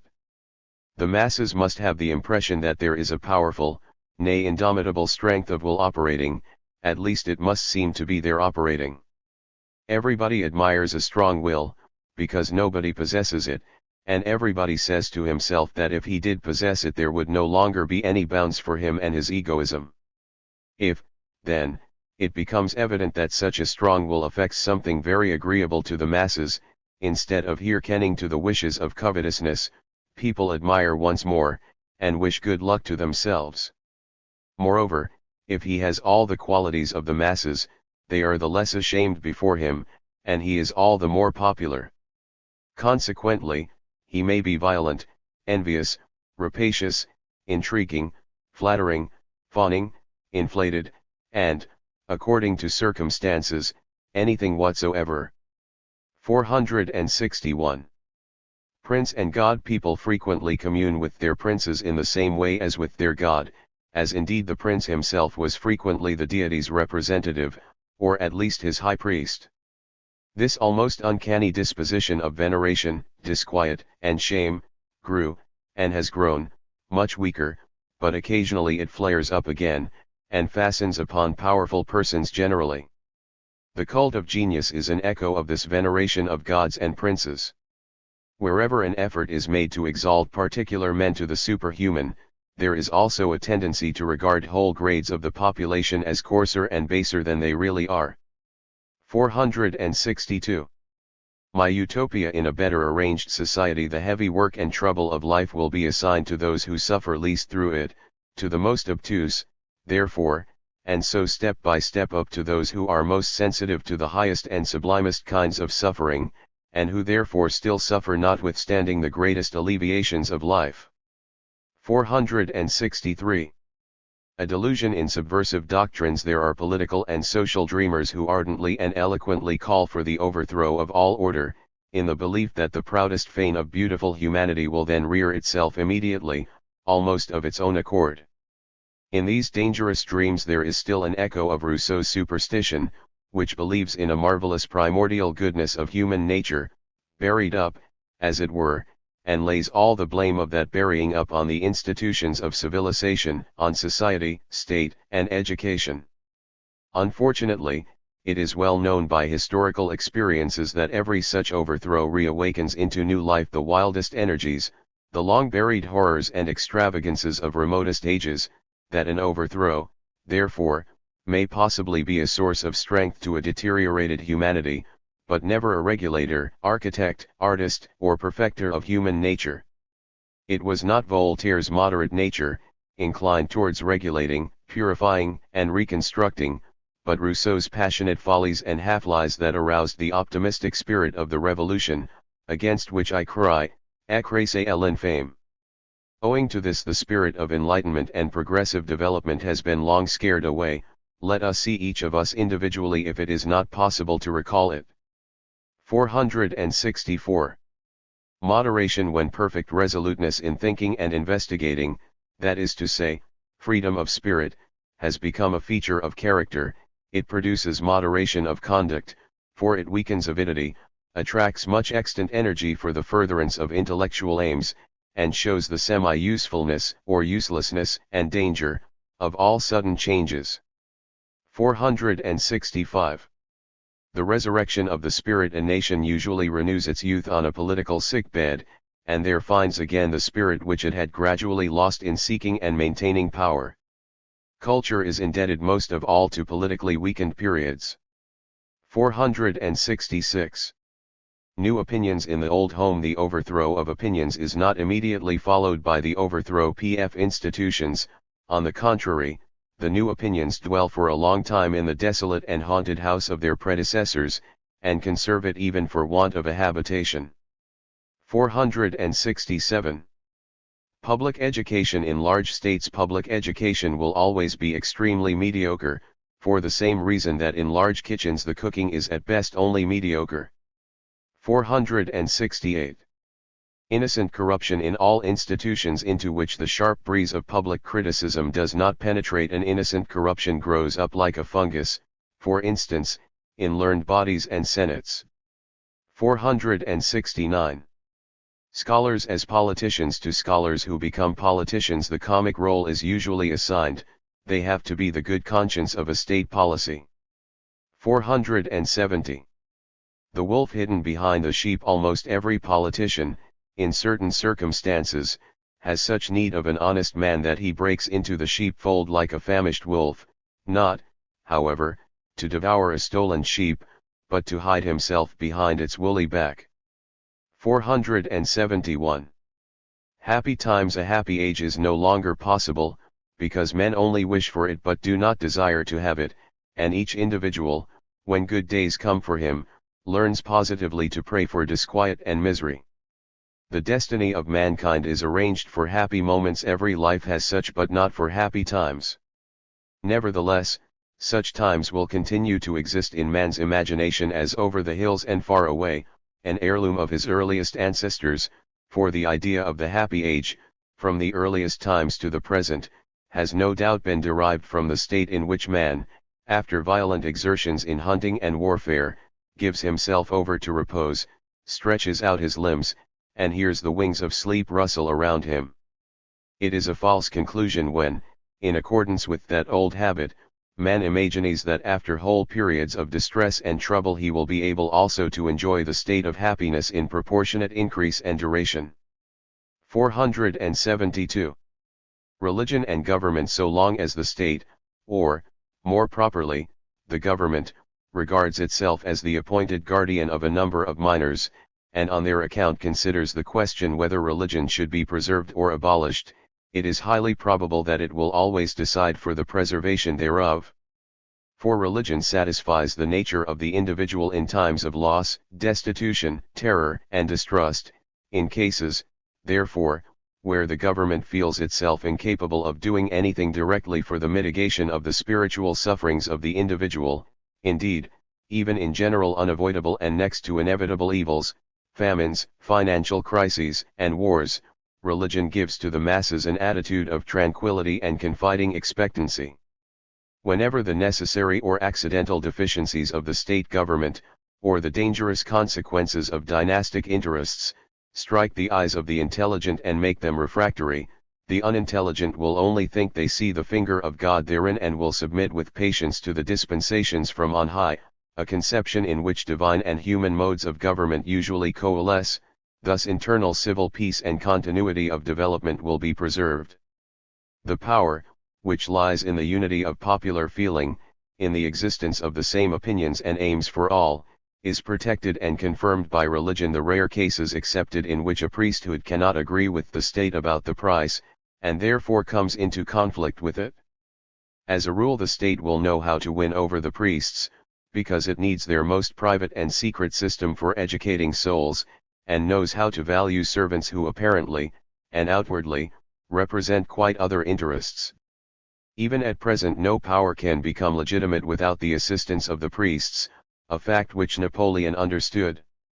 Thus, absolutely paternal government and the careful preservation of religion necessarily go hand in hand.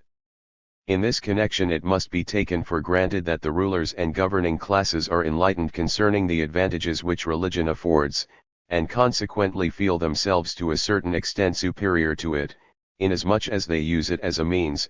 Thus freedom of spirit has its origin here. But how will it be when the totally different interpretation of the idea of government, such as is taught in democratic states, begins to prevail? When one sees in it nothing but the instrument of the popular will, no upper in contrast to an under, but merely a function of the sole sovereign, the people. Here also only the same attitude which the people assume towards religion can be assumed by the government. Every diffusion of enlightenment will have to find an echo even in the representatives, and the utilizing and exploiting of religious impulses and consolations for state purposes will not be so easy, unless powerful party leaders occasionally exercise an influence resembling that of enlightened despotism. When, however, the state is not permitted to derive any further advantage from religion, or when people think far too variously on religious matters to allow the state to adopt a consistent and uniform procedure with respect to them, the way out of the difficulty will necessarily present itself, namely to treat religion as a private affair and leave it to the conscience and custom of each single individual. The first result of all is that religious feeling seems to be strengthened, inasmuch as hidden and suppressed impulses thereof, which the state had unintentionally or intentionally stifled, now break forth and rush to extremes. Later on, however, it is found that religion is overgrown with sects, and that an abundance of dragons' teeth were sown as soon as religion was made a private affair. The spectacle of strife, and the hostile laying bare of all the weaknesses of religious confessions, admit finally of no other expedient except that every better and more talented person should make irreligiousness his private affair, a sentiment which now obtains the upper hand even in the minds of the governing classes, and, almost against their will, gives an anti-religious character to their measures. As soon as this happens, the sentiment of persons still religiously disposed, who formerly adored the state as something half sacred or wholly sacred, changes into decided hostility to the state. They lie in wait for governmental measures, seeking to hinder, thwart, and disturb as much as they can, and, by the fury of their contradiction, drive the opposing parties, the irreligious ones, into an almost fanatical enthusiasm for the state, in connection with which there is also the silently co-operating influence, that since their separation from religion the hearts of persons in these circles are conscious of a void, and seek by devotion to the state to provide themselves provisionally with a substitute for religion, a kind of stuffing for the void. After these perhaps lengthy transitional struggles, it is finally decided whether the religious parties are still strong enough to revive an old condition of things, and turn the will backwards, in which case enlightened despotism, perhaps less enlightened and more timorous than formerly, inevitably gets the state into its hands, or whether the non-religious parties achieve their purpose, and, possibly through schools and education, check the increase of their opponents during several generations, and finally make them no longer possible. Then, however, their enthusiasm for the state also abates. It always becomes more obvious that along with the religious adoration which regards the state as a mystery and a supernatural institution, the reverent and pious relation to it has also been convulsed. Henceforth individuals see only that side of the state which may be useful or injurious to them, and press forward by all means to obtain an influence over it. But this rivalry soon becomes too great, men and parties change too rapidly, and throw each other down again too furiously from the mountain when they have only just succeeded in getting aloft. All the measures which such a government carries out lack the guarantee of permanence. People then fight shy of undertakings which would require the silent growth of future decades or centuries to produce ripe fruit. Nobody henceforth feels any other obligation to a law than to submit for the moment to the power which introduced the law. People immediately set to work, however, to undermine it by a new power, a newly formed majority. Finally, it may be confidently asserted the distrust of all government, the insight into the useless and harassing nature of these short-winded struggles, must drive men to an entirely new resolution, to the abrogation of the conception of the state and the abolition of the contrast of private and public. Private concerns gradually absorb the business of the state, even the toughest residue which is left over from the old work of governing, the business, for instance, which is meant to protect private persons from private persons, will at last some day be managed by private enterprise. The neglect, decline, and death of the state, the liberation of the private person, I am careful not to say the individual, are the consequences of the democratic conception of the state, that is its mission. When it has accomplished its task which, like everything human, involves much rationality and irrationality, and when all relapses into the old malady have been overcome, then a new leaf in the storybook of humanity will be unrolled, on which readers will find all kinds of strange tales and perhaps also some amount of good. To repeat shortly what has been said, the interests of the tutelary government and the interests of religion go hand in hand, so that when the latter begins to decay, the foundations of the state are also shaken. The belief in a divine regulation of political affairs, in a mystery in the existence of the state, is of religious origin. If religion disappears, the state will inevitably lose its old veil of Isis, and will no longer arouse veneration. The sovereignty of the people, looked at closely, serves also to dispel the final fascination and superstition in the realm of these sentiments. Modern democracy is the historical form of the decay of the state. The outlook which results from this certain decay is not, however, unfortunate in every respect. The wisdom and the selfishness of men are the best developed of all their qualities. When the state no longer meets the demands of these impulses, chaos will least of all result, but a still more appropriate expedient than the state will get the mastery over the state. How many organizing forces have already been seen to die out? For example, that of the gens or clan, which for millennia was far mightier than the power of the family, and indeed already ruled and regulated long before the latter existed. We ourselves see the important notions of the right and might of the family, which once possessed the supremacy as far as the Roman system extended, always becoming paler and feebler.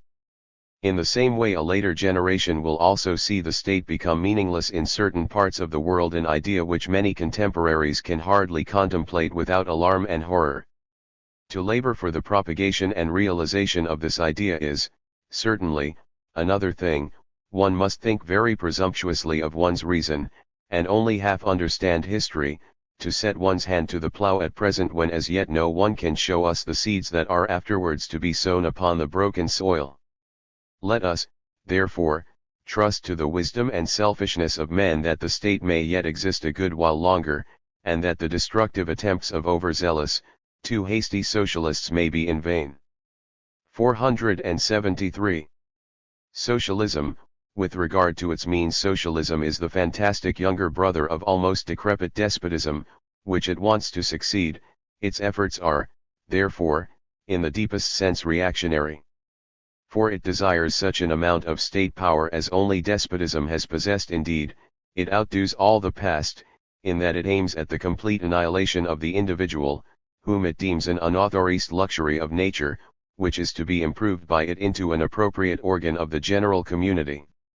Owing to its relationship, it always appears in proximity to excessive developments of power, like the old typical socialist, Plato, at the court of the Sicilian tyrant. It desires, and under certain circumstances furthers, the Caesarean despotism of this century, because, as has been said, it would like to become its heir. But even this inheritance would not suffice for its objects. It requires the most submissive prostration of all citizens before the absolute state, such as has never yet been realized, and as it can no longer even count upon the old religious piety towards the state, but must rather strive involuntarily and continuously for the abolition thereof. Because it strives for the abolition of all existing states, it can only hope for existence occasionally, here and there for short periods, by means of the extremist terrorism. It is therefore silently preparing itself for reigns of terror, and drives the word justice like a nail into the heads of the half-cultured masses in order to deprive them completely of their understanding, after they had already suffered seriously from the half-culture, and to provide them with a good conscience for the bad game they are to play. Socialism may serve to teach, very brutally and impressively, the danger of all accumulations of state power, and may serve so far to inspire distrust of the state itself. When its rough voice strikes up the way cry as much state as possible, the shout at first becomes louder than ever, but soon the opposition cry also breaks forth, with so much greater force, as little state as possible. 474. The development of the mind feared by the state. The Greek polis was, like every organizing political power, exclusive and distrustful of the growth of culture. Its powerful fundamental impulse seemed almost solely to have a paralyzing and obstructive effect thereon. It did not want to let any history or any becoming have a place in culture. The education laid down in the state laws was meant to be obligatory on all generations to keep them at one stage of development. Plato also, later on, did not desire it to be otherwise in his ideal state. In spite of the polis, culture developed itself in this manner, indirectly to be sure, and against its will. The polis furnished assistance because the ambition of individuals therein was stimulated to the utmost, so that, having once found the path of intellectual development, they followed it to its farthest extremity. On the other hand, appeal should not be made to the panegyric of Pericles, for it is only a great optimistic dream about the alleged necessary connection between the polis and Athenian culture. Immediately before the night fell over Athens, the plague and the breakdown of tradition, Thucydides makes this culture flash up once more like a transfiguring afterglow, to efface the remembrance of the evil day that had preceded. 475. European man and the destruction of nationalities, commerce and industry, interchange of books and letters, the universality of all higher culture, the rapid changing of locality and landscape, and the present nomadic life of all who are not landowners. These circumstances necessarily bring with them a weakening, and finally a destruction of nationalities, at least of European nationalities, so that, in consequence of perpetual crossings, there must arise out of them all a mixed race, that of the European man. At present the isolation of nations, through the rise of national enmities, consciously or unconsciously counteracts this tendency, but nevertheless the process of fusing advances slowly, in spite of those occasional countercurrents. This artificial nationalism is, however, as dangerous as was artificial Catholicism, for it is essentially an unnatural condition of extremity and martial law, which has been proclaimed by the few over the many, and requires artifice, lying, and force to maintain its reputation. It is not the interests of the many, of the peoples, as they probably say, but it is first of all the interests of certain princely dynasties, and then of certain commercial and social classes, which impel to this nationalism. Once we have recognized this fact, we should just fearlessly style ourselves good Europeans and labor actively for the amalgamation of nations, in which efforts Germans may assist by virtue of their hereditary position as interpreters and intermediaries between nations. By the way, the great problem of the Jews only exists within the national states, inasmuch as their energy and higher intelligence, their intellectual and volitional capital, accumulated from generation to generation in tedious schools of suffering, must necessarily attain to universal supremacy here to an extent provocative of envy and hatred, so that the literary misconduct is becoming prevalent in almost all modern nations, and all the more so as they again set up to be national of sacrificing the Jews as the scapegoats of all possible public and private abuses. So soon as it is no longer a question of the preservation or establishment of nations, but of the production and training of a European mixed race of the greatest possible strength, the Jew is just as useful and desirable an ingredient as any other national remnant. Every nation, every individual, has unpleasant and even dangerous qualities. It is cruel to require that the Jew should be an exception. Those qualities may even be dangerous and frightful in a special degree in his case, and perhaps the young stock exchange Jew is in general the most repulsive invention of the human species. Nevertheless, in a general summing up, I should like to know how much must be excused in a nation which, not without blame on the part of all of us, has had the most mournful history of all nations, and to which we owe the most loving of men, Christ, the most upright of sages, Spinoza, the mightiest book, and the most effective moral law in the world. Moreover, in the darkest times of the Middle Ages, when Asiatic clouds had gathered darkly over Europe, it was Jewish freethinkers, scholars, and physicians who upheld the banner of enlightenment and of intellectual independence under the severest personal sufferings, and defended Europe against Asia. We owe it not least to their efforts that a more natural, more reasonable, at all events unmythical, explanation of the world was finally able to get the upper hand once more, and that the link of culture which now unites us with the enlightenment of Greco-Roman antiquity has remained unbroken. If Christianity has done everything to orientalize the Occident, Judaism has assisted essentially in occidentalizing it anew, which, in a certain sense, is equivalent to making Europe's mission and history a continuation of that of Greece. 476. Apparent superiority of the Middle Ages. The Middle Ages present in the Church an institution with an absolutely universal aim, involving the whole of humanity, an aim, moreover, which presumably concerned man's highest interests. In comparison therewith the aims of the states and nations which modern history exhibits make a painful impression. They seem petty, base, material, and restricted in extent. But this different impression on our imagination should certainly not determine our judgment, for that universal institution corresponded to feigned and fictitiously fostered needs, such as the need of salvation, which, wherever they did not already exist, it had first of all to create. The new institutions, however, relieve actual distresses, and the time is coming when institutions will arise to minister to the common, genuine needs of all men, and to cast that fantastic prototype, the Catholic Church, into shade and oblivion. 477. War indispensable. It is nothing but fanaticism and beautiful soulism to expect very much, or even, much only, from humanity when it has forgotten how to wage war. For the present we know of no other means whereby the rough energy of the camp, the deep impersonal hatred, the cold-bloodedness of murder with a good conscience, the general ardor of the system in the destruction of the enemy, the proud indifference to great losses, to one's own existence and that of one's friends, the hollow, earthquake-like convulsion of the soul, can be as forcibly and certainly communicated to enervated nations as is done by every great war, owing to the brooks and streams that here break forth, which, certainly, sweep stones and rubbish of all sorts along with them and destroy the meadows of delicate cultures. The mechanism, in the workshops of the mind is afterwards, in favorable circumstances, rotated by new power. Culture can by no means dispense with passions, vices, and malignities. When the Romans, after having become imperial, had grown rather tired of war, they attempted to gain new strength by beast baitings, gladiatorial combats, and Christian persecutions. The English of today, who appear on the whole to have also renounced war, adopt other means in order to generate anew those vanishing forces, namely, the dangerous exploring expeditions, sea voyages and mountaineerings, nominally undertaken for scientific purposes, but in reality to bring home surplus strength from adventures and dangers of all kinds.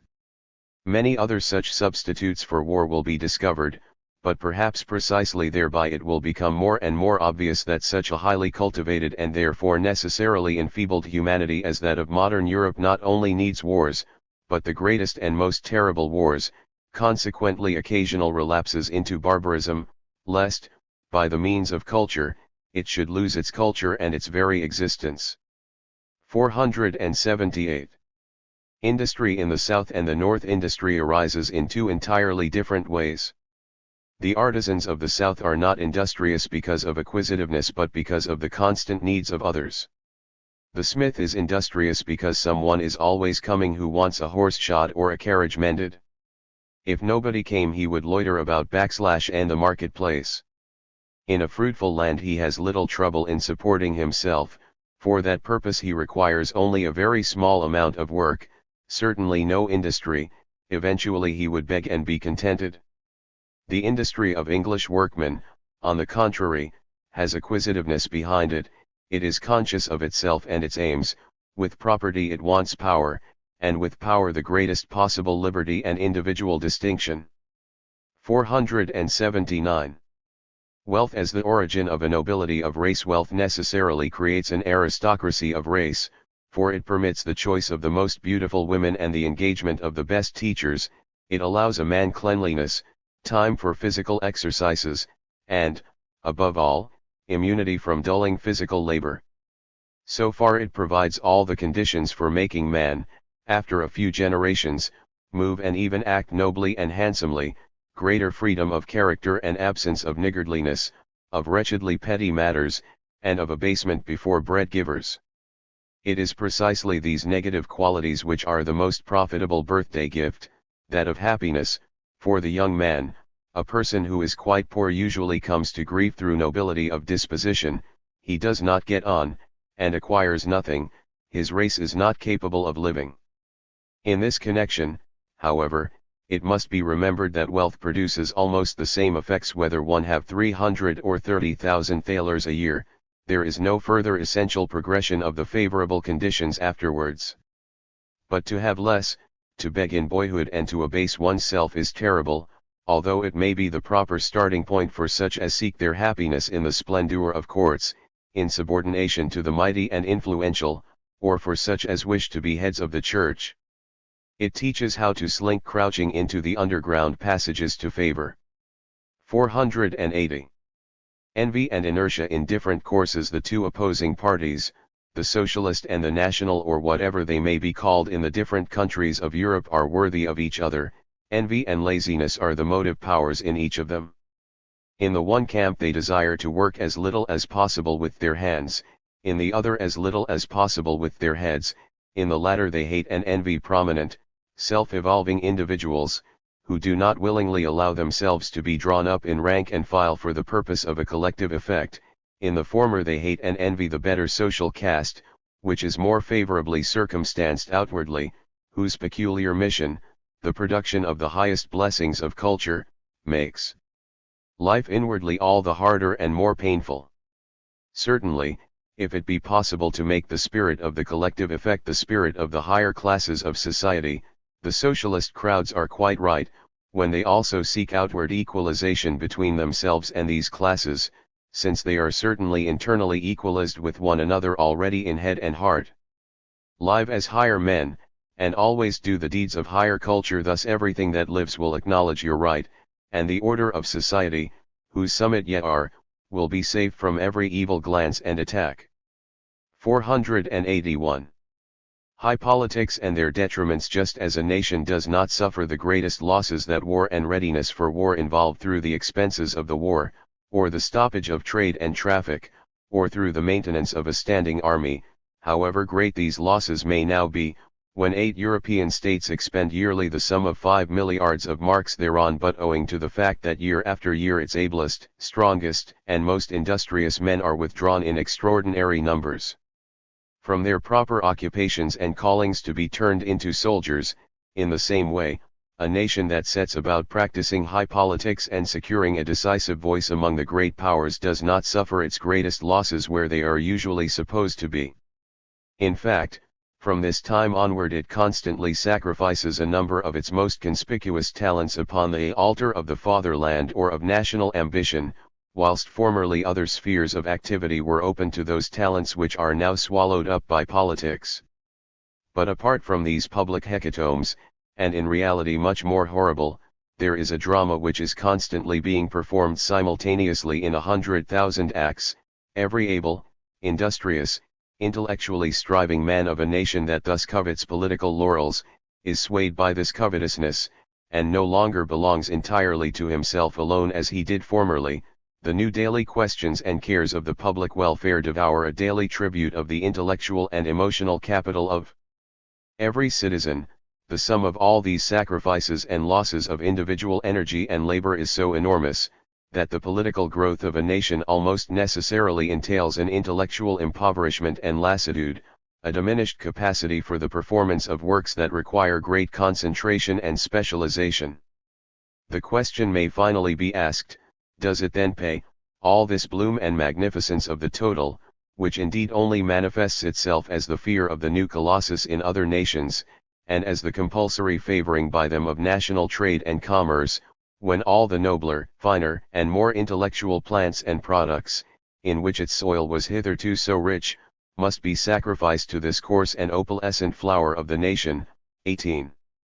482. Repeated once more public opinion private laziness. Ninth division, man alone by himself. 483. The enemies of truth convictions are more dangerous enemies of truth than lies. 484. A topsy-turvy world we criticize a thinker more severely when he puts an unpleasant statement before us, and yet it would be more reasonable to do so when we find his statement pleasant. 485. Decided character. A man far oftener appears to have a decided character from persistently following his temperament than from persistently following his principles. 486. The one thing needful, one thing a man must have, either a naturally light disposition or a disposition lightened by art and knowledge. 487.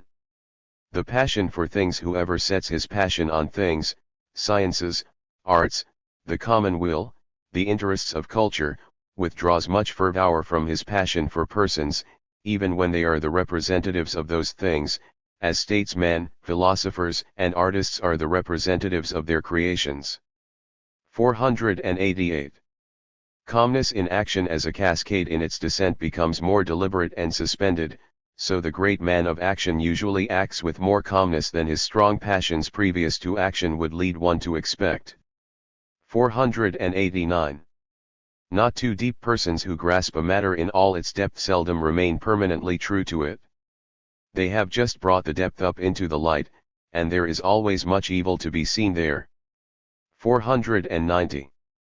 The illusion of idealists. All idealists imagine that the cause which they serve is essentially better than all other causes, and will not believe that if their cause is really to flourish it requires precisely the same evil-smelling manure which all other human undertakings have need of. 491. Self-observation. Man is exceedingly well protected from himself and guarded against his self-exploring and self-besieging. As a rule he can perceive nothing of himself but his outworks. The actual fortress is inaccessible, and even invisible, to him, unless friends and enemies become traitors and lead him inside by secret paths. 492. The right calling. Men can seldom hold on to a calling unless they believe or persuade themselves that it is really more important than any other. Women are the same with their lovers. 493. Nobility of disposition. Nobility of disposition consists largely in good nature and absence of distrust, and therefore contains precisely that upon which money-grabbing and successful men take a pleasure in walking with superiority and scorn. 494. Goal and path. Many are obstinate with regard to the once chosen path, few with regard to the goal. 495.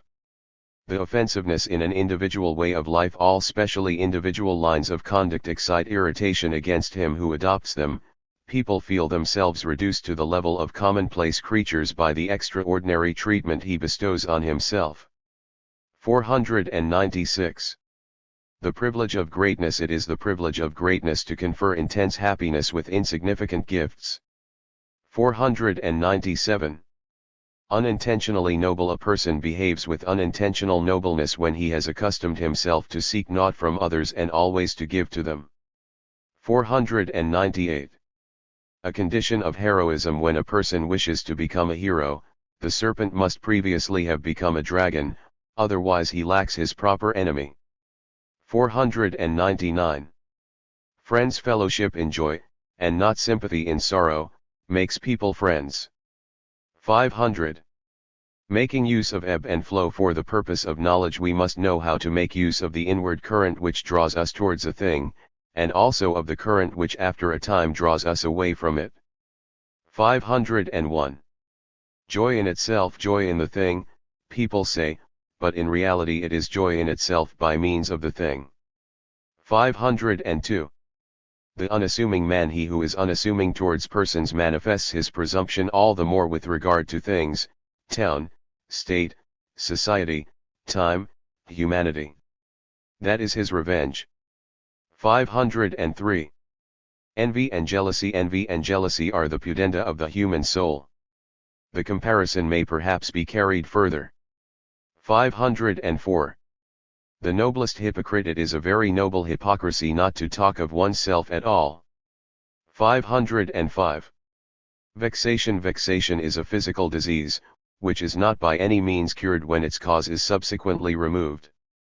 506. The champions of truth. Truth does not find fewest champions when it is dangerous to speak it, but when it is dull. 507. More troublesome even than enemies persons of whose sympathetic attitude we are not, in all circumstances, convinced, while for some reason or other, gratitude, for instance, we are obliged to maintain the appearance of unqualified sympathy with them, trouble our imagination far more than our enemies do. 508. Free nature. We are so fond of being out among nature, because it has no opinions about us.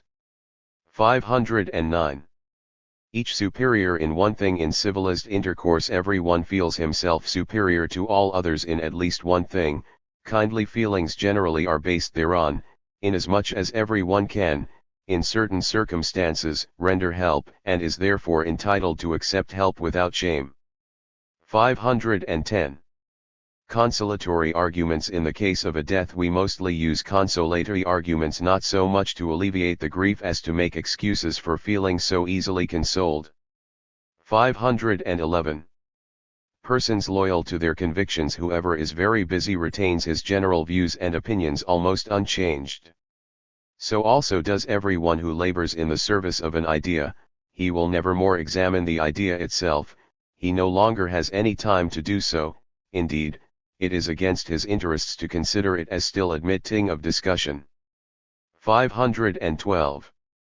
Morality and quantity. The higher morality of one man as compared with that of another, often lies merely in the fact that his aims are quantitatively greater. The other, living in a circumscribed sphere, is dragged down by petty occupations. 513. The life as the proceeds of life. A man may stretch himself out ever so far with his knowledge, he may seem to himself ever so objective, but eventually he realizes nothing therefrom but his own biography. 514. Iron necessity. Iron necessity is a thing which has been found, in the course of history, to be neither iron nor necessary.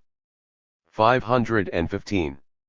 Experience. The unreasonableness of a thing is no argument against its existence, but rather a condition thereof. 516. Truth. Nobody dies nowadays of fatal truths, there are too many antidotes to them. 517. A fundamental insight. There is no pre-established harmony between the promotion of truth and the welfare of mankind. 518. Man's lot. He who thinks most deeply knows that he is always in the wrong, however he may act and decide. 519. Truth. As Circe. Error has made animals into men, is truth perhaps capable of making man into an animal again? 520. The danger of our culture. We belong to a period of which the culture is in danger of being destroyed by the appliances of culture. 521. Greatness means leading the way. No stream is large and copious of itself, but becomes great by receiving and leading on so many tributary streams. It is so, also, with all intellectual greatnesses. It is only a question of someone indicating the direction to be followed by so many affluents, not whether he was richly or poorly gifted originally. 522. A feeble conscience. People who talk about their importance to mankind have a feeble conscience for common bourgeois rectitude, keeping of contracts, promises, etc. 523. Desiring to be loved. The demand to be loved is the greatest of presumptions. 524. Contempt for men. The most unequivocal sign of contempt for man is to regard everybody merely as a means to one's own ends, or of no account whatever. 525. Partisans. Through contradiction. Whoever has driven men to fury against himself has also gained a party in his favor. 526.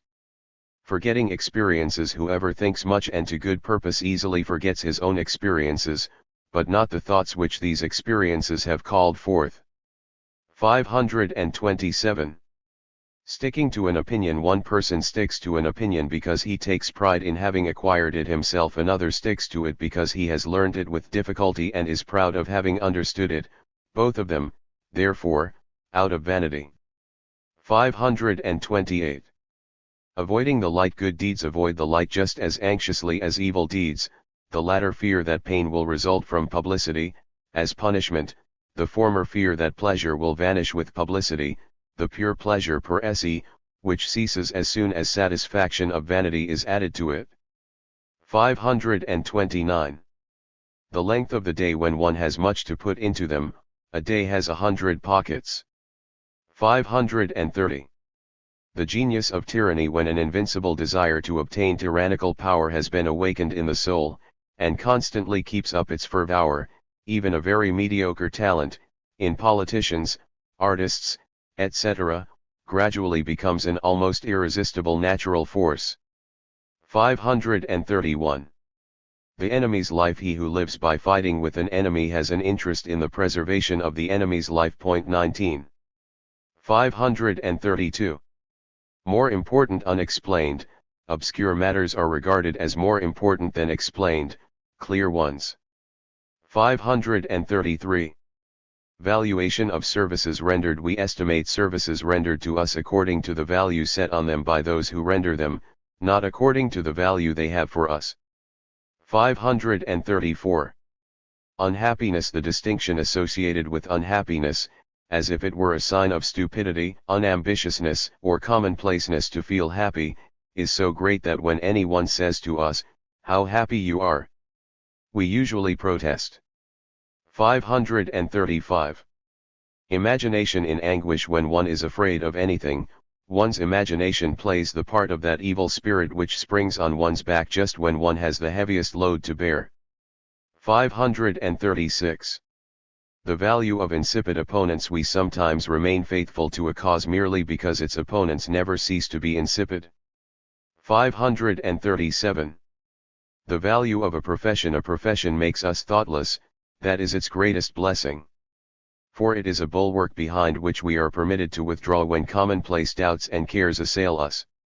538. Talent. Many a man's talent appears less than it is, because he has always set himself too heavy tasks.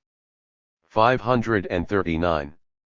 Youth is an unpleasant period, for then it is not possible or not prudent to be productive in any sense whatsoever. 540. Two great aims. Whoever aims publicly at great things and at length perceives secretly that he is too weak to achieve them, has usually also insufficient strength to renounce his aims publicly, and then inevitably becomes a hypocrite. 541. In the current mighty waters sweep many stones and shrubs away with them, mighty spirits many foolish and confused minds. 542. The dangers of intellectual emancipation. In a seriously intended intellectual emancipation, a person's mute passions and cravings also hope to find their advantage. 543. The incarnation of the mind. When anyone thinks much and to good purpose, not only his face but also his body acquires a sage look. 544. Seeing badly and hearing badly. The man who sees little always sees less than there is to see, the man who hears badly always hears something more than there is to hear. 545. Self-enjoyment. In vanity. The vain man does not wish so much to be prominent as to feel himself prominent, he therefore disdains none of the expedients for self-deception and self-outwitting. It is not the opinion of others that he sets his heart on, but his opinion of their opinion. 546. Exceptionally vain. He who is usually self-sufficient becomes exceptionally vain, and keenly alive to fame and praise when he is physically ill. The more he loses himself, the more he has to endeavor to regain his position by means of the opinion of others. 547. The witty. Those who seek wit do not possess it. 548. A hint to the heads of parties. When one can make people publicly support a cause, they have also generally been brought to the point of inwardly declaring themselves in its favor, because they wish to be regarded as consistent. 549. Contempt. Man is more sensitive to the contempt of others than to self-contempt. 550. The tie of gratitude. There are servile souls who carry so far their sense of obligation for benefits received that they strangle themselves with the tie of gratitude. 551. The prophet's knack in predicting beforehand the procedure of ordinary individuals. It must be taken for granted that they always make use of the smallest intellectual expenditure in freeing themselves from disagreeable situations. 552. Man's sole right. He who swerves from the traditional is a victim of the unusual, he who keeps to the traditional is its slave. The man is ruined in either case. 553. Below the beast. When a man roars with laughter he surpasses all the animals by his vulgarity. 554. Partial knowledge. He who speaks a foreign language imperfectly has more enjoyment therein than he who speaks it well. The enjoyment is with the partially initiated. 555. Dangerous helpfulness. There are people who wish to make human life harder for no other reason than to be able afterwards to offer men their life-alleviating recipes. Their Christianity, for example. 556. Industriousness and conscientiousness. Industriousness and conscientiousness are often antagonists, owing to the fact that industriousness wants to pluck the fruit sour from the tree while conscientiousness wants to let it hang too long, until it falls and is bruised. 557. Casting suspicion. We endeavor to cast suspicion on persons whom we cannot endure. 558. The conditions are lacking. Many people wait all their lives for the opportunity to be good in their own way. 559. Lack of friends. Lack of friends leads to the inference that a person is envious or presumptuous. Many a man owes his friends merely to the fortunate circumstance that he has no occasion for envy. 560.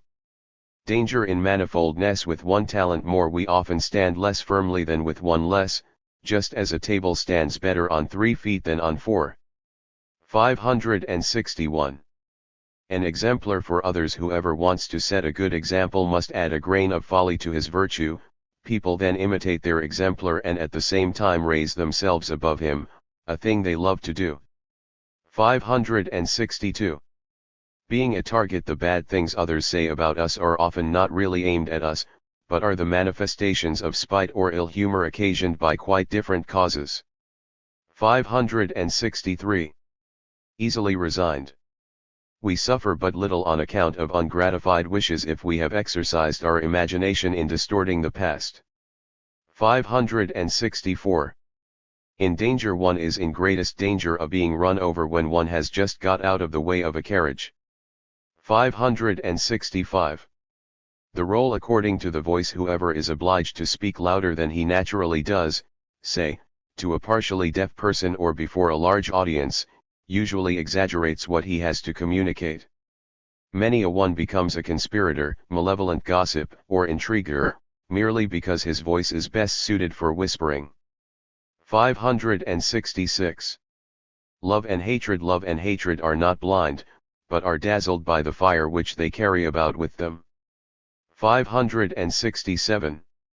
Advantageously persecuted. People who cannot make their merits perfectly obvious to the world endeavor to awaken a strong hostility against themselves. They have then the consolation of thinking that this hostility stands between their merits and the acknowledgement thereof, and that many others think the same thing, which is very advantageous for their recognition. 568.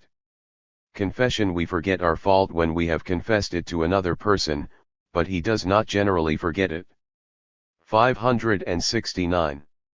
Self-sufficiency. The golden fleece of self-sufficiency is a protection against blows, but not against needle pricks. 570. Shadows in the flame. The flame is not so bright to itself as to those whom it illuminates, so also the wise man. 571. Our own opinions. The first opinion that occurs to us when we are suddenly asked about anything is not usually our own, but only the current opinion belonging to our caste, position, or family. Our own opinions seldom float on the surface. 572. The origin of courage. The ordinary man is as courageous and invulnerable as a hero when he does not see the danger, when he has no eyes for it. Reversely, the hero has his one vulnerable spot upon the back, where he has no eyes. 573. The danger in the physician. One must be born for one's physician, otherwise one comes to grief through him. 574. Marvelous vanity. Whoever has courageously prophesied the weather 3 times and has been successful in his hits, acquires a certain amount of inward confidence in his prophetic gift. We give credence to the marvelous and irrational when it flatters our self-esteem. 575. A profession is the backbone of life. 576. The danger of personal influence. Whoever feels that he exercises a great inward influence over another person must give him a perfectly free rein, must, in fact, welcome and even induce occasional opposition, otherwise he will inevitably make an enemy. 577. Recognition of the heir. Whoever has founded something great in an unselfish spirit is careful to rear heirs for his work. It is the sign of a tyrannical and ignoble nature to see opponents in all possible heirs, and to live in a state of self-defense against them. 578. Partial knowledge is more triumphant than complete knowledge. It takes things to be simpler than they are, and so makes its theory more popular and convincing. 579. Unsuitable for a party man. Whoever thinks much is unsuitable for a party man. His thinking leads him too quickly beyond the party. 580. A bad memory. The advantage of a bad memory is that one enjoys several times the same good things for the first time. 581. Self-affliction. Want of consideration is often the sign of a discordant inner nature, which craves for stupefaction. 582. Martyrs. The disciples of a martyr suffer more than the martyr. 583. Arrears of vanity. The vanity of many people who have no occasion to be vain is the inveterate habit, still surviving from the time when people had no right to the belief in themselves and only begged it in small sums from others. 584. Punctum saliens of passion. A person falling into a rage or into a violent passion of love reaches a point when the soul is full like a hogshead, but nevertheless a drop of water has still to be added, the good will for the passion, which is also generally called the evil will. This item only is necessary, and then the hogshead overflows. 585. A gloomy thought it is with men as with the charcoal fires in the forest. It is only when young men have cooled down and have got charred, like these piles, that they become useful. As long as they fume and smoke they are perhaps more interesting, but they are useless and too often uncomfortable. Humanity ruthlessly uses every individual as material for the heating of its great machines, but what then is the purpose of the machines, when all individuals, that is, the human race, are useful only to maintain them? Machines that are ends in themselves, is that the humana commedia? 586.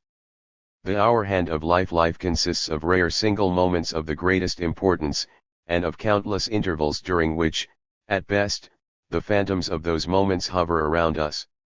Love, the spring, every fine melody, the mountains, the moon, the sea all speak but once fully to the heart, if, indeed, they ever do quite attain to speech. For many people have not those moments at all, and are themselves intervals and pauses in the symphony of actual life. 587. Attack or compromise. We often make the mistake of showing violent enmity towards a tendency, party, or period, because we happen only to get a sight of its most exposed side, its stuntedness, or the inevitable faults of its virtues, perhaps because we ourselves have taken a prominent part in them. We then turn our backs on them and seek a diametrically opposite course, but the better way would be to seek out their strong good sides, or to develop them in ourselves. To be sure, a keener glance and a better will are needed to improve the becoming, and the imperfect then are required to see through it in its imperfection and to deny it. 588. Modesty. There is true modesty, that is the knowledge that we are not the works we create, and it is especially becoming in a great mind, because such a mind can well grasp the thought of absolute irresponsibility, even for the good it creates. People do not hate a great man's presumptuousness in so far as he feels his strength, but because he wishes to prove it by injuring others, by dominating them, and seeing how long they will stand it. This, as a rule, is even a proof of the absence of a secure sense of power, and makes people doubt his greatness. We must therefore beware of presumption from the standpoint of wisdom. 589. The day's first thought. The best way to begin a day well is to think, on awakening, whether we cannot give pleasure during the day to at least one person. If this could become a substitute for the religious habit of prayer, our fellow men would benefit by the change. 590. Presumption as the last consolation. When we so interpret a misfortune, an intellectual defect, or a disease that we see therein our predestined fate, our trial, or the mysterious punishment of our former misdeeds, we thereby make our nature interesting and exalt ourselves in imagination above our fellows. The proud sinner is a well-known figure in all religious sects. 591. The vegetation of happiness close beside the world's woe, and often upon its volcanic soil, man has laid out his little garden of happiness. Whether one regard life with the eyes of him who only seeks knowledge therefrom, or of him who submits and is resigned, or of him who rejoices over surmounted difficulties, everywhere one will find some happiness springing up beside the evil, and in fact always the more happiness the more volcanic the soil has been, only it would be absurd to say that suffering itself is justified by this happiness. 592. The path of our ancestors. It is sensible when a person develops still further in himself the talent upon which his father or grandfather spent much trouble, and does not shift to something entirely new, otherwise he deprives himself of the possibility of attaining perfection in any one craft. That is why the proverb says, "Which road shouldst thou ride? That of thine ancestors." 593. Vanity and ambition as educators. As long as a person has not become an instrument of general utility, ambition may torment him. If, however, that point has been reached, if he necessarily works like a machine for the good of all, then vanity may result. It will humanize him in small matters and make him more sociable, endurable, and considerate, when ambition has completed the coarser work of making him useful. 594. Philosophical novices. Immediately we have comprehended the wisdom of a philosopher, we go through the streets with a feeling as if we had been recreated and had become great men, for we encounter only those who are ignorant of this wisdom, and have therefore to deliver new and unknown verdicts concerning everything. Because we now recognize a law book, we think we must also comport ourselves as judges. 595. Pleasing by leasing. People who prefer to attract attention, and thereby to displease, desire the same thing as those who neither wish to please nor to attract attention, only they seek it more ardently and indirectly by means of a step by which they apparently move away from their goal. They desire influence and power, and therefore show their superiority, even to such an extent that it becomes disagreeable, for they know that he who has finally attained power pleases in almost all he says and does, and that even when he displeases he still seems to please. The free spirit also, and in like manner the believer, desire power, in order some day to please thereby, when, on account of their doctrine, evil fate, persecution, dungeon, or execution threaten them, they rejoice in the thought that their teaching will thus be engraved and branded on the heart of mankind. Though its effect is remote, they accept their fate as a painful but powerful means of still attaining to power. 596. Casus belli and the like. The prince who, for his determination to make war against his neighbor, invents a casus belli, is like a father who foists on his child a mother who is henceforth to be regarded as such. And are not almost all publicly avowed motives of action just such spurious mothers? 597. Passion and right. Nobody talks more passionately of his rights than he who, in the depths of his soul, is doubtful about them.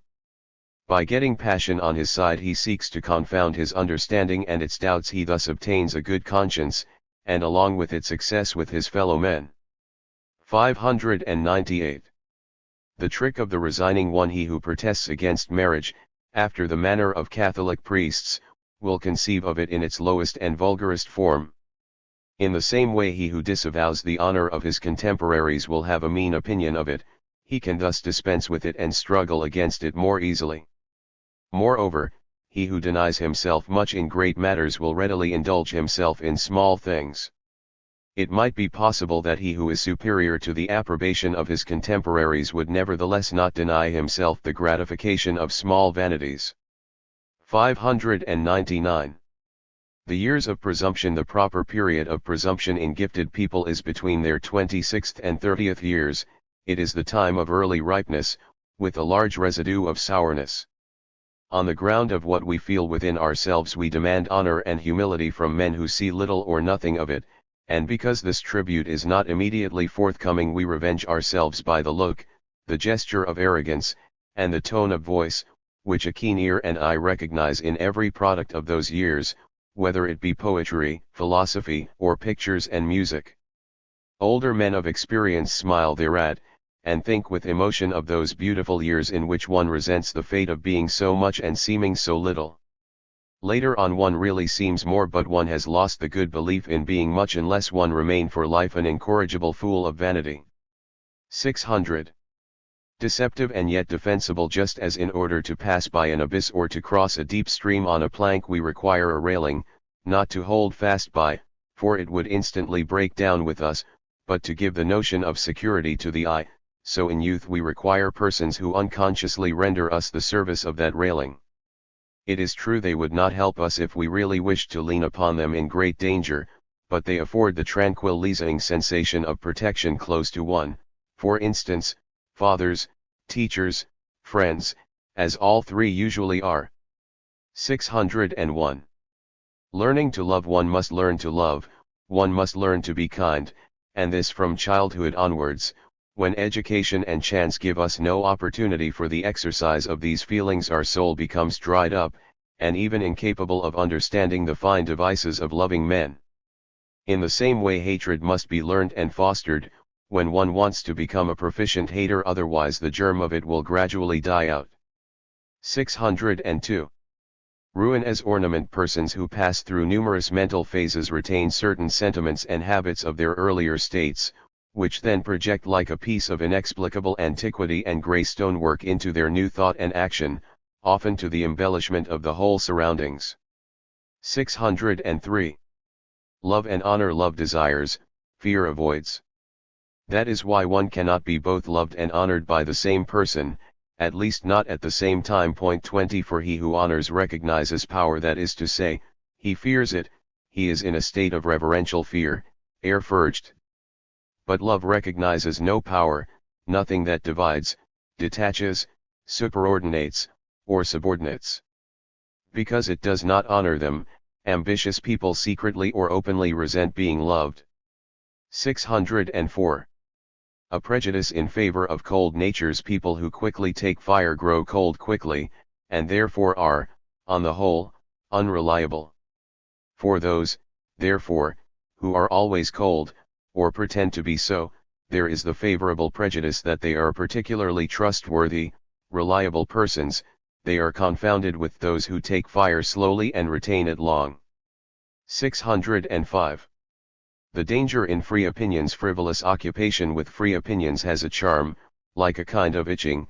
If one yields to it further, one begins to chafe the places, until at last an open, painful wound results, that is to say, until the free opinion begins to disturb and torment us in our position in life and in our human relations.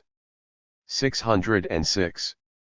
Desire for sore affliction. When passion is over it leaves behind an obscure longing for it, and even in disappearing it casts a seductive glance at us. It must have afforded a kind of pleasure to have been beaten with this scourge. Compared with it, the more moderate sensations appear insipid. We still prefer, apparently, the more violent displeasure to languid delight. 607. Dissatisfaction with others and with the world. When, as so frequently happens, we vent our dissatisfaction on others when we are really dissatisfied with ourselves, we are in fact attempting to mystify and deceive our judgment, we desire to find a motive a posteriori for this dissatisfaction, in the mistakes or deficiencies of others, and so lose sight of ourselves. Strictly religious people, who have been relentless judges of themselves, have at the same time spoken most ill of humanity generally. There has never been a saint who reserved sin for himself and virtue for others, any more than a man who, according to Buddha's rule, hides his good qualities from people and only shows his bad ones. 608. Confusion of cause and effect. Unconsciously we seek the principles and opinions which are suited to our temperament, so that at last it seems as if these principles and opinions had formed our character and given it support and stability, whereas exactly the contrary has taken place. Our thoughts and judgments are, apparently, to be taken subsequently as the causes of our nature, but as a matter of fact our nature is the cause of our so thinking and judging. And what induces us to